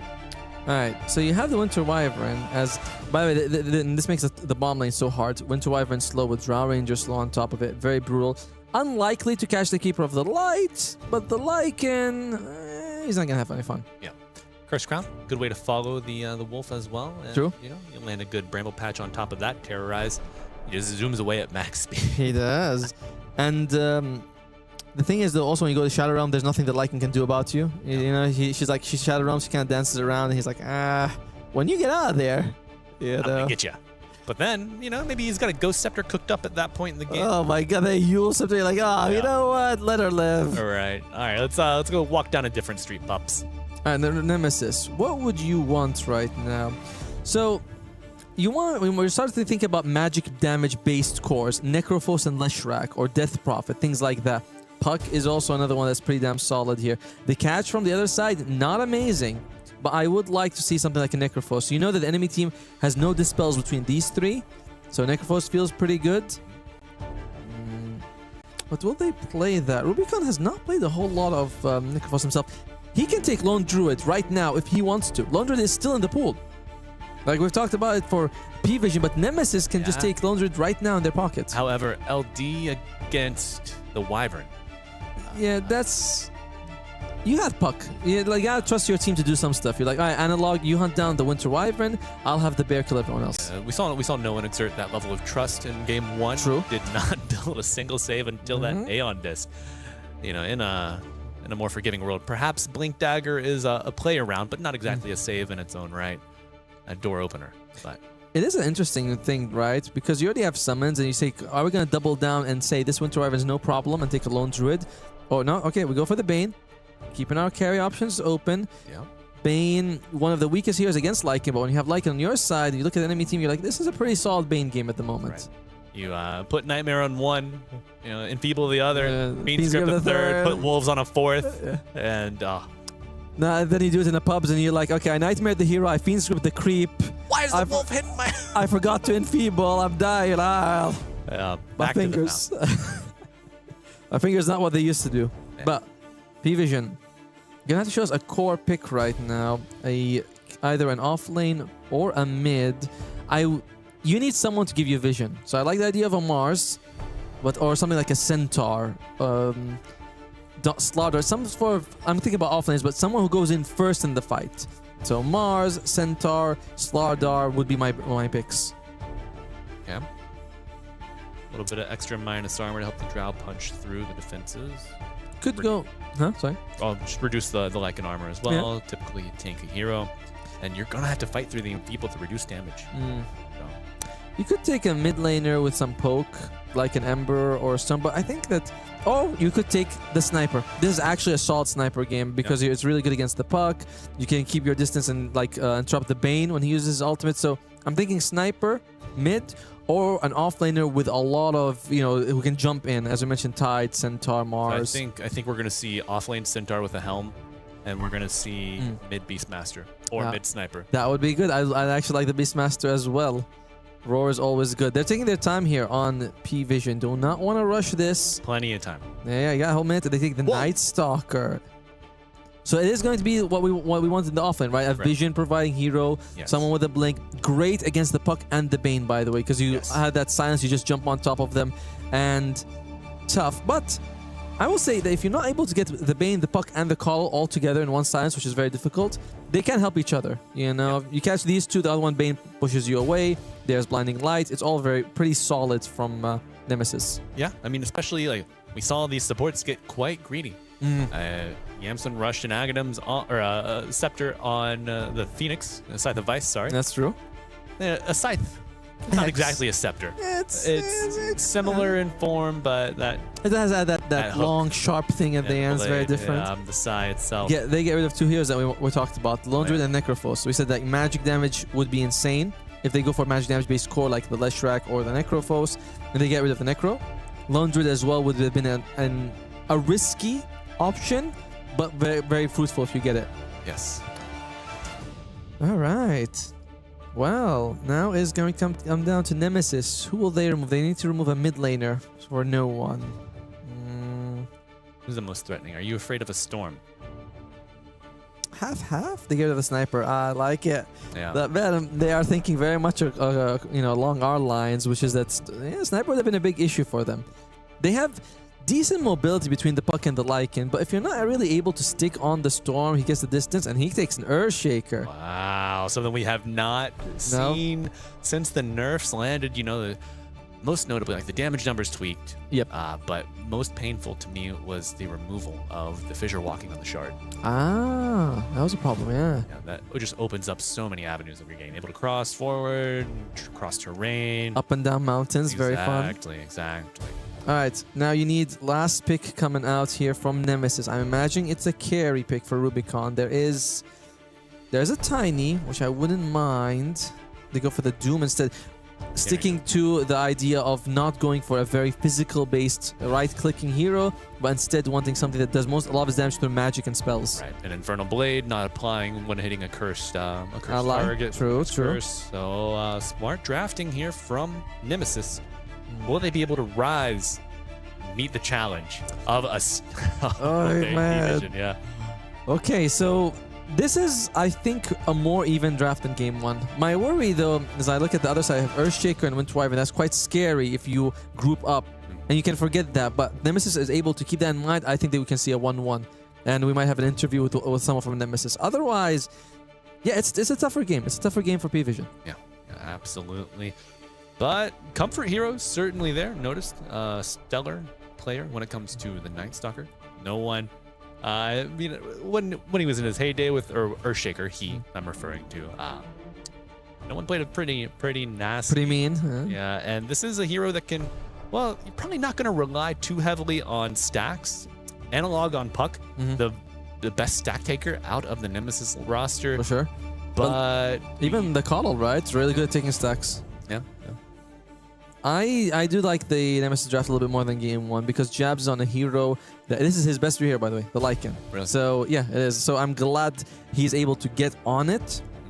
It's just you gotta stay separated. You're up against the Silence, the Echo, as well as the Winter's Curse. If you're able to keep your distance, I take Nemesis on this one. I'm gonna go 1-1. All right, you're gonna go 1-1. Well, there it is. Let's see if the drafting, if the fiery passion of Astini, the coach, can lead Nemesis to an even kilter here in this first series of the tournament for both of these teams. But I don't know, Tomo, just the durability, the discipline that P-Vision were able to show in game 1. I don't think that's something you're going to lose. Just go in game 2 wins. Yeah, Drought. Like, come on. You're just not a believer. You're just not a believer. Drought just plays the game, plays the lane herself. Yes, true. I mean, yes, but you have Wolves. You know, you got Lycan. It's not gonna be so bad. No, summons are. If you're up against a Viper or a Drow Ranger, summons are a great equalizer. Okay. Yeah, you're gonna see. You're gonna eat your words. Well, I hope I eat something after this game because man, it is one to make you hungry. And HF, have fun. Are you having fun? Yes, I'm having a lot of fun. It's very nice to be here for sure. Absolutely. As notice with those 4 gauntlets, giving him a nice amount of extra strength and regen. Look at that, 900 health, level 1. 3.8 regen outside of any tower. Very good. Any tango usage. Overall, I think this is a very nice draft from Nemesis. They do lack sort of instant stuns, but you're also not up against a team that you have to worry. It's not like, you're up against a Weaver or a Phase War or a Puck where it's like, I gotta get an instant stun right now and catch this person. It's like, nah, slows are decent, silences are decent as well. Absolutely. On the other side, better stuns and silences for sure, but a much harder target to catch in the Puck. So we're gonna have to keep our eyes here on Analog, see what he can do. Yep. Late smoke breaks, frost arrows will not give you an early wolf kill. Yeah, stun from fog with the blink silence on the Night Stalker, kind of nasty. That is like early game. I think Notice is the person and Analog are the 2 big playmakers to watch for each side. Right. Here we go. Here we go. Game 2 starting. Paravision versus Nemesis. And 2 for 2. No action at all. They're just gonna compromise. As you mentioned. I was wondering if Jabs was going to send a wolf to eat one of the bounty runners, but it's like, no, 2 for 2. Still better start than the last one, which was 2 for 1 in favor of P-Vision. So a better start.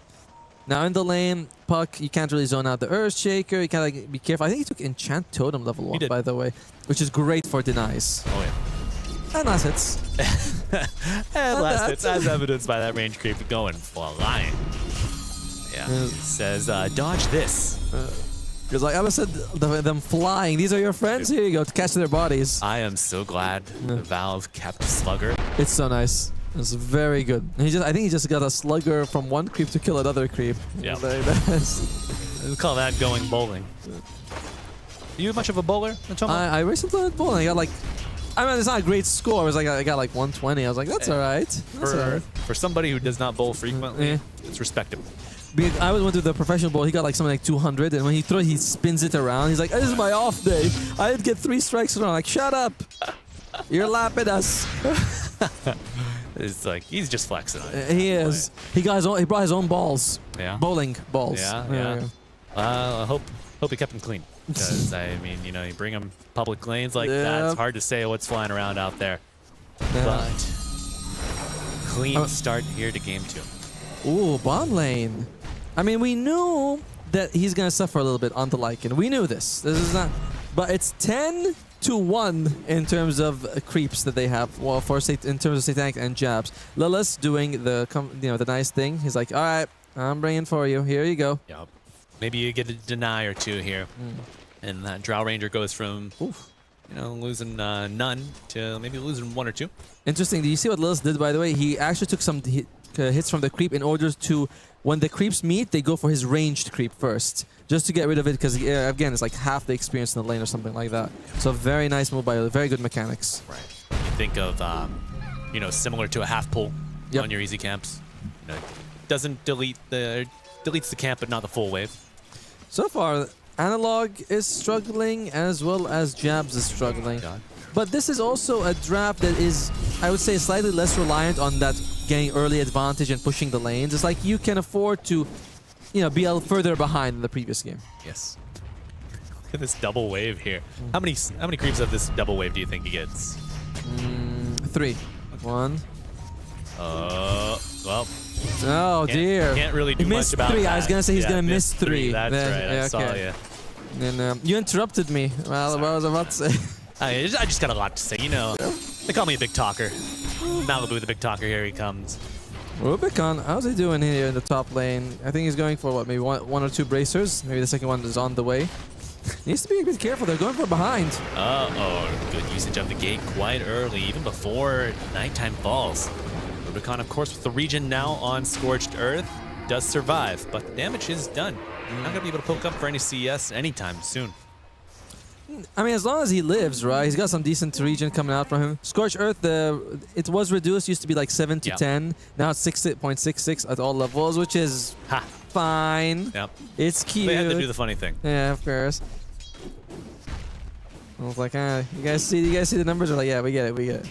Otomo, do you think that, you know, it used to be you draft mid or a shaker, your 4 goes and stacks the triangle 4 times, boom, level 6, big Echo Slam, now you're level 8, level 7.5, and you are 2/3 of the way through your Blink Dagger. Is this still the way to go, or has it shifted? I mean, is he doing? I'm not seeing that much movement from 9 class just yet, so it doesn't seem like there's. Oh, Satanic! Uh-oh, Wolves and a blast. Creeps still One more hit? on his you know, a shared Lotus and a embrace from a friend will be all he needs. Wow. Live and deliver first blood to Ducalis. Goes to the Wyvern. Well, that was very cute. That was a very good attempt there by Lilith, and you know, he gets the Illuminate out, but the friendship between Ducalis and Satan, you can't beat that. No. You know.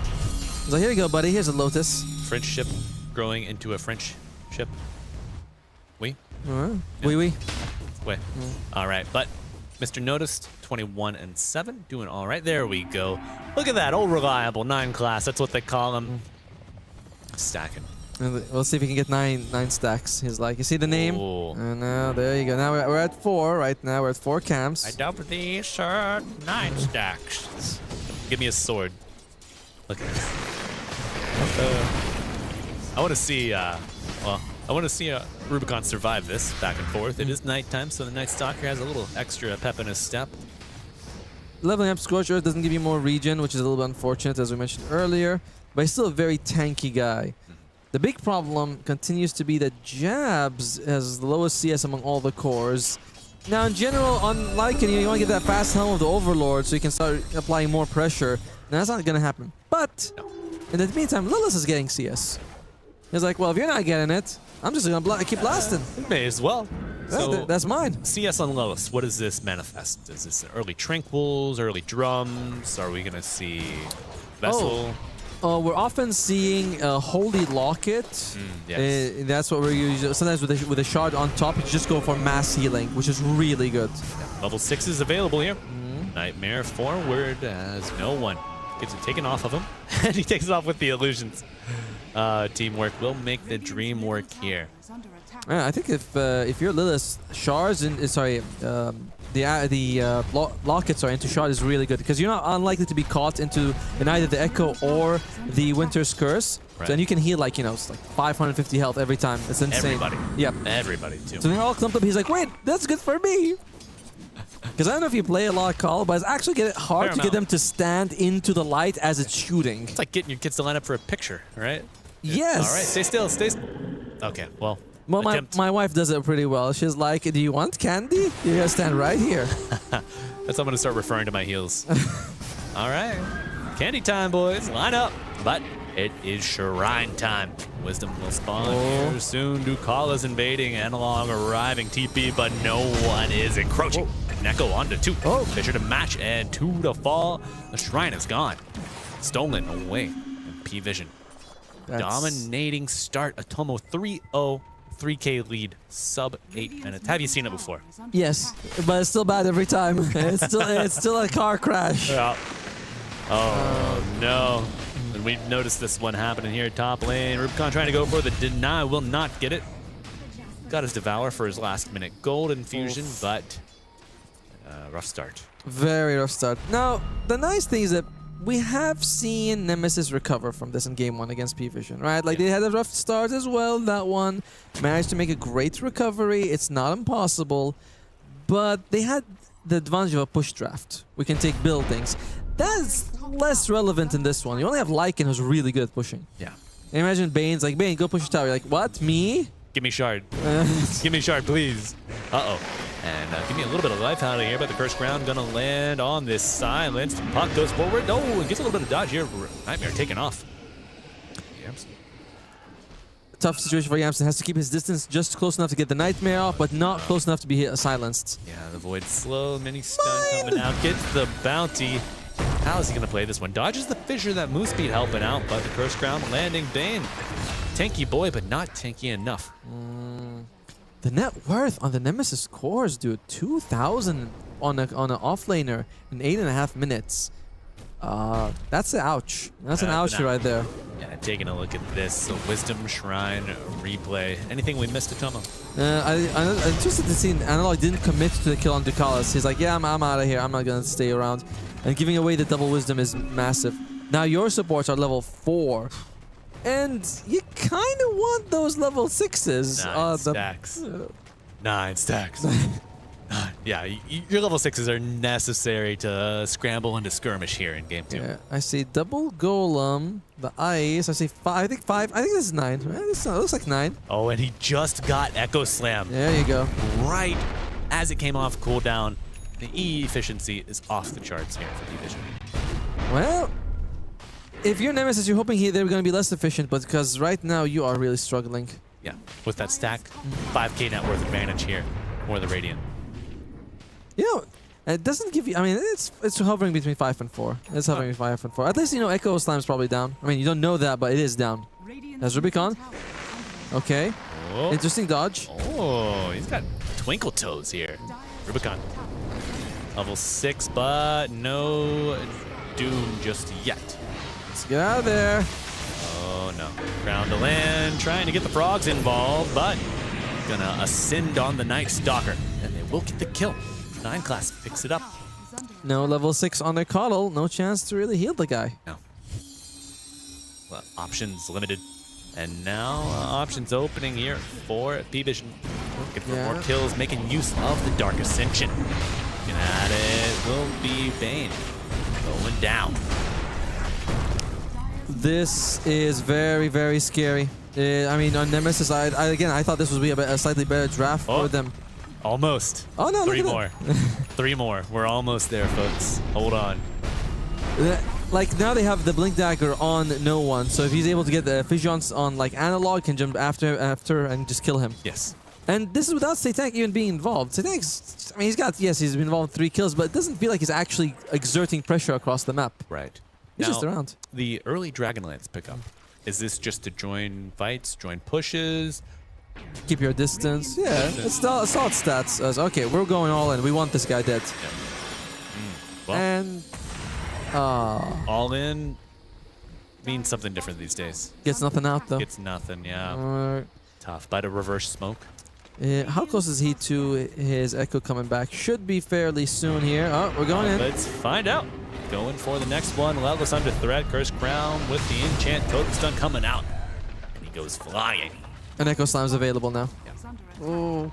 +1 available with ease for P-Vision. All right, if you're Nemesis, what you want to do is have Analog rotate around the map and not get Yamson. Oh, Nightmare, not enough. Yep. No one's world, and we're living in it. Yes, it is. Analog needs to be able to like push out the lanes because he's the puck. He's kind of the hardest person to catch. But even then, I wouldn't say it's that hard. You have a blink on an Earthshaker. Fissure from the trees is very easy to land. Yeah, just plays itself like the Drow in lane. The Shaker roaming to jump. Uh-oh, but a TP here from Yamson. Oh, the no silence! level 6 at silence. Very timely. You can note the observer ward on the high ground there, giving full information, full vision. But maybe an easy counter ward here. Such good timing. It's like, no, they haven't deordered yet. They're like, he got lucky. You know, these zoomers, they have these instincts. That Lucky Gus. Uh-oh. Oh, I think they're going to go. There we go. All right, this could be a good fight. No Nemesis on the wraparound, but catches an echo to the face of the Fisher to follow on top. Dugalis with the curse onto the Doom. He is beefy. Still alive. Everybody on both sides, but shortly changing thereafter. Now Satanic trying to get away from the creeps. Jabs, forced to run away. Doom applied to the Wyvern. Might just get something out of it yet, but will it be worth it? I don't know, Atoma. I think the answer points to no. Well, that was rough. I mean, firstly, no one, he does use the Echo Sound, but doesn't get a kill out of it. Almost brings down Analog, but Analog survives. Like, okay, that's kind of cool. But unfortunately, they have... Oh, Yamson. Yeah. Making great use of... Ash Legion Shield. Ash Legion Shield. Doing a lot of work. Armor. Few region from the tier 2 tower, but a Fisher coming in also. Will get out. Has the Essence Distiller now on 9 class for the stats, but overall, it's P-Vision's map. Nemesis, you are gonna have to try to use whatever Lycan creep you can to push out the lanes, and just use for Analog to do the same, because the net worth is disastrous. It's kind of hard to put in words, but you can see how thick the lines are. It's bad. You know, it's a very visual representation. It's like big, thick. Oh yeah, thank you. 96%. A lot of greens, not a lot of red. Yeah, 96%. You know that Winter Wyvern, the death down there, looks kind of lonely by himself. Because I was like, is this me? He's gonna have to go get dinner for the team tonight, right? Well, you were the only one that died, so... In game 2. Well, so far. So far. We'll see. Worst day of your life so far. Oh, that's right. Can't get worse. Did they... Oh, they stole the Wisdom Shrine, I think, as well? Again. Yeah. Minute 7, minute 14. It happens. Is Yamson still level 5? You know, Bane without his Fiend's Grip. Some say... Of man yeah. Some say it's not so bad. Those people are wrong. Without Fiend's Grip, it's terrible. Yeah. And not so bad to play against. Yeah. You're like, I'm glad I'm up against the level 5 Bane. Yeah. But second kill of the game coming out for Nemesis. Well, he's gonna have to share the cost of dinner tonight on 9 class. That's right. It's good to split the bill sometimes. It is. All right. Well, it's a nice kill for Nemesis. Doesn't really cost them too much. And gets Yamson to level 6. So, you know, it's very small positives, but oh dear. I hear rumblings of a Night Stalker ultimate. Heal coming out from the blast, but it will not be enough to deliver you. Lellis. No safety for you. What does he have? Does he have the shard yet? I think the last time on the Coddle, last time we looked at him, I think he just still had brown boots. Ah, Essence Distiller. Yeah, no shard. It's kind of cute when you're like 0 and 15 and you think, I'm going to get an Essence Distiller, guys. I think we're going to get something out of this one. How could I get charges? Oh, I can die. Yes. Yeah. Again. There we go. We figured it out. Rubicon is going to go for a Radiance. He's so poor. Dude, he's half of Satanix net worth, half. My God. And he's a Doom. He prints money. Yep. Oh, okay, here we go. Printer's broken, needs more ink. And maybe we'll see some ink come out here. Looking for a kill on Puck Echo with Distiller. Committed as well. Big kill. Now. Oh, they're crumbling. They're crumbling. They are routed thoroughly. Gonna be one to fall, the Bane, and now Rubicon will be next, joining his brothers in arms in death. You know, this is similar to the Aurora game 2. Can you imagine if Nemesis were saying that, like, we should have given them Lone Druid. We should have given them Lone Druid. We did better against... I'm telling you, the Lone Druid was the key. For us, no, for them. Yeah.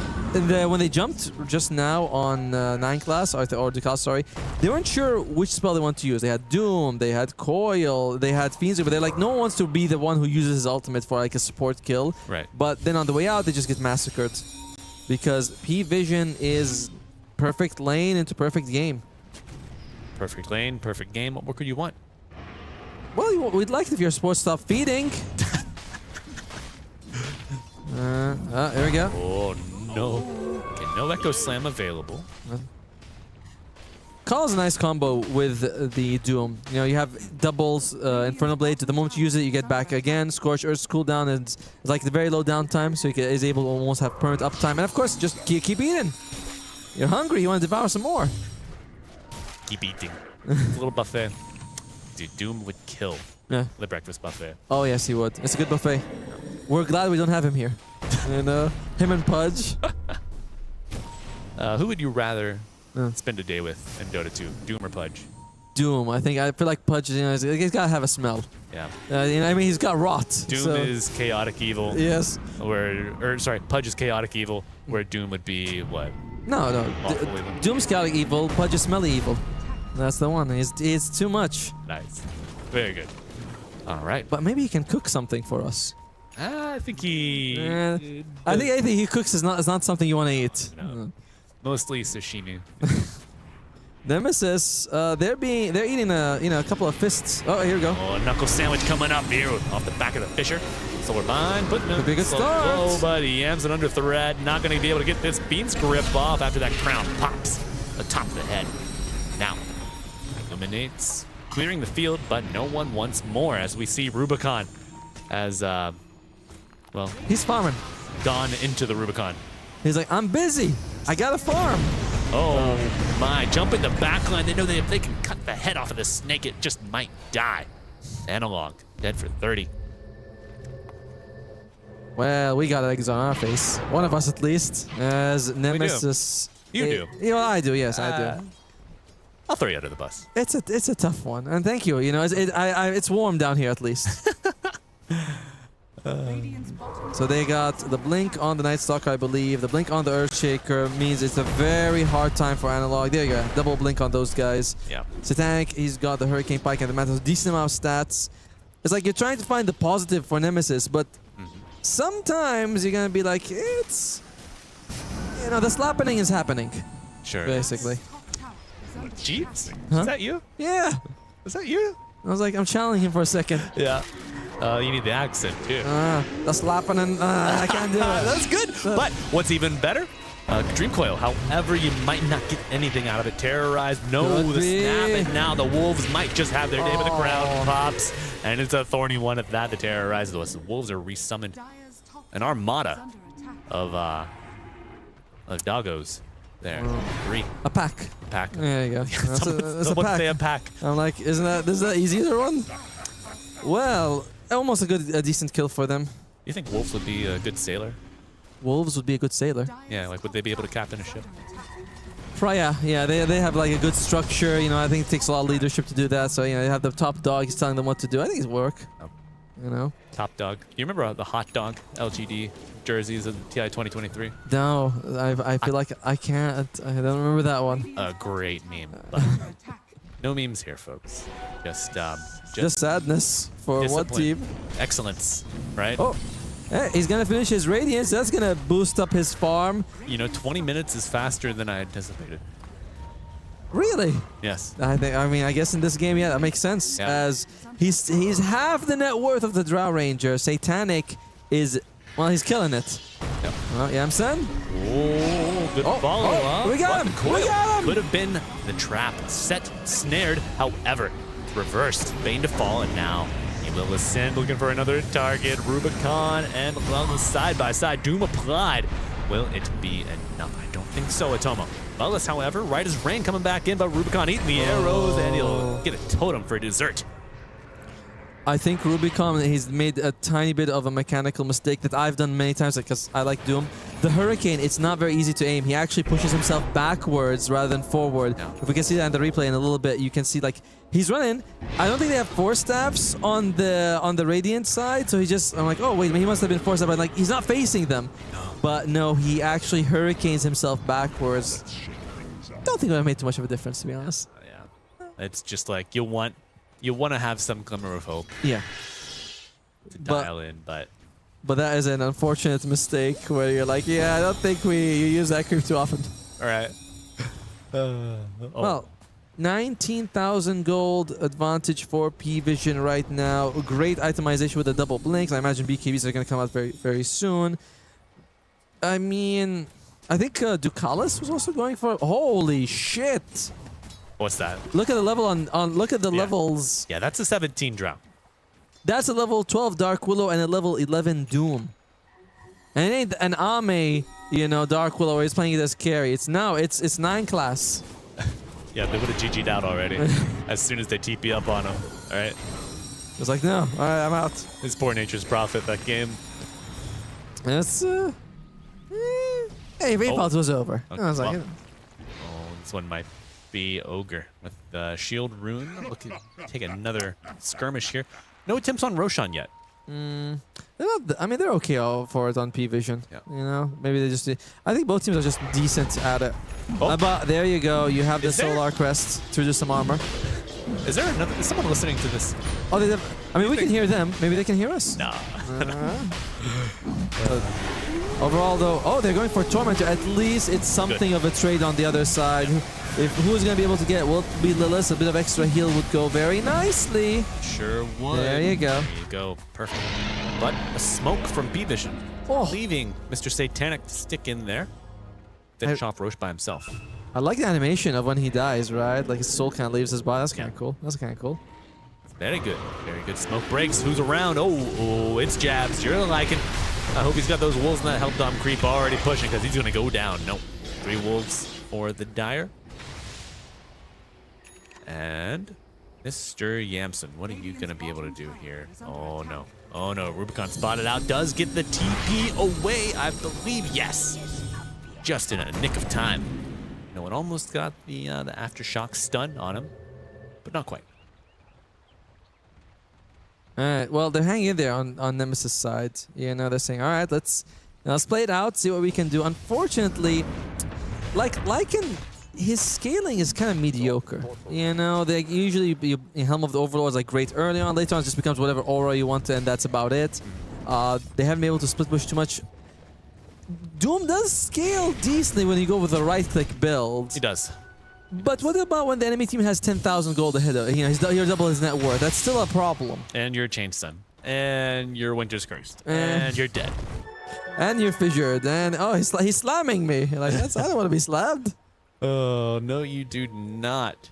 Especially with this double damage Satanic to follow up. What a nightmare. He's got that Glacial as well where you stand on it. What a lovely shard that is. I like that you can walk on it and like, you know, you can go down, up as much as you want. I feel like the shard is better than the Aghanim Scepter. Look at that. That's nice. This is what we wanted Nemesis to do in game 1. If only. Yep. If only. At 24 minutes, press your advantage and knock on some doors when it comes to tier 3s. All right, well, that is going to be the tier 3 top being dropped. The racks as well. They're smoked up on Team Nemesis. They're like, maybe we can catch someone before they group up, but no one is actually moving forward here with that shield ruin. Good blink.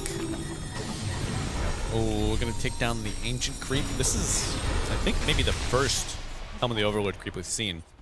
It just gets popped immediately. I like that voice line as Ducalis is pausing. He's like, all right, guys, gotta stretch a little bit here. Don't want to get cramps in my hand or anything like that. Make sure everything's all right. Nemesis, it would take a miracle to win a fight. Like, oh, yeah, look, five blinks. Sorry, 4 blinks, my Just bad. activated half of the Dota 2 fans out there, by the way. Oh. You know you can't say the M-word. Oh, he can't? Oh, sorry. You have to back chest it when you say it? I was not aware. Yeah. No, you would... Oh, hey, coil. Just with the coil and a fissure on top with Echo coming down. They get the Doom. No, they do not. A dead puck.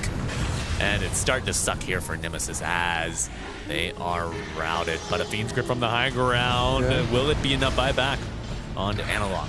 Trying to TP to the fight and get involved here, but Yamson forced off the mark now, and he will be thoroughly consumed. Noticed, picks up the kill, looking forward. Silence onto 2, and it's the danger zone here for Nemesis. Last lifeline, the triple kill for Noticed. Running it down, Mr. Lellis, hoping for a rebirth in the fountain, but it might be off the back of a buyback only. I don't know. No, he makes it, slides into home base, but you lose. It's called. The game, Atomo. GG, it's called. It is. It's a bit of a disaster. I mean, we saw early on with the laning phase, right? Like, we're seeing Lycan with 1 CS, and Satanic's got 10. You know, we're seeing, like, in the top lane as well, Rubicon wasn't able to get any. Like, look at Satanic, but he's still like, guys, like, what happened? Why do you die? You know, we could have been 26-0. Could have had a clean sheet here, but no. It was a P-Vision show through and through in all lanes. Maybe, like, I don't say mid, like, for Analog with 1 lane, but he was at least, like, kind of holding his own a little bit, but it just didn't matter. Like, they got crushed, demolished in the laning phase. Absolutely. You know, some of us predicted it, some of us didn't, but we all saw it unfold out in front of us. No, as you know, Atomo, it's just the laning stage is so important. And Drow, have you ever seen her lose a lane? No, and when you put her with a Winter Wyvern, a hero that's kind of very low risk, but great, great damage, great poke, great range, and the enemy team is like, Lycan is fine, but it's not enough, and Call is going to stay behind. And I don't know, very unfortunate. Yes, unfortunate, but we eventually will be able to know how it was so fortunate of a victory for our winners P-Vision, and we will have an interview coming, folks, so make sure that you stay tuned. It will be Puppy joining us, none other than the coach of P-Vision. But look at that. Business as normal for P-Vision. Just another day at the office, but we're glad you're here at our office today with us in Paris at the Esports World Cup. Yes, it's been very nice to be here, but it would have been nicer if we had a better game too, my friend. It would have been nicer, but it is kind of interesting because I was talking to members of Nemesis, and they're like, we kind of figured that we're gonna lose the first series. We're accepted it. Yeah. We're fine with it. Well, our main goal is that when we leave, our confidence is not affected by this loss. And I mean, I think if you look at just game one, you can be like, okay, we can make minor adjustments here. You kind of, when game two comes, you're like, I don't see anything. What game two? It was a best of one, wasn't it? And move on with that. Yes, absolutely. Just, stick true to your game theory. See what you can do, what kind of damage you can do against the top dogs, the juggernauts versus the have-nots, maybe. Yep. But, you still got a lot of games left to play, a lot of tournament left here in the group stages. I think we have, 5 days of group stage play? 6 days. 6 days of group stage. And I believe every group is like 6 teams or so, or something like that. Yeah, four groups of 6 teams. Yeah. And it gets cut by something like 8 teams gets eliminated, and then only 1 advance, and then the other 3 just go into this mini tournament as well. It's kind of crazy. It's kind of qualifier, Yeah, it's a cutthroat field out there for sure. But Atomo, anything that came out of that series that maybe you didn't expect that kind of caught your attention? I was surprised to see the Omni Knight position 5 in game 1. That was very, we don't see this here being picked up very often, but they really believed in it. You put the Largo as well, so they had this very strong duo that could do some work. So I really enjoyed seeing that, an unexpected pick coming out of the draft. Absolutely, yeah, the Omni Knight. Curious pick, absolutely, and we'll be able to ask Puppy about it here and see just how frequently we might expect this coming forward and what influenced that decision. All right, and folks, we do have the man of the hour, coach of P-Vision, Mr. Puppy himself, joining us here for an interview. Winning team taking it 2-0. Coming here on stage. But yes, so hello and welcome, folks. Yeah, come here. 2-0 and Mr. Puppy joining us here. Hello. Welcome. Can you? Hello, sir. I cannot. That's not good. Now you can. Now? Because I can hear myself. Oh, yeah, I can hear you. I can hear you. Oh, yeah, there you are. There you are. I know how it works. I don't want to be on the panel anymore. I feel small. This is not right. I'm up with 2 Vikings. I mean, yeah. Maybe you're just small. I am. So I feel very small right now. I'm not even that big. No, not that big, but a big win. A good way to start the tournament. Not a big win, but a win regardless. Yeah, good start. Could have even lost the first game, but yeah. That's true. Yeah, the back and forth there. What happened to give Nemesis a leg up in the mid game? I mean, to be fair, it's everything about drafts because it's the first game of the tournament. You got to touch some, strats. Yeah. Try to give them lone droid. They didn't take it. Right. They're like, okay, I guess we have to take it. But it's one of those types of situations. Who's the pussy? Who's gonna chicken out? On the pick. Right. So I mean, at this point, it's kind of more like, okay, we have to actually try to play with it. I don't think anything else was a problem besides their spirit that game. Right. Okay. Their spirit made a bit of noise.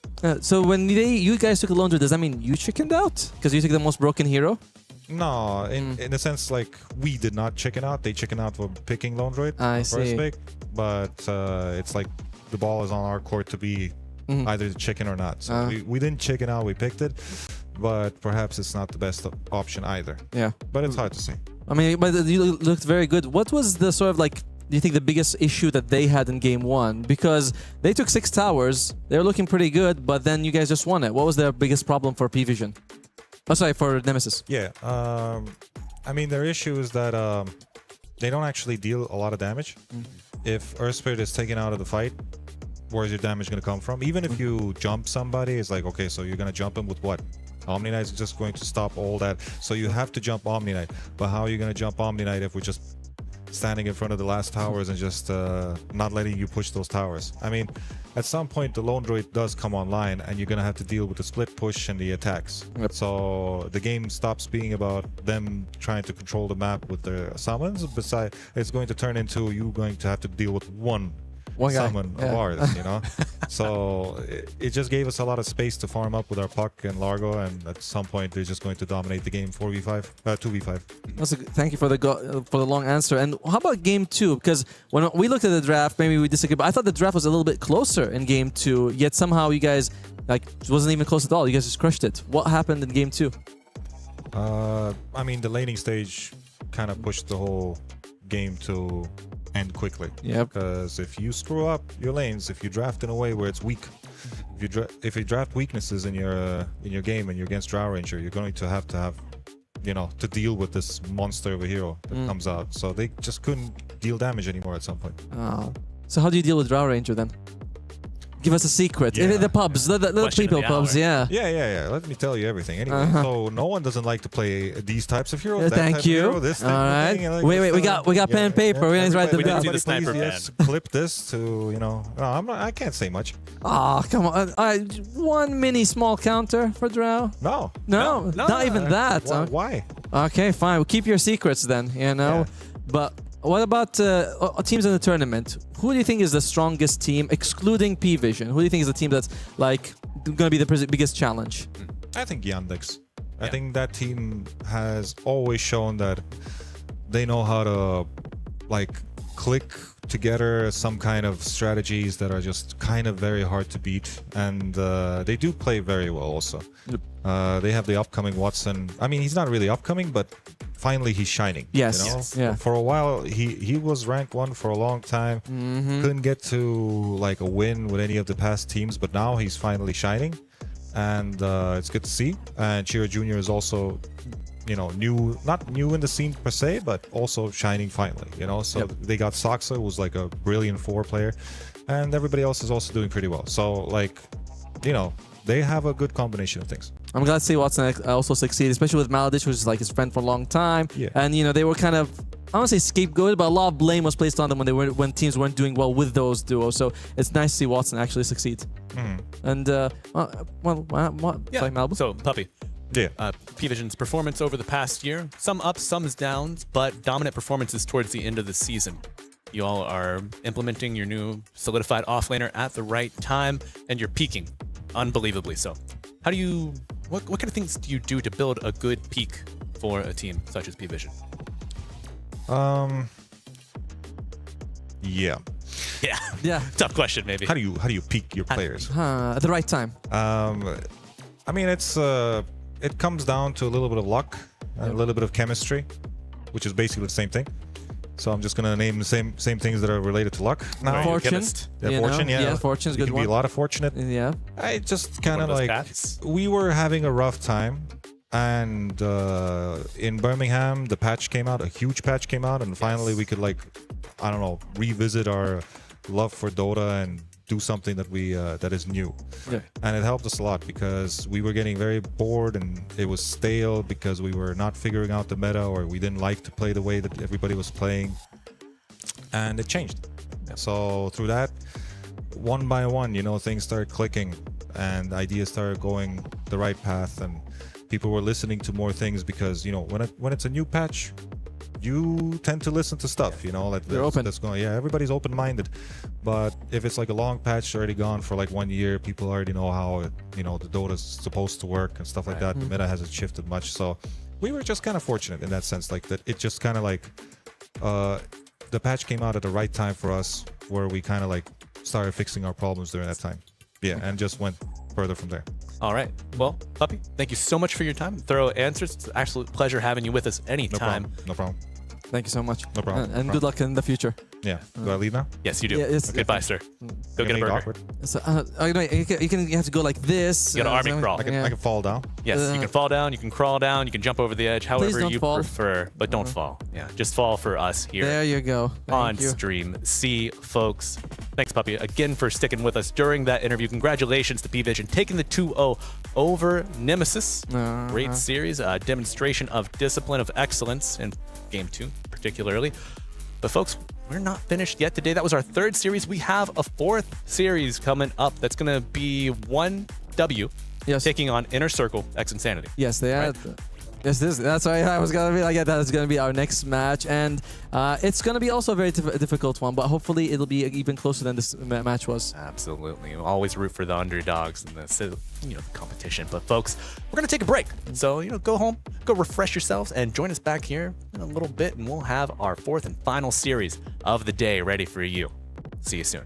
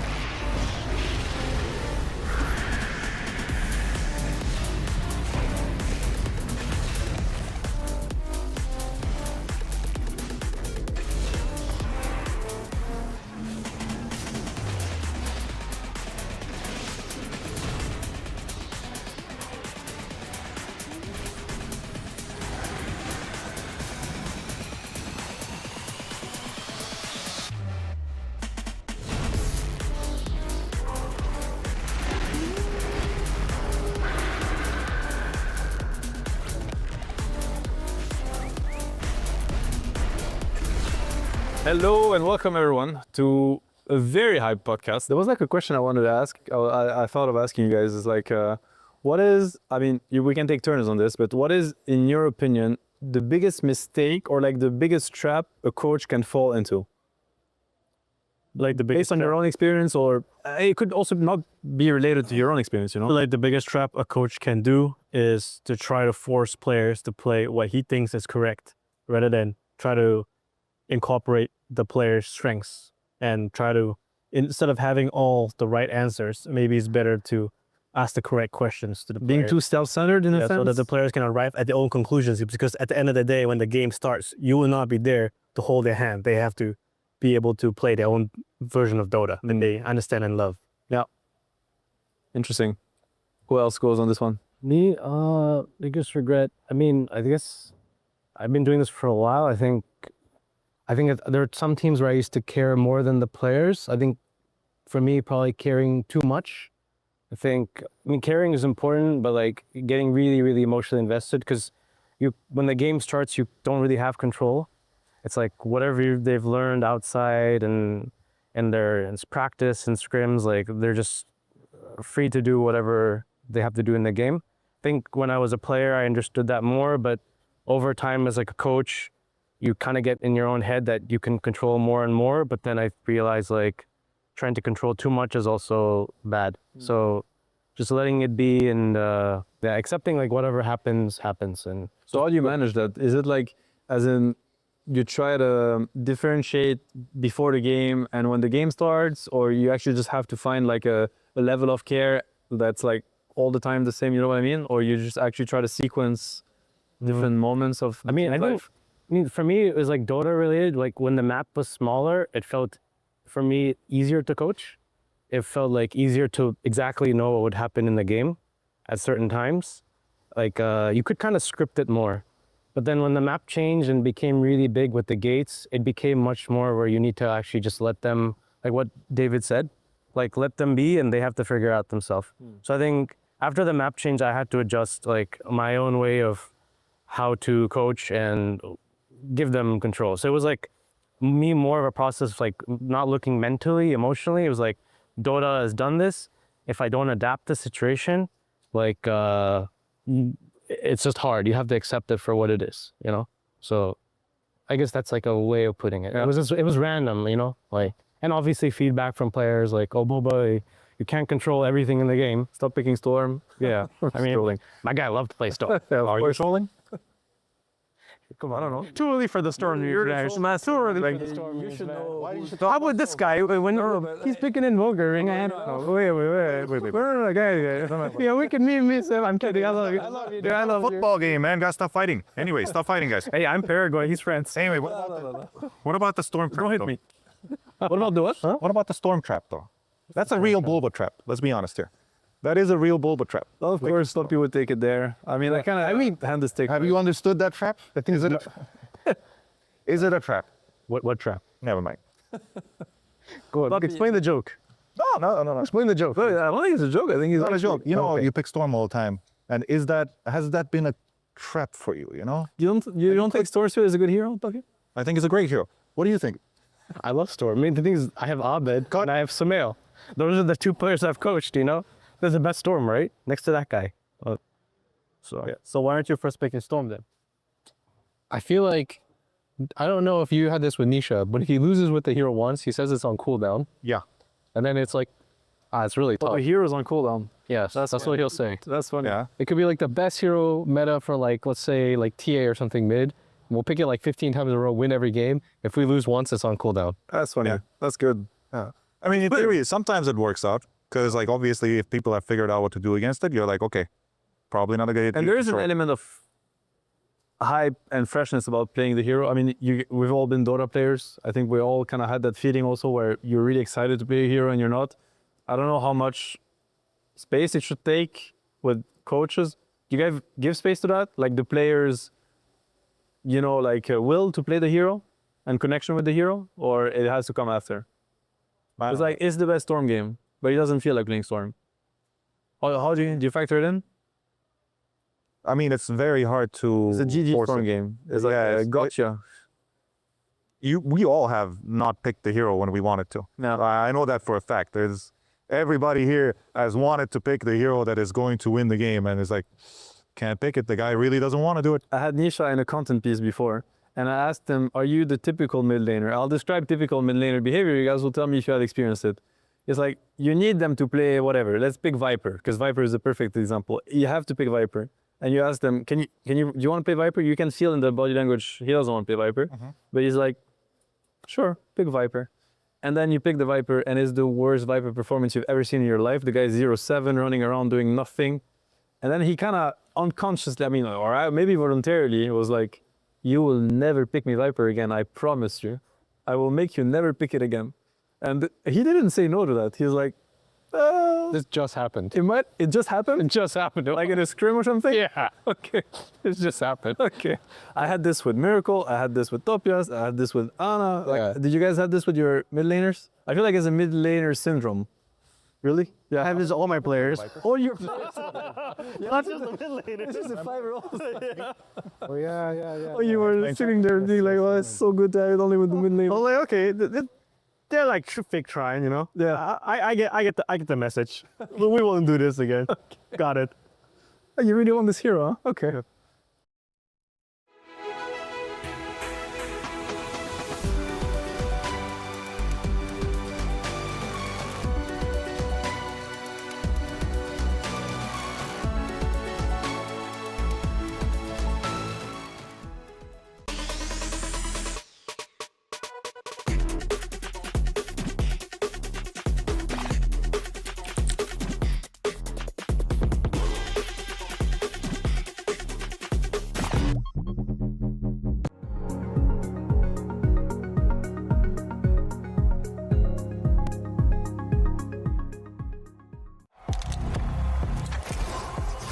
He can come in here and play my game.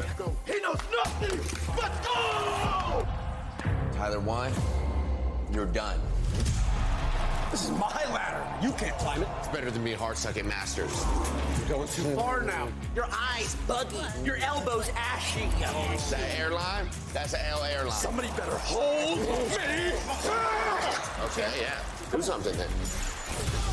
Raw energy. Blow the house down.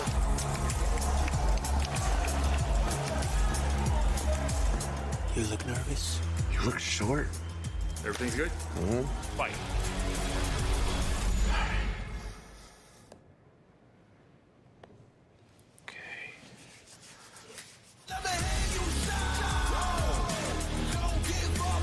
Do you really need the wraps? Yeah, that feels like overkill to me.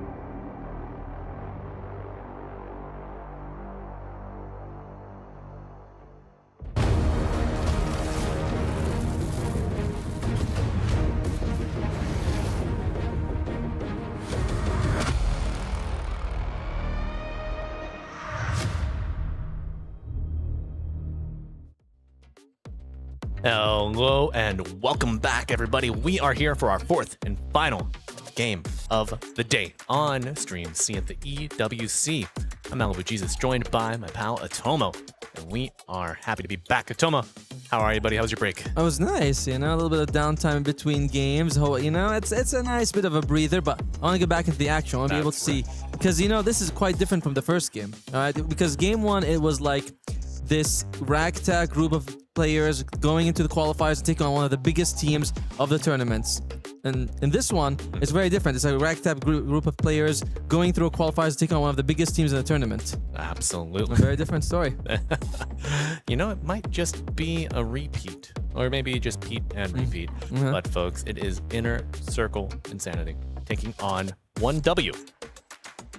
It's one of the strong favorites. Am I right? It's a tough one. I mean, it's like P-Vision Nemesis. It's the exact same script. We have different actors coming in this one, you know. But I do think that it's going to be like maybe a little bit better for this time around, because we have seen this team do pretty well for Insanity. Absolutely. And folks, if you're unfamiliar with ICX Insanity, it's 423, Stoikov, Lice, Fernandes, and Thank you. Now, I know that the 1-5 duo, by the way, they've been together for a long time. It's a Mongolian duo. They went to the Asian Games about 3 years ago, came second place, you know, had to go through a very tough, like, they took China to a 3-game series. Yes. And so they beat them. So it's a very good, and I know Sir is also one of those fantastic split pushers on Nature's Prophet, Lone Druid, and of course, Broodmother. When we saw the previous game, we saw Broodmother, I was like, wait, I thought this was Inner Circle X Insanity's pick. This ain't them. They're early. What happened? What happened?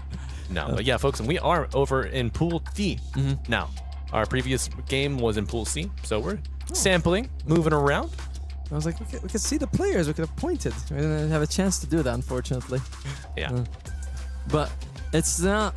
I feel like this is a decent team. The problem isn't them, it's who they're up against. As you can see on the screen right now, 1W, this is the highest EPT point team, if I'm not mistaken. You know, you have Pure BZM, 33R in Whitemon. You have a, you know, was it a 2-time TI winner, 3-time TI winner? And, he's winning a lot of TIs. They've won. Won a lot, and they're gonna keep winning, you know.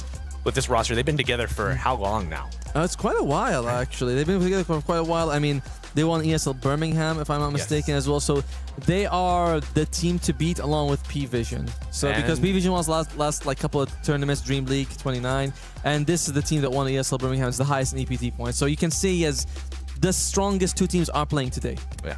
Well, I mean, can't forget Puppy's mention of Yandex. That's true. Right? That's true. A lot of sleeping dragons out there just waiting to strike. But we'll get a chance to glimpse at our second here today with 1W right behind us. Take a look at them, folks. You can see them. Are they lovely? At their battle stations, ready to go. But Atomo, regarding drafting, we're going to see more of the same, or do you expect a different spin on things? I expect that from when I used to watch Inner Circle X Insanity, they like to go with their push strats. You know, Broodmother plus Chen, for example. Maybe add a Beastmaster or something like that. So I think they want to play very fast. It might be the best way you can go up against 1W, because it's a tough team to play against. Whenever you're up in this situation, you want to try you throw as many curveballs as you can. Yes. Now, I don't know much about baseball, but I think curveballs are hard to catch. Right? They're harder to hit. You don't want to catch. That's how little I know baseball. I think you catch the ball. So yeah. Well, the catcher has to catch the pitch. But they're on the same team with the They're thrower. on the same team. Yeah, they're working together, trying to bamboozle the batter. There you go. Okay, so you want to throw as many curveballs as possible to confuse the batter. That's right. There you go. Right. We got there in the end with the baseball and metaphor. If you throw a curveball, you might just confuse your caster here, folks, and that's okay. I'm like this, by the way. We're gonna reel him back in. We know Dota, and he knows Dota, so we're gonna get him, zoomed it back in. So, fans. I mean, I don't think that they've been playing a lot of Lone Druid on either side, just because you don't get the chance to play him. But for Inner Circle, we're seeing, like I mentioned, the Nature's Prophet, but Shadow Fiend, of course, being picked up, Drow Ranger.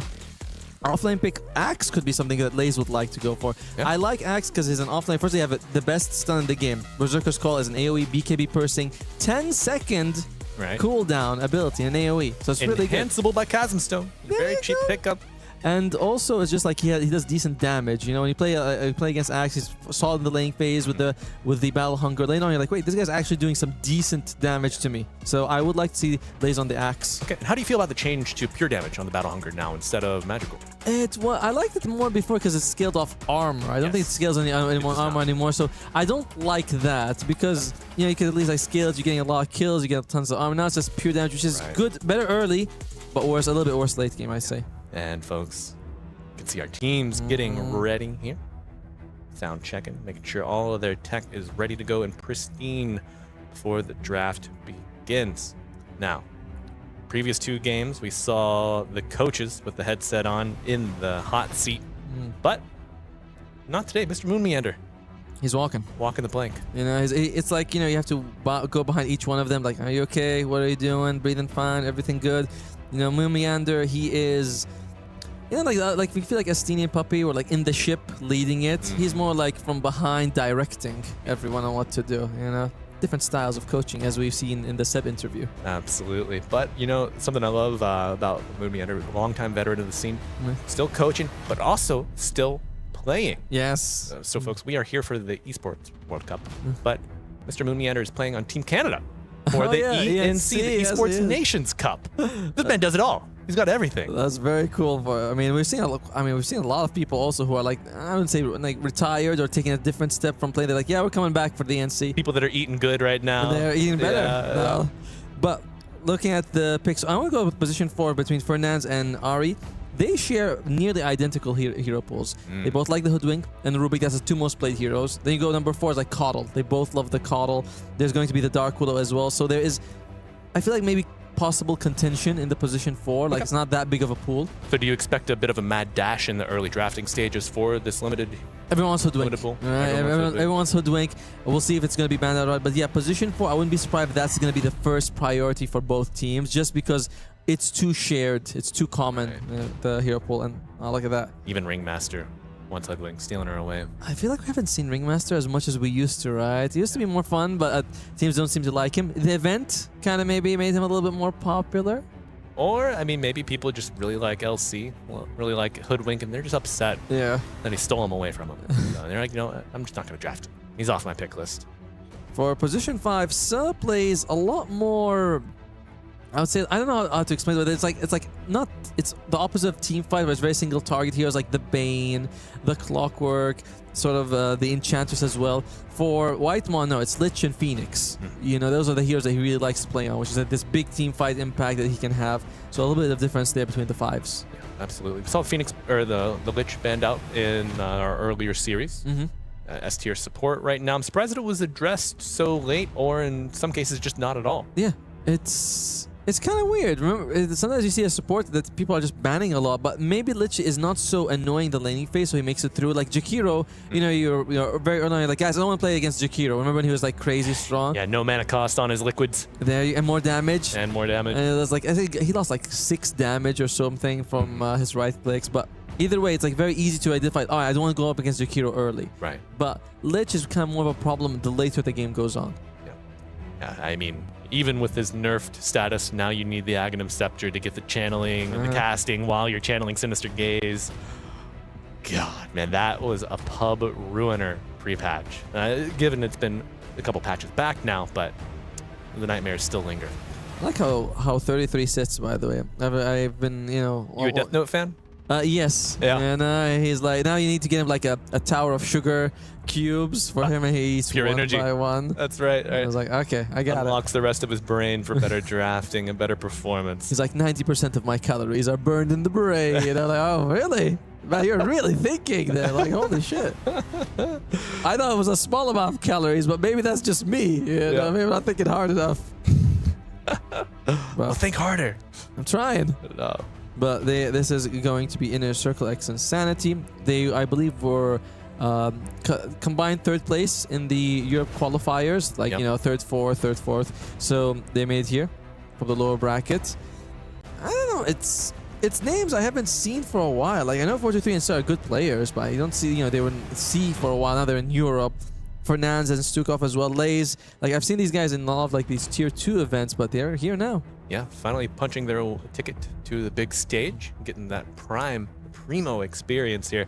This is the stuff you dream of as But you up and rising Dota professional. Yeah, but you don't dream of one W as your first enemy. You know, you're like, please let it be a stack of divines who somehow make it through and they're my first. Like, I'd like to be with that group. Yeah. And we'll take the one win. Well, you had that during the qualifiers. That's true. Yeah. The qualifiers that had like L1 team and all these other strong here. Yeah. Not so easy. And I mean, you know, I see they have a bit more more punch. It's not quite coughing baby versus hydrogen bomb levels of mismatches. Oh yeah, this baby can walk. Yeah. It's a walking baby. But they're having fun. They're smiling. We'll see how that's going to go. As we saw in the previous game, Nemesis, they said, we just want to get through the series with our confidence intact. Yeah. And sometimes, like, you have to be very honest with yourselves and say, this is a strong team. Yes. It's probably going to beat me. I have to accept that it's going to beat me and just do my best to put up a decent fight and learn something, rather than saying, I have to win. If I don't win, I'm going to be sad. That's how I deal with pubs at night. And that's bad, folks. That's very bad. When you're playing on Wi-Fi, it's not good. A little interrupt. It's not is there? good. No, sir. Not good at all. And you know what my trick is, Atomo? Don't play. Don't play. That's so good. Don't it's play. such a good trick. Just don't play. Such a good trick. I after breakfast I played the pub and I was like, I want to nap, but I lost, so I couldn't nap. I was in bed fuming. Oh my. Yeah, I mean, I'm lying to myself. Like, I want to play, but I also don't want to play. No, I know I want to play, but I just don't. I've got a little bit of, I can feel it shaking my hand, you know, twitching. See that mouse reaching for the pick screen. I'm like, that could be me right now. Let me open another game. That's safer for me. Single player. But they are getting ready here for 1W. I imagine we're going to draft any second now. Moon Meander over there, getting his team. All smiles. You know, Whitemon's always good for a laugh. I feel like that guy's always laughing. Yeah, he's always very happy. You know, I mean, but they say that behind the cameras, he's a lot more mischievous. He has like kind of, you look at him, he looks like a good guy. He looks like a good boy, right? I can read straight through that. Oh yeah, because he's a mischievous boy. Little naughty. That's what I hear. And that, well, Inner Circle X Insanity. One thing that they've kind of went away from was they used to speak a lot of Dragon Knight. I think I used to watch Stukov do a decent job with it, but that's not a hero anymore, which is a little unfortunate. Yeah, the Stoikov Dragon Knight, the Stoikov Storm Spirit come to mind when I think of his mid lane presence. Probably Snapfire, though, is going to be the premium pick. That's the second most played at the moment, if he can get his hands on the Snapfire. In general, it's like so much damage, lots of mobility with the blink and the... Can be an equalizer for mismatched teams as well. But yeah, I mean, we're saying, yeah, right, it's like a little kind of like Lone Druid. If you can get the Lone Druid, you can get the Snapfire. There's some of these heroes that are like, not auto-win, but they do a lot to give you an advantage. Look at that White Mon. Pretending to be innocent. I think he heard us talking about his laughter, zooming it in, you know, bringing it back to the front. But going back into, I was like, we're waiting. Let's start. I was like, well, we're gonna go soon. Don't worry. Look at those chairs. They're very comfy. I'd like to get a chair like that. You would? I would. I mean, it'll cost a lot. But No. That's you didn't get that negotiated? No, the free chair. Yeah. And no, sorry. They were like, we'll get your trip to Paris. But to be fair, they'll have to deliver a chair. No, you got to take it back with you. You have to push it all the way back home. It would be better than what we sit on the plate. Right? Like in the plate, like I'm going to sit up. I brought my own chair. On takeoff, you just roll all the way to the bag. No, we're going to go into it. That's a 4-head. That's a 5-head? He's locked in. A lot of drafting possibilities there. The man's like, I know exactly every move that they're gonna make, and somehow, I don't know how we're gonna beat it. But in general, Inner Circle, I'd like to see them go back to their push draft. I mentioned it's gonna be Nature's Prophet or Broodmother, so a Chen if possible, something along those lines, and maybe I would say Beastmaster. Saw the Lycan today, and I was like, I expected so much more from Jabs, and that didn't happen. So I'm thinking, maybe we go away from it. Let's pick something else. Right. So with that push draft that comes to mind, you know, there are very few supports that are summoners that enable the zoo.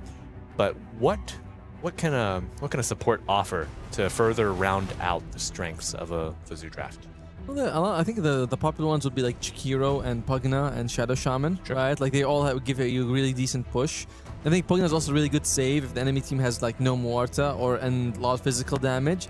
So Jakiro gives you a strong lane. So I think that there are places for supports. We do know the 1W, though. You mentioned the No Muerta. They like to put Pure on that Muerta and just let him melt faces. It's his third most played hero in the last 3 months, by the way.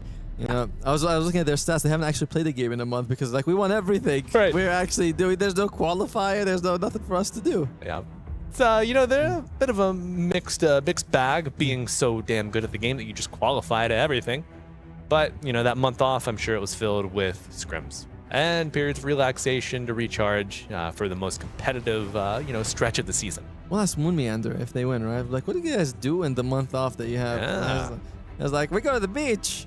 You know, we have a barbecue. Build sandcastles. Ooh, if you, well, I feel like you might take the easy way out on this. I always do. If you had to build a sand sculpture of a hero, which one do you think you could do the best? A sand sculpture of a hero. Ayo. I knew it. You know, I was gonna say. I knew it. I mean, it's a ball. But you have to do the new cosmetic with the face inside. Well, who would you pick if you had to make a sand Ayo. sculpture? I need the disdain you look at me when you say. No, I think the one that I could do the best that's not spherical or cubical if you have the Arcana.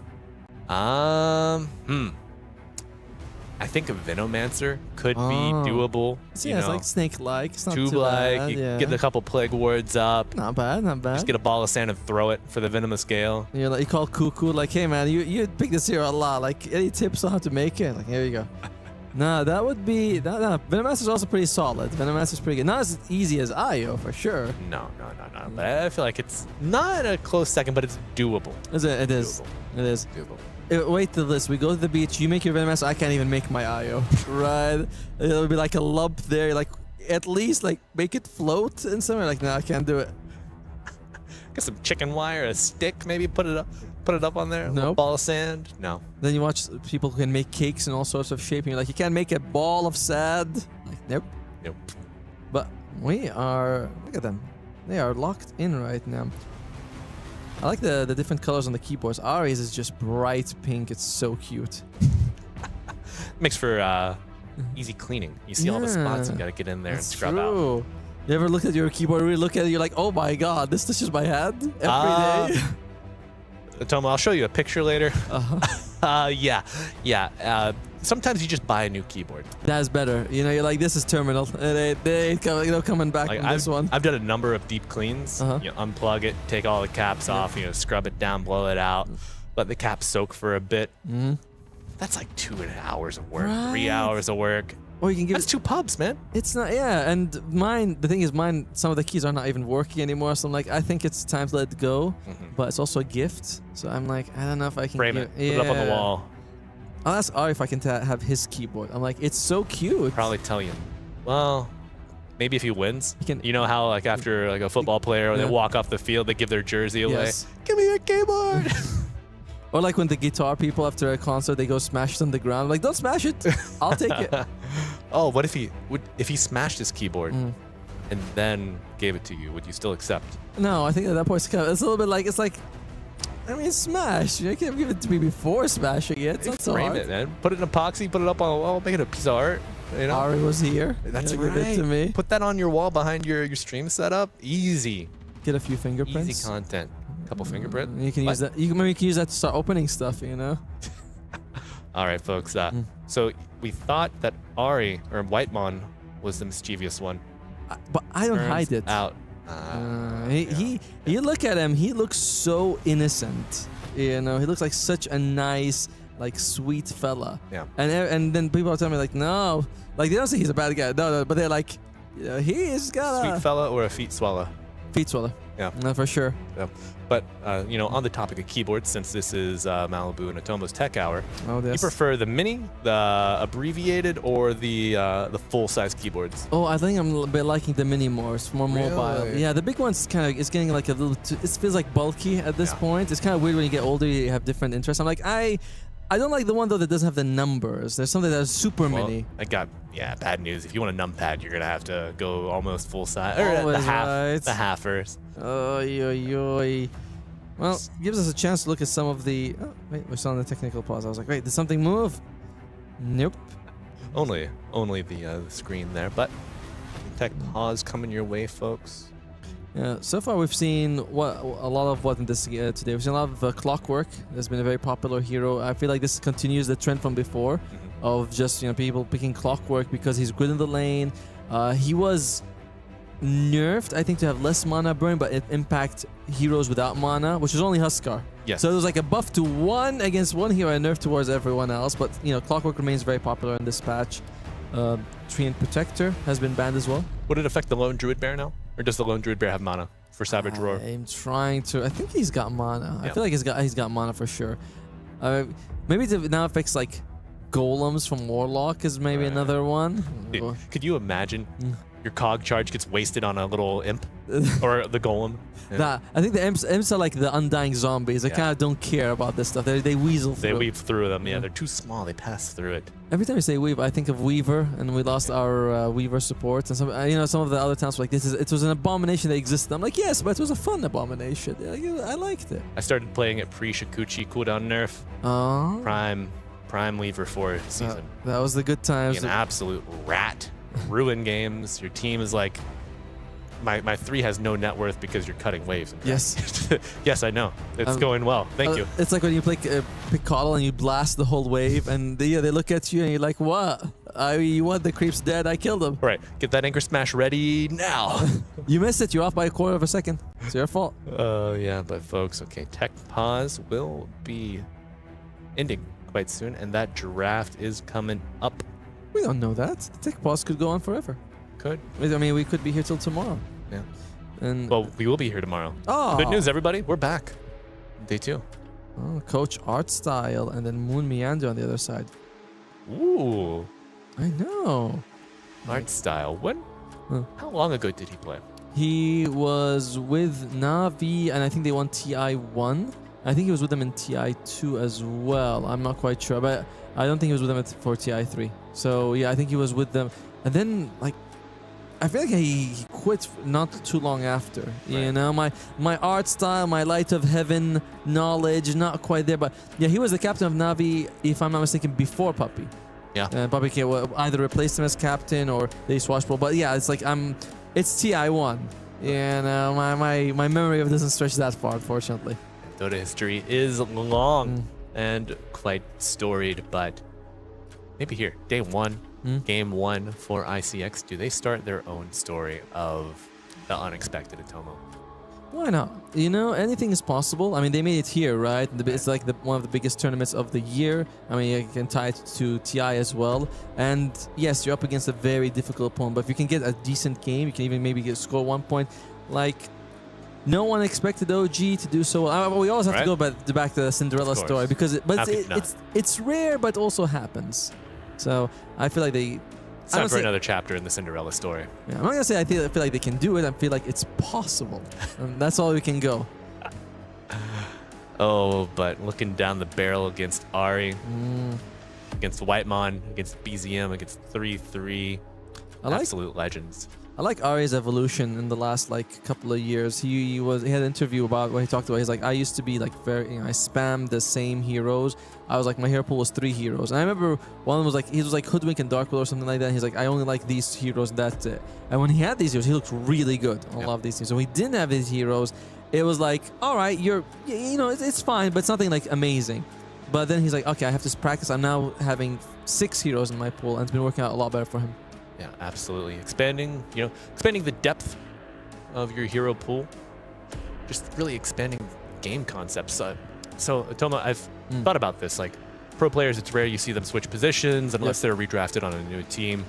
But other than expanding the hero pool, do you ever find that, experimenting in a new position, does that help you develop your game better, or is it better just to sharpen the steel of your axe? I think that it's nice to play if you have a lane partner. If you're playing 5 and you play carry, you're like, oh, now I see why he wants me to do this. I thought he was just being an asshole most of the time. Turns out there's actual... Well, he is, but... Yes. I mean, he could have told it to me nicer, but I get the point. If you're playing 4 and then you play off lane and you look at it around, you're like, where's my 4? Wait, why is my Zeus jungling? It's 3 minutes in. And you're like, oh, I used to do that sometimes, Maybe I shouldn't. Unfortunately... I feel that imperative timelines is the enemy of politeness, especially when it comes to Dota. I need it now. I can't be like, you know, excuse me, could you please go there? Like, no, no. Yeah. Can you insert ice frog noise, please? Well, we are still here, by the way. Oh yeah. Look at those the triangles, the chips, the Esports World Cup chips. Do you see the ones right in front of the desk? That the gold one. Oh, wow, there we go. Hoodwink, first pick. We talked about saying like this is both teams will consider rushing for their position 4. Not so much for 1W. They say let's take the Invoker. I believe this is going to be BZM. I would be kind of surprised if we see a support Invoker. Yep. Whoop. Okay. Well, there you go. Your safe lane is secured. Bane for Whitemon, Invoker for BZM. Every Sunstrike will be a hit. Yep, and every hit will be a smack. That's right. And, yeah, sure. Every hit's a smack here on Stream C, folks. You heard it first. But so Bane, as I mentioned, Bane Invoker, not too bad in the lane against the Hoodwink either. You know, just because like you're pretty tanky. Hoodwink doesn't trade too amazingly against the Bane, I'd say, just because you have that Brain Stab and Clockwork comes out. All right. Strong support duo. Very good start drafting wise for ICX. Break, BKB piercing abilities. What's not to love? Multiple ways to stop the Fiend's Grip. I like it. Yeah. Do you like it? I do. It's a great start. You know, I play Hoodwink, I play Clockwork. Love them both. That's a nice way of saying that. I like these heroes. Well, I don't like Bane, so I'm also gonna go to the. I also play a bit of Bane, but I try to stay, maybe stray away from it in my pubs. Okay. Because it's just so reliant on other people. It is. It's very much like something like an Oracle of IO, where it's like I very much optimize what other people can do. I myself don't do too much, but there goes the Storm. Quite a bold decision to go up against the Invoker Mana Burn, and of course the multiples catch from the Bane. Okay. But you know, I mean, we touched on this pre-draft. Stoikov Storm Spirit, Stoikov DK. Yep. The prominent heroes, and what better way to start the tournament than to get you on your comfort? Yes. See what you can do with that. And on the other side, for 1W, you have your 5 and you have your mid. Let's see, Ari. Dark, I can't go for the Rubik. Oh, okay. They go for the Drow. That's going to be for pure. Do you want a Rubik right now? There's a lot of backline, but Rubik is pretty good against the Storm. Like, it could be that, or it could be the, they go for the Wind Ranger. Ari Wind? Or, yeah, Ari Wind. It has to be Ari Wind, right? Yeah. Unless it's some sort of support Invoker and they put Wind Ranger mid, but I'm like, that's stretching it. That's stretching the draft to the breaking point. You know, you mentioned developing hero pools. I think Ari Invoker would be a development, to say the least, my friend. We'll have him for if he does that, we'll have him for the interview. If they want, we're like, come here, tell us about this Invoker. You know, you never mentioned it before. Now, how long have you been practicing this on your Smurf? I gotta know. He's like, well, see, when we came back from the beach, when we made the sculptures of Aya, we were like, we should play other heroes. All right, an inner circle want either a carry or an offlaner. What do they feel like they want to show first? Shadow Fiend is in the pool, actually. You don't know what you're up against, but it's still a solid hero just to have. Shadow Fiend would be okay. Well, I mean, you know 3-3 will take the most economically sound route out of the early game into mid game. So you pick a lane dominator, maybe you know that you can force him back to the secondary camps in the side lane. Get an early tower push in, perhaps, threaten that. Maybe they'll take an offlaner then. Keep their carry. They take the Largo. Okay, they're keeping their they're keeping their carry for the last pick. Largo, you can remove the silence from the Drow Ranger, the Cold Snap as well, if I'm not mistaken. Good for getting over the ice walls. You know, it's like I can't move. He's like, don't worry, bro. Let me just lick you over and then you come here. Is Lick a strong dispel or basic? I think it's a basic dispel. Okay, so Fiend's Grip. It doesn't remove like stuns. Removed. Yeah, it doesn't remove stuns. It removes like slows and silences and things like that. But no, I do not believe you will be able to dispel the Fiend's Grip. But you can move him close to your side. That's kind of nice. Frog Stomp, also a great tool for that as well. Until that Axe comes online. Well, so you want to carry for Inner Circle, and you want the last pick off lane for 33 right now. I like the Night Stalker ban. It's great to make sure that to protect the Storm Spirit and the Hoodwink. Tell me, am I crazy? Are we gonna see? This is okay. So off meta. Are we gonna see a 33 Visage?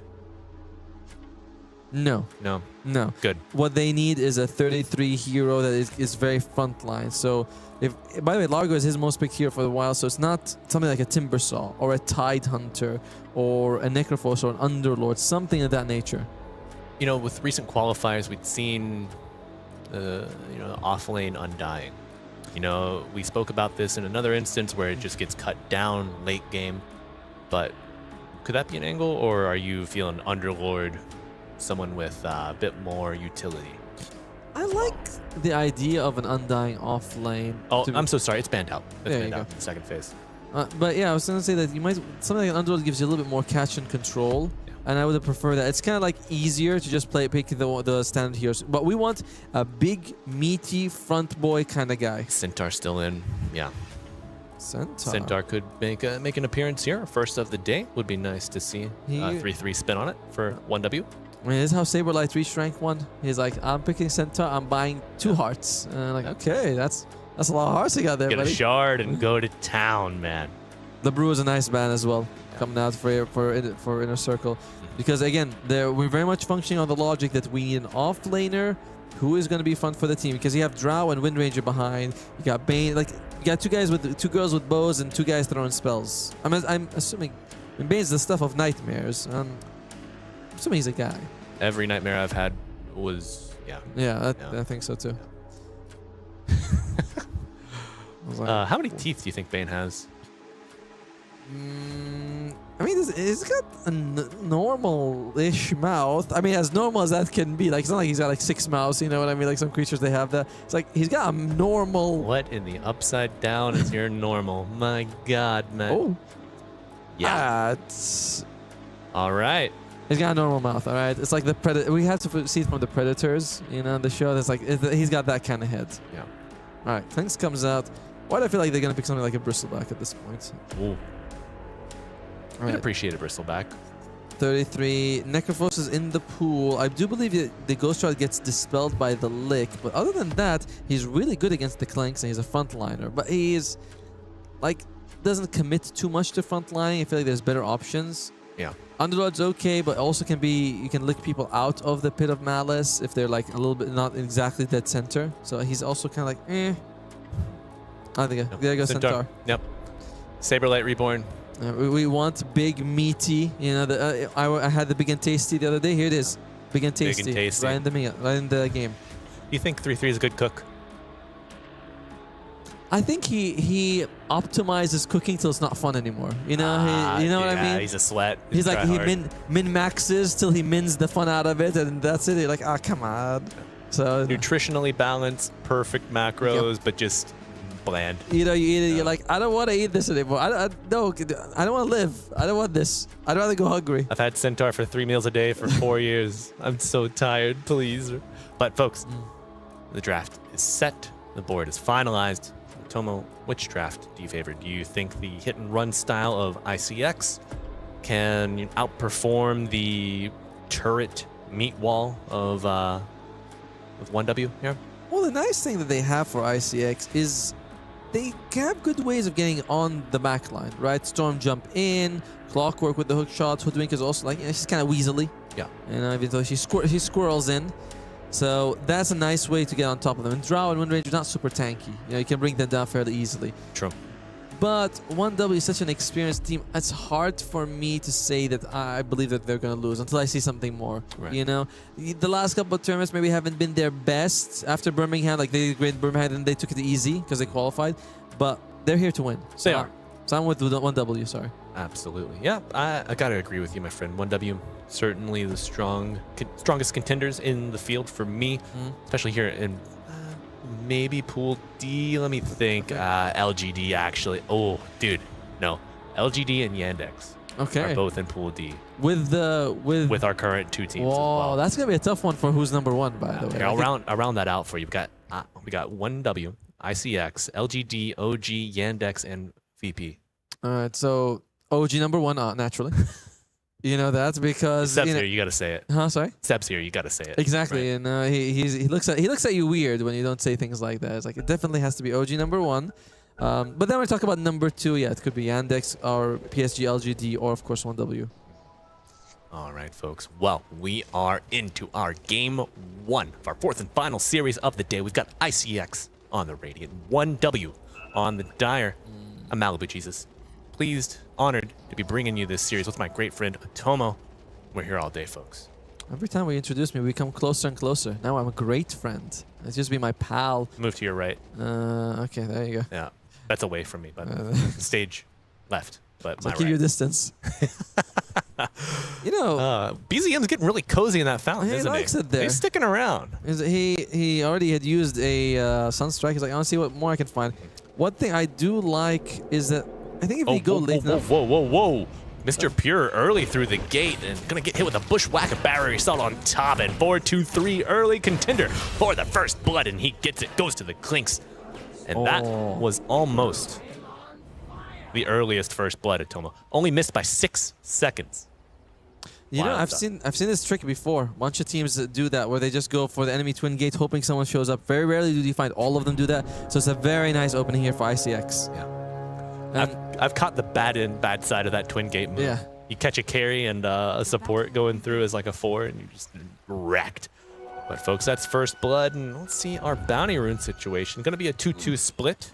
Okay, good start for ICX. Enemy carry dead. Who got the first blood? The Clinks. The 4-2-3. Clinks. Very nice. No. Does lose his courier though, so that's gonna be a little unfortunate. White Mon, as usual, being very cheeky. Yeah. How could you not? Good blocks coming out here from both, but a little damage on the range creeper early. And Stoikov stepping up to bat will get it first. Now, Nightmare play. Holy. Not respecting the return trip here with the Fairy Fire, but I think he's still gonna go down. A little pip from that crossbow. Makes it right as rain here for ICX, and a disaster for 1W. He's gonna walk, you know. And I'm not sure those boots were made for walking. No, I don't even think he has boots. Oh, that's true. We have some visuals. Yeah. I think she is barefoot, in fact. I know they had to throw their boot for the boot breaker game. Well, so mid lane is going to be BZM versus Stoikov for now. Seems fairly even. I would say. Well, you know, BZM needs a little bit of levels before he can really contest the storm, but he's gonna catch up. So the early mid laning, do you think that's more about levels and economy? I think so. I mean, both mostly for the storm, right? Like the faster you hit 6, it completely changes the hero. At 5, you're very gankable. At 6, it's like, man, like we can't catch him anymore. Have fun. When you play heroes, you know, roaming 4s like a Spirit Breaker, Bounty, Lion. You look at him. If he's 3 or 4 and 5, you're okay. If he's 6, you're like, it's not worth it. I'm gonna come mid. Yeah. But so yeah, so far mid lane is okay. Pure is also, he's fine. 2 deaths, he still comes back, gets the highest CS. How do you let that happen? You know, it had to be an open pool camp, right? It's the White Mon factor. You know, true. Probably drags the creep. I'm on my goat, and there you go, folks. First Sunstrike kill of the game. Gonna give BZM a boon in the mid lane. Get that pesky Clinks out of their off lane for 1W. That had to be the most on the edge of a Sunstrike you could be, right? Because he looked like he was out of it. But somehow, you know, he's got if you're BZM, you have an inner chasm stone built into your right. Close as you can get without getting your eyes wet with that Sunstrike. Gonna be a pool top side. Water Rune goes to BZM. Good boy, backpacking his branches. Maximizing that, you know, gained HP, gained mana. See, this is what I mean. This is something that min-maxes, you know, you maximum efficiency, minimum fun. Now, Tomo, question for you. Those 3 Ironwood branches, they were locked. Yeah. He already has his wand. Is it because they existed before he had his full wand? I was also a little bit surprised about why he'd lock them exactly, because I mean the only thing you can make out of them is a magic wand. So, not quite sure what the logic was completely. Can you plant them when they're locked? I feel like you still can actually. I don't think that you know stops you from misclicking or anything like that. So it is a bit of an odd one. But you know what? We'll Interview question. There you go. We'll pin it down, and there's another Sunstrike. Actually, I think it helps perfectly land those Sunstrikes. And Fairy Fire not gonna be enough. The final right-click lands, and it's the White Mon factor. Oh dear. Gonna even get the big Centaur. Drow is emerging as just a very annoying hero to play against in the lane, and yeah, it's like Largo and the Grandmaster Hoodwink is fine, but yeah, 2-0 here on Sunstrikes for BZM. His CS wasn't super impressive. I think he was like 5 to the 12 for the Story Cup, but you got 2 kills. You're very happy. You need to command Sunstrike accuracy, the SSA, dash SSA. Is there a trick to the locked iron burst? I'm really thinking like, is there a trick? You are fixated on that. It's because you brought it up. Now I'm like thinking about it. And then someone in chat will they always give you like the most obvious answer. You're like, oh yeah, that's why he'd do it. Absolutely. Whitemon investing to further block the camp again. Oh. Hey. Cog, he runs into it. Yeah. See, it's deceptive. It's like deceptively still. You know, so he hit it naturally. He's like, I gotta. You know, you can hit a cog continuously. You can hit it again after you've already ping-ponged it out once. Really? Yep. Huh. So if you have a blink, well, obviously you probably just want to blink on your target, bounce it back to you. But if it's a last-ditch effort, you hit, you miss, you need more range, go forward, hit it again. Huh. That's pretty cool. Yeah. From the mouth of babes. Yeah, right. hitting it twice. I mean, imagine the clockwork hits it twice. For a second, I thought you meant that the hero can be hit by a cog twice. I'm like, huh? No. Following it up, say, man, I want that one back. You gotta go get it. And also, you can get like a glove of haste to hit more. It's an investment, yeah. But big shackle coming out, nightmare trade-off, and Lay's gonna expire. It's frog for dinner. Ooh. Frog legs, not bad. Yeah. That's pretty good. But they are gonna need the storm to show up very soon because they are having some real trouble in this top lane. Now, luckily, it's not the shutdown we saw in the previous series in the endgame 2, right? That was way worse. 3K by 4 minutes, 5 minutes. No, I think, and we saw like the Lycan was 2,000 net worth. Ari just dodging everything, playing with his food. Hits the shackle onto 2, power shot onto 1. The cogs, not. There you go. Such a great mechanical display into death. You know, he's like, look at all these moves, look at all this cool stuff, and then he's like, gets caught in the cog and dies. Yeah, but I mean, ultimately. Oh, interesting. Camp block. Yeah, camp block. That's one of the cool tricks that make you can tell someone's a better player is when they have like the quelling blade, they cut the tree, they put the ward there, and like, damn, I wish I had the sort of foresight. Well, more like energy, you know, to do it. I'm like, I gotta click. You're trying to climb that ladder, man. You gotta find that energy. You gotta do it. That's right. But Atomo, I think my favorite vision manipulation of the terrain, it's got to be the cogs. Clear some trees. It's so easy to find like 360-degree radial vision of these like unorthodox spots. But I mean, someone walks into the woods, they see no trees on. They're like, there's something happening here. You know. I wonder. Maybe I should put a sentry. Is there a timber saw? No. No, something else. But Lays, he has been kind of taking it in terms of the CS, but at least they should be able to get their own Tormentor. Another thing that we saw in the previous one where P-Vision just took all 3 of the first 3, sorry, from Team Nemesis. That creep cutting from 3-3. You know, I was wondering how he'd put his spin on the economy game. Wave cut into side camps, then later going to come back for these triangle stacks. Beautiful minds at work here, and a Sunstrike. Third one did hit, however, no kill. Oh, here we go. But the setup. Beautiful. For a kill. Blood Grenade committed, bounce back with the cogs. Brain Stab helping him out, but he goes to the low ground thanks to the cog bounce. Won't trigger the second time because he just can't. But Mr. Clockwork trying to get away, a lick for a save, but is it enough fairy fire on top and a TP in from Stoikov? That level 6 Storm Spirit that you mentioned, Atomo looking for a kill. Armed up here, even 4-2-3 joining the fray, and they bring down the big bad shoeless Drow Ranger. And Ari might even fall at the end of it all. Another galvanized stack for Stoikov, and it's looking good. You gotta shout out to Fernandes in that one. He throws out a bushwhack to catch 2 people. They're like, oh, we already got Pure. Let's get the supports as well. Catches Ari and Whitemon. Beautiful move there by Fernandes. Equalizes the... Yeah, we are equal. 8 minutes in. Like, there's no net difference between the 2 teams. Yeah, I mean, you remove the first blood from the game. You're at a 5-5 slate. Nice. Even net worth. Towers. No one taking one just yet, but scouting with the Forge Spirit, seeing these stacks that are available. Whitemon. What do we do? Meteor. Dude. Gets a decent chunk of it with that static storm, so he's gonna be fine. Is this the fastest Meteor Hammer that you've seen in a minute? I feel like it's very quick. What else does he have on him? I feel like it's just straight Wand up. branches. Yeah, straight up Meteor Hammer, because I don't think did he buy boots? No. He got 4,000 gold. those iron branches. There's a trick to it. There's a trick to it somewhere. We just gotta know. Yeah, no boots, just straight up Meteor. Shield rune. That's good. Gonna give him a little bit of extra life here, but bounce back under the tower. It's looking dangerous. Mr. Lace and the Centaur ultimating will be enough to get him out. They take down the clockwork in return. 1W finally getting something of a lead here. But yeah, it's just straight for the Meteor Hammer. They smoke up on the supports for 1W, seeing who they can find. 423 wants to go for a Deso. Helps with your push, helps with a lot of the damage you need. Because 1W, they're fragile. It's really just the Centaur. Yeah. Not a bunch of high armor heroes over here. The stat gain on Bane decent. Distributes agility quite well, but I don't know. I think, yeah, you're going to cut through some heroes, cut through some towers as well. And now, yeah, Mr. Lays showing on that wave. Not quite level 6. The Sunstrike inbound, and it misses. The first miss of the game is 3-1 now. But still, the frog put down to the bog. Solid. But so far, the big difference has been that 33 is kind of untouched. He goes past, almost a tier 2. An 8-minute Meteor Hammer will do that. Oh my. Easier. Stoikov and 423, can you do it?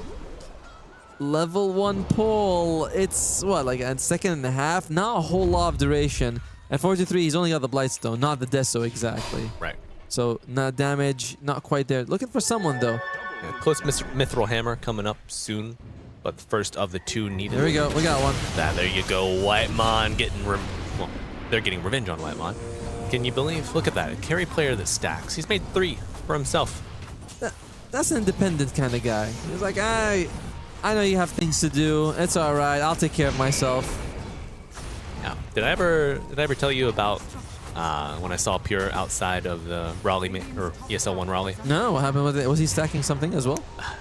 He was stacking revenge. There's a redemption arc, but Meteor Hammer after the tornado will land.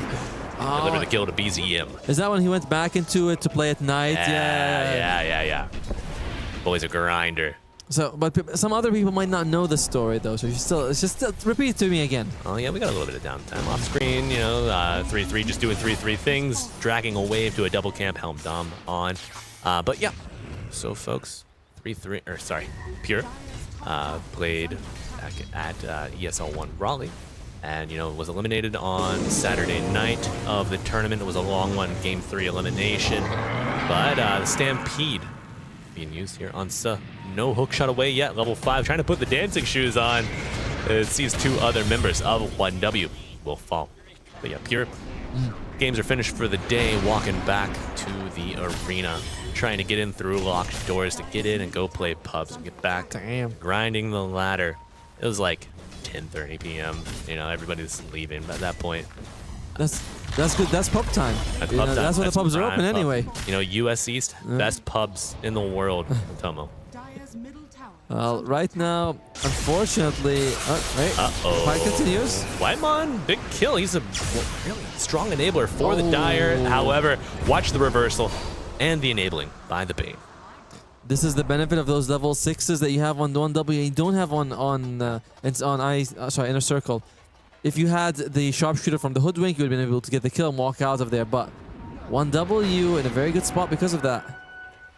And you can see also the net worth starting to tilt towards their side. It's back when from Tundra that he learned this. Not learned it, but 33 was doing this. Just maximum gold efficiency for him and the whole team. He teaches them this. Yeah, recent media production with Insania and Slacks, a little coaching session. Get money. Insania, get money. Enable your team to, enrich themselves. Oh. The job of the support. He was talking about Dota. I thought he meant okay. He's like, hoard gold, acquire gold at all costs. I'm like, yes, these are all good advice. Well, he doesn't do it himself. His role as a support is to enable his team to acquire that wealth. I assume he means a pro match, not what you're playing with 420 booty wizards in a pub. Hey, what's wrong with that guy? Just saying, that's my ladder. It's my ladder partner, man. We grind in USCs. But Stoikov, what do you got to work with here? Level 9 on your Storm. Should have a Kaya, I would say. Probably Kaya on the way. Already has the Soul Ring as well, working towards getting some net worth. I guess they're waiting for 423's Deso to start getting some kills. It's very close to that, but you're still, the net worth it's growing, you know? It is. Yeah, 4-2-3, about 1K behind the Drow Ranger, and look at that. 90! 89% win probability here for the Dire. That's I mean, it's not that bad, is it? Oh, that's bad. No, not another. Oh, Stampede coming out, but will it be enough for Whitemon? That health restoration will not save him. Off the map for 25. Stampede for a hook shot, not bad. I guess. But that was still a bit of miscommunication. Like, that kill is nice that you get, but you got in a bit of like a chaotic way. That kind of shows some of the problems, like, oh, Suh and Stukov going in at the same time. It's like, wait, you guys aren't coordinating exactly. Right. It's not clean. No, it's not clean at all. And look at 33. Straight up heart. Well, it was nice knowing you, ICX. It's like, I see what Saberlight's doing. This could be a good one. Health is damage? Yes. Yes, this is good. It tickles my efficiency. That's right. Oh, an efficient tickle, the most potent weapon you can have in Dota, but a zip forward's not a bad second. Oh, Mr. Pure is whacked and smacked. A Nightmare gonna pull Storm Spirit right back into a Meteor Hammer. And the Fiend script to follow afterwards, but the hook shot off the mark doesn't hit BZM with the sidestep, and now he's zipping around. That, however, 3 dead. 1 W. Unable to come out of that with any semblance of a win, Atomo. Yeah, Pure just dropped early in the fight, getting BZM as well. 2 of the biggest kills you can get. Very nice for them. And yeah, this is, I believe he's got like, 4 Disso charges now. So damage adding up a little bit with a tower.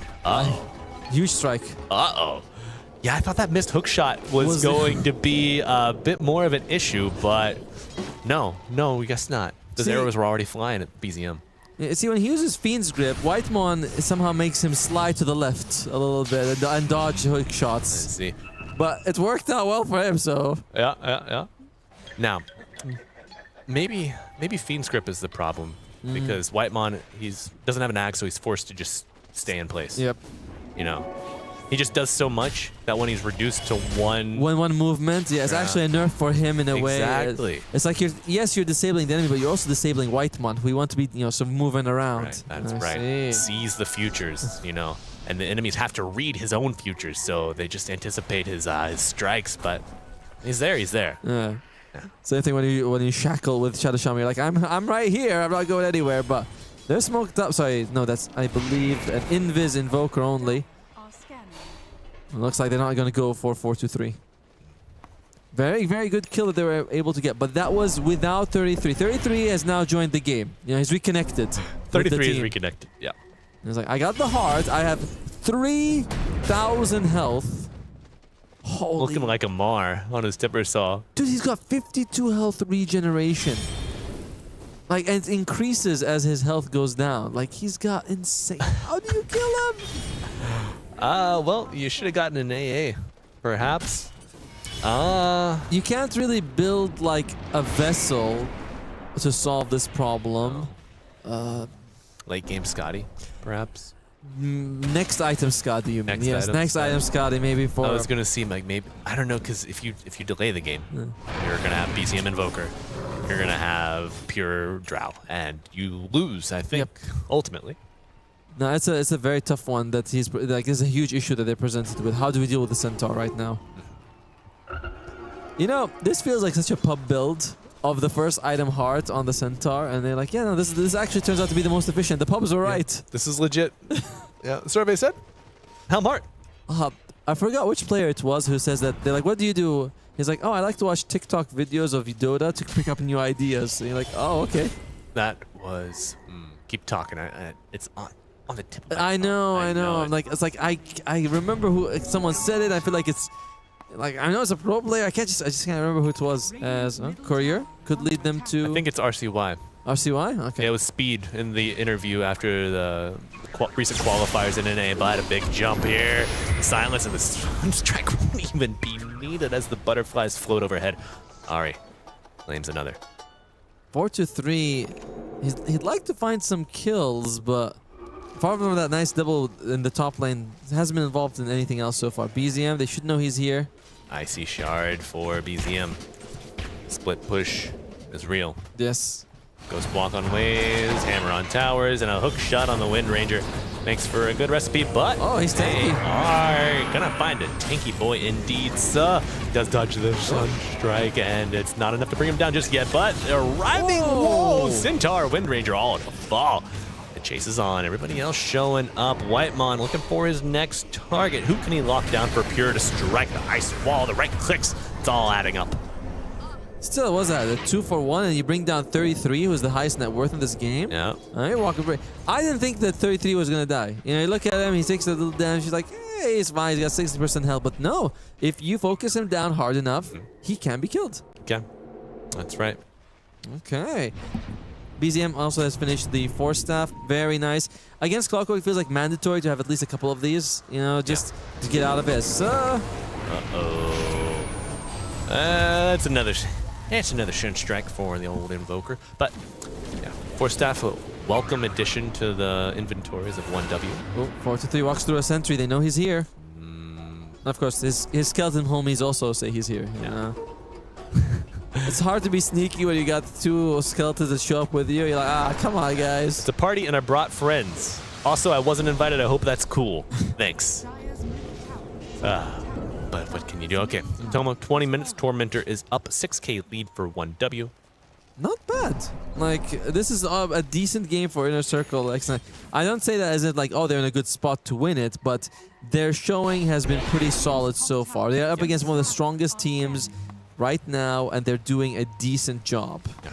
They've made a competitive bid. Yes. At 13 to 13. Win. Yeah. You know, one could say they might even get 1W. That would be, they would love to get 1W. They would.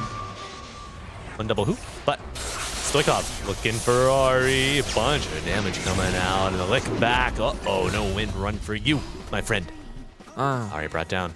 I always forget that you can dispel the wind run with Largo. It's like, oh yeah, you can just remove that. Very nice. Absolutely. Oh man, being able to remove. Oh, I love it. It's good. If you ever play Largo against like Darkseer. Everything he's got is removed as well. Yep. Just wait for the surge. It's over, buddy. Well, they're gonna go for the Tormentor here for 1W. Who's gonna get? I feel like Whitemon's gonna get this one. There you go. Oh, there you go. You want your Bane to split push? Give him a shard. He's got the AoE Brain Sap. Heals about 25% for the other secondary targets, but still it's some more healing. It's nice. Is so good. It's very nice. It's nice for farming too. You can go to like a small camp, whoop. Yeah. Or like you ever fight on a wave or a camp, you just hit that, back to full health. Well, I wonder how it functions with a locket. Huh. I mean, it is a heal for you. It should improve your healing. I feel like this would work. But it's also like, would you ever really want to get a Holy Locket on Bane? Then you do something wrong if that's happening. I don't think There's too much other value out there, right? It's like, what are you gonna tag for us, Beatty? Or if you don't have a gas station hero, you know, no Coddle, no Pugna, no Lion. So he fixes it for people. That's right. Get 25 charges. Give your guys a little top off and back to the races with you. It's like when people play Lion as a core with Shadow Blade and Echo Saber, and you're like, I know what you're doing, it can work, but come on, there's better ways to do this. Have you suffered at the hands of a mid Lion? No, I've enjoyed it when they do it. It's so fun. It's like, oh, you're gonna do that, okay. How do you stop it? What's the key factor? You punch him in the face because he's very fragile and easy to catch. You stun him, yes, and then you hit him after you Shadow Blade. You're like, you have a finger, I have a whole fist. We'll see. Oh, look at that. Lincoln Sphere finished on Stukov. Good way to dodge everything from the Bane, basically. Yeah. He's got a gym on Whitemon also. We're saying there's 20-minute gyms. We always mention how useful it can be. And do you see that? He has locked the Healing Lotus, so it does not become one big Healing Lotus. What is up with the locking today? I think because he can space out. He already has a big heal with the Brain Sap, the AoE on it.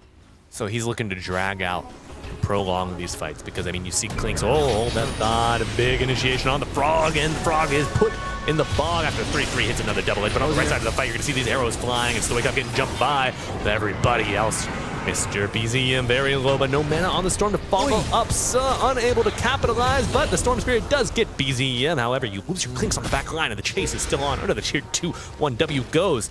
Looking for Fernandes, but a big bushwhack gonna help him out for now. The Tumblr's toy forward with, oh my god, every damn thing in the kitchen sink coming out. 3 dead on ICX and 1W. Getting a nice little foothold here in the mid game. That is a lot of damage coming out from 33 here, just spamming the double edge. I believe he's got the shard because I can see the timer on top of it, which means not only does the double edge slow, which is nice, but you get what? Yeah, 12% bonus strength every time you use it. He's got 160. That's about 14 strength every time he uses it.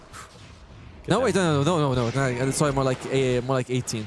Yeah, and then the next strength upgrade calculates off of the accumulated. But Mr. Suh, oh, he's going for some cog hockey, but no one's got their skates on to play with him, Atomo. You ever play hockey? Street hockey? No. I mean, I like ice skating, but I feel like giving me a big stick to, on ice with a sharp, footwear, like this is just a recipe for disaster. Maybe roller hockey is a good place to start. Maybe better. I've only been ice skating once. Okay. No one told me to wear long socks. You've only gone ice skating once? Yeah. That's crazy to me. Yeah. Not a lot of ice in West Virginia. I thought there would be more. Like, you see winter in the US, they've got ice. Not a lot of ice rinks. Not a lot of ice rinks, okay. Yeah. Well, R.I.P. the old minor league team we had. Isn't it crazy that's actually improving for IC for Inner Circle? Like it used to be what, 90%? Now 89 it's and 90. 87. All right, it's getting better. But more futures are opening and branching. If only Oracle was here to read it for us. Have you encountered Oracle in the new event? You mean like the tarot cards thing? Yeah. It's fun. Oh, it's such a cool artistic addition. I love it. I like the things that he says. There's one, if I can remember, I'll say... About death. What was it? The funny one. You shouldn't worry about that, but you will die. Well, right now, can ICX get out of this death trap that they're in? It doesn't feel like they're that far behind, but you look at the net worth, that's when the problems show up. It's like Pure and 33. There's a lot of damage. They're quite durable. Wait, who's got the serrated shiv? Ooh. Oh, great. Alert serrated shiv. So. Jeez. Attack range, night vision, right? Attack speed as well. Yeah. And of course, not attack range until tier 4. Yeah. But it does have that also percentage-based damage from the shiv. It's a big. Would be great against the Centaur. If you had on your side. Yeah. But a smoke play. Anticipating the Roshan. Okay. The CY Mom would be a good kill. Forward would be Bushwhack pulling him back with the burning army. He does a lot of work here. Good catch. Tornado interrupting the go with a meteor on top. Suh is not long for this world after the Sunstrike lands, takes him out. BZM does not miss. Yeah. But now they've used the hook shot and they've used pretty much everything that they have. The enemy team, they don't have Stampede, but they're not gonna contest it. Oh, mi corazon. I can't. He falls. Good movie. Yeah. Oh. Pump fake. The bank of 3-3. Looking for new accounts. Give him your money, boys. Look at that. He's got the Lotus Orb on Largo for Lays, as well as I think he's probably got the shard as well. So it's quite nice. You can multiple ways to reflect the Fiend's Grip, as well as, of course, the Shackle Shot. Yeah. Ooh, shiv on Clinks.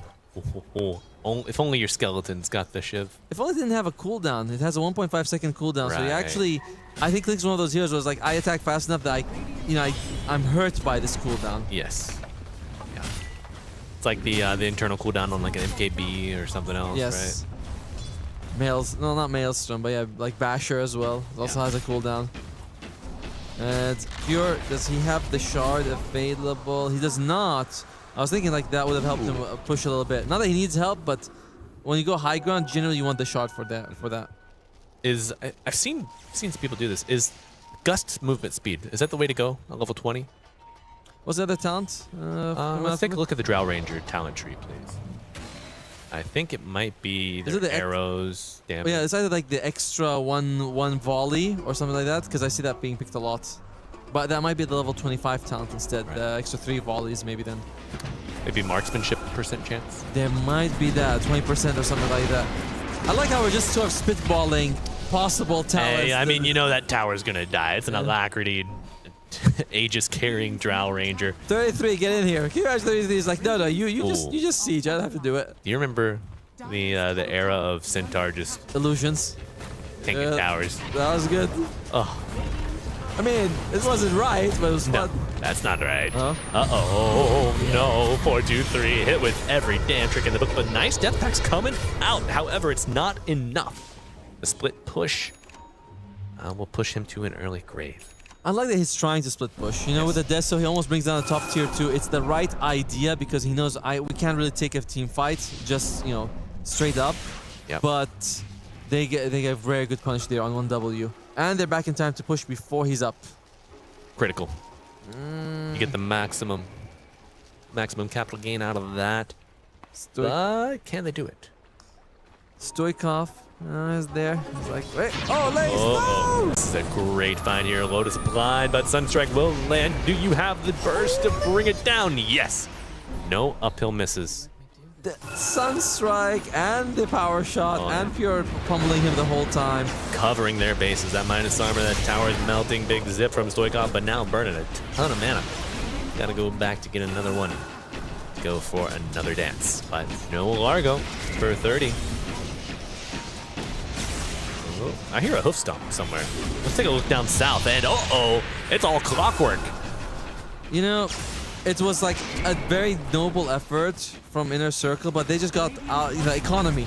Yeah. Right? Like everyone complains about the economy these days. Economia. Except the 1W, because everything went very well for them. They just were able to outfarm the entire game. Yeah. BKB is only available on the Invoker.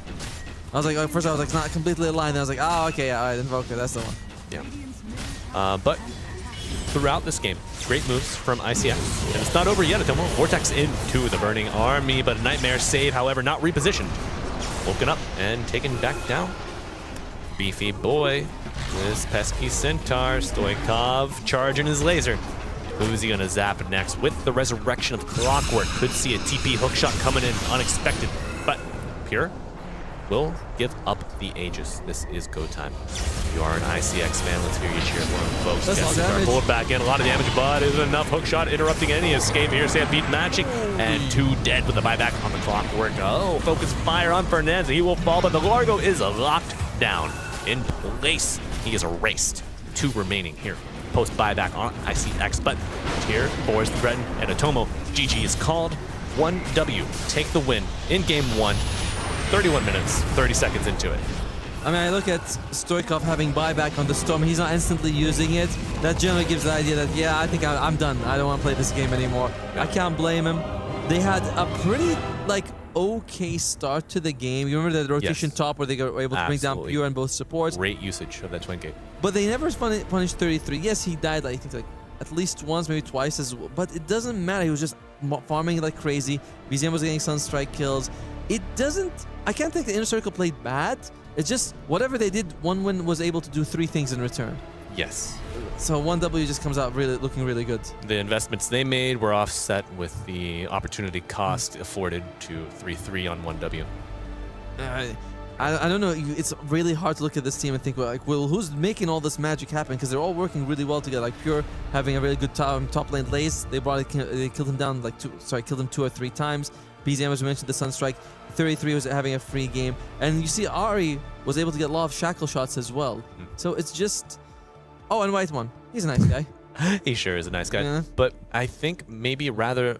So not necessarily a shortcoming of play, but capitalization of concept. Yep. You know, we mentioned time and time again, folks, 1W, the masters of out-economying the enemy, and I mean, that's on full display. We see great map movement, great pressure from ICX, but ultimately it's just not enough to beat the almighty dollar, or in our case, the almighty euro. Yeah, I was gonna say, I thought we were in the Dota world, but yeah, the euro right now. Yeah. It's just... even though 33 wasn't even that involved, but they were playing the map so well, they weren't able to get the pickoffs that they wanted. So kudos to Inner Circle for looking decent and good. Hopefully better in game 2, but man, it's the luck of the draw when you get P-Vision number 1 and you get 1W number 2, and you're like, these are the toughest teams. Yeah, well, mind that these are in different pools. True. They are separated, so it looks like a beatdown on the stream, but at least it's spread even. Everyone gets a kick. Yeah, that's right. You get a the kick, same guys get a kick 3 times. Like, no, you get a kick and then you get a kick. That's right. And one final point I'd like to retouch on, the 8-minute Meteor Hammer. Yeah. We spoke time and time again on the economy. That enables that Invoker to then accelerate towards the shard, and he's still contributing globally with the Sun Strikes, and then the map pressure, the Forge Spirit. It all adds up. So I think if you can remove one cog, the machine might have a bit of a hiccup, but it might not stop completely. Yeah, I mean, he didn't go for boots, right? Just wanted to get Meteor Hammer first item, use that, and they were able to take down buildings. It worked very nicely for them as well. But when you say it like, okay, let's take away the Invoker, BZM still got other heroes they have to worry about, like the Spirit Brothers and the Puck as well. And they first picked it. I don't. I look forward to seeing what they can think of, because I can't. Me too. And folks, you're gonna have to stick around to see game 2, because we are going to a short break. So stay tuned, and we will see you in a moment.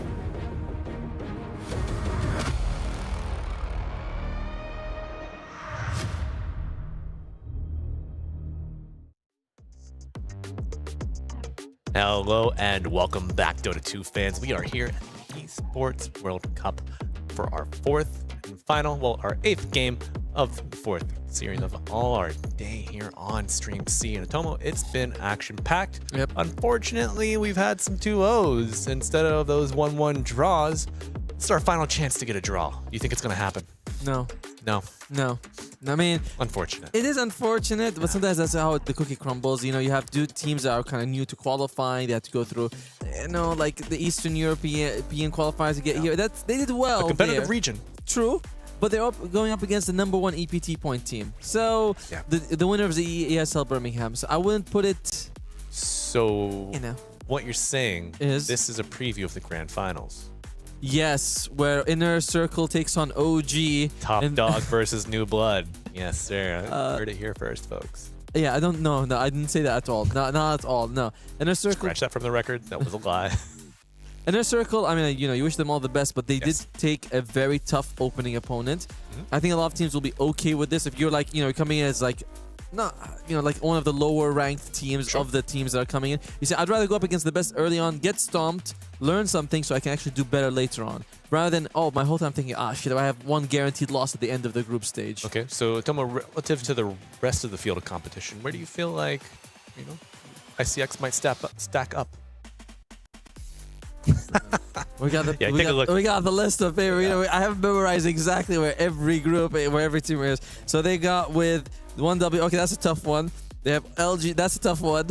They got that's a tough one. That's Yandex. That's Yandex. Is that OG? That's OG. Okay, so OG and VP. Well, OG is a little stronger than they used to be now. Going back to the SEA offlaner. Okay. Okay. Yeah, I mean, I would say that you kind of look like, you know, 1W, LGD, and Yandex would be the top 3 in this group. I think that's the kind of the safe. So the other 3 teams are playing for 4th place. Yeah. I mean, you know, don't want to be so blunt about it, but that's the way you are. The reality of the situation, unless disaster strikes. True. We've seen some blunders, some throws. You know, it happens from time to time, but you know, these teams are peaking. I've spoken with multiple folks, players, coaches, on a lot of these rosters. They say that they feel their teams have done a lot of preparation, and you know, the results just might compare to how they show up that day or how the other teams have prepared. But I think I've spoken to like 3 or 4 coaches, 2 in this pool, said their teams are peaking at the right time.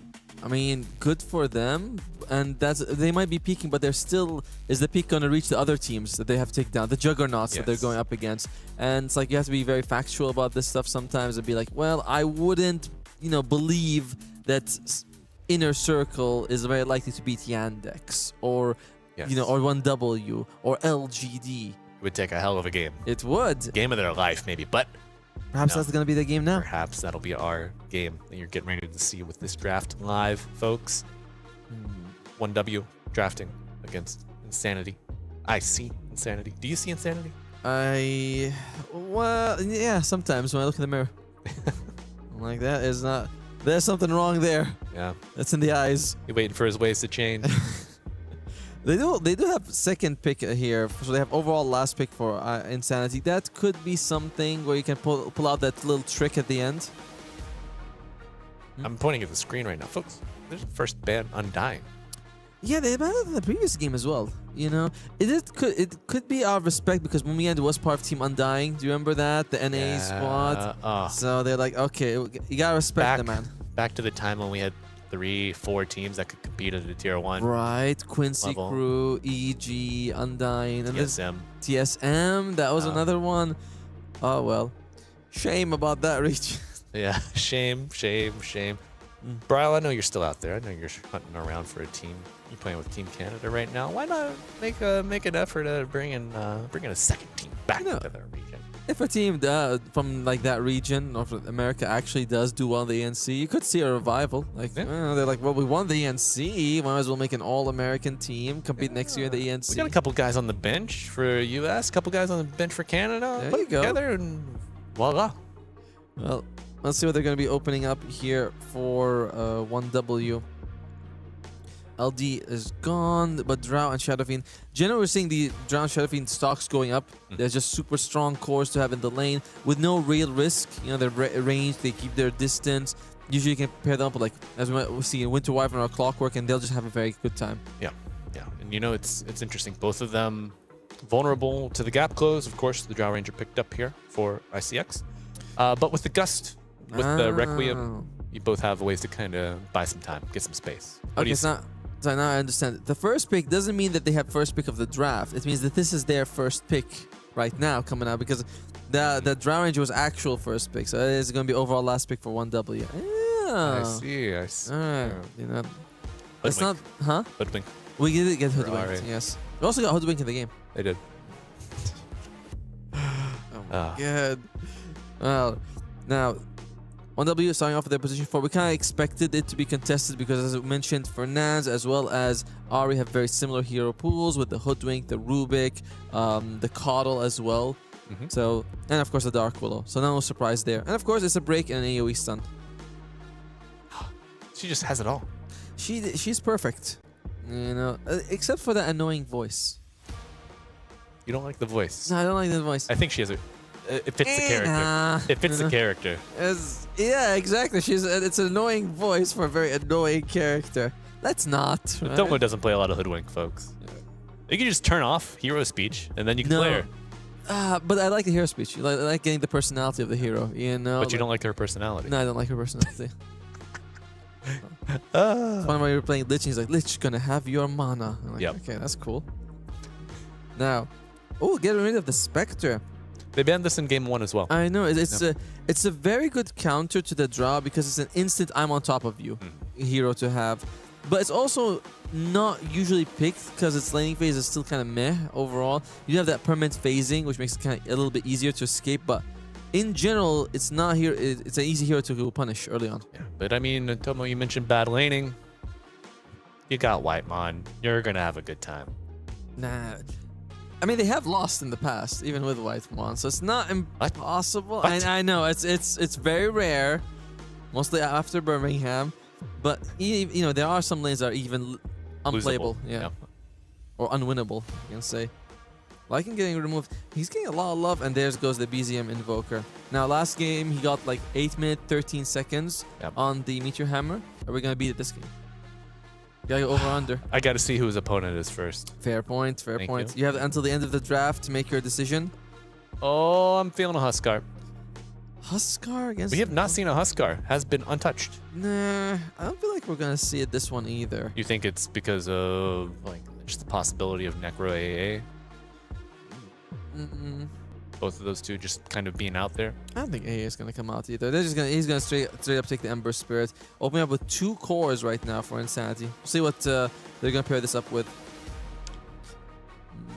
Early core drafting is back. I'd love to see a Omni Knight again. I know we saw it from P Vision, and I was like, yay, Omni! Maybe he's back. So the thing is, they had things to go in for the LD Bear. You know, the Willow, if you go on her, hit her with a Purify, and then into the Shadow Realm, you can go through with it. But the Wind Ranger, stolen away, was played by 1W in the previous game. Could have maybe seen a pure Wind Ranger. It's fine. And she does benefit also from the Drow Ranger's marksmanship, all that bonus agility is Focus Fire helping out as well. Quite nice, it's quite nice. Now, 1W, you see that there's Wind Ranger, Ember, and Drow. So decent poke from a distance. What would they want to take? Who is the anti-poke? I like the idea. I don't know if he's anti-poke, but I like the idea of a techie is for Whitemon. Just because, you know, you're up against 2 super fragile Archer girls, you're like, we can blow them up very easily there. I see some twin gate brilliance coming out in the future, bub. 4 proximity mines, everybody going through at once. But Enchantress Centaur. Goodbye, Flame Guard. See, this is what I mean when you said that. Do you think 33 can cook well? I'm like, probably he cooks until it's very boring for him. That's what, like Centaur. He's like, I won with it once, I will win with it again. That's all he is. Like, as long as it wins, I don't care about anything else. Do you want to hear my absolutely unhinged cook? Okay. I don't think you're going to steal the Centaur away from 3-3, but Whitemon Centaur, Hoodwink, Pure would be my flip it upside down, reverse it, cook here for the game. Game 2. It would make the game a lot more interesting. It would. I would love it. I would love to do that, but you know, it's so early in the tournament. You haven't secured first spot. Sure. You could lose against Yandex. You want to get those 2 O's. But do you know Hydra's Breath can be applied or activated with Acorn Shot? I did not know that. I know that people have been taking it with Wind Ranger Focus Fire, and it's been looking pretty decent. Yeah. I should like arrows in every direction, but now they have their offlaner here. Similar idea for 1W. Previous game. Centaur on 33, 4 ranged heroes who can do some damage, and that's about it. This, you know what you wish? You wish that Spectre was in the pool, but let's say Spectre's not in the pool. Dawnbreaker or Mars could be a decent option, but they go for the Night Stalker. Also, really good. Yeah. I think it's fine, but I wonder if they would have considered going for the Mars instead, right? Because we're seeing the Stampede presenting a lot of problems for 1W, so maybe an arena would have been nice, but no, the Night Stalker jump in. If you don't jump on the Centaur, he'll Stampede anyone else. That's right. And if you jump on the Centaur, I mean, it's not easy to kill that guy when he gets Heart as his first item and has 3,000 health. He was only killed once when he was expected to live. Last game for us, at least. That was when they came through the Twin Gate. Yeah. Had the incredible burst damage on the bottom of the ramp. But aside from that, very surprising. Was Reset City for 3-3. I don't know. I'm okay with the Night Stalker pick though, but I just feel like it's not gonna do too much with the Centaur in the game. But let's see, they have a support last pick, possibly a position 5 support as well. Okay, let's visit that. Undying, Clockwork, Treant, all gone. Who are your meat shields? Or do you go double range and try to just bully the Centaur out and force him to an early jungle? I feel like he wants something more melee. I would say okay, Undying's gone, Clockwork is gone. What would Sil want here? Bane is okay, I suppose. Okay. Double range outlast kind of route there. You think an Ogre could come into play? I would. Or a Witch Doctor. We've seen Witch Doctor, you know, kind of find a rebirth here. Speaking yesterday on some drafts. Bio. Unusual, but yeah, it actually allows you to harass the Centaur without losing too much of your health if you're Drow, right? Because you're getting so much sustain from the IO itself. It's a good way of having some global presence. Okay. But it's going to be last pick right now for 1W. They're going to be taking their carry. Something for Pure. Is Kez in the pool? It is. One of his most played heroes. He can also go for... Oh, it goes for the Beastmaster. Okay. This is... a lot of pressure. A lot of pressure at Tomo. Oh. Well, that's interesting. Yep, it sure is. No, I mean, like, I think... Are the things switched? It sure is, I believe. So Insanity is on the Dire and 1W is on the Radiant. We're guessing because based on the names that are being picked right now. Because when I saw the Drow Ranger come out, I was like, wow, these guys both like the same carry. Yeah, great job. They stole it away. Let's see what they can do with it. They're like, oh wait, no, it's the other way around. Okay, got it. Okay, so. And then you see BZM on the Invoker, and you're like, oh, sorry, not BZM, but okay. See Pure, what would have been Pure on the Beastmaster, Pure on the Invoker, yeah, but no. Wow. Okay. Reversal. It just shows you like how premier some of these heroes are that everybody on every team needs to be able to play them. Yep. Right. So let's go back. Let's revisit this now with a new perspective because the teams have been flipped. Okay, and 1W. Everything that we say was good for this is now bad somehow because the teams change. I like the Beastmaster that comes out. I mentioned that I think 4-2-3 is really good when he's going on these more pushy kind of carries, and the Nature's Prophet, the Broodmother, and the Beastmaster would be one of them. Now they've got the Centaur on their side as well, which is very durable for them. We'll see if it goes for Hearts. And they stole a lot of the draft that they played against. The Hoodwink, the Centaur, and the Invoker were all on the enemy team. Yeah. So makings of an upset possibly on the table. We've seen the recipe work. We've seen it when 33 cooked it. It was awesome, fantastic. You know, had dessert after. It was tasty. Yeah. But could go for some Mongolian. It's definitely wait. Yeah. Oh yeah, it's definitely flipped. This is 1W. Okay. Because I was looking at the logo stop. Yes, sir. It's not quite over, gentlemen. But folks, we are in game 2. We've got 1W on the Radiant. I see on the Dire. Please disregard the graphics at the top of the screen. But I'm Malibu Jesus, joined by Atomo with the great, the shiny, the gilded. Shiny, yes. We're going to deliver you through our 4th and final series of the day. We hope you have enjoyed this beautiful day of action on Stream C here at EWC so far. It's been an absolute pleasure to round out the stream after our great friends Winter Permasneeds brought you that earlier action.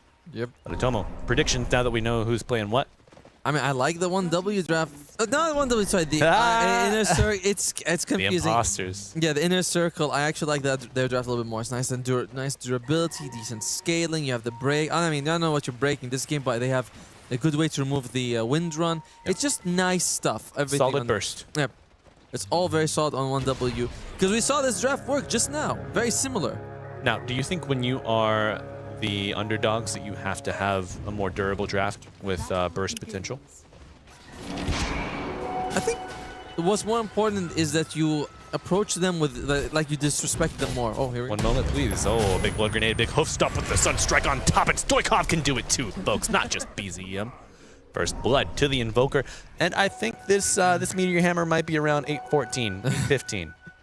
To be fair, they did bring Pure down twice in the early laning phase of the previous game as well. And it did cause a dent Not a in him lick of difference. Nope. No, sir. But actually, Stoikov has different starting items than BZM. Going for, I think, a mantle or possibly a double mantle. We'll see what the second circlet makes for him. But he is not going for the 5 Iron Branches, 3 locked, just to confuse us. Why? Why do they do this? I mean, someone was saying, like, oh, maybe he locked it before he wanted to finish his magic. I'm like, well, I don't get it. Like, why would still, like, I still don't see why he'd ever lock it. Oh. Hoodwink. Bye-bye, Mr. Whitemon. Level 1 spirits. It's a decent amount of damage. The nice thing, though, is at least if you are Centaur, you can put 2 or 3 points and retaliate. It does kind of make Pure not want to harass you. So he can be fairly independent. Whereas in the previous game, Lays really, he got the... well, he got shafted very hard. Yeah. Stay independent for so long, get your levels, go farm jungle with retaliate, get a Helm Dom stack for yourself, wave skip for yourself. Yep. Options are present, a little more recoverable. Yeah. Of the 2 heroes, I think that you can say that Centaur is a little bit more independent than the Largo. Yeah. Plus, that guy's got like a banjo. He wants friends around him. He doesn't just want to play for himself. I mean, he love the craft, respect the instrument. But you do it for the fame as well. For the love of the game and the fame. The Soul King. Well, so far it is looking like a much better laning phase overall for Inner Circle. Didn't get a second kill on Pure, but he's also not running away with CS like he did before. Yeah, the Centaur. Let's see, 6-0 to a 10-2 Drow. Not just 1 CS to his name, but not as bad. BZM gets 1 water rune bottled up. Stoikov protects his with the spirit. Doesn't benefit too much from it though, compared to the Ember who refills his ball. It's one of the things about Invokers, like you're good at denying the ruins, but you don't really use the water ruins that well. Right, dude. What is this? This 4 Gauntlet of Strength Night Stalker. Twice now we've seen it. Oh my! Big bushwhack into the Stomp Sunstrike added, but the Fairy Fire saves him from the death and the kill credit to the Invoker. However, he still goes down. Whitemon gonna salve it off. And Lays will be able to use this time to get some CS because, like, it's been a while that he's been stuck on 6 only. That's 2 CS a minute. For people who are new, that's not very high. I don't know if you all know these things called numbers or math, but here on Stream C, we've got it locked down nice and tight. Someone out there's like, wait, I get 1 creep per wave. Is that's bad? You're like, yeah, that's ideal. It's not good. I mean, unless you're like Crystal Maiden. Unless one really big creep. Oh, that's true. Oh. Do you think there needs to be a new development on creep waves? We have banner creeps. We got double catapult creeps. Or double catapult waves, sorry. We have that mode before, super creep mode, where every like 3 minutes a big Hydra or Golem or Dragon would show up. But no, not. Oh, that's not gonna land. No. You're gonna want that one back. Remnants of the shield burning out. Might have killed him anyway, even if it landed. But we're seeing both offlaners struggle a little bit in this game. But at least Laze has, I think, 2 kills right now, or at least 2 assists. I believe Stukov might have been able to get at least one of those with his Sunstrike. Now, Tomo, if you are... Oh my, I hear a stomp. Jeez. Yeah, Whitemon is gone. And you really get the feeling that he's a centaur stomping on the ground, but Stukov... BZM, slight chains at the ready. Will they commit? Perhaps. Fernand's TPing in, cold snap, slight dodge, gets the shield up, but the damage coming through that acorn shot is physical, mind you. Ari, bodying for his Ember. Is it enough? They shove wave. Definitely not going to be as fast of a Meteor Hammer this game with the double mantle. You know, it does slow you down a little bit. Which is, you know, it's probably like the better item build to go double mantle, but... Oh, holy shit. All right, there you go. This offlane killer here for ICX. I mean, that was a rotation from Suh, helping them out with a slow from the creep, but damn. Centaur stocks rising. Yeah, Tom, I was curious if, you know, they would maybe send the Enchantress mid. You know, you get level 2 enchant, go for big creep, then just run mid usually, but not really investing too much there. Ember's much harder kill though than Pure, to be fair. And 33, he is between the tier 2 and the tier 3. They're like, yeah, whatever, just ignore him. An interesting strategy. They're saying we know the guy, respect the guy and everything, but we think he's just not gonna help his team, not gonna be a factor. We'll just ignore him.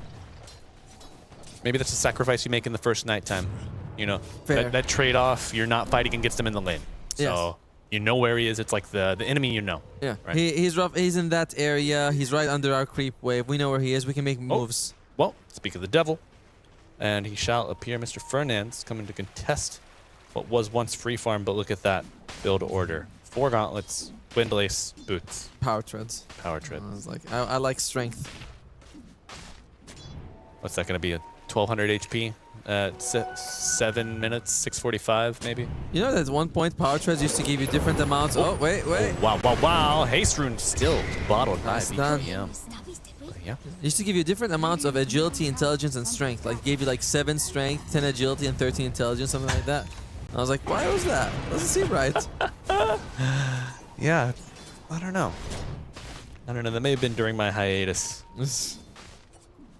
So far though, 33 continues to farm quite nicely, but not getting kills like Lace is. And for the first time this series, ICX is ahead. Another double bushwhack, but no Centaur here to continue that aggression until just now. Appearing, finally. Oh, Iota fall, and the Sunstrike will find its way home. But, no. BZM arriving just in the nick of time, and 423 also using this twin gate. It's a brawl of brewing, folks. Who's going to come out on top? BZM? Just going to sneak away the old Wisdom Shrine, perhaps. Oh, he's going to get it. Very good. It's happened in game 1. It was a disaster. Supports did not get level 6 for minutes. Now he's cutting wave with Flame Guard. Oh my god. It's not too bad though, because the center just goes forward. But yeah, BZM is doing a nice job of stalling them out. But they have creeps. They have the Centaur, they have the boars. Yep. Laze, he'd love to get level 6. Can you imagine? He's like, could you two just shove off for 10 seconds while I get level 6 for all of us? It'd be nice. It wouldn't be nice. Ari coming in getting the last CS on that Centaur. They do not bring the tower into deny range, I believe. No. It needs to be down to 10%, I believe. You believe, I believe. Looks more like 13 to me. That's at least a 12.2. That's a 12er. I copy. That's a 12er, and we will see some aggression here in the mid lane. It's a good one. Oh my! Dude, they have got their number on this one. Inner circle. Like, we're not sitting for this game. We're standing. On your feet, lads. This is a stander. Power threats being picked up by BZM for the extra stats on Ari from behind. Oh, Ari, I got bad news. That shackle is not going to save you, my guy. Oh, nor will it help the tower. Double damage acquired. 1W cannot pick it up, and the zoo is open for business. This is 43, by the way, and his best play style with this fast pushing carry heroes. So it's no wonder that they're doing so well on Inner Circle. I wonder if 1W is caught off guard. Oh, wait. Yeah, well. Aggressive Stampede looking for Mr. Beer. Wave is coming down, but now BZM and Whitemon showing up to back up their carry. Is it enough to get the kill? Oh, more shot from the Nether coming out and going forward. The Remnant will find the kill. Oh, almost gonna, maybe? No way. However, this does give vision for the Sunstrike, Atomo. I think he already used it anyway with the hoof stamp landed. Gotcha. So was enough damage, unfortunately. Damn. Oh, wait. Oh, well, that's not who you expected to die. All right, the Sunstrike comes out, you're like, well, what's gonna happen? Then you say, wait, Sus dead? I remember Sunstriking him. So what? So what? Yeah. Either way, it's still a decent situation here for Inner Circle as they have their 4-3 doing really well, and same thing with Stoikov. Now that they have the Meteor Hammer, I do believe they've taken most of the tier 1s, only the top one standing. There should be an upgraded Meteor Hammer called Meteor Hammer. Oh, but this is a great chain of spells. Beautiful coordination, perhaps a bit of overlap, but they get the kill. And they will continue. Maybe some aggression here. Oh yeah, look at that drawing on the map. They say, I want to go here. Our Beastmaster, big and beefy. 2 components of the Aghanim Scepter acquired. Yep, very quick. And the enemy, I mean, Drow Ranger Aghanims is good at reducing the amount of healing you can do, so that's nice, but it's not, I mean, it's just fine, I feel like, most of the time. I don't think it's such a great item that you have to get it. Maybe in this game you do, but you don't feel great about it. Right. There's usually better items for it. I think you get the Ags if you cannot show on waves, right? If you need to ghost push to get back. But making use of 3-3's ultimate burst of the game. Be able to bring down the big bad Beastmaster. But unfortunate. He was only 400 gold away from his Aghanim Scepter. Would have been very quick if you can get it. Painful opportunity seized by 1W. All right. Some movement there coming out from them, as you mentioned. The BZM is going for a Spirit Vessel. One of the nice ways you can counter the high HP regen from both the Centaur as well as the lifesteal from our friend. But Enchantress could get a creep that can dispel it. Yeah, that's your only avenue at it. Cannot enchant an ally, unfortunately. No other built-in dispel. Beastmaster's not going the Helm build, thankfully. It's very, but I must say that it's a very annoying solution. Or then again, yeah, you have Lace who's also got a Helm, so maybe he can just find the creep that you need. Right. Another aspect on the Enchantress getting the Satyr. Perch Flame Guard. Oh, a worthwhile investment, but wow, look at this investment. Pure hamstrung, absolutely, thoroughly. How many times has he died now, by the way? It's got to be, I'm going to say at least 3, maybe 4. Is 4 times. Like a steel trap, they say. I love the Satyr, the big Satyr for the Helm Dom, the HP regen aura, the orb. I get to ponder it. What more could a man want? Yeah, the Satyr's pretty good. The Hadouken's very nice. The Shockwave, the Stoikov. Yeah. Oh, this could be a great return for 1W, and it will be granted to BZM. 4 heroes involved in that one. It's worth every penny. Unfortunately, a bit of a wasted Stampede because he was under the Searing Chains for the entire duration. So he got like a tiny boost at the end, but that's about it. Yeah, they call the Searing Chains the Mini Mars. Do you know that? No. Oh, well, you're going to see Mini Mars in action again. My God. I think 4 heroes involved. They take the stack as well. Yeah. Not a bad W for 1W. I was gonna. Yeah, I got it. He's quick, ladies and gentlemen. Yeah. We call that too slow. Right. Well, Have you gotten your kids with that yet? No, but to be fair, you set yourself up. You know, so you gotta give me a little bit of a chance here. Now, what we're looking at in terms of for Night Stalker, 33 has gone for drums into the blink, and we see Lays, same as the previous game as what 33 went for. He's like, I want heart first, just to be extra durable. And then MAT, I mean, if he's not under Spirit Vessel, I feel like he's gonna have a really hard time bringing him down. Like Ember Spirit is kind of good at poke, but not really high sustained damage. Same thing, like Wind Ranger. If you focus fire, a Heart Centaur, thank you. Bye. Yeah. Right. It's like hit me again. Yeah, I think your best avenue. I don't know if Ags is affordable here for the Drow, or if you need to just get the hit. Yeah. It's a good setup. Do you have the sustained damage? I do not think so. Self Tornado, but the Shrine is the crown jewel of that gank attempt. True. Granted to 1W. That's the second one they were able to get this game as well. First one was stolen by BZM, second one is being stolen by 33. And this is what makes 1W such an incredible team. Yes. You know, you're thinking like, oh, we're getting some kills, we're doing well, we have our, a farmed Centaur, whatever. But they always get to eke out these small things. I mean, Shrines and the small thing, but they make sure they maximize whatever they can get out of the map. Exactly. They mitigate and maximize. That is like the unifying concept of the play style that we see from 1W repeatedly.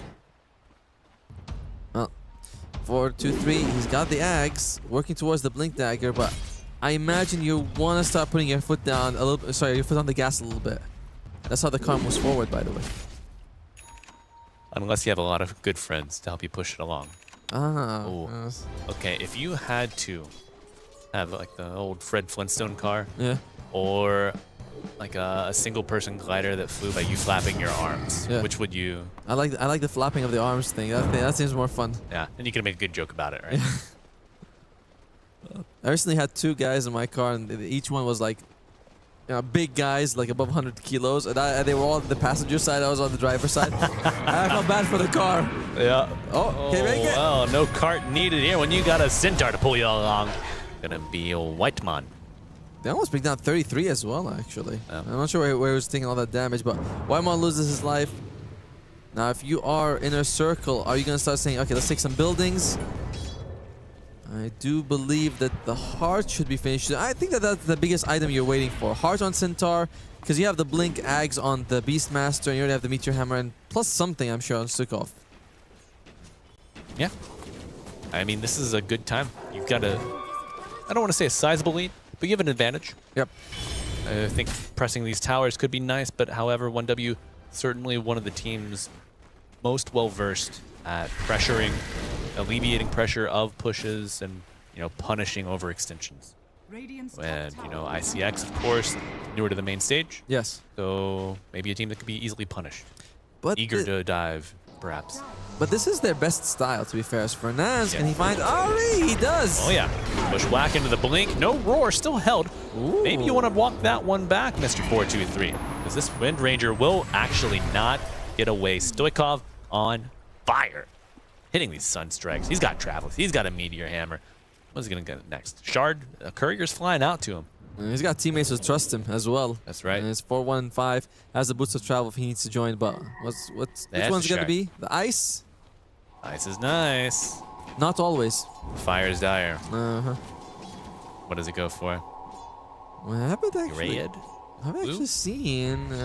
He's still there. He's still thinking. God. You have to put it into your inventory, Stoikov. He knows. He's thinking.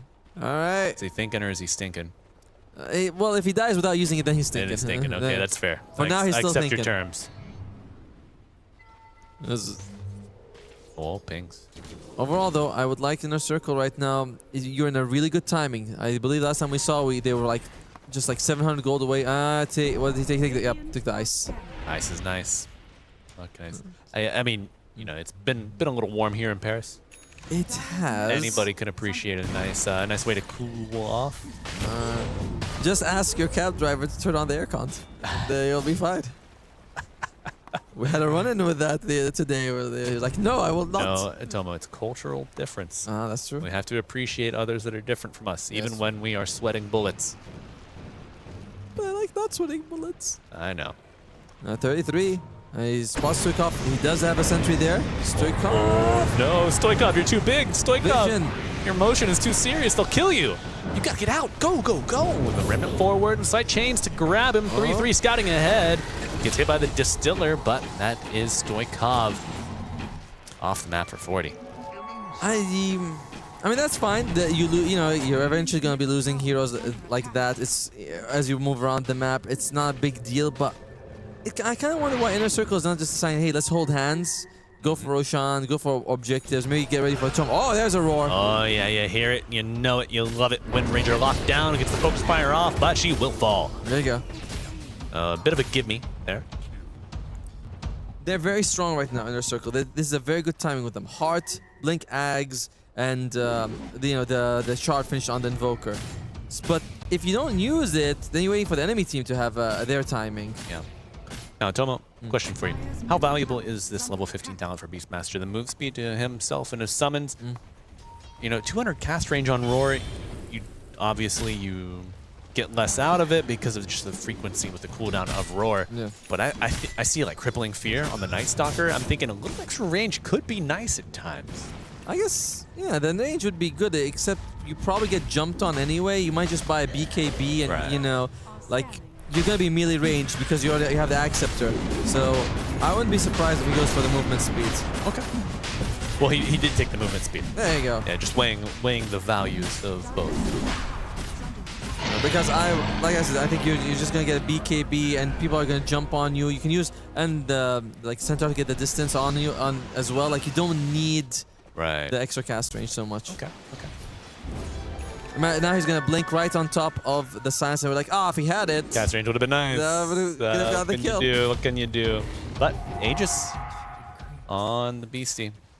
This is gonna be the important moment here for Inner Circle. Like they've played it so well till now. Remember, they're playing against 1W. It's one of the best teams out there, and they've done a really good job of getting the game in their hands. Absolutely. But Southeast Asian teams, they're well known for once they take a lead early on, of never losing that lead. Right. Yeah. They Good always. thing I see X's in Southeast Asia. Well, I mean, they have teams from Southeast Asia. The players. Sorry. Multicultural organization. We love it. Sorry, C players. There you go. Once they take the lead, never drop it. Never. All right, 4-step coming out here. They have another one as well, but just one 4-step. Still, towers can't be moved. We'll see if Inner Circle decides to go for them. They have already used, I think, about nearly 2 minutes, well, a minute and a half of the Aegis. Question for you. Would you consider Mongolia to be closer to Eastern Europe or more of Southeast Asia? Ooh. And China's in the middle, right? Well, they did join the ENC from the Asia qualifiers. Ah, okay. So, there you go. Point taken. I'm going to go with that. There you go. It's like, I don't have to think about it. There's someone else has already decided they're Isn't there. that nice? And you can just copy and paste. Control V. I love it. But he has to have the information ready. True. You have to know this. Will BZM know what's coming? Whoa. Don't think so. Big roar, bigger Sunstrike. You even hear the chip of the crossbolt landing from old 423. Fernand's beautiful setup with the stun there. It's like very calm, doesn't just throw the bushwhack. He's like, I need to get the Acorn shot out, then I can bushwhack him. They get a tower out of that as well. Big win here for Inner Circle. Yeah. Getting deja vu. We saw the team, play the opposite side of the map, take Roche while the Tormentor was taken earlier, but Night Stalker taken to the skies. 3-3 trying to use those eyes. Who can he find? Stoikov on the run. Fernand's around to help out, but nope. Gonna be a TP cancel. However, on the backline, you might find someone you're interested in. Sunstrike following the Night Stalker. Bushwhack to land. Fernandez is on fire. They bring down the demon of the night. The Gargoyle. El Chupacabra. They can't really fight them at this point. Their lineup on 1W relies on getting pickoffs, right? Like Ember Spirit and Night Stalker to find with maybe Whitemon teleporting someone in. But if you stick together and you're up against like a freaking Centaur and a Beastmaster, so durable. On the other side, they're okay damage-wise, but it's really just Pure. Yeah. And Pure doesn't want to hit Lays right now. Yeah, he is not afforded that opportunity. It's like, yeah, sure, every time I hit him, I take 100 damage, and maybe he takes like 200, but guess what? He's got 3 times my health. Yeah, you're gonna run out of rope real quick there. A little bit of gold going Ari's way. Has his shard as well. I loved when that shard was added. It was so unique. Oh yeah, the tornado? That's very good. The gale. I like it a lot as well. Almost were able to get no, my gale! Well, shot doesn't help you then. TP across the map. Where is Hoodwink going? Back for mana? Has a BKB now on Stoikov. They finished the Orchid as well on 4-2-3. I tell you, the items, they're coming. They are. They're good items too. Floodgates have opened, but the gold not flowing too rapidly. Only a 5k lead here for ICX. Tornado off the mark, but maybe dodge. I'm not surprised to see that Lays is going for a Lotus Orb in this game.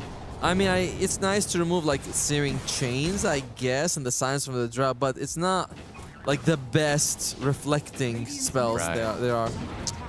Yeah, I'm trying to get the best read on the best skinny on that. Do you think you just want to dispel? That way your Beastmaster can run in unhampered? I suppose, right? Because it's just there's not that many spells to return. Right.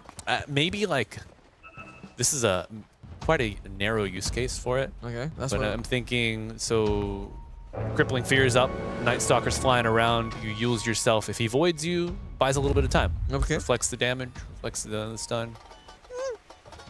I mean, Shackle Shot as well. If you're able to return that, that's always fun when you're playing like Witch Doctor. You throw the stun, you're like, wait, this is so much better. Or if a Rubik steals your cask, my God, you're getting hit with a cask from 3 screens away.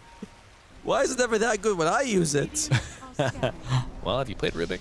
The smoke up though. Who can they find? Looks like they might be on the other side of the map. Again, I would like it if Inner Circle was more gung-ho for buildings. Of course, you're playing against 1W, you respect them a lot, you're worried about making any mistakes, but you have the lead. You play to get the lead. Yeah, right now, do you think that ICX might just be like, guys, we're winning. Guys, we're winning. Yeah. We're going to win this game. How do we do this? How do we do this? You know? Like, everyone be careful. Don't get caught. Everyone be careful. Don't get caught. Like, yeah, but shouldn't we go do some catching?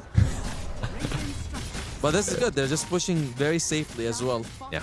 While they're not committing as much as I would, like, but they're doing very safe pushes and they're taking the tower. That's all that really matters in the end. Yeah. Unfortunately, taking this tower does require your heroes to be unified and present. So right now you're getting a tower, but you're only occupying about 1/3 of the map. Yes. And that's a good point because they were 6,000 gold ahead, a little while ago. Now they're 5 thanks to that tower. Yeah. Yeah, net worth lead mounting, but Pure recovered Natomo. He was punished heavily. Yep. Early game, mid game, unable to play. But now, top of the charts with the Beastmaster just trading spots. 17k.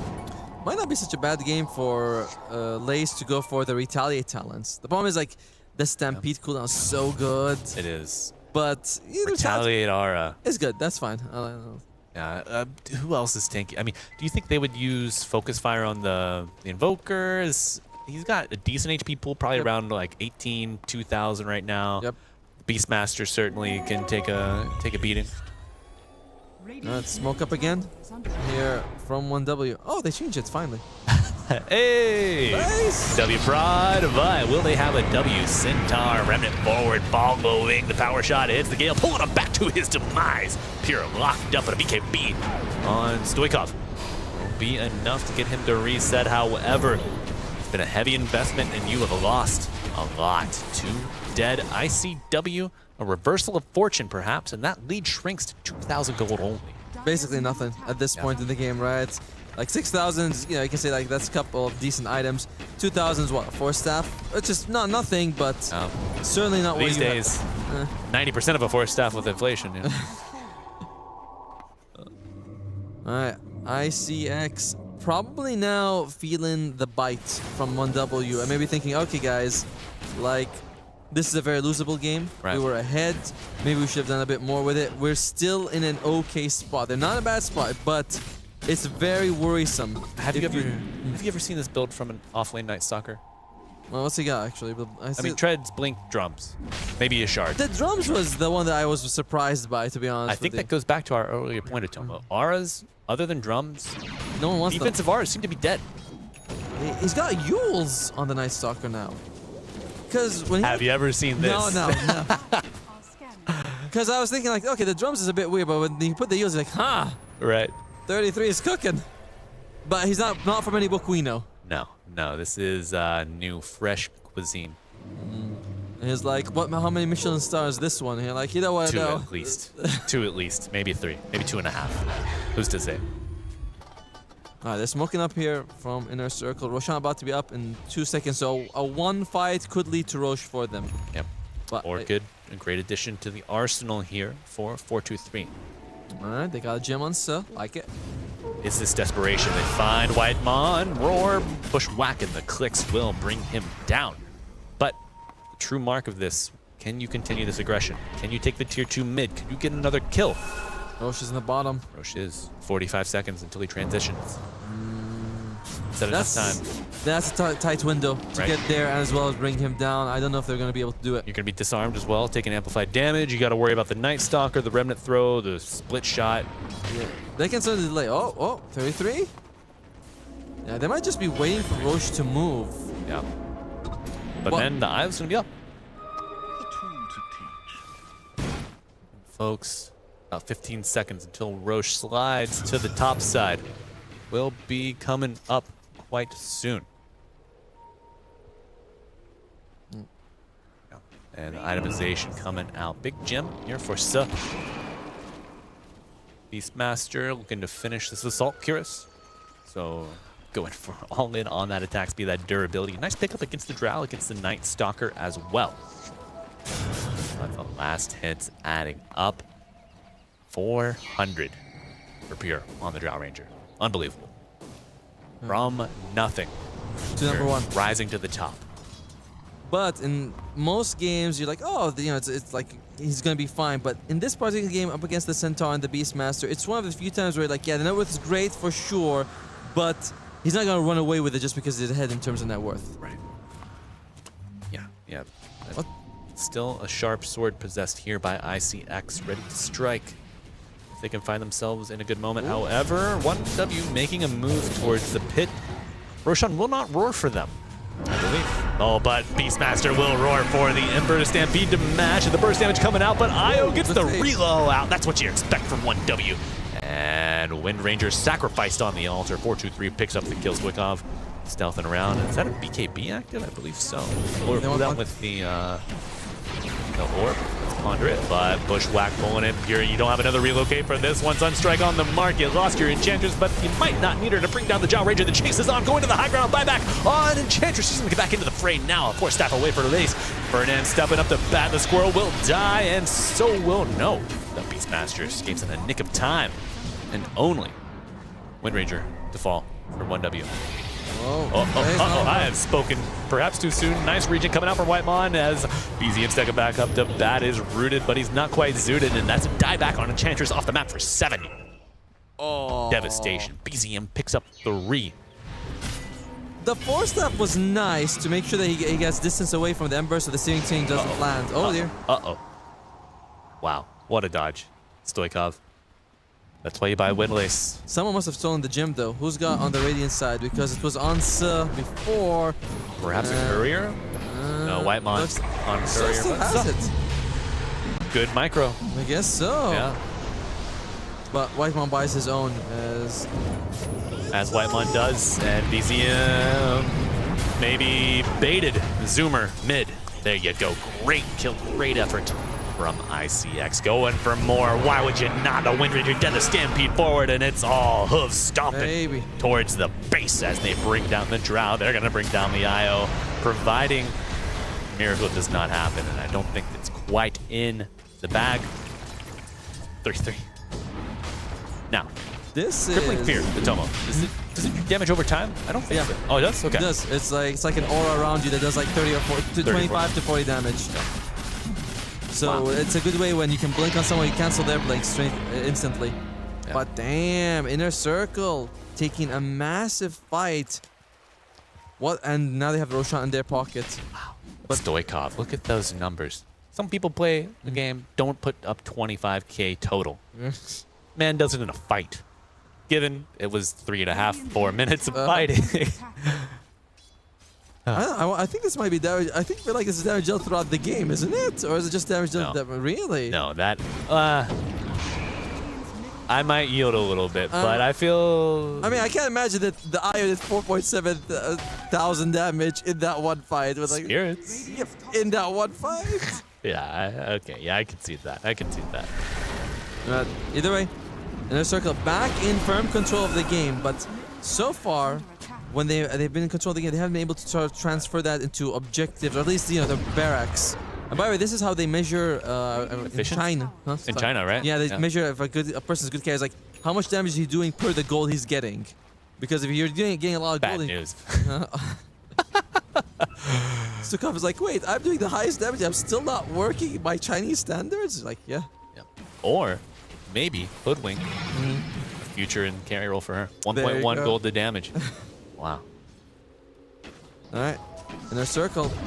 Sorry. 1W right now, sticking together.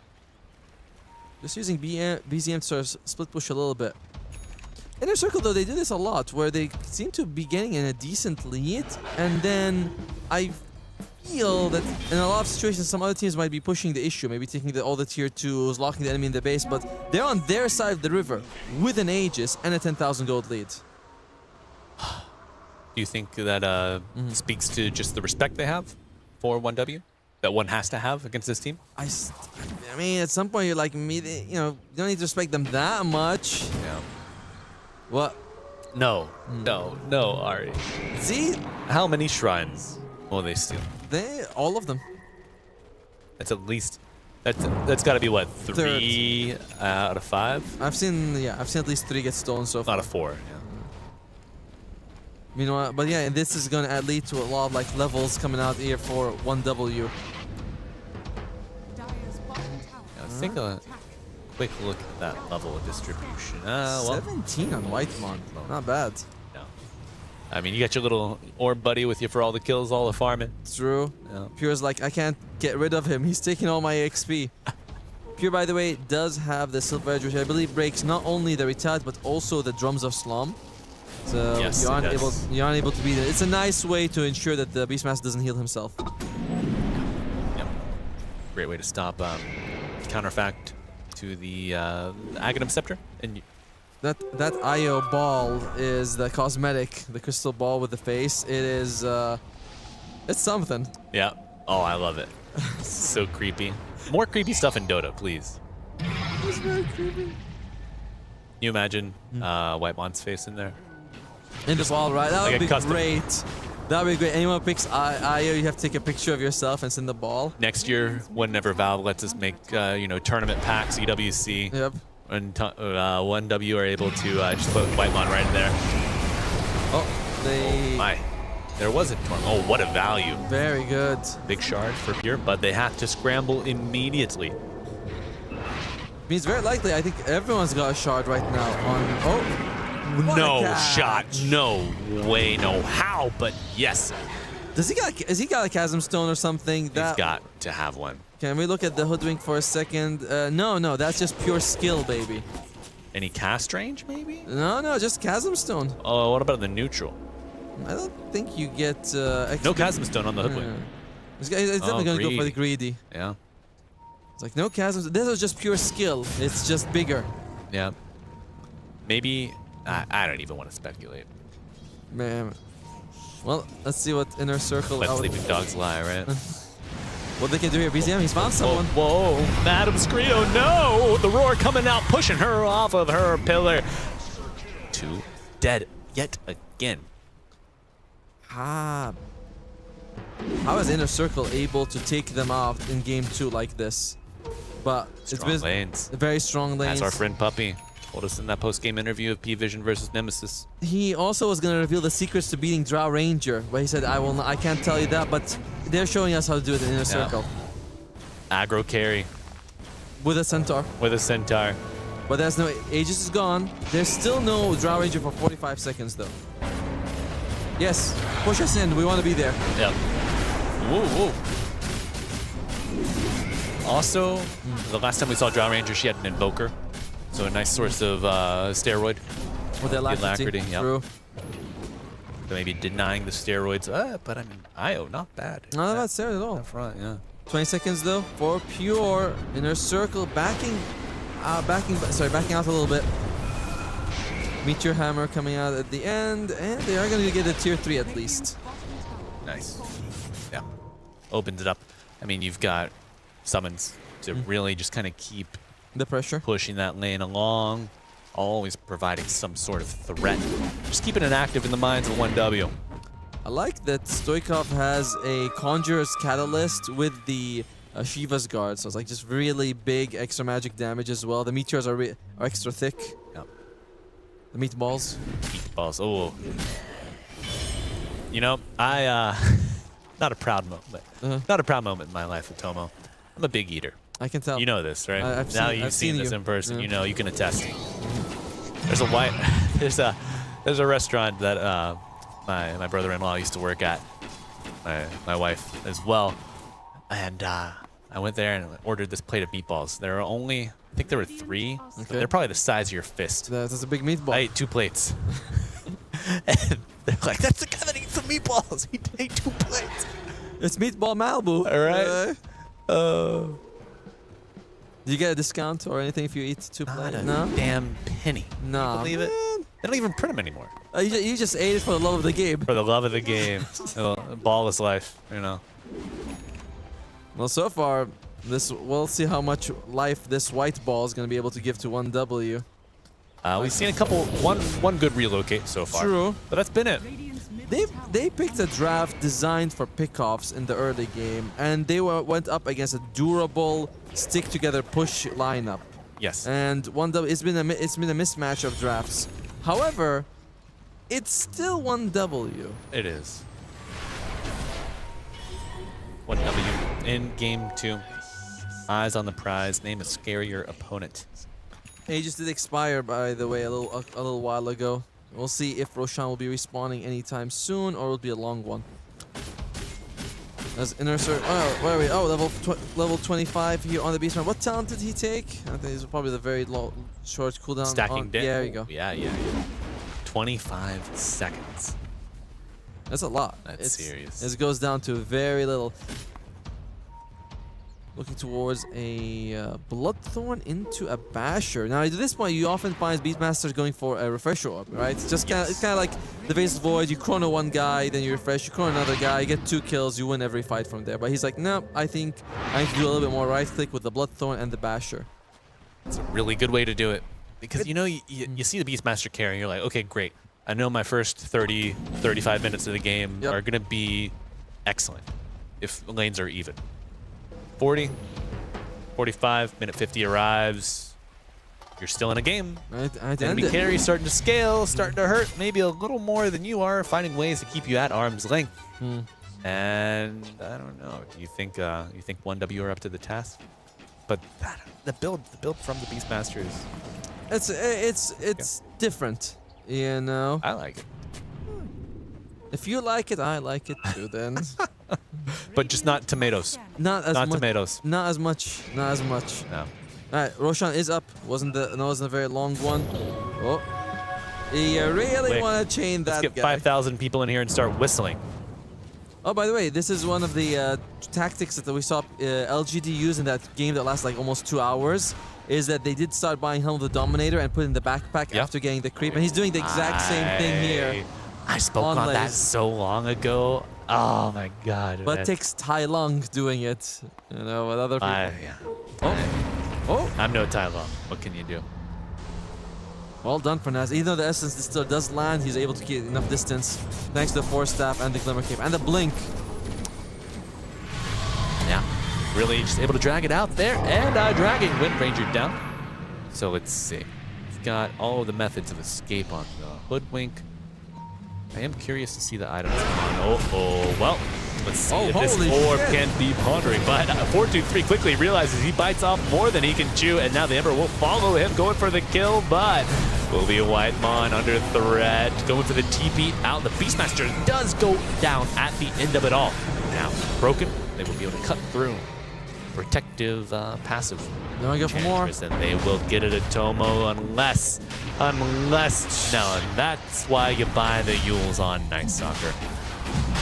They had the option of going for Roshan, but they said, okay, let's go for a kill. That might be better for us. Find Whitemon. Not a target you usually roar, to be honest with you. No, it's not. And look at that. Drow just able to sit on a hill, pelt enemies with her arrows from afar. Jim dropped on deck. One dub. Everyone coming around. Centaur is used up. Look at that. Just unable to get vision in the pit here with the Aegis. They did confirm the Roshan kill. And they're going to be looking to bring down the Centaur, but a nice tornado will not be enough unless, no, BZM jumping forward. Last moment and piercing through the heart, the backside of the heart, Centaur. I wonder, I mean, like, I know he broke the retaliate, but he just took 0 damage the entire time on Pure while he was hitting that Centaur. Jim's also dropped if they were able to pick it up. And now Inner Circle. You look back in the game and you think, man, we really were ahead at some point, weren't we? So unfortunate. You look, and you just look at these individual performances of the players here in ICX, and just one chase where you do not hit the Drow. Changes the field. Good cheese, but not enough to save the Aegis, Tomo. And Whitemon, a tether, a dream of a relocate perhaps. No, not needed just yet. BZM spotting his escape. Beastmaster up. Can we look at what the Centaur is building for a second? I wonder if Lace is considering going for the Aghanim Scepter, or if he's like, it's not worth it for me this game. Because it could save someone else, but you might think I want more stats for myself. Well, we'll look into it when he's ready. I don't need to push it right now. Ari playing ahead, trying to find kill opportunities for his Drow. Stoikov is level 25 with a Hex BKB Octarine core. I think we can expect to see a lot more Invoker Stoikov in this tournament of Tomo. I don't know if this was like a deny pick against BZM, but he's looked like he's very comfortable with the hero the entire time. Yeah, I mean, he's Grandmaster, right? There you go. You'll love that Yule's coming out. The point at 43, Yule's still in your bag. Jump. Yeah, look at that. I know he's broken, so it's not reflecting. BKB? But is the BKB being used right now? I think so. Is that the light from the Hoodwink itself? You know, when she gives you that overcharge? From the IO? Yeah. I don't know. Sorry, not Hoodwink. I think they could have BKB'd in anticipation of the hoof stomp to prevent the Aegis snatch. Yeah, maybe. Either way, it takes no damage in that fight. Yeah. Well, folks, we are essentially back to a 4K lead feels like a blank slate, given the status of this Drow. Yeah, but Pure is giga big. You know, he's a big boy if you look at Pure. Well, that's what I'm saying. Like, Pure is so strong that 4K is meaningless. Yeah, no, definitely. Yeah. He's not level 25 just yet, though. I think that is when you get the extra shots coming out from your multi-shot. Level 25. Yeah, the 2 multi-shot waves. There you go. But yeah, 50% movement speed on Gust. That's pretty good. Yeah. That's pretty good. I remember the first time I hovered over Gust and says it gives you movement speed. I'm like, when was this added? It was the same when Sven has ultimate, used to give him strength. You're like, huh? Right. Whoa. What? They give the strong guy strength? From his ulti? The person we know, Sven. You know, even though they got a ton of kills on our Inner Circle, a lot of these kills have been on like Ari, who's 0-10 right now. Yep. If my position 4 is dying a lot to preserve everyone else, that's a good position 4, you know? That's fine. That's Ari doing his job. Especially when you're 3-3. Night Stalker is like 3-1 and 11, 3-1 and 14, something like that. 3-1 and 10. Yes. Wow. So I was like, this is a great RA game, you know? You go like, Mom, I fed so well. Yeah, yes, you did. Call that a fridge game. Uh-oh. A Wind Waker now to get him away from the Centaur. What a play. Oh, what will follow? There was concentrating, but looks to be a reset. Yeah. Still not a whole lot of gold on 33, by the way. No. He's saying, all right, Pure, you're doing this one. As we see triple BKB on each side, on each, I want to say on each, yeah, each core. Because I was looking at the Hoodwink. It's offset. I know, I was looking at it, I was like, Hoodwink does not have a BKB. Slightly offset there, yes, yes. Oh, okay. No, in the meantime, they got them locked in. Well, not exactly locked into their base, but Inner Circles are the ones who are playing a little bit more defensive now. And look at that. There you go, 56% for the Radiant. What do you know? It's going to be the marksmanship percentage or Drow at 25. Okay. Yep. No extra gust, interestingly enough. Not extra multi-shot, my bad. Yeah. You know, I like the multi-shot is great for the wave clear, but at a certain point, your clicks just do so much. Yep. And it's like, I'd rather focus on bringing one guy down as quick as I can rather than multi-shotting multiple people. But that's a fair point. Oh, taking to the skies. Where is 3-3 going? Is it this way? No. Aegis has expired, by the way, for 1W, so no benefit there. BZM is able to pick up a Lincoln Sphere. Can't roar him. Not a whole lot that they have. I got some decent one, actually. Acorn Shot, Enchant. They have a decent way to break it for our carry to get on top and roar. Yeah. Our carry. Our carry.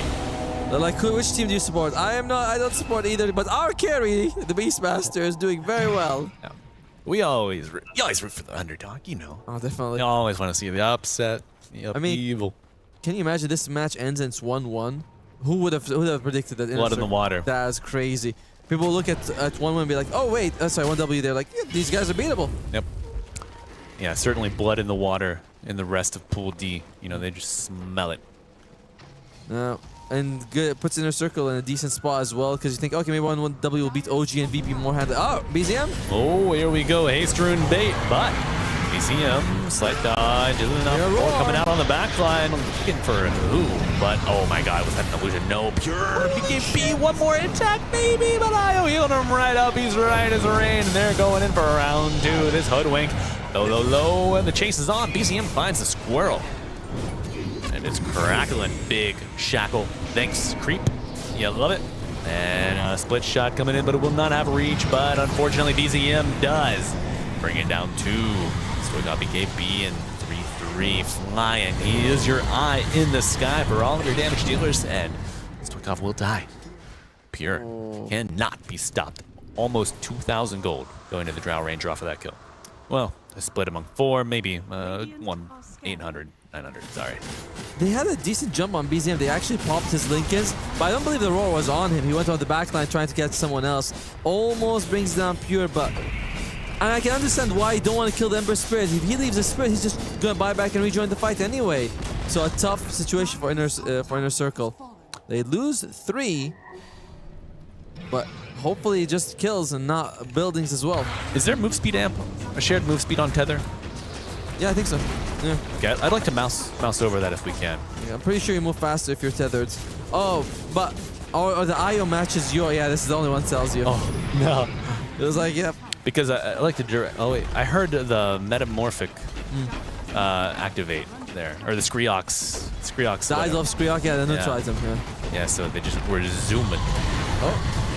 Nice dodge. BKB from 4-2-3, and you gotta get something out of this, but I don't think you will. Instead, you might be pulled back to your doom. Going forward on BZM, looking for some action. They find the Enchantress, and that's gonna be dead deer for dinner. Yeah, buyback on Stoikov as well. Lace going in. Nice timely Lotus, but is it enough? BKB activated after Stoikov going in. Hits the triple meatball, but onto who? Looking for the IO. Hex applied, but a relocate out. And it's a short range. It's a not back to the fountain.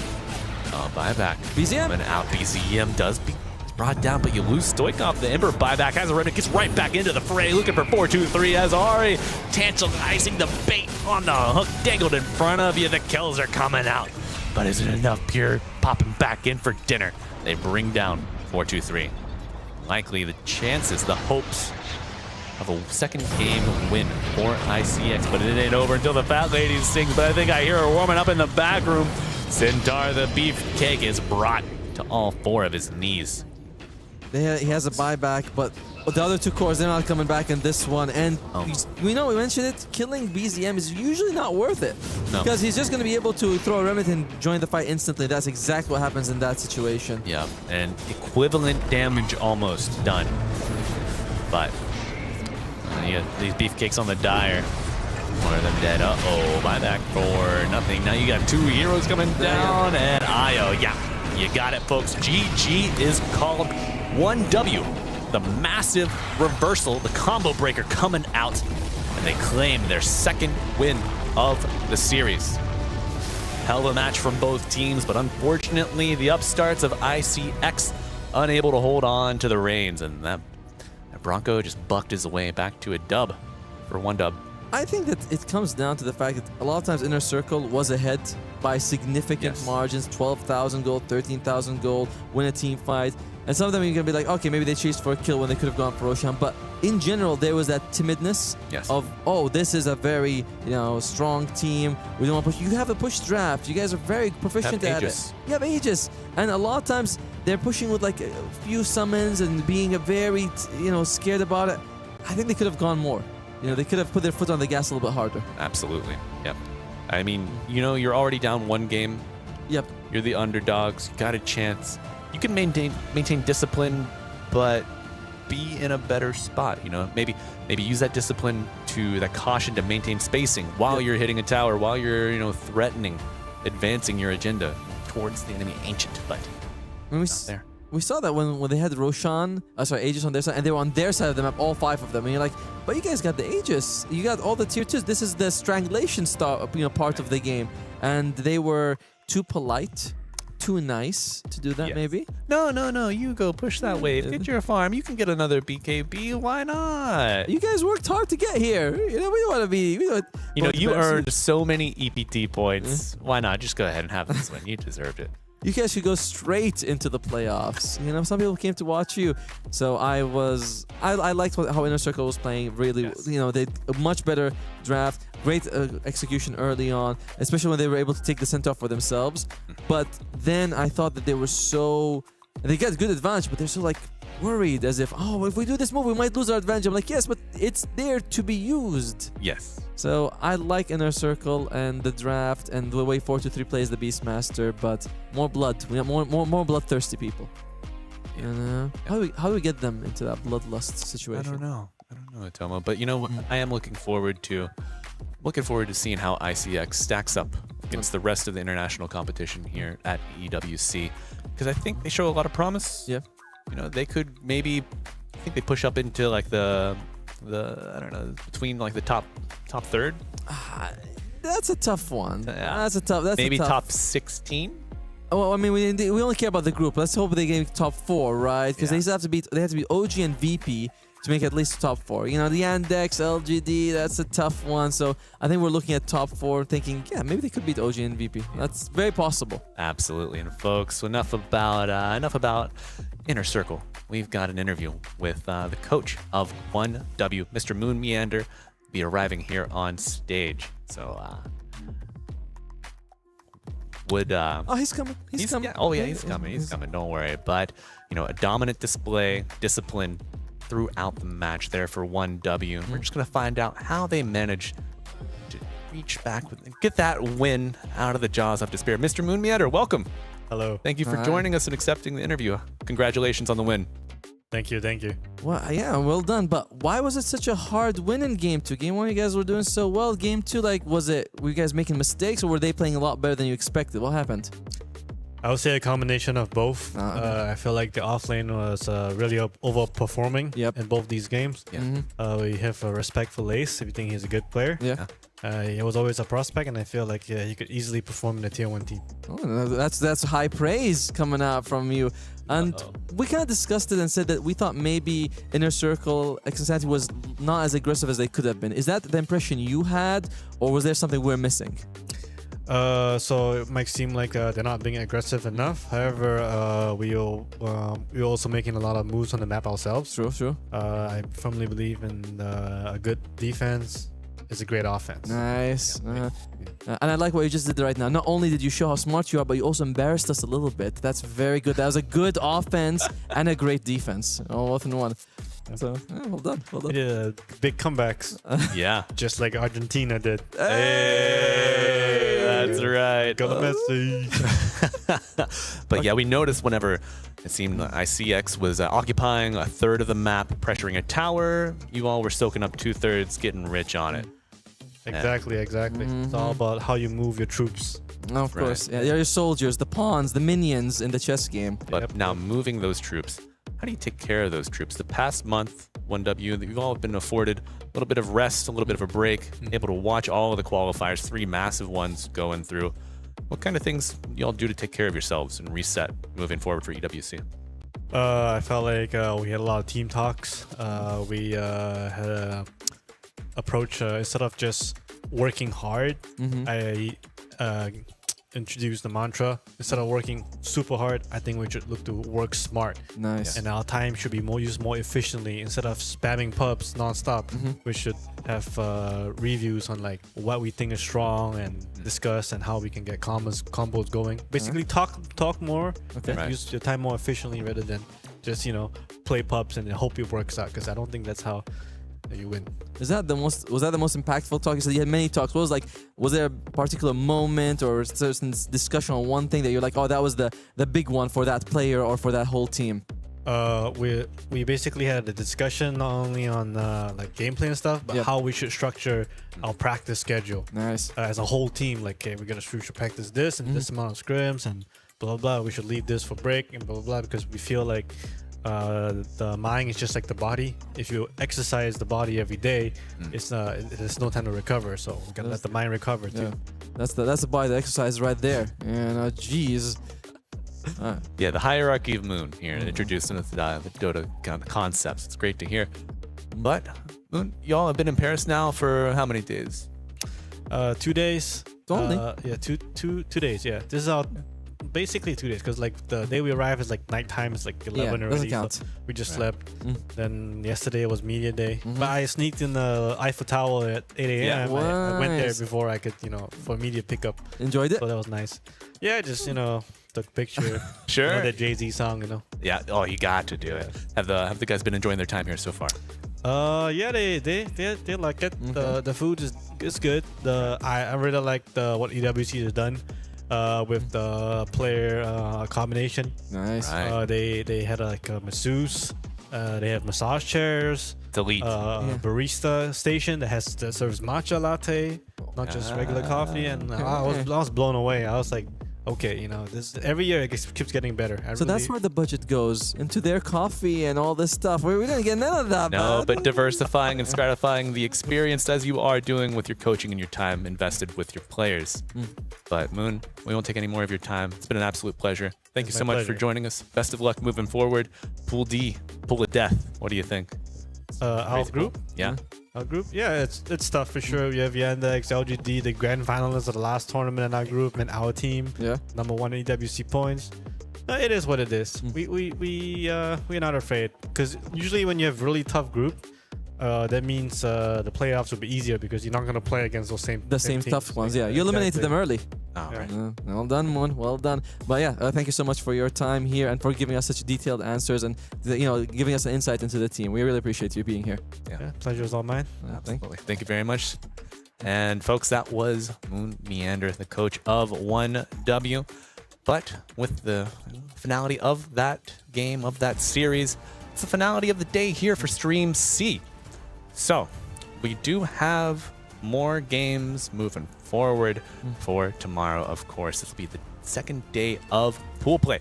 So tomorrow's schedule here on Stream C. What a day. Tomo starting it off. We've got Team Falcons taking on Rune Eaters. Yep. 13:30 CST. It'll be